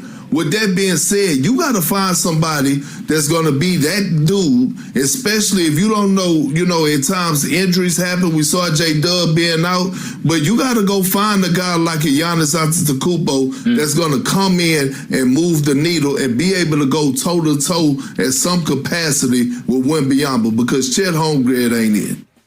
Credit to Perkins, who even though he fumbled through Wembanyama, he nailed Giannis. Wembanyama is going to take his what? Yeah, just say Wemby. Yeah, just Wemby. That's all you got to do. Just Wemby it. You know, I think CA is somebody that I realized, okay, Wemby's probably the way to go. Because CA would also just say it a bunch of different ways. And I was, it's funny, it's amazing. I'd like to hear some of those clips. I was like, I don't know if I trust myself even saying those words. Some of the things that I saw floated out is, do you get into the Giannis sweepstakes? Do you go Chet for Giannis? Is that something that maybe Oklahoma City gets into? They just have so many assets, and now you have two organizations because you have Oklahoma City and Sam Presti is off of that San Antonio tree as well. So their way of team building is very similar, and I think it kind of goes back to Danny Ainge's philosophy in Boston. We're going to hoard as many draft picks as possible, and now you've got so many assets that now we've got an elite team, but we can still go out and basically do whatever the hell we want. Paying Chet Holmgren now does look like a bit of a foolish move, but maybe it's something that they could end up making into a benefit of them by shipping him out and getting another really core piece. Yeah, because his 5-year, $240 million extension kicks in next season. Ouch. Chet Holmgren's does. For 17 points and 8 rebounds a game. That's tough. Unless you're playing Wemby, where it's exponentially worse. Yeah. Which is the guy that you got to go through now. Yeah. Like that's tough. That's what you have to do if you're OKC, and the guy that you have. I mean, I don't know. Is Chet going to go visit the monks now? Like, what does he have in his back pocket to get himself right this offseason? I've always thought he was soft. I mean, they went on the run last year and won a championship, so I gave him respect. But Chet's never really been a player that I think he's always been a little overrated. You know what I thought about watching that was how soft OKC just generally was. And usually for teams to become champions, they got to spend 5, 6, 8 years having these horrific moments in the playoffs, and they stay together as a team, and they get better with time. But what happens is it builds up scar tissue, and they say, next time we're in this situation, we're all going to look each other in the eye and say, nobody turn into a P word right here, or we got a major problem. And they never went through that. They were just suddenly way better than everybody else, won the championship last year, didn't have to build up that scar tissue. So you put them back under adversity, and they turned into a young team without a rudder. Look like a leaderless operation. And that's crazy considering how much success they've had, but they didn't go through the normal trials and tribulations that young basketball teams do. No, you make a great point, and I do think that clearly if you have legit bigs, that is your way to beat Oklahoma City. Because the last two postseason series they've lost, it was Wemby, obviously dominant, but then Lively and Gafford, who were both healthy and playing awesome basketball when the Mavericks beat them. Yeah, that's another good point. And I think they found out what the Knicks are about to find out, which is that Wemby can elevate. And the texts are on me for saying these Spurs players were top 5 picks, they're lottery picks, but they're not stars. They're guys that were picked in the top 5 in bad drafts. You can find guys like this in the mid-teens, in the 20s, in free agency, because they're not they're not going to be valued at the top. So I think it's a massive inefficiency to find these guys. You can go have your 22-point per game scorer that's 6'2" and can't defend a paper bag. That is actually going to actively weigh you down in your pursuit of championships. Give me as many of these role players as possible, and I need a couple of guys to handle the ball. Yeah, and fortunately for the Spurs, they were able to collect a bunch of those top picks before the NBA changed the rules on them, and now no team will able to really be able to do exactly what it is that the Spurs have done. But the Wemby thing is the one in a billion that they were able to capitalize on that no team with a number one pick will get to do probably for an extremely long time. But yeah, what they have going right now, and they're the young team. I mean, they're the young team that hasn't really had to suffer for years in the postseason before. Yeah. Like they're kind of breaking the NBA tradition of what we know to be a championship team. It's usually 2 or 3 years of, we were close, but we had to kind of recalibrate. We had to get that scar tissue, and they're just kind of nuking that right now. Yeah, I think the bar's lower. The bar is lower than it's been in my lifetime for what it takes to win a championship. So these young teams that just have good matchups, the intangibles don't matter, the connectedness doesn't matter. It's who can shoot open shots, who can rebound. And that's what the NBA wanted when they initiated this new salary cap structure in 2019. They decided they don't want dynasties. Right. They wanted to be possible to be rotating through, and I think that model is fun for fans because like 8 different teams have a chance to win a championship in this situation. Well, it's going to be a long off season for Chet looking in that mirror. Yeah. Good luck. Oh, big time. Yeah, and I mean, good luck trading him if they want to. It'd be hard to justify making a move for Chet and telling our fan base this guy's going to change our fortunes. We got the C Note coming up next. Chris Young in 1 hour. We're back with Cowboys content here on The Fan. Let's chat Trajan Wealth, though, shall we? That's Trajan, and we love Trajan Wealth. Eric and I are both customers, and you need to spend as much time planning for your future as you do this outstanding summer vacation I'm sure you're putting together. Because right now, Trajan Wealth's family office can help you plan for your financial future with the same detail that you do for vacations. Coordinate your investment, taxes, and estate plans so everything is now working together like that dream trip.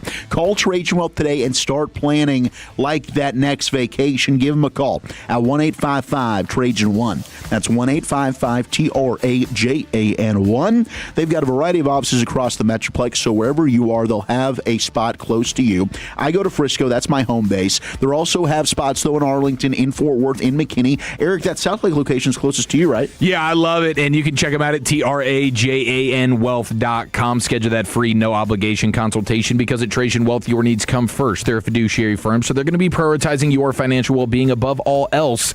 And the more money you make, the more money they make. So trust me, they want to see you win, and they are in this with you. Trajan Wealth is also family-owned. They're veteran-led. They've brought decades of experience to the table, and their team of advisors actually specialize in helping individuals in or nearing retirement. I mean, my goodness, trying to navigate the complexities of today's financial landscape, we all know that can be extremely challenging, but great news for all of us, Trajan Wealth is here to help. 1-855-TRAJAN1. That's 1-855-TRAJAN1. Advisory services through Trajan Wealth, LLC, SEC Registered Investment Advisor. Additional services through Trajan Estate and Trajan Tax. Actual client paid advertisement. Additional disclosures at TrajanWealth.com.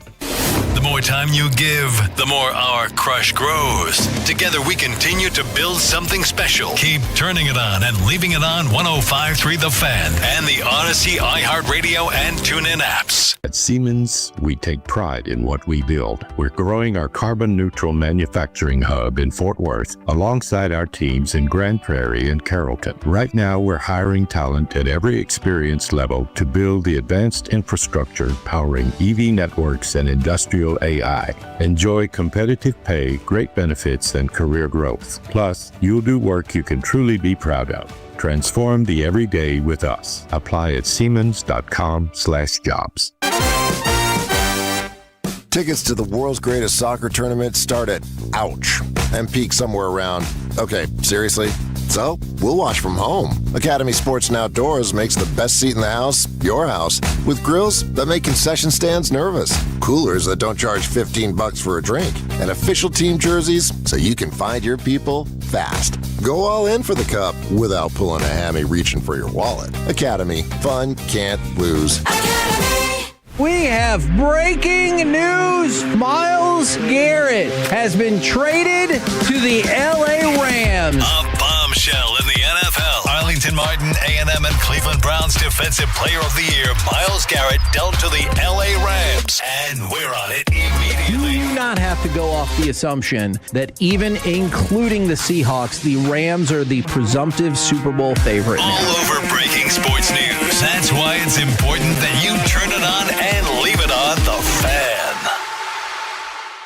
All right, turn it up. This next track by Crown Royal, it's got a way of getting everybody together. So grab your people, grab a glass, and play this one loud.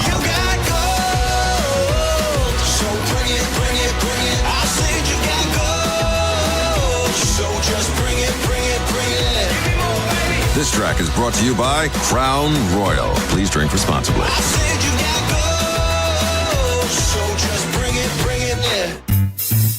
1-877 Cards for Kids. KARS Cards for Kids. Ready to get rid of that old car? Donate it to Cars for Kids. Call 877 Cars for Kids to reach a friendly live agent. Donation is super easy, and your car can be picked up as soon as tomorrow. Call us now or go to carsforkids.org. 1-877 Cars for Kids. Donate your car today. Did you know you can donate real estate too?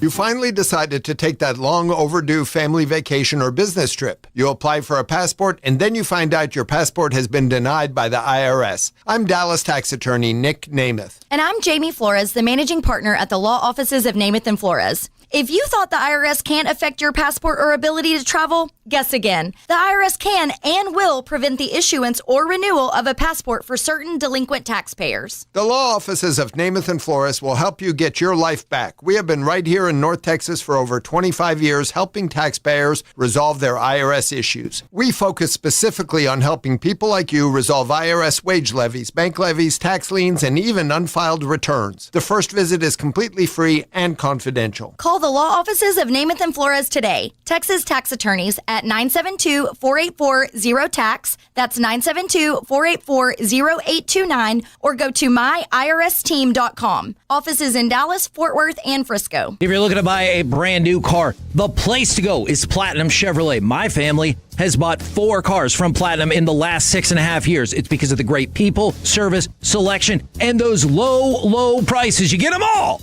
at Platinum Chevrolet. Get in now and pound your fist on the table for GM Justin Rudd. You got clear upfront pricing. Whatever you see online, that's the price you're going to pay. Shop online and let them deliver your new Chevrolet. Visit PlatinumChevyTexas.com. Drive a little further to save a lot more. Chevrolet, together let's drive. Hi, it's Michaela, and it's always game time at Boomer Jacks. Now, there are 2 more great reasons to love us. Enjoy $2 domestics and $3 Dos Equis each day until 2 a.m. Find your location in DFW at boomerjacks.com and raise your game. Are you an adult with uncontrolled moderate to severe Crohn's disease symptoms and still packing a backup bag of clothes?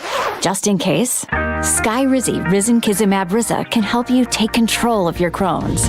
Feel significant symptom relief, including less abdominal pain and fewer bowel movements at 4 weeks. Plus, Skyrizi is proven to help people achieve remission and visibly improve damage of the intestinal lining. Individual results may vary. Skyrizi is a prescription injection medicine. Don't use if allergic to Skyrizi. Serious allergic reactions, increased infections, or lower ability to fight them may occur. Before treatment, get checked for infections and tuberculosis. Tell your doctor about any flu-like symptoms or vaccines. Liver problems leading to hospitalization may occur when treated for Crohn's. Ready to take control of your Crohn's? Ask your doctor about Skyrizi, the #1 prescribed biologic in Crohn's disease. Control is everything to me.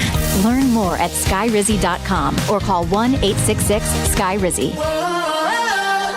While the world watches the stars at the FIFA World Cup this summer, Hyundai has its eyes on the next generation of talent. The future stars who are already turning heads at age 14. Because next doesn't wait for an invitation, and neither do we. Hyundai has always moved the future within reach. We did it when we made advanced safety standard on every vehicle and engineered EVs with ultra-fast charging capability. Because the future isn't some far-off concept. It's already here. Next starts now. Hyundai, an official partner of FIFA.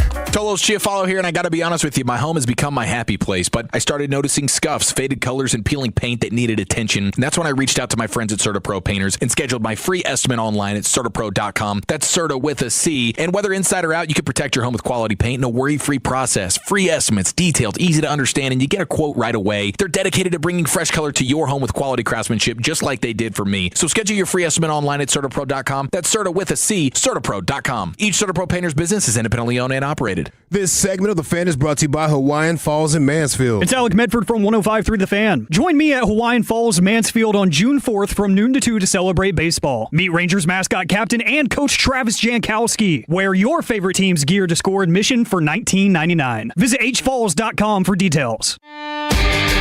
Welcome back. It's the G-Bag Nation on 105 through the Fan. Segment's brought to you by the Frankels. If you've been injured in a car truck wreck, call the Frankels first, 214 or 817-333-3333. There's never an out-of-pocket cost. They only get paid when you win. The Frankels are the go-to car and truck wreck attorneys in Dallas. Time for Cowboys news and OTA's day one today. It'll be open to reporters later in the week. We'll talk more Cowboys with you here in just a sec, but we have some breaking news. Eagles are moving A.J. Brown, the long-awaited trade. Here we are June 1st to the Patriots for a 2028 first and a 2027 fifth. So Roseman figured out a way to get his one, and that might be perfect, if they're looking at rebuilding here in the next couple of years, which it definitely seems like their salary cap situation would set them up for, like the end of the run is coming. Maybe they'll be looking for a new quarterback by the time we get to 2028. That is going to be extra draft capital for them. So if I'm Philly, I don't mind at all having to wait a year to get the first, especially since New England looks so good again. And for the Patriots, Kayshon Boutte and Josh Dobbs and A.J. Brown, Mac Hollins, Hunter Henry, they added Elijah Vera Tucker, the guard from the Jets, who's good, and then Caleb Lomu to their offensive line in the draft. I don't know if he's going to start year one, but he very well could, considering he's behind Morgan Moses right now. So they continue to invest in their offense and give themselves a decent shot of being one of the better teams in the AFC with this trade. But it's not even the top story in the NFL today, because before we took the air, it's Myles Garrett to the Rams. As first heard with the KNC Masterpiece, Kevin and Corey broke this for you here this afternoon. So that one is a bit of a kick to the gut. And now, I guess post June 1 trade season is going to become the second biggest deadline on the calendar. You have the mid-season trade deadline and then June 1. As these teams want to break up their cap hits. I don't know, maybe the NFL should change the rules, but it's also perfect for the NFL's engagement farm. It is. Midsummer here or early summer to be getting this batch of news that absolutely carries the day. But anyway, all that to say, the Packers with Jonathan Gannon, the most reported offer for Josh Sweat right now. As he left Arizona as their head coach, he takes over as the Packers defensive coordinator, and it's maybe Josh Sweat and Jonathan Gannon are like a package deal. Yeah, that could be. I was a little bit happy to see Matt Schneidman, who covers Green Bay, said that sorry to rain on the parade, but I'm told Brian Gutekunst has not discussed a Josh Sweat trade with anyone. It's not a thing at this point, but there is a lot of engagement on Green Bay Twitter right now that they are very interested in Josh Sweat. I just don't know salary cap wise. I think they've only got $9 million in space. The Cowboys would probably be in a similar situation here if they wanted to get on this, but I think the Cowboys have more wiggle room than what Green Bay does to try and open space up. So my understanding, it's 13 right now for Dallas. It is for Dallas, yeah. So 9. So Dallas could. I think 10 is really what you'd be looking at to try and add on a Josh Sweat, but we'll have to monitor that situation in Green Bay. What do you think about the Eagles moving on from A.J. Brown? Does that bring him back to the pack a little bit here? I think it does. A.J. Brown's been a hell of a player. Like Devontae Smith is probably primed to break out, and Mekhi Lemon's a guy that I loved. I thought he was the number one wide receiver in this class with his ability to create natural separation. He's got a massive catch radius for even just being a 5'11 player. We'll just see if that matches up with Jalen Hurts. I tried to go a little bit more, deep dive into him and throwing over the middle, because we had that conversation last week. And when he does it, he statistically is very good at it. They just don't have him throw between the hashes much. So is that just because they're scared of it, or is that their offense has just been really outside the numbers, and that's where A.J. Brown and you see Devontae Smith make a lot of those toe tap type of catches that they've excelled at. So I do think you might see a little bit of a change with Eli Stowers, the tight end they drafted, and Mekhi Lemon. Maybe it is a little bit more intermediate and in middle of the field for Philly this year. But I'm a little bit bummed because you clearly had a rift between quarterback and wide receiver, and I like any type of drama that can be like an enemy from within for Filthy. But as we were talking about during the break, I think Jalen Hurts is really the biggest problem for them. You think they're still going to have to pull out the positivity bunny rabbit at some point this year? I did throw that in the shout locker room. Shout out to the Cowboys in their Tyler schedule video release. They were making fun of the bunny. Heck yeah, they were. Oh, it was so good. That is a classic callback and hilarious that they employed that. I think whoever came up with that idea should have been fired. I think it was Big Dom, and I think he got a raise for it. One of the single worst sports decisions of all time. Yeah, that's brutal. Inflate a bunny rabbit in the middle of the locker room so guys can start to like each other again. It's not even Easter. But I agree with you. I think A.J. Brown was just a symptom of a bigger problem, which is we won the Super Bowl. We have these massive expectations, but our offensive line is deteriorating and our quarterback is limited. Mm-hmm. That's the real problem. And Brown was like unable to cope with the stress of that. Yeah. So he wanted to let everybody else know it's not my fault, you know? And I think as this picks up, sure, Mekhi Lemon and Eli Stowers could be so good that maybe they don't miss a beat, and their passing game is that great. And it's a team that has proven really over the last 3 years that it can move through the toxicity and find a way to win. Maybe that's Nick Sirianni's natural environment. He doesn't mind it at all. Because that's kind of how he is. I think that's probably how if you go to a Christmas with the Siriannis, it's much like the Christmas Fishes episode of The Bear. If you watch that show, it's one of the most stressful episodes of television you will ever see. They're all yelling at each other. There's forks being thrown. It's wild. I think maybe that's where Sirianni finds his comfort. But was that the chef? Yes. Show? Yeah. Yes, Chef. Cassandra was watching Tremendous show, and I think the final season's coming out at the end of the month. But, yeah, I mean, it's a great opportunity for Devontae Smith. I still think for Howie, I mean, it sucks. You don't want to give praise to the Eagles. When you trade a 1 and a 3 for a receiver 4 years ago, and now you get back a 1 and a 5 for a guy that's now 30, it's overall a huge win for the Eagles. But for New England, you reunite a head coach and A.J. Brown, who clearly have a good rapport and relationship. Big reason why Mike Vrabel was so pissed to get out of Tennessee was because they moved him. He had a rift with the GM there, and they drastically needed playmakers. I mean, we saw that throughout their entire Super Bowl run, and in the Super Bowl, Matt Collins was their top target in the Super Bowl. They had to get an outside weapon for Drake May, and they finally accomplished that. Absolutely. 972 says OKC won it all last year, was a couple of points away from trying to run it back the other day, and here y'all are today saying they should blow it up by trading Chet. LOL. That's Latrette from Dallas. It just comes down to the aprons of the luxury tax, and OKC is finding out what Boston found out, that you can't compete, pay your role players and pay your superstars at the same time unless you want to lose $100 million.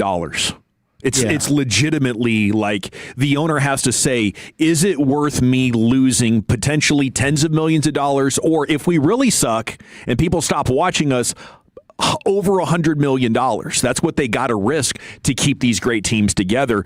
Only the Warriors were willing to do it, but shortly thereafter, when they realized they weren't going to be champions again, they started parting that thing out and said, I guess we got to say goodbye to Klay Thompson. We just did this deal with Jordan Poole. You got to go.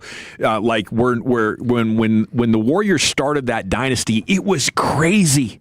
The number of players, Andre Iguodala, Sean Livingston, former lottery picks who had led their teams, are coming off the bench. Who was the big Australian big man from Utah? Andrew Bogut. Bogut. Hey, here I am, Bogut. Yeah. Just out of nowhere. So if you add players like that in today's NBA, not only do you have to give them the $10 million, but you got to give them an additional $30 million to revenue sharing, once you're over that apron. So, it really comes down to how much willing you're willing to risk losing a very significant amount of money, and that's one of the great advantages of having the Adelson family owning the Mavs now.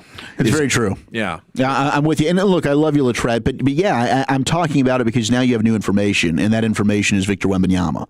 this guy has arrived, and that is now probably going to be the team that you're going to have to go through if you want to get back to the finals. And clearly their best player just punked your best player. And I don't think that's ever going to change. So it's not blowing it up. It's moving one guy that you can also then still get really good assets back for. Yeah. So, I mean, I think that's a little bit of an overreaction there, Latrette. Yeah, that too. Like, Chet just isn't worth that money. Yeah, I mean, if you can move him and go and get a Giannis or whoever it might be that they like out there, that's a chip that you can still continue to make your roster better. Your best weapon is actually a more perimeter-oriented, really strong guy who's around 6'8", 6'9". Instead of going with a 7-footer who's going to try to out-lanky Wemby, that's not going to work. Yeah. You want to throw really solid, active guys at him to disrupt him and go with that Porzingis theory of we're just running little guys at you that make you nervous. That's why it'll be interesting to see the Anunoby stuff.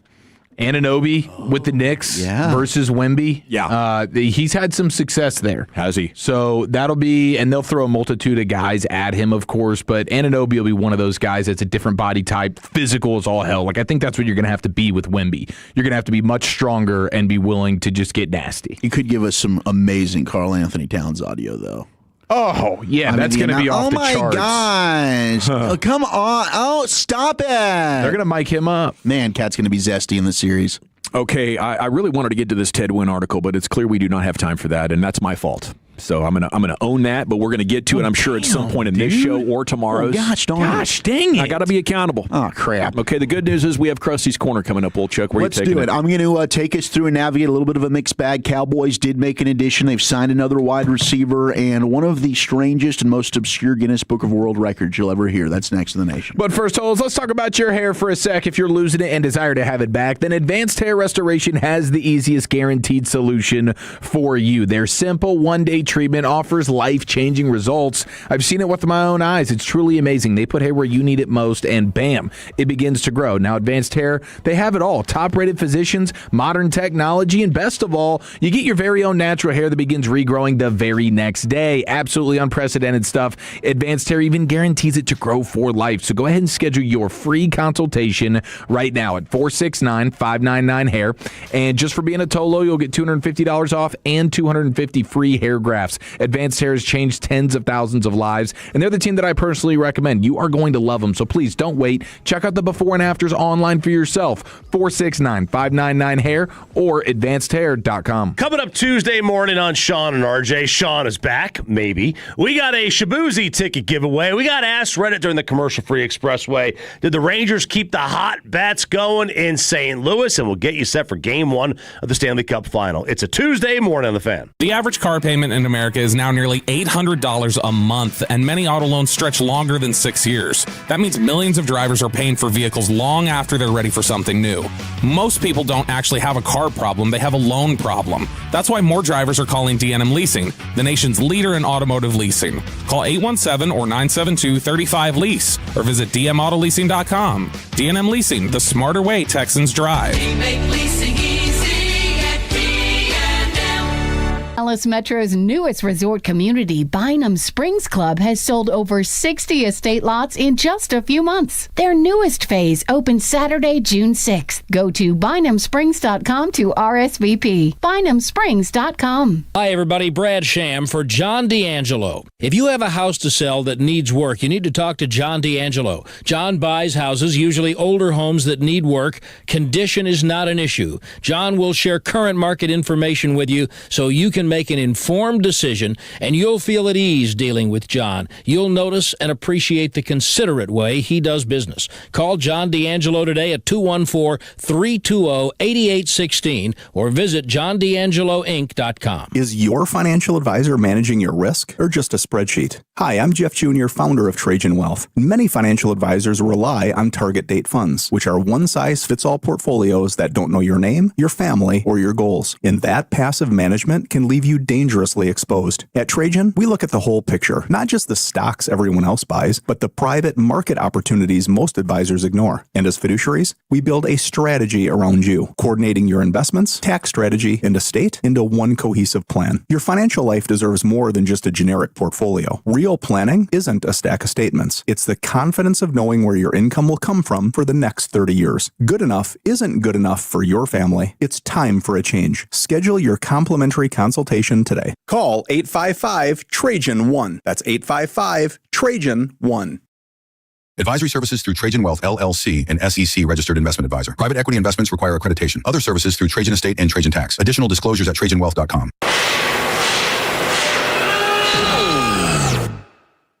When equipment breaks down and operations come to a halt, every single second counts. So why is your maintenance team spending 60% of their time doing anything but turning wrenches?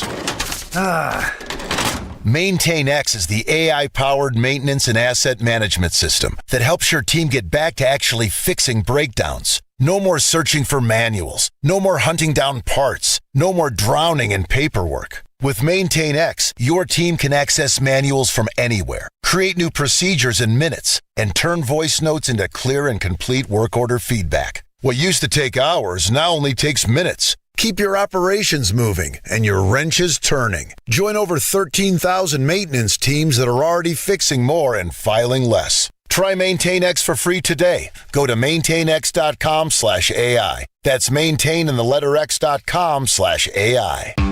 T-Mobile has an exclusive bundle for customers 55 and up. I'm Sarah Bowl. Yeah, I'm Frank Bowl. A reliable network is key for us. And with T-Mobile, it's been wonderful. And going to the 55 plus plan saved us so much money. A lot. And that's important. Trying to keep costs down. The home internet's been perfect. It's fast, it's quick. The setup was so easy, it took less than 15 minutes. It was like, ta-da! If you want simplicity, coverage, reliability, you want the whole package, T-Mobile has it. Right now, T-Mobile customers 55 and up can get 2 phone lines on America's best network, plus America's fastest 5G home internet for just $30 each.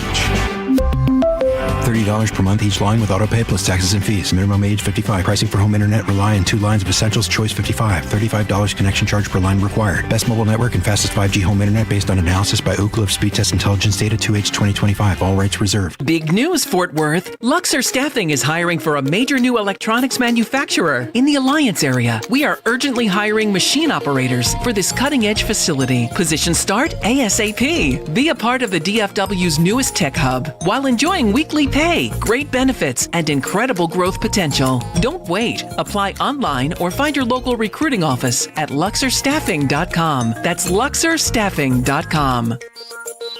During Dallas summers, a working AC is a game changer. Luckily, American Home Shield can help protect your wallet from pricey repairs when major appliances and systems like your AC, plumbing, or fridge break. If AHS can't repair the covered item, they'll replace it no matter its age. So don't sweat breakdowns. Keep your cool with a home warranty from American Home Shield. Don't worry, be warranty. Sign up today at ahs.com. See ahs.com/contracts for coverage details, including limit amounts, fees, limitations, and exclusions. Jacob deGrom is on the mound tonight for the Rangers as they open a 3-game series against the Cardinals in St. Louis.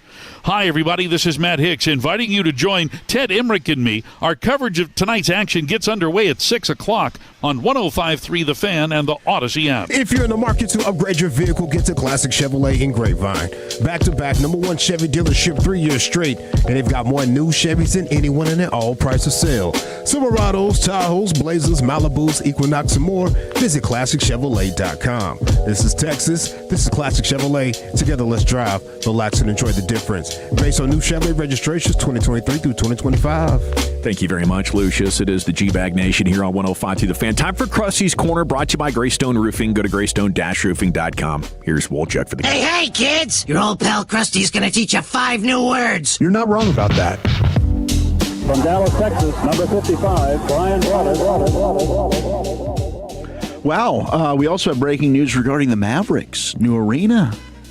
As Brad Townsend has put out, after more than a year of analyzing Dallas sites for their planned multi-billion-dollar arena and entertainment district, The Mavericks have chosen Valley View, dealing in major setbacks to efforts to bring the project downtown. The Mavericks on Monday executed option agreements to purchase approximately 104 acres of the 110-acre former site of Valley View Mall, and it is a seismic decision that could reshape Dallas sports and entertainment landscape for decades, upending the city's NBA franchise from its 46-year epicenter by moving it and its games 13 miles to the north from urban to near suburbia. So that's 635 of the toll, basically? Yes, not too far from here. Yeah. I mean, that's within reason. You know, it's frustrating when a team gets moved out of your town, you know, to Arlington or Frisco or whatever. You're still like, okay, that's fine. It's just a little bit of a longer drive. I mean, still within city limits? Yeah.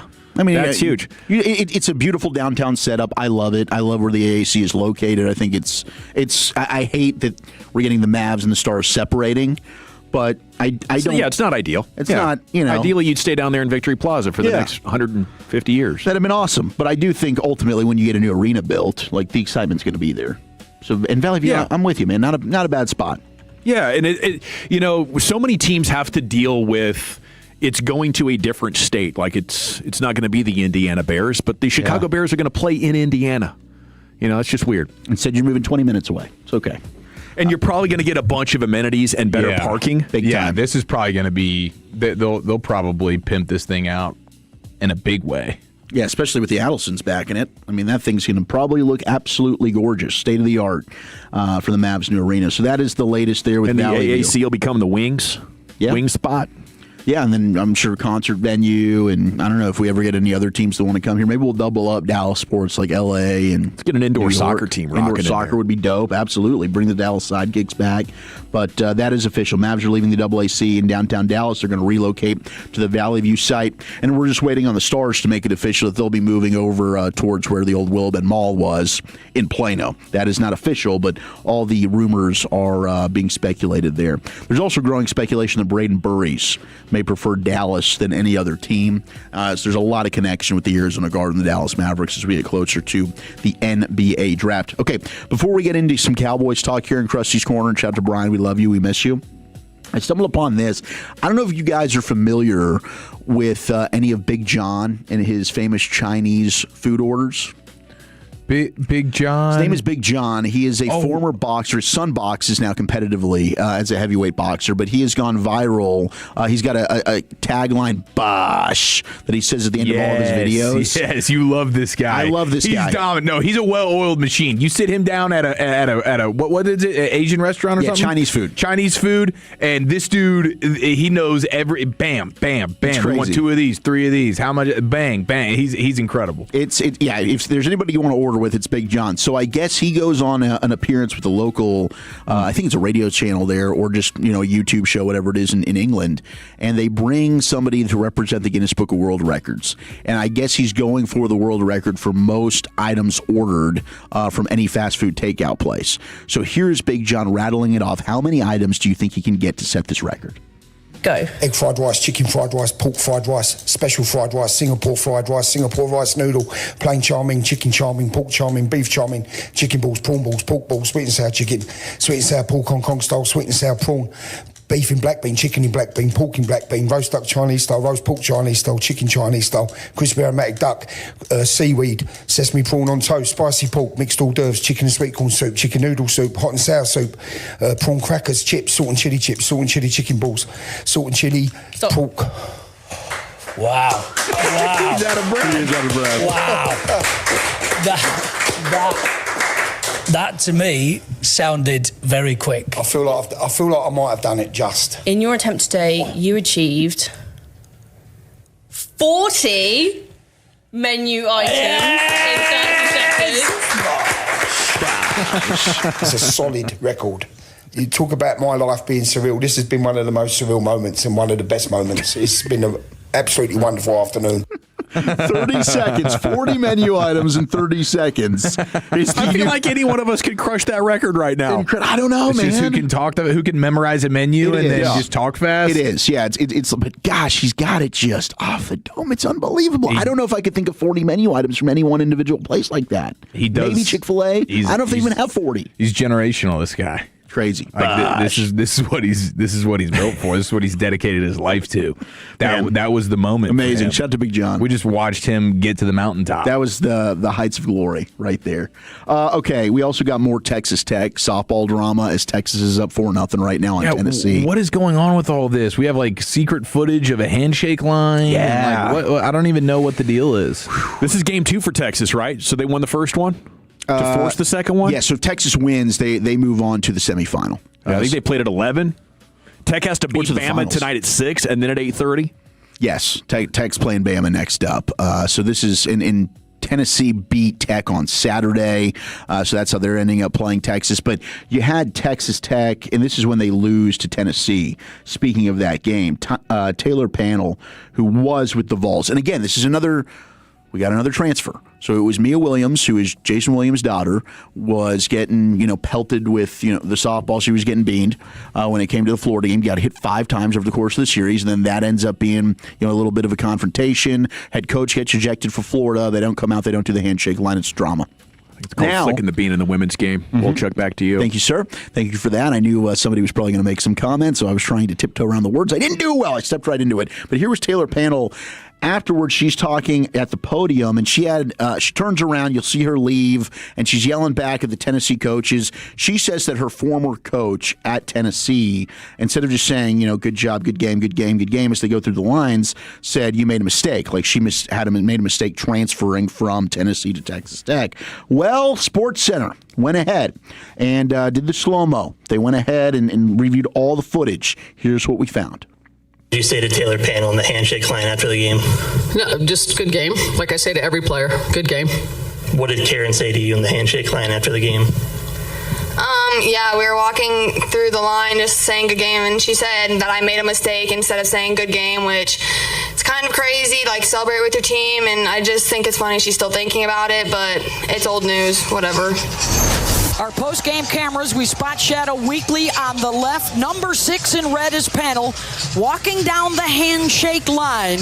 There doesn't seem to be a reaction there. We're going to zoom in. You see Karen Weekly saying, good game. Not this person. The next one is Panel. We do not see Weekly say anything different. There is no reaction from Panel there. We move ahead a moment later.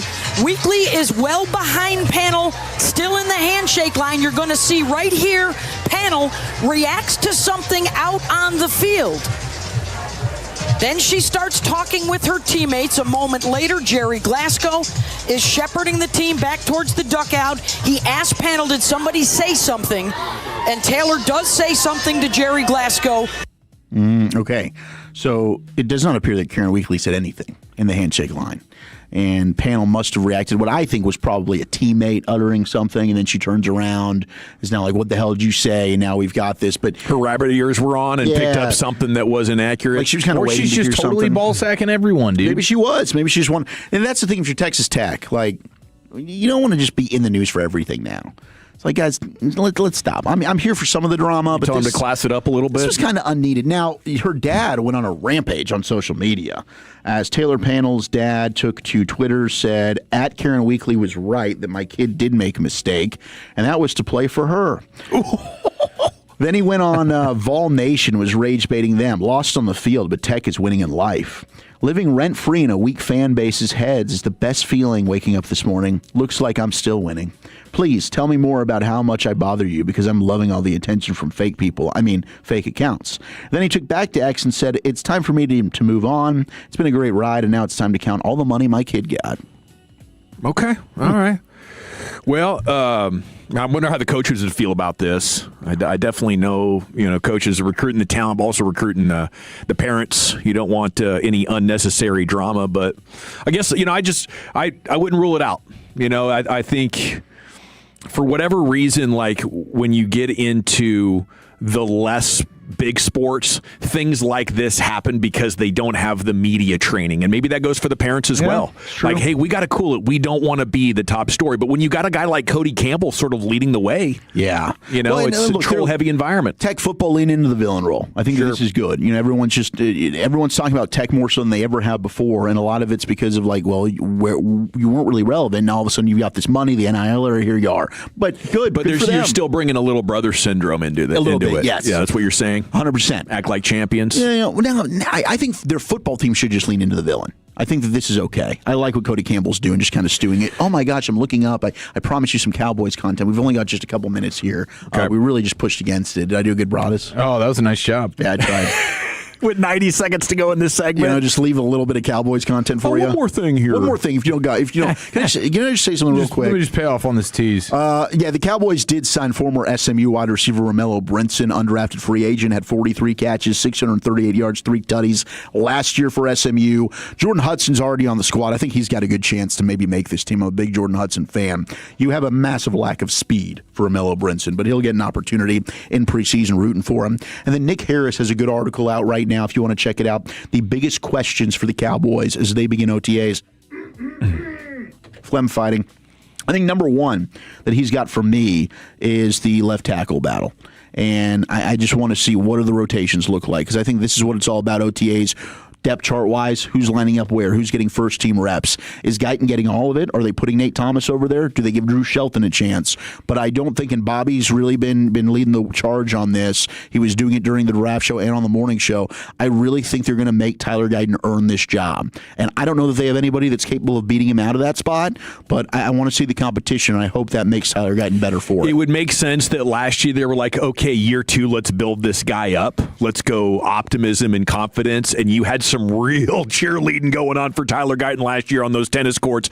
Maybe they saw that actually maybe that made him less hungry, So they're going to swing it back the other way to everybody say publicly, we don't know who the starting left tackle is. Make Tyler Guyton wake up. Yep. Because sometimes that embrace feels like security, and what you need to make the most of your opportunity is a little bit of insecurity. We got 2 down, 2 to go. Cy Young Show. Chris Young's going to join us coming up at 4:20. It's football fix time, Chief. Where are you taking us in the fix? Oh, no, that's Wolchuk. Oh, hey, baby, back to back. You're the fixer, bro. Woo! Needy wide receiver Giants are getting some help. Gridiron to the booth, and 100 days until the season. What you need to know next. All right, I want to chat with you about my friends at D&M Leasing before we do anything else, though, because if you need to fix your vehicle situation, D&M is standing by. They're ready to take your phone call, 972 or 817-35-LEASE. Call D&M and ask to get on this easy lease program, the most consumer-friendly lease on the market. It's nothing down, nothing due for 60 days. Any make, any model, foreign, domestic, car, truck, SUV, they have access to anything and everything. And then when these payments kick in, up to 50% less compared to buying, yes, please, the easy lease from D&M. It's waiting for you right now. And if you give them a call, tell them we sent you, they're going to make it their mission. White glove service, the best customer service and vehicle acquisition. You'll see, just like I have and had many years ago, the best way, the only way to acquire new vehicles here in North Texas is the easy lease from D&M Leasing. The ease of operation. You sign the documents in a phone app. They drive away with your old vehicle, and just like that, you're behind the wheel of something great. Something will make you happy this summer, looking great. Whether it's the new car, truck, SUV, whatever you and your family need, D&M Leasing can put that in your driveway for you. So, if you know what it is already, call them and tell them, and they'll be on their way with it at their earliest opportunity. If you just know a body style or a payment or a manufacturer that you have in mind, features that you absolutely need to have, call D&M and tell them they can help guide you through the perfect selection process. Again, 972-817-35-LEASE. Go to dmautoleasing.com. Take us with you wherever you go. Now heard on the iHeartRadio app, YouTube, Twitch, the TuneIn app, our Odyssey app, and of course with the biggest mother of a radio signal in DFW. Thanks for making your favorite travel buddy 105.3 The Fan. This is an Odyssey Sports Minute. For the first time since 2014, the Spurs are back in the NBA Finals after beating the Oklahoma City Thunder on the road in Game 7 on Saturday night. An emotional Victor Wembanyama was named Western Conference Finals MVP after scoring 22 points and grabbing 7 rebounds. The Spurs will face the Knicks, who are back in the Finals for the first time since 1999. Game 1 is Wednesday night in San Antonio. The Spurs are 4.5-point favorites. I'm Adam Abdallah.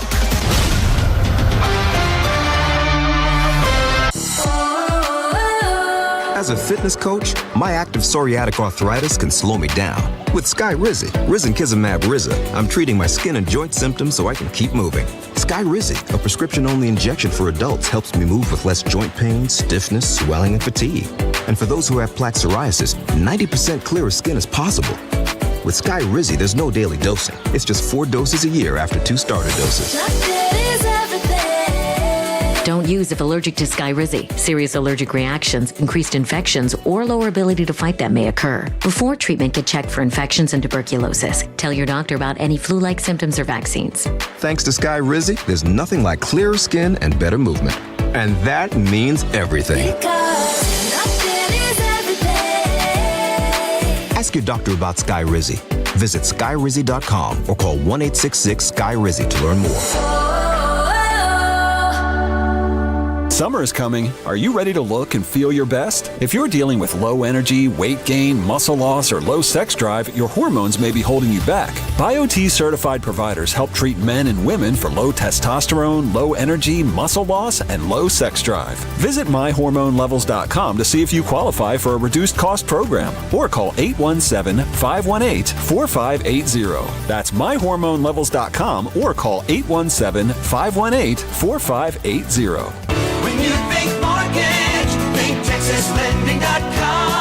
How many of you want a home equity loan, but you want to close fast? With TexasLending.com, we can close fast for many reasons. One of them, we do automated appraisals on many of our home equity loans. That means you can get an appraisal done for a fraction of the cost at twice the speed, closing your loan when you need it. Fast. Call TexasLending.com for your home equity loan today. We got it. 4201 Spring Valley Road, Suite 1150, Dallas, Texas, 75244. NMLS number 2297. Equal housing lender. Staples presents Celebrations Made Easy. I went to Staples for a custom printed graduation banner and invites and saw that Party City is now at Staples. Wait, what? Party City is now at Staples. So now Staples has balloons? Yep. Decorations? Yes. Streamers, cups, table covers? Yep, Staples has everything for a party. And now buy two, get one free on select foil balloons. Holy confetti! So the best parties start at Staples.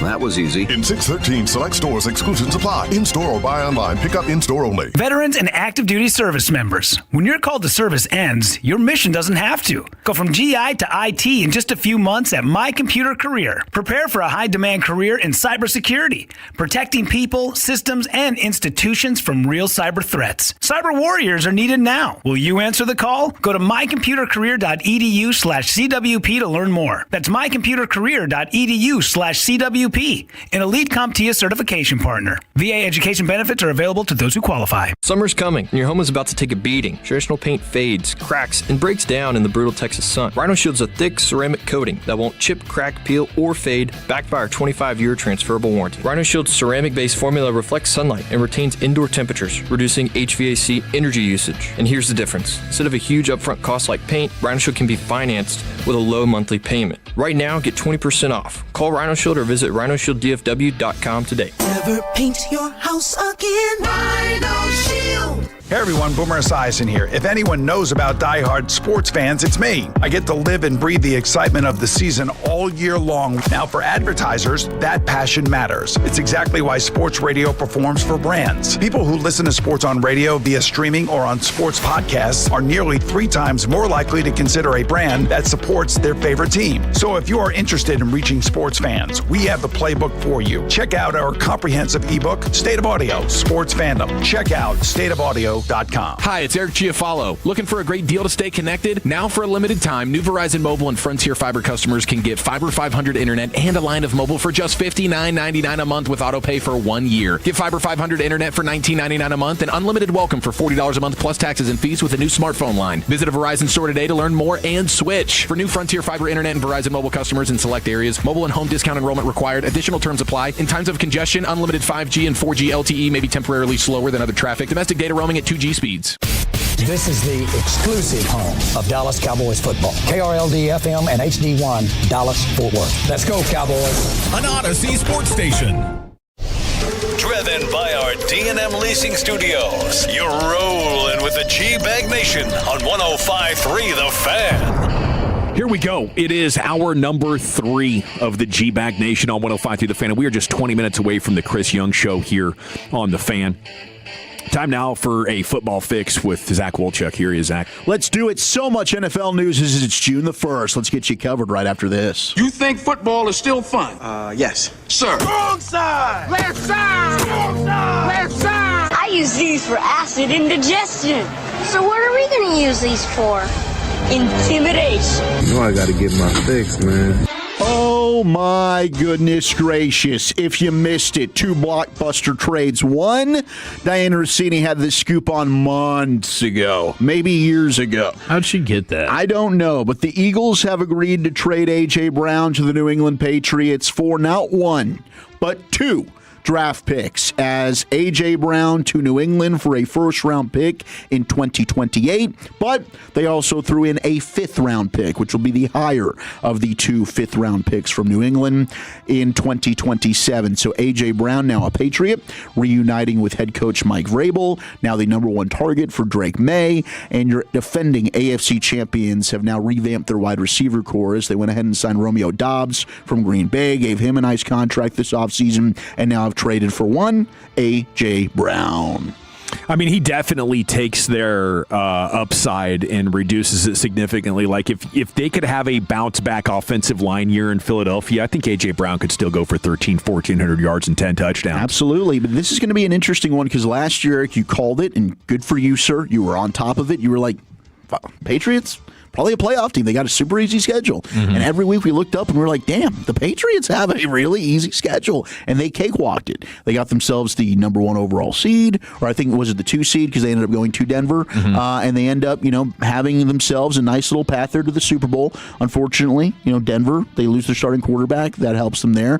But this year, schedule a little more difficult.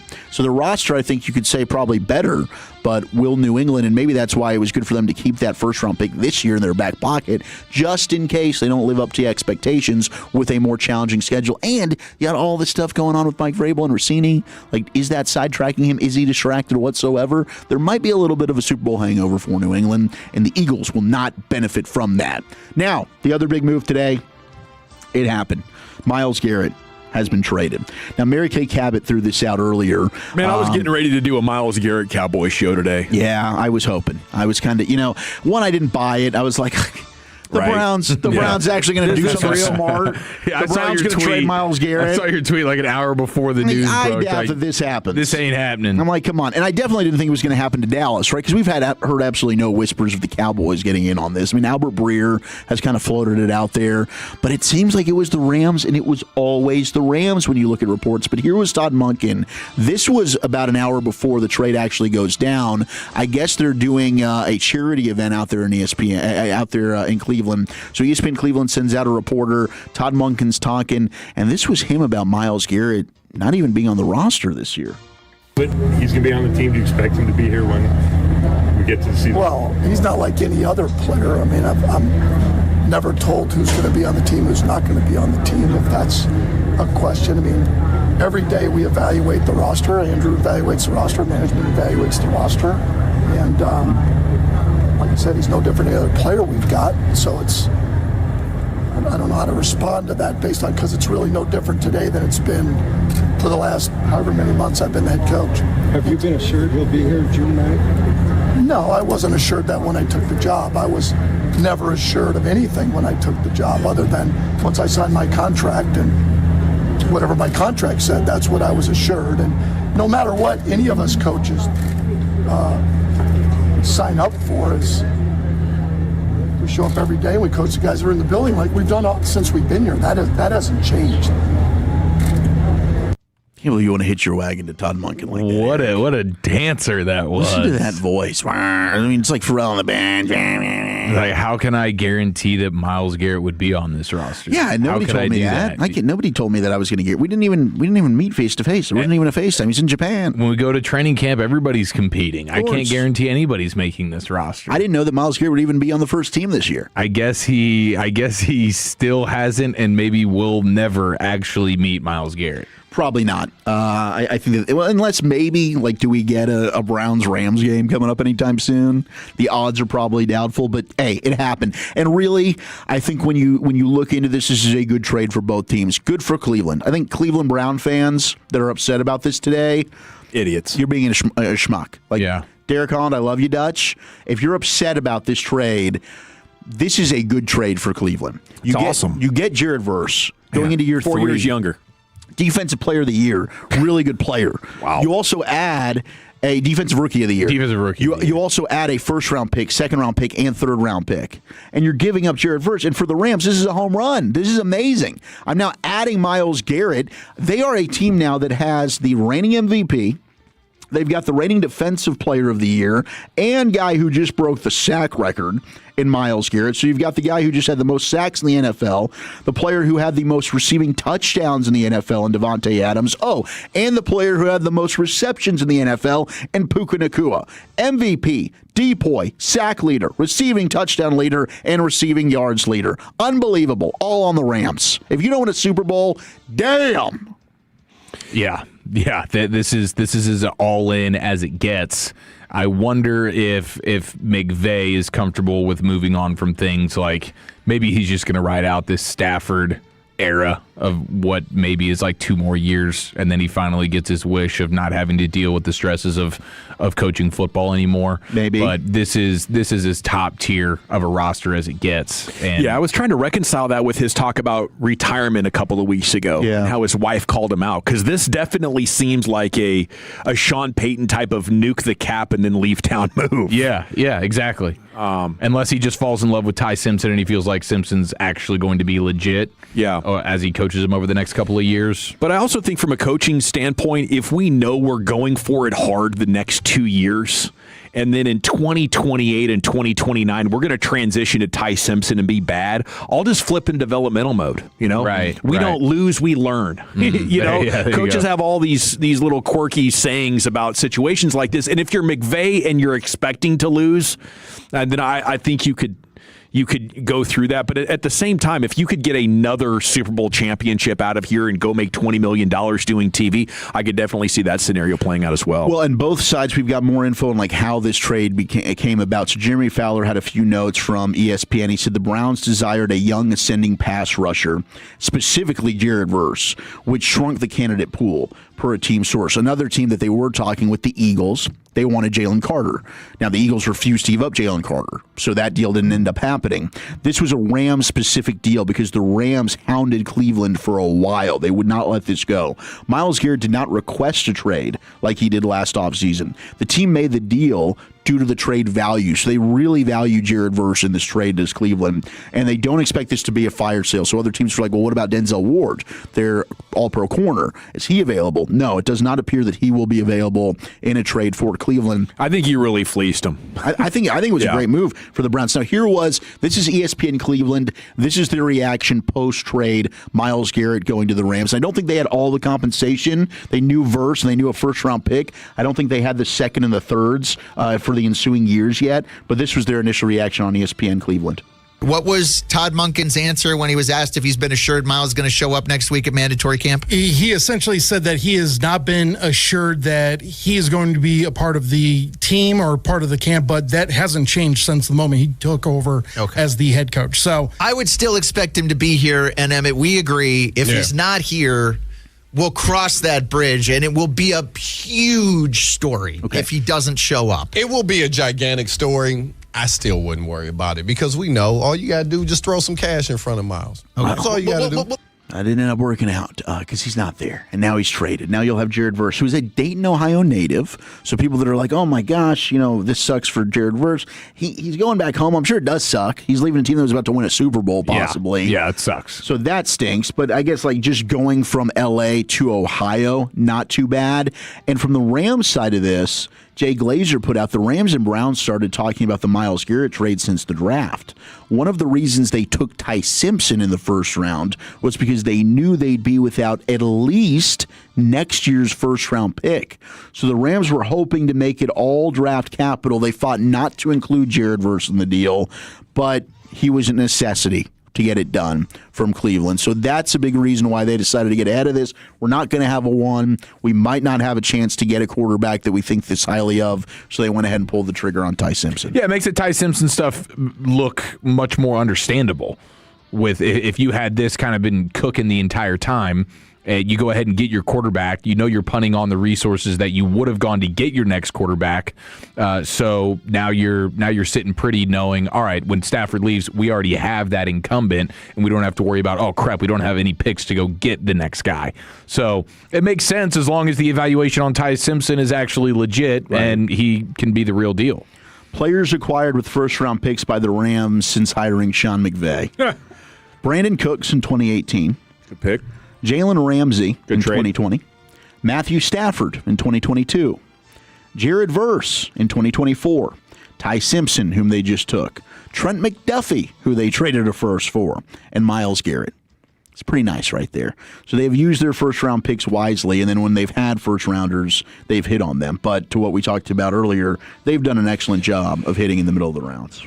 I would just say, like, it's sobering coming off this offseason where we've built optimism around the Cowboys, and last week I said I feel like they're contenders, and I still hate myself for saying that, but I believe it, okay? The Rams probably got to suffer from some injuries now.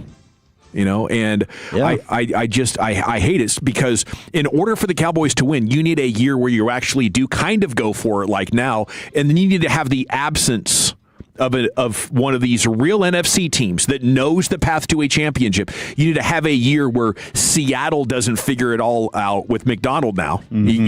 You got to include their team builder extraordinaire in John Schneider, and the combination of one of the best coaches in the NFL. So you got to have a Seattle down year, you got to have a Rams down year, you got to have a Philadelphia down year, you got to have a Shanahan down year. It looks like you're getting the Shanahan down year and the Tampa down year.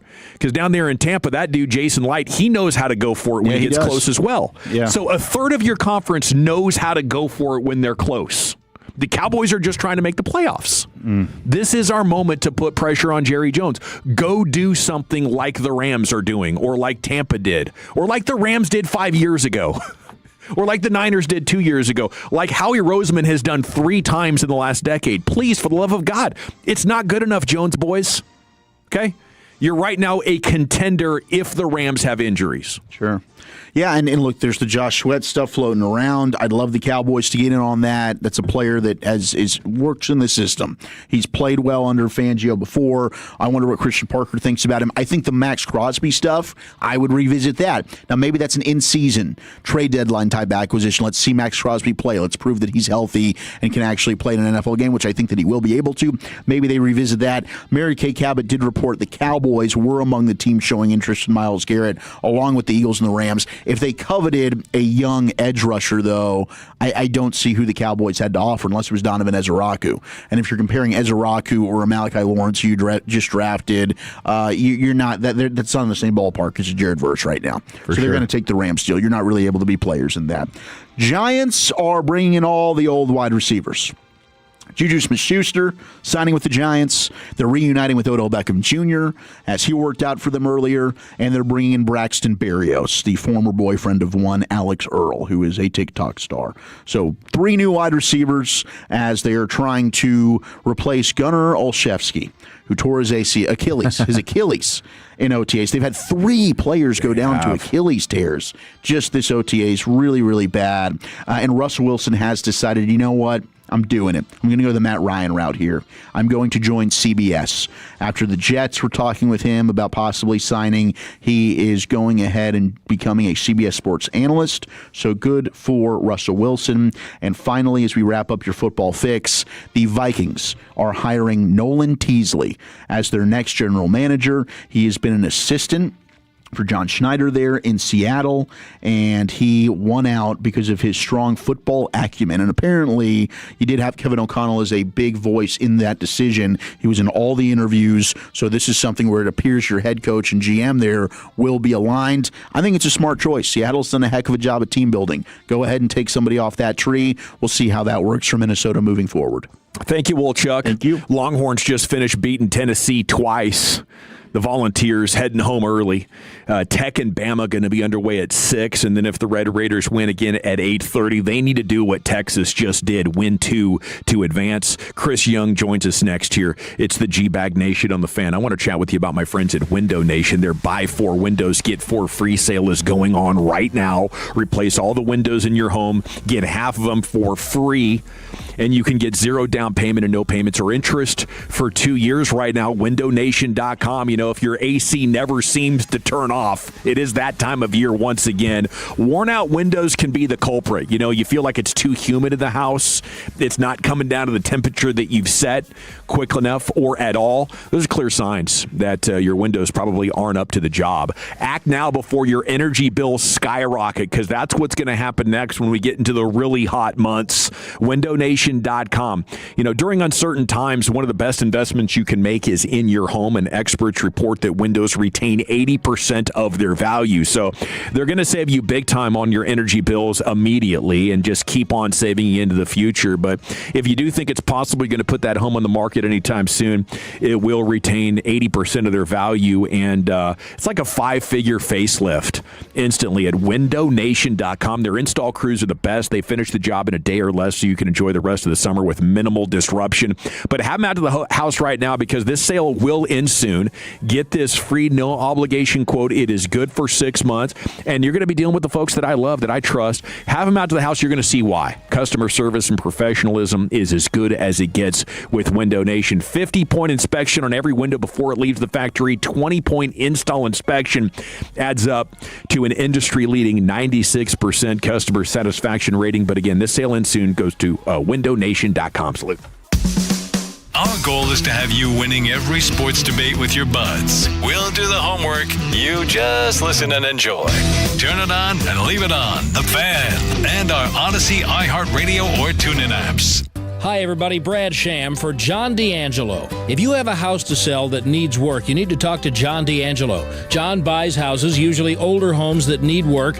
Condition is not an issue. John will share current market information with you so you can make an informed decision, and you'll feel at ease dealing with John. You'll notice and appreciate the considerate way he does business. Call John D'Angelo today at 214-320-8816 or visit johndangeloinc.com. We have breaking news. Myles Garrett has been traded to the LA Rams. A bombshell in the NFL. Arlington Martin, A&M, and Cleveland Browns Defensive Player of the Year, Myles Garrett, dealt to the LA Rams. And we're on it immediately. Do you not have to go off the assumption that even including the Seahawks, the Rams are the presumptive Super Bowl favorite? All over breaking sports news. That's why it's important that you turn it on and leave it on. The Fan.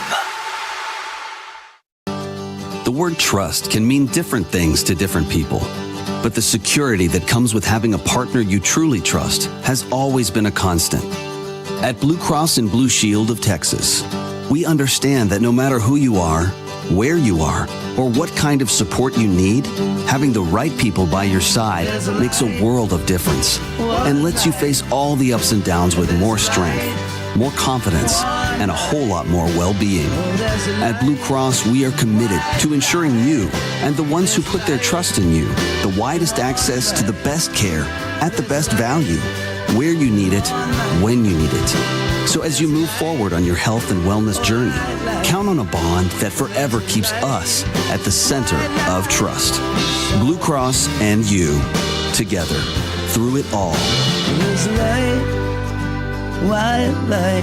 Blue Cross and Blue Shield of Texas, a division of Healthcare Service Corporation, a mutual legal reserve company. At Alliance Hyundai, you can shop the all-new 2026 Hyundai Palisade today. Every new Hyundai comes with America's best warranty. 10-year, 100,000-mile limited powertrain warranty and owner's assurance. Get our lowest price guaranteed. Come and see us today in person or visit us online at alliancehyundai.net. If you're looking to buy a brand new car, the place to go is Platinum Chevrolet. My family has bought 4 cars from Platinum in the last 6.5 years. It's because of the great people, service, selection, and those low prices. You get them all at Platinum Chevrolet. Get in now and pound your fist on the table for GM Justin Rudd. You got clear upfront pricing. Whatever you see online, that's the price you're going to pay. Shop online and let them deliver your new Chevrolet. Visit PlatinumChevyTexas.com. Drive a little further to save a lot more. Chevrolet, together let's drive. Bank of America is the official bank of FIFA World Cup 2026. Helping people achieve their goals is what we do. So if your goal is owning a home, we're here to help with guidance and resources, including up to $17,500 in select markets when combining down payment and closing cost grants. Visit BofA.com/home team. What would you like the power to do? Bank of America N.A. Equal Housing Lender. Credit and collateral is subject to approval. Restrictions apply. This is not a commitment to lend. Carpal tunnel syndrome, heart failure that doesn't improve with common medicines. These are some signs and symptoms associated with ATTR-CM, or the cardiomyopathy of ATTR amyloidosis, a serious heart condition with symptoms that get worse over time. Amvuttra, vutrisiran, is a prescription medicine given by a healthcare provider that treats ATTR-CM in adults to reduce heart-related death, hospital stays, and urgent visits. In a clinical study, Amvuttra was proven to help people live longer and have fewer heart-related hospital stays and urgent visits over 3 years compared to placebo. Amvuttra lowers the amount of vitamin A in your blood, which can affect vision. Other side effects include pain in the arms or legs, pain in the joints, and shortness of breath. These are not all the possible side effects of Amvuttra. For prescribing information, call 1-833-256-2748 or learn more at amvuttra.com. Ask your doctor about Amvuttra for ATTR-CM. Are your allergies driving you crazy this spring? Well, your air conditioner could be part of the problem. I'm Jeff Stewart with Reliant Air Conditioning. And right now in North Texas, pollen and dust levels are through the roof. And without the right air filtration, all of that pollen ends up moving through your home and into the air you breathe. And that's why during our spring clean air event, when you install a qualifying high-efficiency system, Reliant Air Conditioning will include a complete clean air package for free. And that includes a UV light, an air scrubber, and a hospital-grade air filtration system. That's a $3,750 value, included at no additional cost. And during our Spring Clean Air event, you can also save with manufacturer rebates and special financing. So call us at 877-YOUR-HERO or schedule your free estimate online at ReliantAirConditioning.com and see how we've been gimmick-free since '83. Reliant Air Conditioning. Call 877-YOUR-HERO. This is the story of the one who keeps multiple buildings running smoothly day after day. Plumbing that flows, HVAC that hums, cleaning supplies that keep surfaces sparkling. That's why she counts on Grainger. With easy reordering online and 24/7 support, Grainger helps her keep the products she needs on hand. So shelves stay stocked and buildings stay ready. Call 1-800-GRAINGER, click Grainger.com, or just stop by. Grainger, for the ones who get it done. Finding great candidates to hire can be like, well, trying to find a needle in a haystack, but not with ZipRecruiter. Its powerful technology actively finds and invites qualified candidates to apply to your job. So while other companies might deliver a lot of hay, ZipRecruiter finds you the needle in the haystack. See why 4 out of 5 employers who post a job on ZipRecruiter get a quality candidate within the first day. Try ZipRecruiter for free at ZipRecruiter.com/team. That's ZipRecruiter.com/team. ZipRecruiter. You follow here, Tolos, and I'm so fired up because CertaPro Painters just came into my home and gave me that brand new paint job, and I could not be happier. You can schedule your free estimate online at CertaPro.com. That's Certa with a C, and you can trust them to get the job done right. I know firsthand they take pride in what they do, and the process is worry-free. Free estimates, reliable communication, and professional painting, all at the right price, and that's what I'm about. So schedule your free estimate online at CertaPro.com. That's Certa with a C, CertaPro.com. Each CertaPro Painters business is independently owned and operated. This segment of The Fan is brought to you by Hawaiian Falls and Mansfield. It's Alec Medford from 105.3 The Fan. Join me at Hawaiian Falls, Mansfield on June 4th from noon to 2 to celebrate baseball. Meet Rangers mascot captain and coach Travis Jankowski. Wear your favorite team's gear to score admission for $19.99. Visit hfalls.com for details.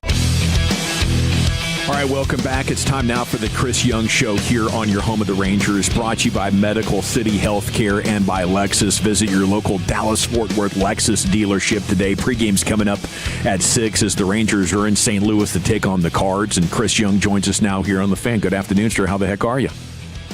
Hey guys, I'm well. How are you? We're doing good, man. That was fun. What's top of mind here as far as building momentum off sweeping the Royals going into this series against the Cardinals? Yeah, it was a good way to really salvage the homestand. To come out of the homestand with a winning record was big. Obviously, it started on really a bad note with getting no hit and then losing 3 out of 4 to our division rival. But again, the team did exactly what I hoped they would, which was show a lot of resolve and fight. They didn't quit. They came out. They found ways to win. We played small ball. We ended up slugging some, and we pitched really, really well. And so I think as we go into this week, playing a very good St. Louis team, coming home, and then having Cleveland, which is very good. We need to continue what we did against Kansas City. We need to continue the starting pitching, which was phenomenal against KC. Between Gore, Rocker, and Leiter, they allowed us to play from ahead, allow us to get early leads, and then it really dictates the rest of the game where we get to use our winning arms and the other team uses their non-winning arms when you have a lead. So it's so important to play from ahead, and when you have good starting pitching that goes out and did what they did, it gives you the opportunity to do that. So that we've got to see it continue. We've got a challenge this week going on the road and then coming home and playing 2 good teams. But again, when our guys play the way they did this weekend, I think we can play with anybody. Yeah, and going to the 9th inning on Saturday night to pull that one out. You mentioned the resiliency. Is that the 3rd time this has happened though in 60 games? It kind of feels like your guys have a knack for that now. Well, it's interesting you say it because I think the previous couple of years we really didn't come from behind. I mean, when we were down, I think last year, maybe the year before, I can't remember, but when we were down, the game was over. I think there was a year where we had from the 7th inning on. I don't think we had a come from behind win. I think it was 23. September. Was it 23? Yeah. I mean, let's see. I can't remember. I know that we have not historically been the last few seasons a team that has played well when we've been down, and this group seems to find a way to do that. I know we had a big win in Sacramento against the Athletics earlier this season where the team lost the lead in the 8th inning, and then we responded and scored, I think, 4 or 5 in the 9th inning to win the game. And that's what the game this weekend felt like when we lost the lead in I think the 7th or the 8th, and then responded and found a way to score the runs in the 9th to win it. So it is a good quality to have. My hope is that we don't have to do it too often.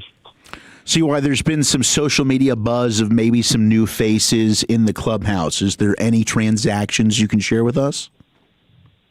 Yeah, and I'm not with the team in St. Louis, so I can't. I don't know when they are being announced. If Skip has already announced them, but we are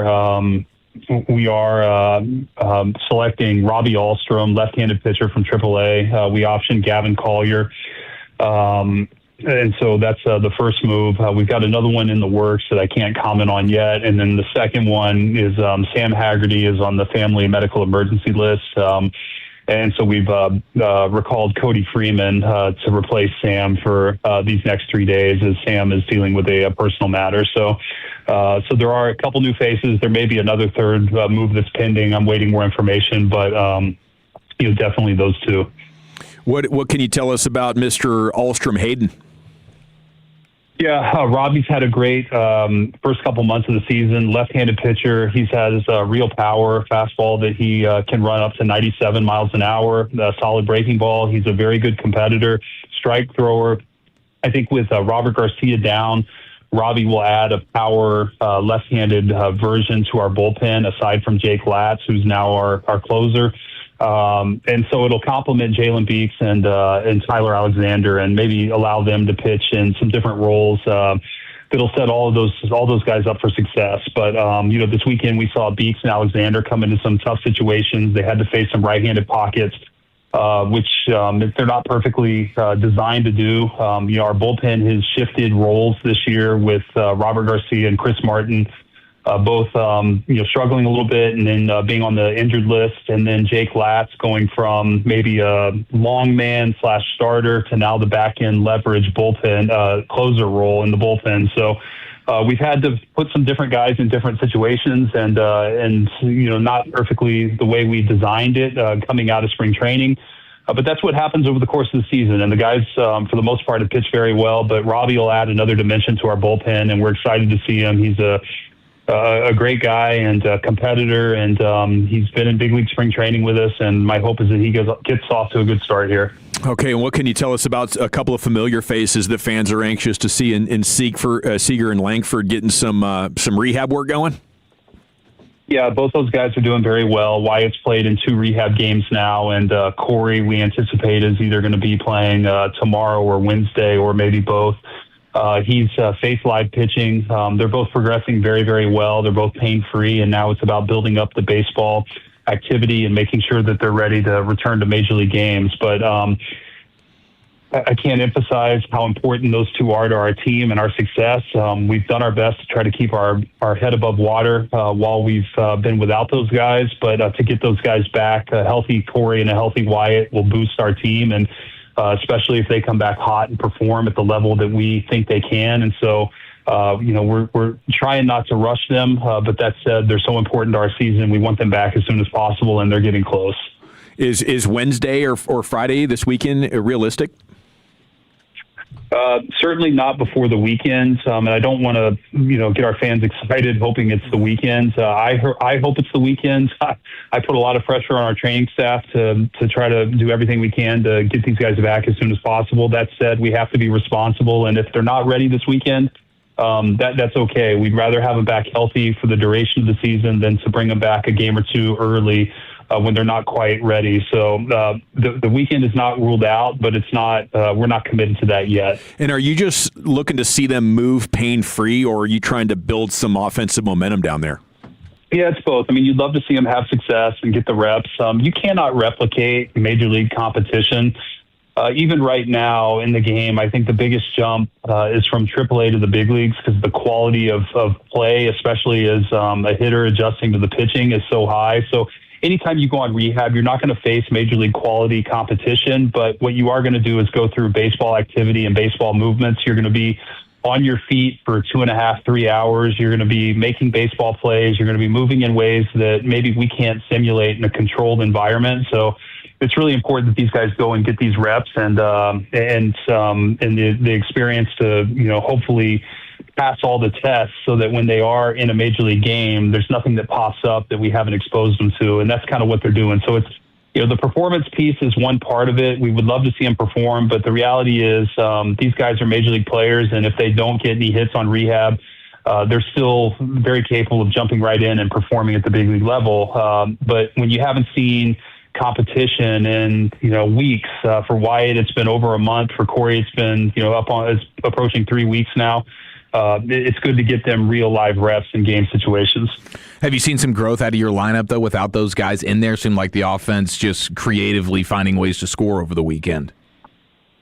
Yeah, and really I love the way the offense went about it. I mean, the guys at the top did their job in terms of hitting the ball hard and some extra base hits. And then when we got to the bottom of the order, these guys created pressure on the other team by doing little things, putting the ball in play, walking, getting hit by pitch, bunting, and playing small ball to some extent. And, the bottom of the order that was driven kind of by on-base percentage. The top of the order, we saw Jock slug. We saw Nimmo hit a big home run. JJ homered. Duran slugging. So, Berger can slug. It was a good balance. And so I think that's what we need is the bottom of the order to set the table for the top. The top did their job this weekend. It was really fun to see almost kind of a complete lineup without our two main guys. And when we get our two main guys back, it'll help everybody else because it'll put them in better spots in the lineup, and it'll be able to give us some flexibility with giving guys off days and not running them into the ground. And you saw that this weekend. Evan Carter needed a couple days off after getting hit in the foot by a pitch. And, these guys have been pushing it. They're trying. They want to be out there, but they also need, a day here and there. And so when we get Corey and Wyatt back, it'll give us a little more flexibility to do that. See why you've talked to us a lot about your starting pitching setting the tone. They certainly did that over the weekend. They were brilliant. What'd you think about the dominant pitching you got from your starters, then carrying that into DeGrom's outing tonight in St. Louis?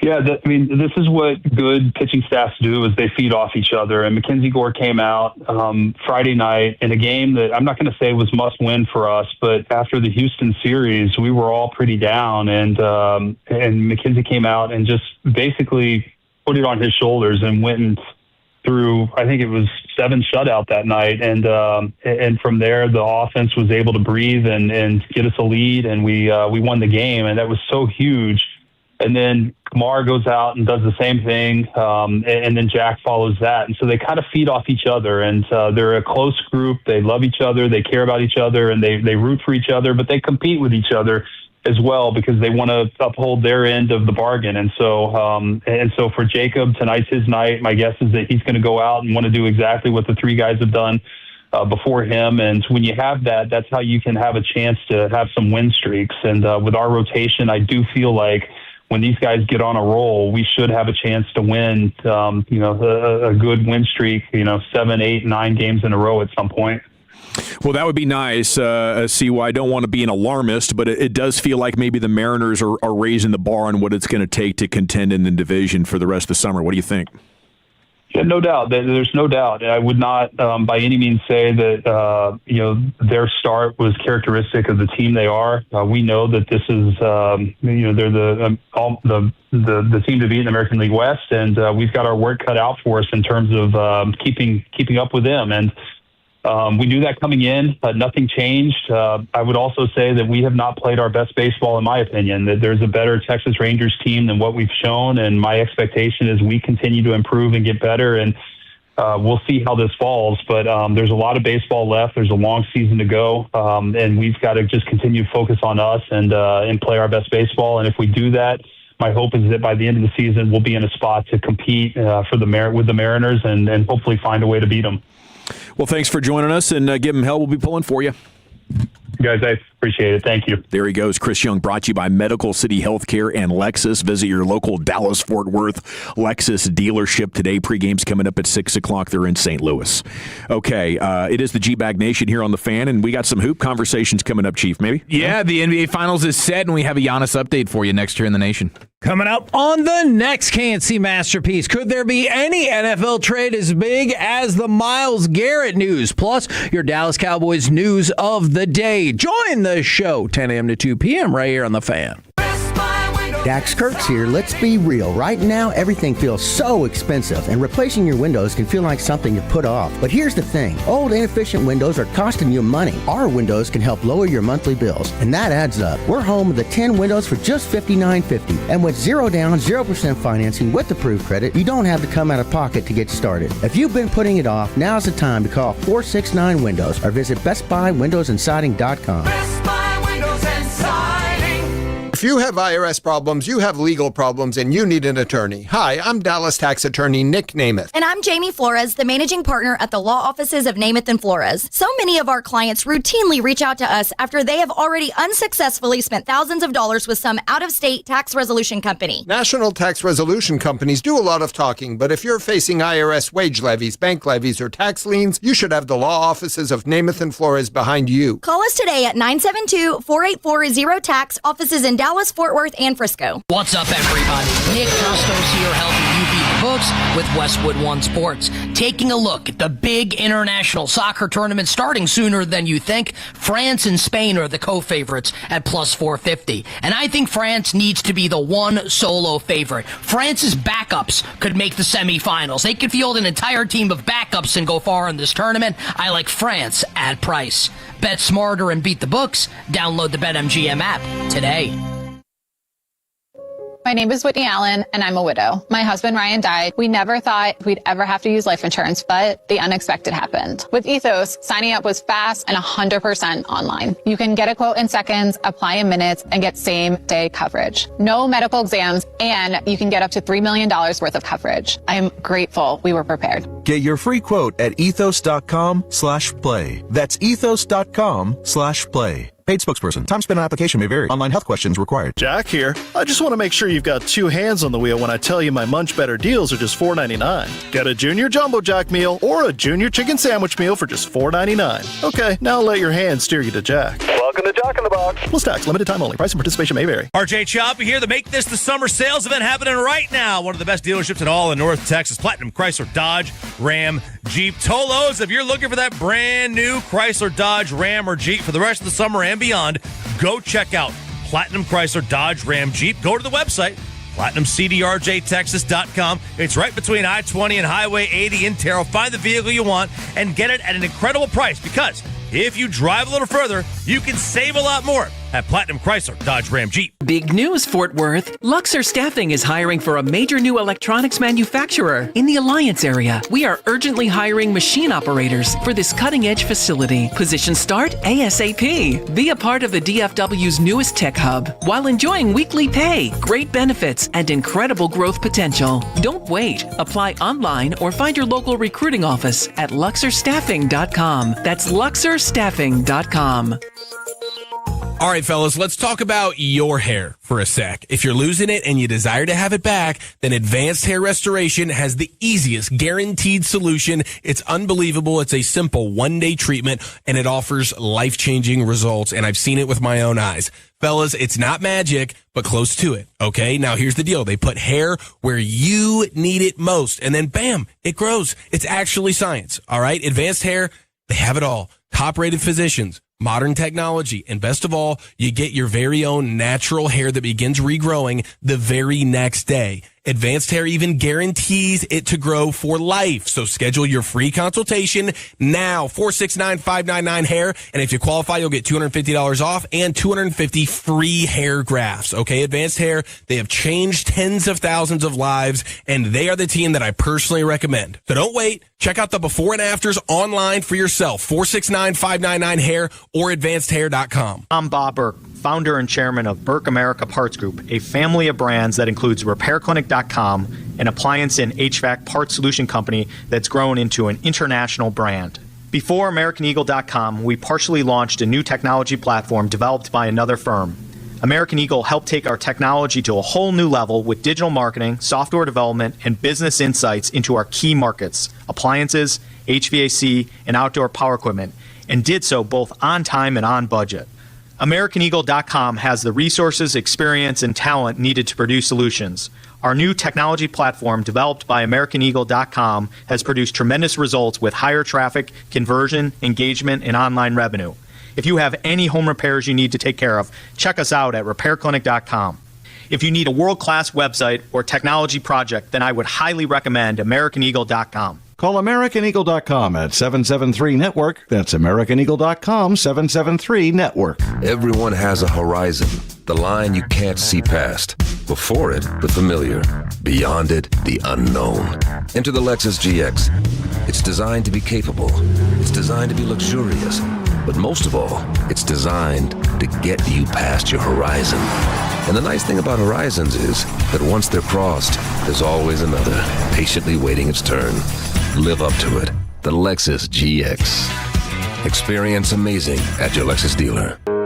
Back pain, muscle strain, or a stomach ache? Skip the internet search and talk to a healthcare professional. Call Medical City Healthcare's Consult-A-Nurse to connect to an experienced licensed nurse who can provide health advice where and when you need it. Consult-A-Nurse is available 24/7 and it's free. Call 844-70-NURSE. When it's a question of your health, don't leave it to guesswork. Medical City Healthcare Consult-A-Nurse, the official healthcare system of the Texas Rangers. This segment of The Fan is brought to you by DFWsecurity.com. If your cameras only record crime, that's the old way. Record, replay, regret. DFW Security has the new way with remote video monitoring powered by Alarm.com. Detect, deter, and defend. Stop crime before it starts with DFWsecurity.com. DFWsecurity.com. January, February, March, and now April. Thanks, Tolos. You've made us the #1 sports station in DFW. They said it couldn't be done, but together we proved them wrong. Thanks for choosing 105.3 The Fan. If you're in the market to upgrade your vehicle, get to Classic Chevrolet in Grapevine. Back-to-back #1 Chevy dealership 3 years straight. And they've got more new Chevys than anyone in their all-price of sale. Silverados, Tahoes, Blazers, Malibus, Equinox, and more. Visit ClassicChevrolet.com. This is Texas. This is Classic Chevrolet. Together, let's drive, relax, and enjoy the difference. Based on new Chevrolet registrations 2023 through 2025. Thank you very much, Lucius. It is the G-Bag Nation here on 105.3 The Fan. It's just a 4-hour show tonight. In an hour and 15 minutes, Rangers are looking for 4 in a row against the Cardinals. Here's your chief to talk some hoop. Yes, sir. Let's go ahead and cut the lights out. We'll put the kids down for that afternoon snoozer as the G-Bag Nation goes all 56 inches around that rim. Let it rain! Rain dance! Rain dance! I gotta join here, man. I've been saving for a special occasion. It's always a special occasion when the NBA Finals is set, and apparently home court advantage for a Game 7 no longer matters. Have you seen the numbers? No. Tim Bontemps. The past 6 years, home teams are 9-12 in Game 7s in the NBA. That is a 43% win rate. Prior to 2020, home teams were 106-29 in Game 7s in the NBA. That's a 78.5% win rate. So it used to be, and it's just another indication of the sport and the league changing, but it used to be a home court advantage in a Game 7. You had just under 80% chance to win that game if you were the home team. And what's the line? And since 2020, wow, you're sitting at a 43% home win rate. Is that the new CBA working? So I think it's what we talked about last week, where the volatility of the three-point shot. Oh, I think that is probably the biggest factor. And then also it seems like every year you're getting star players that are injured, and that kind of changes the math on things. Where, you were the best team in the regular season, but now all of a sudden you have an injury to one of your best players. You just saw it with Oklahoma City, not a devastating like Halliburton kind of injury, but with Jalen Williams being out, that was huge for them. And they had a handful of their guards that were actually banged up and out. So I think it's the three-point shooting is probably the number one thing. Yeah. And then the injuries is maybe another one. Small sample size possible as well. It is 21. The sample's getting decent sized, so you can't say it's just that. Right. But maybe load management. Like the best team had stars missing so many games that they're deprioritizing the regular season. Maybe I should just say it like that. Yeah. Like, it's much more important that we all show up healthy in May than we have the number one seed. Yeah, there's probably been some instances of that, but you just saw with the Thunder. I mean, they were dominant in the regular season. They were, and they were banged up a lot. Yeah. They still found a way. Like, they were the true one seed. The problem is the Spurs really were a kryptonite for them.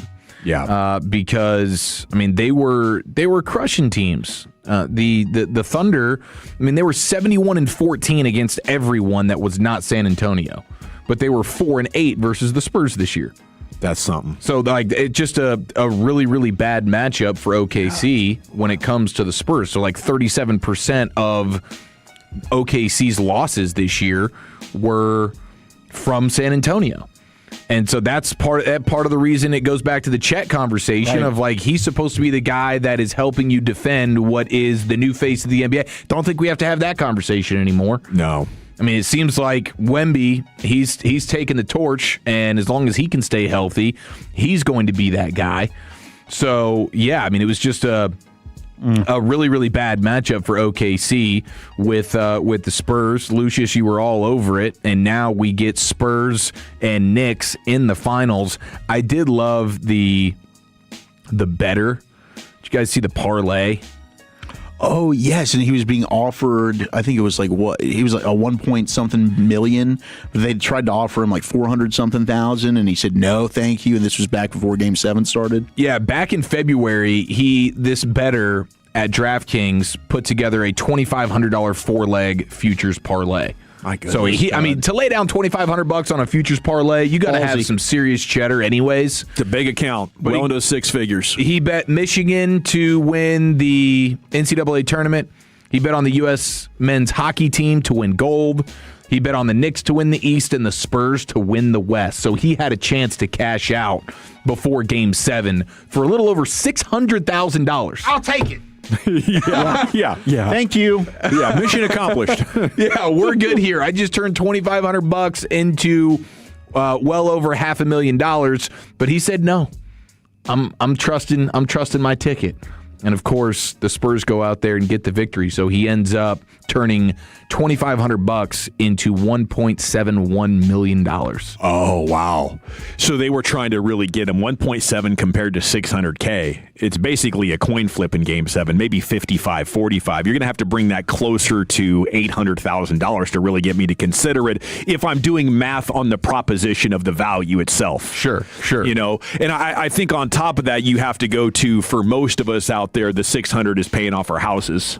So there's no way we're risking it. But if you're a millionaire and you're doing it for the thrill of it, or maybe to goose your social media, you're like, I think I'd rather have the fame and the recognition from the gambling community than the $600,000. It's great to have options like that in life, I guess. It is pretty cool seeing the Paycom Center turning into the Blunder Dome, is what they're calling it now in OKC. The Paycom Center is now the Blunder Dome. And we'll see how they approach things in the offseason, but what Wemby and company just did, so a couple of nuggets for you. At 25 years and 20 days old, the San Antonio Spurs' average age this postseason makes them the second youngest team to reach the NBA Finals since 1950. Wow. So the youth factor is ridiculous. Wemby, first player in NBA history with 15 or more threes and 15 or more blocks in a playoff series. And now you get the inside the NBA crew with Charles Barkley going back to San Antonio. Oh, yes. Get the churros ready. Memes have been hilarious. They'll be going from San Antonio to New York. Well, hey, you got the two McGuffey girls that are sitting behind Mitch Johnson there. I'm sure they're going to be saying, hey, what's up, Chuck? Oh, my gosh. Yeah. They're trying to show off in a big way. That was some good virality for sure. Now, this is the other one here. Wemby joins, I've never heard of this guy, Dolph Schayes. Oh, come on. You don't know who Dolph is? Knicks big man in the 70s? Yeah, of course. 60s? If you say so. Double machine. Wemby joins Dolph Schayes, who I believe to be a made-up fictional human being, Magic Johnson, Shaq, Timmy D, and LeBron as the only players in NBA history to lead a team to the finals as its undisputed best player in their age 22 seasons. 76ers career. 12-time All-NBA selection, dude. Come on. This is a big-time player. He changed it to Dolph because his real name was Adolph. Yeah, it's a bad time to have that name. Yeah, it really was. Pulled the audible. I mean, he was born in 28. Yeah, not good. It's a heady play by him. Kind of ruined it. Heady play by him. You might want to. Very aware player. I mean, go ahead and drop the A. You could just punt on the whole thing, but he was like, "No, just one letter can change really everything about the trajectory of my entire life." The Ringer, they put it this way about Wemby: Wemby's offense arrives in the most brilliant flashes you've ever seen. His defense is a new set of laws governing space-time. It changes everything. I thought that was a great way to put it. Like what Wemby does, trying to figure out, okay, is he more impactful offensively or defensively? I still think it's defensively. Oh, 100%. With what he's able to do, because he racks up the blocks and all that kind of stuff. But then how many times did you see a Thunder player just run away from the rim when you would think they had a chance? Yeah. Late in that game, there's SGA, and it's kind of a one-on-one deal. He could go right to the rack. Oh, there's Wemby. I got to turn around, dang near turn it over. Yeah. Just trying to get the ball out to somebody else.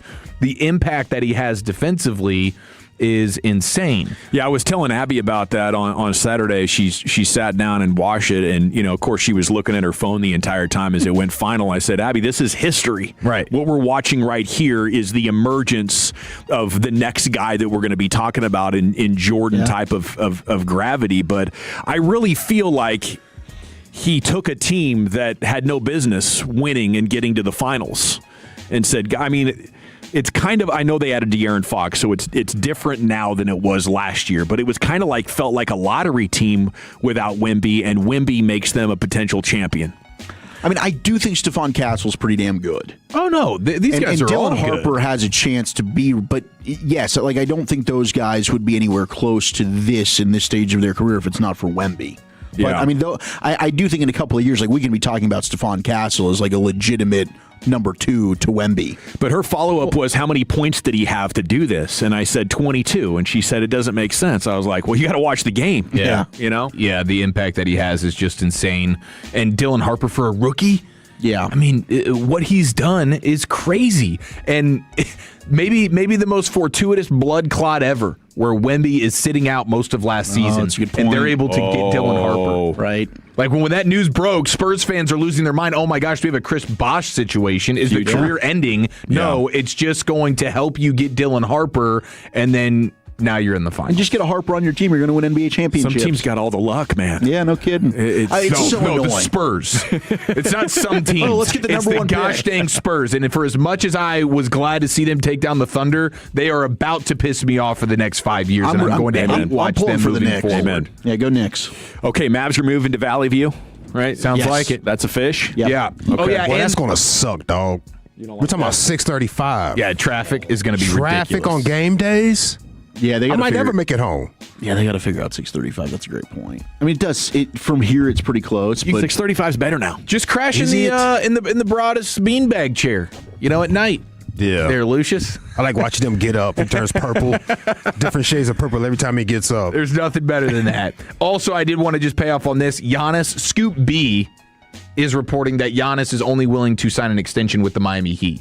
Okay. So as we try to figure out where he's going to be traded up until sort of the NBA draft, apparently Miami's the only team he'll re-up with. So another team has to go with the Kawhi Leonard plan. Like, you can leave, but we're going to win a championship first. And sounds like a Masai Ujiri special. That's tough to project. Okay, updated intel on the Cowboys and what they could do with Christian Parker. The most important questions that will determine if he lives up to the hype is coming up next as we kick off Football Finest with you here on The Fan. When your friends say, "Hey, did you hear?" you can proudly say, "I heard it on The Fan." Keeping you sports informed with some quality laughs along the way. Turn it on and leave it on. 105.3 The Fan, the Odyssey app, iHeartRadio app, and TuneIn app. This is an Odyssey Sports Minute. After the Spurs won Game 7 of the Western Conference Finals against the Oklahoma City Thunder, Victor Wembanyama said winning the Larry O'Brien Trophy is his childhood dream. To achieve that dream, Wemby will have to get through the New York Knicks, who've won 11 straight playoff games, coming off of a week of rest following their sweep of the Cavs in the Eastern Conference Finals, and have the highest average point differential in playoff history. Game 1 is Wednesday night in San Antonio. I'm Adam Abdallah. Furnished by IntelliBrands. Have you ever felt leg pain, restlessness, cramps, tingling, swelling, numbness, itchiness, or coldness? Then you need the new patented Legsercise Pro, the natural circulation booster that uses continuous automatic leg movement to soothe pain and promote healthy circulation the natural drug-free way. Using Legsercise made walking painless again. Legsercise Pro's patented walking simulator propulsion technology moves your feet back and forth along its concave track, creating constant movement and flex at both the knee and ankle joints. It's like having a physical therapist right in your own home. I have much less swelling and no more tingling. Call right now and order your very own Legsercise Pro, the new proven automatic leg mover that soothes pain and naturally promotes healthy circulation. Call 800-555-1212. That's 800-555-1212. 800-555-1212 now. These statements and products have not been evaluated by the Food and Drug Administration. These products are not intended to diagnose, treat, cure, or prevent any disease or condition. Follow here, Tolos, and I could not be happier thanks to CertaPro Painters, who recently painted my home. You can schedule your free estimate online at CertaPro.com. That's Certa with a C. And now's the time to complete that painting project you've been putting off. CertaPro Painters provides a free estimate quickly and at the right price. And they exceeded all of my expectations. True professionals, top to bottom. My wife couldn't be happier. I couldn't be happier. CertaPro Painters knows how important your home is to you. So schedule that free estimate online at CertaPro.com. That's Certa with a C, CertaPro.com. Each CertaPro Painters business is independently owned and operated. Summer is coming. Are you ready to look and feel your best? If you're dealing with low energy, weight gain, muscle loss, or low sex drive, your hormones may be holding you back. BioT certified providers help treat men and women for low testosterone, low energy, muscle loss, and low sex drive. Visit myhormonelevels.com to see if you qualify for a reduced cost program, or call 817-518-4580. That's myhormonelevels.com, or call 817-518-4580. When you own your own business, you own every decision. Catch the red eye or take the 6 a.m. Make a new hire or promote internally. Celebrate a win with a toast at the gate or unwind at the lounge. Big props to this team. Some decisions are a win-win, like earning 8 times points on Chase Travel. Chase Sapphire Reserve for Business, the business card that gives back all you put in. Visit chase.com/reserve business to learn more. Cards issued by JPMorgan Chase Bank and a member of FDIC, subject to credit approval. Terms apply. Hi. Sorry, did I startle you? When you're used to hearing a certain type of commercial, something like this can, well, take you by surprise. That's kind of how it is with the Lexus RX, a vehicle that has continued to defy expectations for over 25 years. From the first luxury vehicle of its kind, to the first hybrid luxury vehicle, to the only plug-in hybrid worthy of the RX name. We understand you want more than the everyday SUV. And isn't being understood an amazing feeling? Experience amazing at your Lexus dealer. Caught in an online health advice rabbit hole? Get real answers from a real healthcare professional. Call Medical City Healthcare's Consult-A-Nurse to connect to an experienced licensed nurse who can provide health advice where and when you need it. Consult-A-Nurse is available 24/7 and it's free. Call 844-70-NURSE. When it's a question of your health, don't leave it to guesswork. Medical City Healthcare Consult-A-Nurse, the official healthcare system of the Texas Rangers.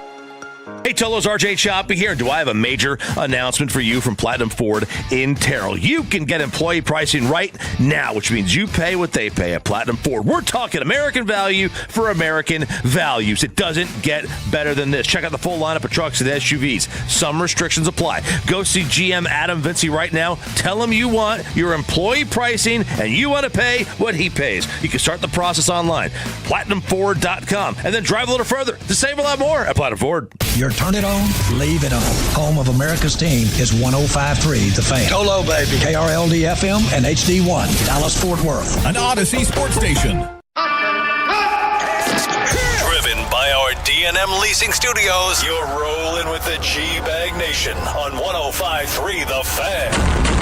Here we go. It's hour number 5 of the G-Bag Nation on 105.3 The Fan. It's time for football's finest. An epic article today from Ted Wynn in The Athletic, talking specifically about the Cowboys' commitment to changing their defense this offseason. And this builds off an article we've talked a lot about this season from Ted Wynn in The Athletic, talking about the importance of that nickel player, the star position for the Cowboys. So we were already aware of it. Today, he drills down deep for us. And I think we're going to start football's finest with that, Chief. Yeah, let's do it, man. I'm excited right after this. But at the end of the day, it's about taking it a day by a time, a day and a day and a day, just continuing to do that. You cannot lose games in the NFL and still win. To win games, you have to win the game, not lose the game. It doesn't matter. He pulls another rabbit out of his head. And here is Gavin Dawson live in studio. Okay, so he's studying what Vic Fangio, or a.k.a. Dick Fangio, and the Eagles did last year and trying to project what are the Cowboys going to do in 2026 under Christian Parker. And he did as good of a job as anybody I've seen qualifying, how much the Cowboys have done and where they are maybe still pretty vulnerable. And some interesting talking points in here. First one would be what the Eagles did last year in pre-snap disguises 41% of the time, but the Eagles did not lead the league in scheme versatility. In fact, they were down towards the bottom of the league. So you're looking at two basic levers that you can use to try to get an advantage on the quarterback or to make him think. And one of them is in scheme versatility, and the other one is in pre-snap disguises.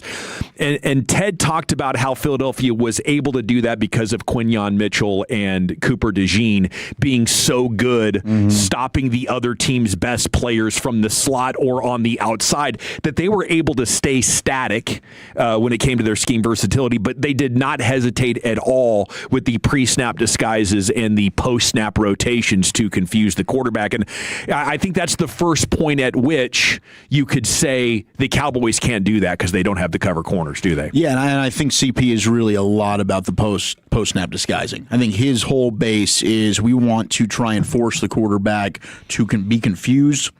Therefore, you've got to hold the football longer, which is really the answer in this day and age of football where it doesn't even matter how quickly you get to the quarterback. These guys are so conditioned to get the ball out quickly. The release is faster than any time in the game's history. If you can find a way to confuse them to hold the ball just that extra tick, it can really help a Donovan Ezeraku, a Malachi Lawrence. When you were getting pressures but you weren't getting sacks, that's what can come from that. So all about the confusion post-snap, I think, is really something the Cowboys are going to try and utilize. And that'll be a big difference because the Cowboys did not disguise coverages that way at all. And that comes with everybody being on the same page. Yeah. And that will adjust also based on formation. So when it comes to brain works and having smart, intelligent, high football IQ players, I think that's a big reason why. Cowboys were one of the lowest teams in the league in disguises, right? Yeah. Bottom 5 or so. Yeah, they were bottom 5. So the other thing I was thinking about over the weekend, and then it kind of got sent into turbo mode with reading this story from Win this morning. I wanted to get your guys' thoughts on. It's like, for the longest time, it's been said you're going to win up front on defense, and you should build and get your pass rushers and be able to stop the run. But I think we're seeing with what the Rams did, adding Jalen Watson and McDuffie, what the Bears have done, getting Thieneman and taking Kobe Bryant from Seattle to go with Kyler Gordon, their nickel player. That's three, basically two safeties and a nickel player that are interchangeable. Rams are doing it. I think the Cowboys are trying to do it now with Jalen Johnson and Caleb Downs, or Jalen Thompson and Caleb Downs, and maybe Malik Hooker or PJ Locke can give you some of that. Maybe Deron Bland can give you some of that. Yeah, hopefully. But the idea would be, Wolchuk, what you were just talking about right there is our defensive line is average. Should we spend a bunch of resources trying to make it great?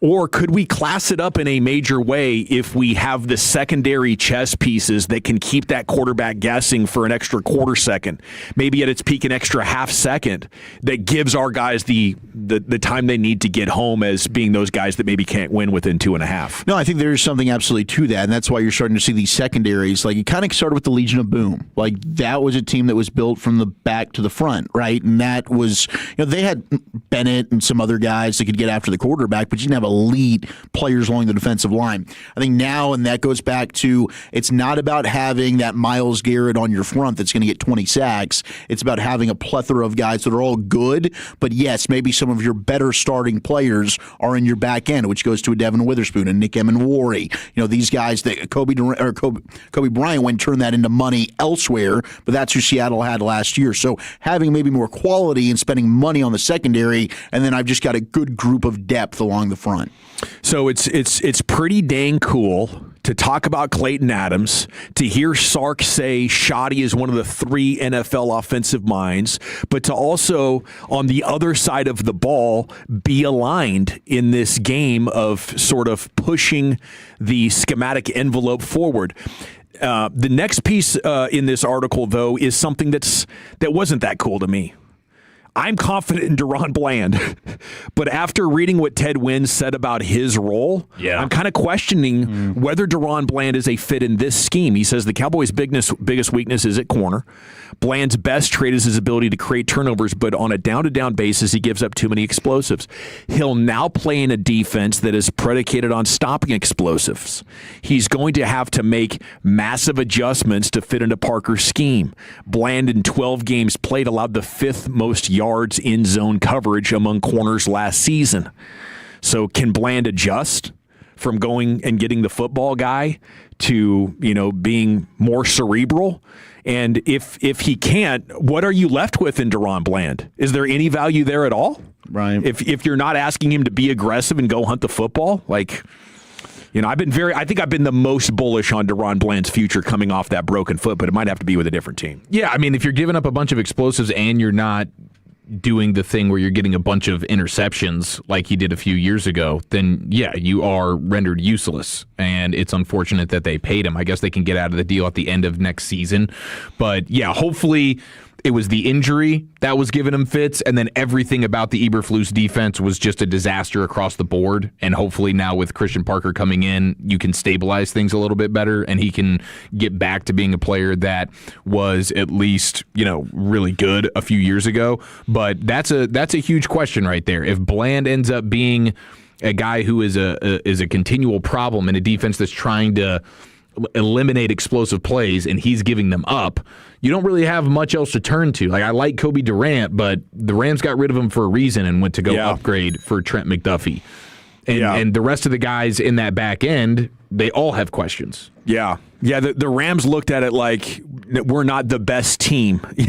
They look at it like we got to get way better so Seattle doesn't get us next year. Because the Seahawks somehow, and I know that second regular season game got wonky and weird with how at least one of those touchdowns was scored. Definitely, the 2-point conversion. Weird. But the Seahawks scored 30 points per game against the Rams last year. So they looked at it like Kobe Durant's not really a feature. He's kind of a bug, and we need to upgrade this in a significant way. So that's that's the one place I think going into camp where it's like between Bland and Durant. If it's gonna go wrong, maybe we need to add that along with our linebacker and edge discussion. That could maybe prompt you to pump the brakes a little bit on Cowboys optimism. What do you think? Yeah, you need like your Devin Moore. Maybe there's a Josh Butler that can step up who was coming off an injury. You just have a lot of health question marks. I think Savone Revel, I think a big reason why CP is here is he probably had a good answer for what can I do with a guy like Savone Revel, who they just took and were really high on. I do think that's a player that should step up in year 2, especially out of the brace. But yeah, Bland, I don't know. I mean, is he ever going to be the same player again after a big injury like that? There are a ton of question marks at corner. I mean, this just it differentiates the Rams from the Cowboys as I'm going through this in so many ways. Not just the Durant thing, but just to put an extra spotlight on that point I made a few minutes ago. The Rams finished 4th in the league in defensive DVOA. Yeah, damn good defense. Not good enough. Yeah. We got to today. We got to go out and get Myles Garrett, and we got to trade for the Chiefs' second or third best defensive player in McDuffie, and sign their other best corner. It's really just a completely different level of urgency or strategy when it comes to trying to get that Super Bowl. Yeah, and a lot of that I think was like they were really good in nickel. The Rams were, but then Ted Wynn illustrates like when they had to go into base defense and play with just 4 defensive backs, then they started giving up explosive plays at a super high rate. So it was like they had to live in nickel, and when offenses forced them to get out of that, they didn't have the personnel to be able to defend the explosive plays. And so that was something that bit them. Like in nickel, the Rams could be one of the best defenses in the league. When you force them to go into base defense, all of a sudden they're one of the worst because they're giving up so many explosive plays. So you got to be able to do both things. You want to be in nickel as much as you can defensively, and most of the time you will be, but there will be times, especially when you're looking at the 3 tight end offenses that are starting to come about. Because of McVay and the Rams. Exactly. Yep. You're going to have to be able to have another tool in the belt. And then he goes into the being able to stop the run. And how bad they were at stopping the run last year until Quinnen Williams got there, where they were 31st in success rate defensively at stopping the run. And then Quinnen Williams shows up and they go from 31st to 16th in rushing success rate for the last half of the season. So that's pretty good, but being able to stop the run in base, and hopefully a lot of that, stop the run in nickel. And that was huge for Seattle last year, big time, yeah. And that's where Caleb Downs is going to have to step up and be a great run defender for you, because in those situations, it's like, bro, you're kind of a linebacker here. Yeah, and it's so cool that Ted wrote this article, because the original one that he wrote months ago had lots of quotes from Philadelphia and talking about how they felt like this nickel position had become more important than even outside corner. So as the Cowboys, team build with that strategy in mind, I think it's one of the reasons to believe there could be a profound turnaround for this defense, although the article does still point out where it could go bad or the shortcomings. In the end, as you go into the draft next year, could they do it again? Could they double down on defense and find some new corners and a middle linebacker, and really by the time you're going into 2027, have an argument for one of the better defenses on paper. But to finish this up, Wynn writes about 3rd round pick Jayshon Barham should have a shot to win a starting spot, because Barham fits the mold of a Fangio linebacker like Zach Bond.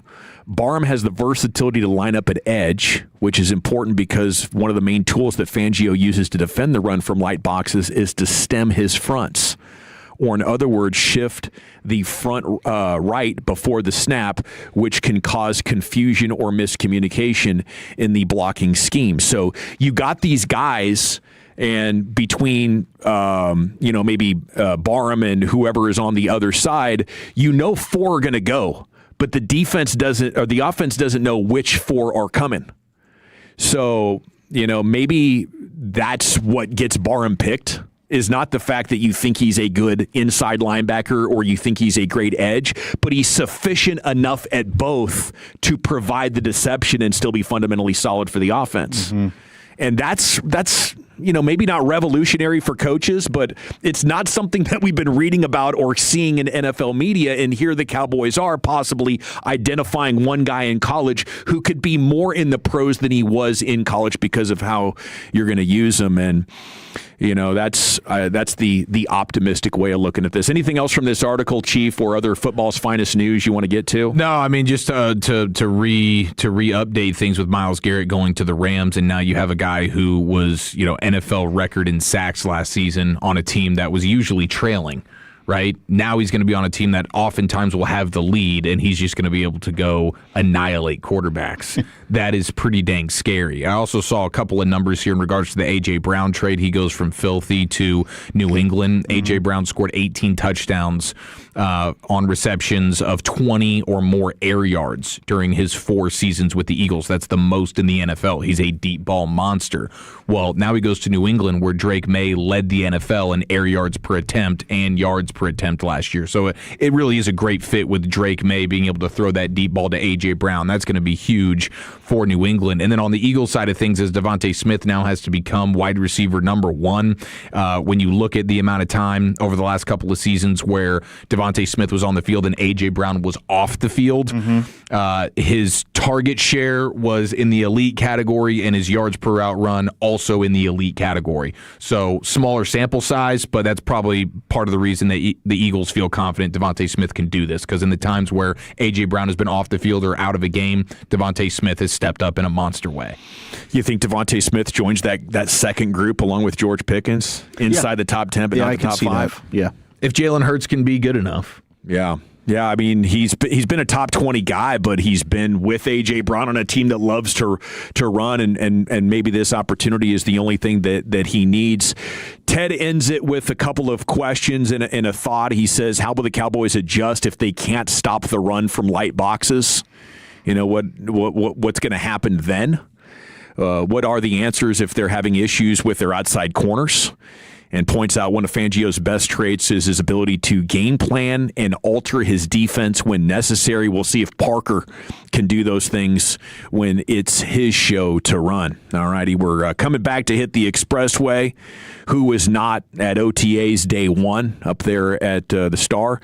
And we're back with that and hand it off to the G-Bag of the day in L.A. live before Rangers pregame coming up at the top of the hour here on 105.3 The Fan. But I want to chat with you about my friends, the Frankels. Life's unpredictable. Accidents happen. You never know when you or a loved one could be injured in a car or truck wreck due to somebody's negligence. And when it happens to you, we highly recommend you call the Frankels. That's what I've done in the Dawson household twice over the years up here at the Fan. Frankels, hurt not your fault. 18-wheeler hit you, commercial vehicle, rideshare company, something like that, or just a regular negligent driver. The guilty party, they're going to try to get you to settle for less, and that's their number one objective after they are forced to accept accountability. It was your fault. What are they going to do next? The fanciest of lawyers and insurance adjusters going to get on that case, get on the phone with you, and battle you, sweet talk you, try anything in their power to get you to settle for less. Frankels won't let that happen. The guilty party is going to get the best possible lawyers they can.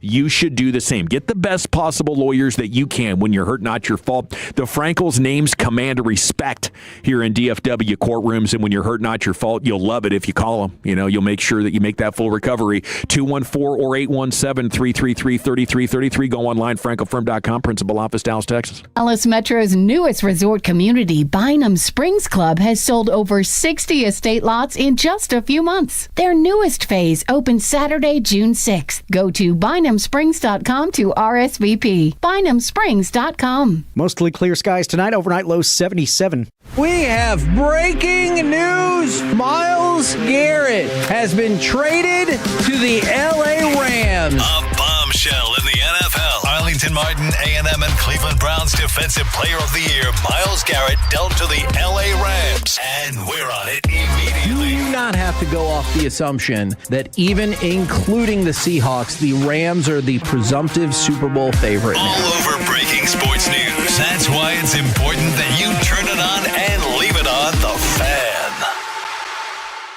Weather brought to you by Capital One. Capital One offers no fees or minimums on checking accounts. What's in your wallet? Turn Terms apply. See CapitalOne.com/bank guide. Capital One NA, member FDIC. Build your cybersecurity skills and prep for thousands of open positions employers are desperate to fill. Attend classes live online or on campus. Go to mycomputercareer.edu and take the free career evaluation today. Financial aid is available to those who qualify. For adults with Crohn's disease or ulcerative colitis symptoms, every choice matters. Tremfya offers self-injection or intravenous infusion from the start. Tremfya is administered as injections under the skin or infusions through a vein every 4 weeks, followed by injections under the skin every 4 or 8 weeks. If your doctor decides that you can self-inject Tremfya, proper training is required.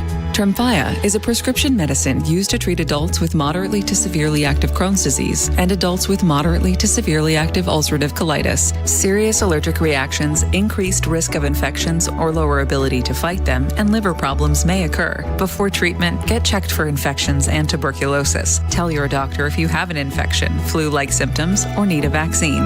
Explore what's possible. Ask your doctor about Tremfya today. Call 1-800-526-7736 to learn more or visit tremfyaradio.com. If you're looking to buy a brand new car, the place to go is Platinum Chevrolet. My family has bought 4 cars from Platinum in the last 6.5 years. It's because of the great people, service, selection, and those low prices. You get them all at Platinum Chevrolet. Get in now and pound your fist on the table for GM Justin Rudd. You got clear upfront pricing. Whatever you see online, that's the price you're going to pay. Shop online and let them deliver your new Chevrolet. Visit PlatinumChevyTexas.com. Drive a little further to save a lot more. Chevrolet, together let's drive. Did you hear? Allstate car insurance now costs even less. So when you bundle with home, you can save even more. Check Allstate first to bundle and save with a new lower auto rate. You're in good hands with Allstate. Not available in every state. Only applicable for new auto insurance business. Rates will vary by several factors, including how you purchase the policy. Potential savings may vary. Allstate North American Insurance Company and Affiliates, Northbrook, Illinois. Download to see if you qualify. Not all customers will qualify. Transfer fees may apply. No Albert subscription required. Albert is not a bank. Albert Instant Loans are issued by FinWise Bank, member FDIC. Not an actual client. Terms apply. Kylie, what's wrong? I just got hit with a car repair bill. I'm behind on rent, and I feel like I can never save any money. Have you tried the Albert app? Albert is your financial assistant, helping you find ways to save and create custom budgets to actually grow your money. Plus, you can get up to $10,000 for big expenses or advance up to $1,000 fast when you need cash right away. Albert can get me up to $10,000? Exactly. Albert spots you in a pinch and helps you grow your money in the long run. I'm downloading Albert right now. Download the Albert app and use promo code MONEY to borrow up to $10,000 for whatever you need. The Albert app helps you budget better and save more money so you reach your financial goals faster. Download the Albert app right now and use promo code MONEY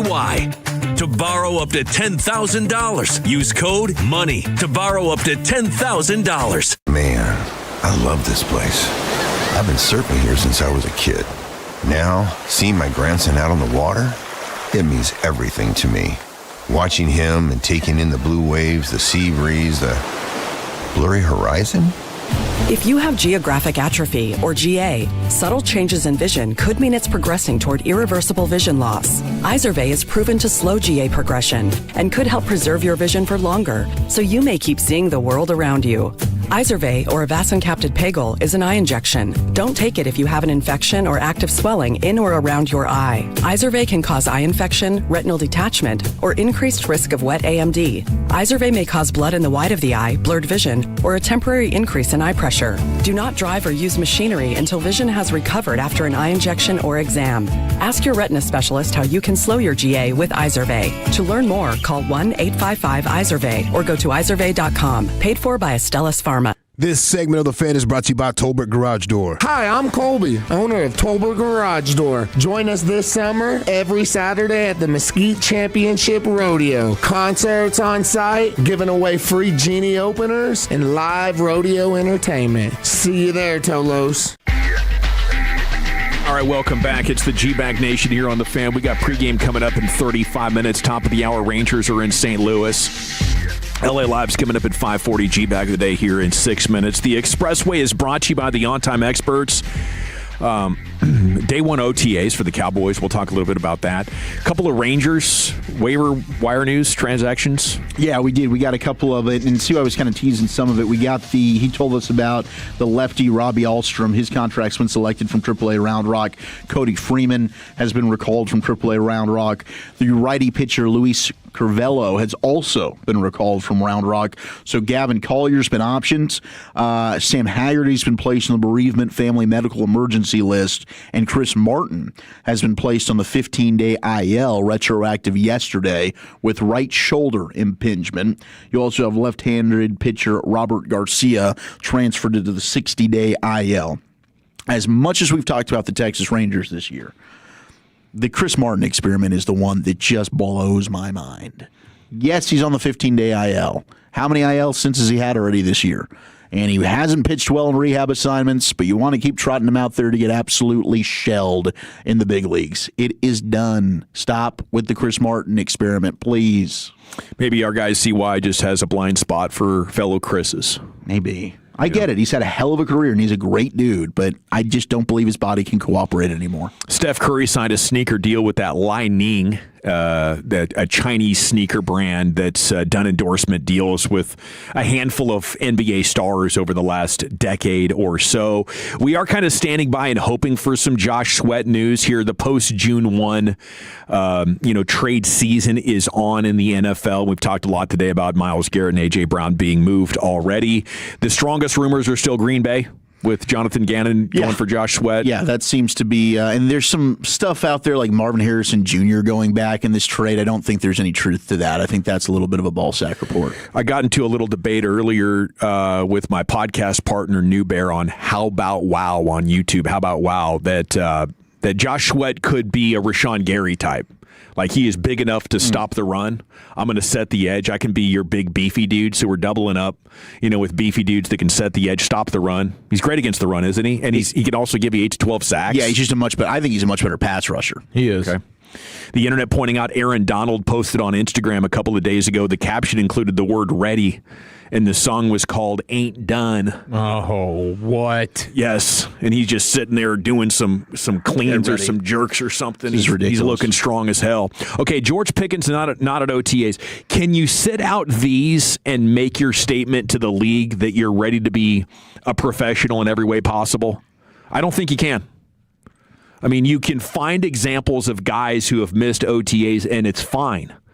I was listening to Joe Witt, the Steelers' new secondary coach, talk about how Charles Woodson, when he showed up, he was actually moving to the nickel spot that year. And they were talking about how Jalen Ramsey might try to do something similar. But Woodson sat out OTAs. They have a new defensive coaching staff. He's about to win Defensive Player of the Year and lead the Packers to the Super Bowl. He missed OTAs. So I get it that it's not a big deal and it's optional. But if you're trying to make the statement that I'm going to be anything and everything that a professional would live up to, I don't think we're off on the right foot here.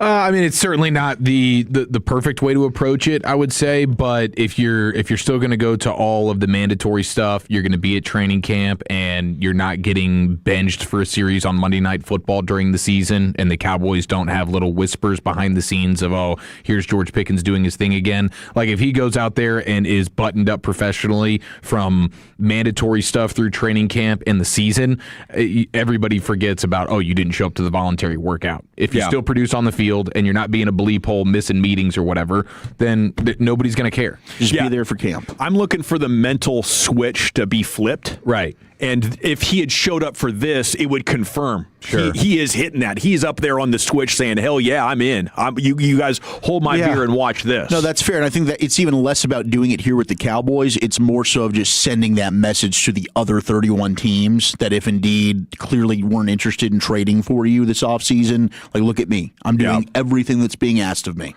I think some people, though, when they hear the word optional, they're like, oh, okay, great. It's my option. I can miss this. But it's not really optional. Other people hear that word optional and their spidey sense goes, it's a trap. Mm-hmm. And if I don't show up, they're going to hold it against me. Yeah. And I think people that think the latter way, go through life getting the benefit of the doubt a lot more than the guy who thinks optional, cool, that means extra day off. I don't know, where that, but I mean, if you're late guy and you're not flooring it through the parking lot, jumping out of your car, running to your destination, it's just like everything's fine because you got this alpha energy and you want to project that you're cool. That I just don't think you get the trust of coaches. You're definitely not speaking the coach's language. And, I'm a huge fan of George Pickens. I thought when the offseason started, he should be worth 2 number ones. I think his play, I was talking to Abby about this earlier. I think his play is worth $40 million. He's going to play for 27. It costs you big time if you think optional means it's fine if you miss. And I think it's a window into your mindset about this entire crucial offseason. Let's go into the Pimp Cup where Lucius Alexander. Here we go. G-Bag of the Day. We do it every weekday on the Fan 530, brought to you by EastDallasDiesel.com. How you doing? My name is LA. Let's get right into it. Going for 2 today. This piece of audio comes from Big Boys Neighborhood, another radio show. Nationwide radio show. Rode the bus with this guy in Vegas too, by the way. Try to keep it cool, but the whole time I'm like, yo, I'm sitting right next to Big Boy and he's asking me like, when's the schedule and everything? He's just talking to me like a regular guy. That is so cool. Pretty excited. When I went to college in San Diego, we got his radio station. It's only like 100 miles away. Big Boy. Amazing. Welcome to Big Boy in the morning. All right, anyway, Snoop tells a story about the time he got pulled over while smoking some dope. Talking to the cop. I'm going to tell you a story, and I hope that they don't bother me, but this is the truth. I'm riding one night, and I'm swerving because I'm trying to play the music and do all kinds of Yeah, looking back, all of those years ago. You hear that? Some tears. So I'm like, damn. And all of a sudden, mother get behind me. Boo! I'm like, God. So I'm like, I'm trying to put it out, trying to look for the cologne. I'm like, man, all this. It's too much. Pull over, cup, roll the window down. $1,000 worth of smoke hit him in his face. He look at me, Snoop Dogg? I said, yeah. He said, man, my wife loves you. Can I get an autograph? He said, man, try not driving and smoking. Try. Somebody's going to give you a ticket. It won't be me. I like he said, try. Yeah. Just give it the old college try. Give it a shot. It's optional. I know it's hard for you, fam, but just try. I believe in you, Snoop. Okay, let's go to Chicago Cubs center fielder Pete Crow Armstrong. Mm-hmm. Yeah, you seen that? This is amazing. This is crazy, bro. He was that bad when the Cardinals fans were giving him that old boo treatment. They were giving him old Boo Radley. Overrated. Yeah, they was wearing him out, bro. Good rivalry. Tarps off. And then tarps off. They were rabid out there. I think they threw the ball back. Well, anyway, I'm ruining it right here for you, but yeah, they were giving the overrated chant. The Boo Birds were out, and here's how he handled that. They ain't bad. They got some bad intel with the overrated chant. He's having a night. Yeah. Look at this. PCA hits it into the tarps off throw. Take that for overrated. That's what talent does. It responds. Third hit of the night for Pete Crow Armstrong. That is a stud right there. A baller. Come on, man. Why'd y'all do that? Why did y'all do that? It's like talking trash to Wemby or something out there. Telling Luka he sucks. Like, oh, yeah, bet. Watch this. I'm about to go for 61 and point at you every time. I think that was his hardest hit ball of his career, if not the season. But, yeah, he was definitely fueled. Yeah, he beat it by 1.4 miles per hour. It's 114.6 mile per hour exit velo. Unreal. What a great bleep you moment. The man, oh my gosh, thousands bro. and thousands of people. Oh my gosh. Overrated. Crack. Let's go to Salem County, New Jersey. We got a court situation here, Mr. Dawson. Okay. Judge Smith is having a hard time with Mr. Terry. Oh, no. Mr. Terry is in jail. He needs to see the judge so he can get on out, but he just doesn't have the right temperament. Mr. Terry, do you speak English, sir? What you think? Is it Giraffe? Why would you ask some like that? Judge, do you want me to mute the booth? Nah, he's going to have to answer my questions. If not, I won't do it today, and he can sit for another day until I hear his case. Mr. Terry, do you speak English? Yes. Yeah. Are you a citizen of the United States? No, I'm a citizen of Mars. Wow. Are you a citizen of the United States, sir? What the f*** you think? Wow. All right, we're going to hold this over tomorrow. I'm not going to stand for Mr. Terry's conduct. Damn. We'll try it again tomorrow. Jeez. Whole family looking for Terry. Where's Terry? I thought he was getting out today. No, not today. Rushed out on the judge. Were you watching Zoom court again? Told him he was from outer space. Oh, man. Mars, man. I do think some of these judges are they're drunk on power. Oh yeah, and they're like, I'm going to put my finger on you, and you're going to like it, or I'll hold you in contempt of court. Right? I don't know. Seemed like Terry might have been a little. Yeah, Terry was had it coming. Yeah, insubordination. They call it. Yeah, I like his style though. Yeah. Pretty funny. Apparently, he didn't mind jail. Maybe he had a card game he needed to get back to. My grandmother says something you like in there. Who you like in there? You keep going back. Oh, let's go. I've been sitting on this one for a second. I gotta let it go. This comes back from the Dallas Stars hockey season. Oh wow. Yeah, but I gotta let it go, bro. I told the Fan After Dark I'd do this. Fan After Dark, Blake and his old lady are just super freaky.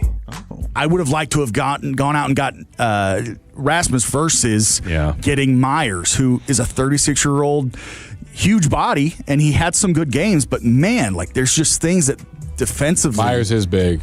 We weren't doing. I saw it in person. I saw him in person. I believe you. Yeah, it was. I believe you. It was like wow. I didn't know someone could be that big on the ice. Tyler Myers, he's 6'8". Even in the cold? Not helping. Yeah, it was cold and it still was that. You were impressed. I was impressed. Me and my girlfriend. We were just standing there. Wow. I mean, I'm just being honest. I didn't know. Were you sitting in the corner or what? No, we both our jaws were on the ground. Jesus, bro. Blake just he can't stop. Both of our jaws, no dog. Idea. No. Both of our jaws. I mean, wow, Blakey. Wow. Yeah.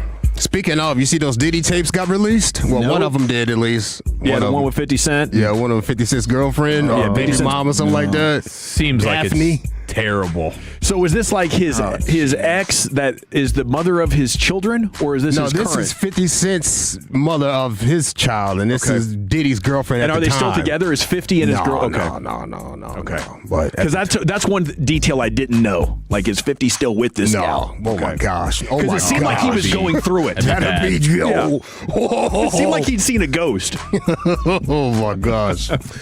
All right, yesterday's a church day. I pray you got your blessing. Shout out to my Reverend Doctor, Pastor, and politician, Mr. Frederick Douglass Haynes over there at the Friendship West Baptist Church, the Wild West in Oak Cliff.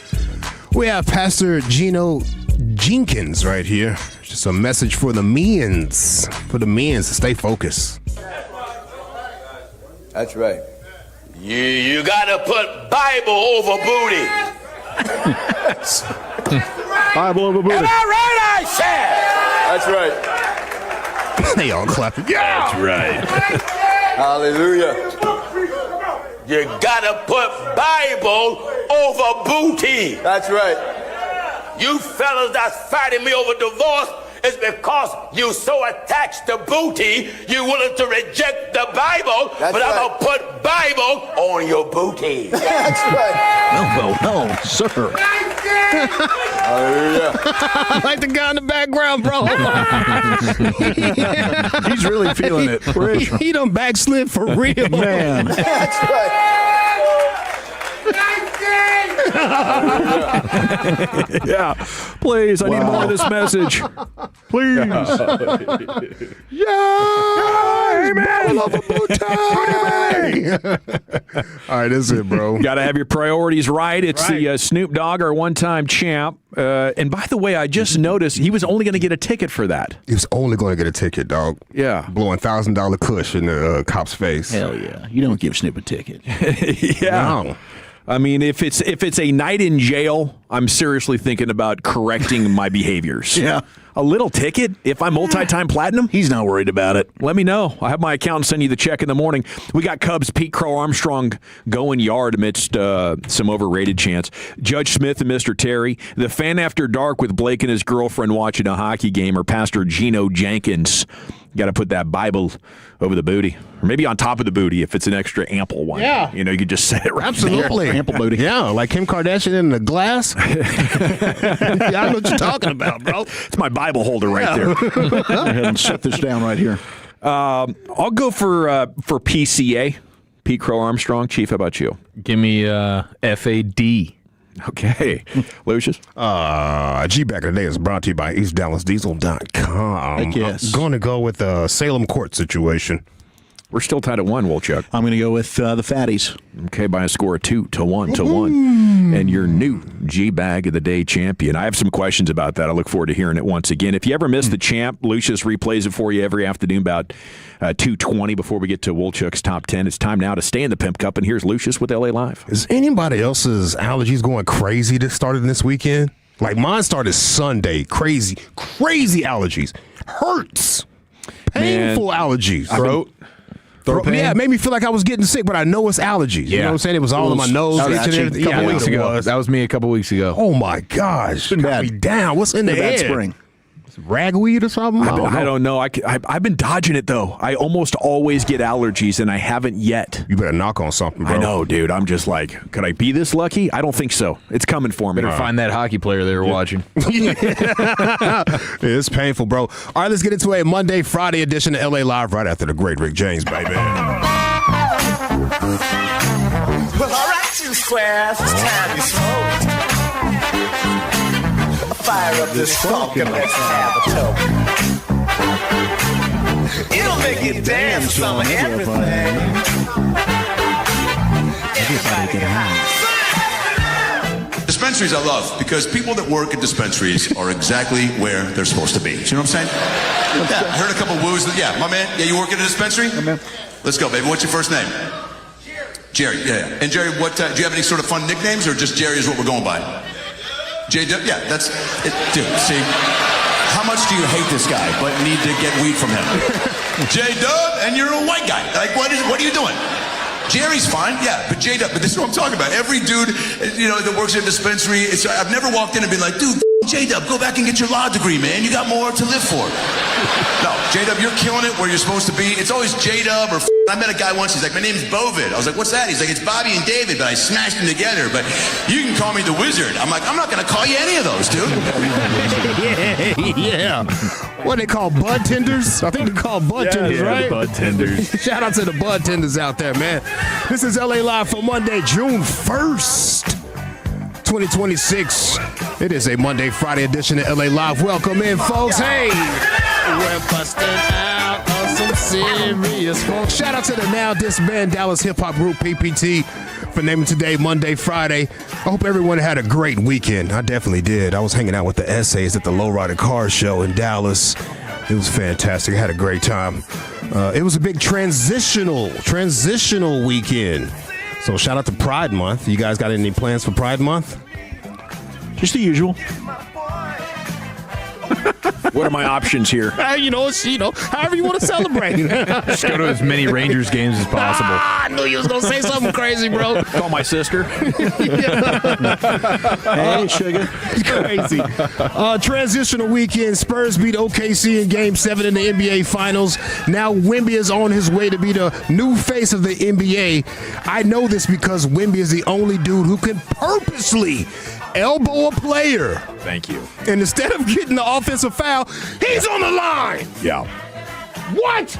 He did that on purpose, right? Yeah. Am I not? He did that on purpose. And he can huddle with his teammates and be like, see that guy right over there? Run him to Go get him. Go get him. Attack. Yeah. And then go back to the bench and say, I'm proud of you for hitting that guy. I appreciate you, man. You did the right thing. You ran through that MFO. He's a real bad guy. Who went to the hoop in the second half in transition? Wemby went upside his head, and then he was arguing like, I didn't touch the guy. Oh, yeah, Caruso. He was about to go ahead and try and review it. Yeah, that was bad. That was an obvious foul. That was one of the moments where it's like, oh, Oh, yeah, I'm about to start hating this guy. I was looking I'm for really about to start hating this guy. Yes. I was thinking anybody else, this is a flagrant.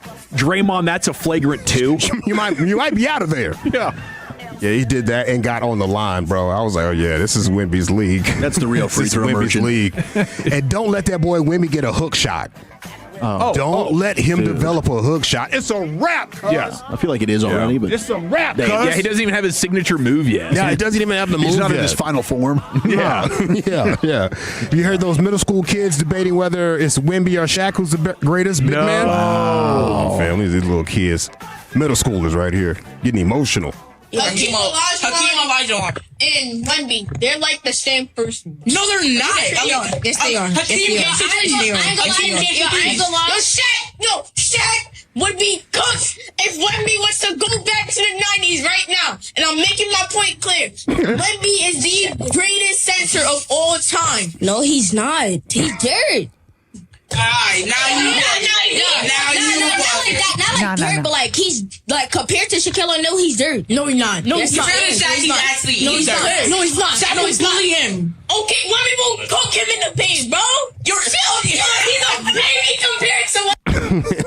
Wemby went back to the 90s. Wemby would be dirt or something. He said dirt. You say dirt? He called him dirt. Yeah, not dirt. Dirk. Yeah. Dirt. Wow. Yeah, like trash. Like sweep him on out of here. Little kids is getting excited about this, bro. It's the new face of the NBA. No, he's not. No, he's not. I mean, the way they officiated Shaq, you know he would get low and throw Wemby up against the stanchion. 100%. You know, but on the other side, I don't think Shaq could stop Wemby. Maybe Shaq would actually get in a little bit of foul trouble on the other side. Be a hell of a matchup. Shaq would throw Wemby all the way around that court, bro. He would throw that dude all the way around. He would be the hurt court. by the time they got to the end of the series. Yeah. Hey. Something that you told me stayed in my head. Hey. Shout out to my pops, Mr. Lucius Alexander Sr., as they call him, Mr. Paul. My dad, who is an OKC fan, called me during the game to get updates because he was too nervous to watch. Oh, damn. He so happened to call me at that moment where Wemby was throwing that elbow, and I told Dad, I was like, I don't know, man. It might be a long night for you, I dog. think it might be done here. No, Caruso's trying. But. Yeah. Somehow Dak's engagement being called off came up in our conversation. Oh. And Dad was under the thought that Dak got cold feet and just backed on out of the situation. And I had to inform him of what's really happening, allegedly. I was like, I think Dak was getting down with one of her friends. And she was on the wedding party, Dad. Yeah. And then I didn't hear Dad for a long time. It was quiet. And then I heard, hold on, it was quiet. I was like, Dad, yeah. I think that was one of his friends, and he got down with her. And she was on the wedding party. It was quiet. And then I heard, that's my boy. That's my quarterback. He said, that's my boy. I'm about to get me a Dak jersey now. Oh, man, if that happened, I think it gets a little more diabolical because this was actually his friend, wasn't it? Yeah, it was his friend. It was his friend that he installed onto her Put her wedding into site. oh, my God, boy. That's kind of what it's reading like. I don't know that they were really doing anything. But we do have the possible accounts. It's all alleged. It's all speculation. Who knows what the hell's going on? I think he lost benefit of the doubt in this situation. Yeah. But he gained a fan out of my pops, that's for sure. He gained a fan. Lost a wife, but got a fan. You dog, you idiot. There's a man in Cedar Hill that loves the hell out of you right now, brother. Yeah. TMZ called her to get a statement, and she's like, hold on, Dak's right here. Why don't you ask him? Yeah, that was crazy. We're just platonic friends, but this guy is, we're having brunch together And the then she next said she's morning. got a very healthy Raya profile. Yeah. She's out there just dating. Also, transitional weekend, Jay-Z popped out for the Roots picnic in Philly. First solo show in over 5 years. He done unlocked the fro. That means he combed out the locks. I've been trying to do that, but it takes 45 minutes per lock, and I just don't have that type of time. If you're Jay-Z, though, you probably can have 14 people around your hair getting it done in 30 minutes. Plenty of guest features. During the concert, Jay dropped an acapella freestyle where he addressed all his haters, took shots at Drake, Kanye West, Dame Dash, Tory Lanez, Jaguar Wright, Houston lawyer Tony Busby, Nicki Minaj and her husband. He made fun of Nicki's stuttering freestyle and the fact that her husband is a registered schmix offender. Jeez. Yeah. bad luck. Yeah. I'll let That's you hear it a rough. little bit. Here's Nikki's freestyle he's making fun of. She's allegedly on a substance and she's stuttering. I don't with horses. I said it's 700 horses.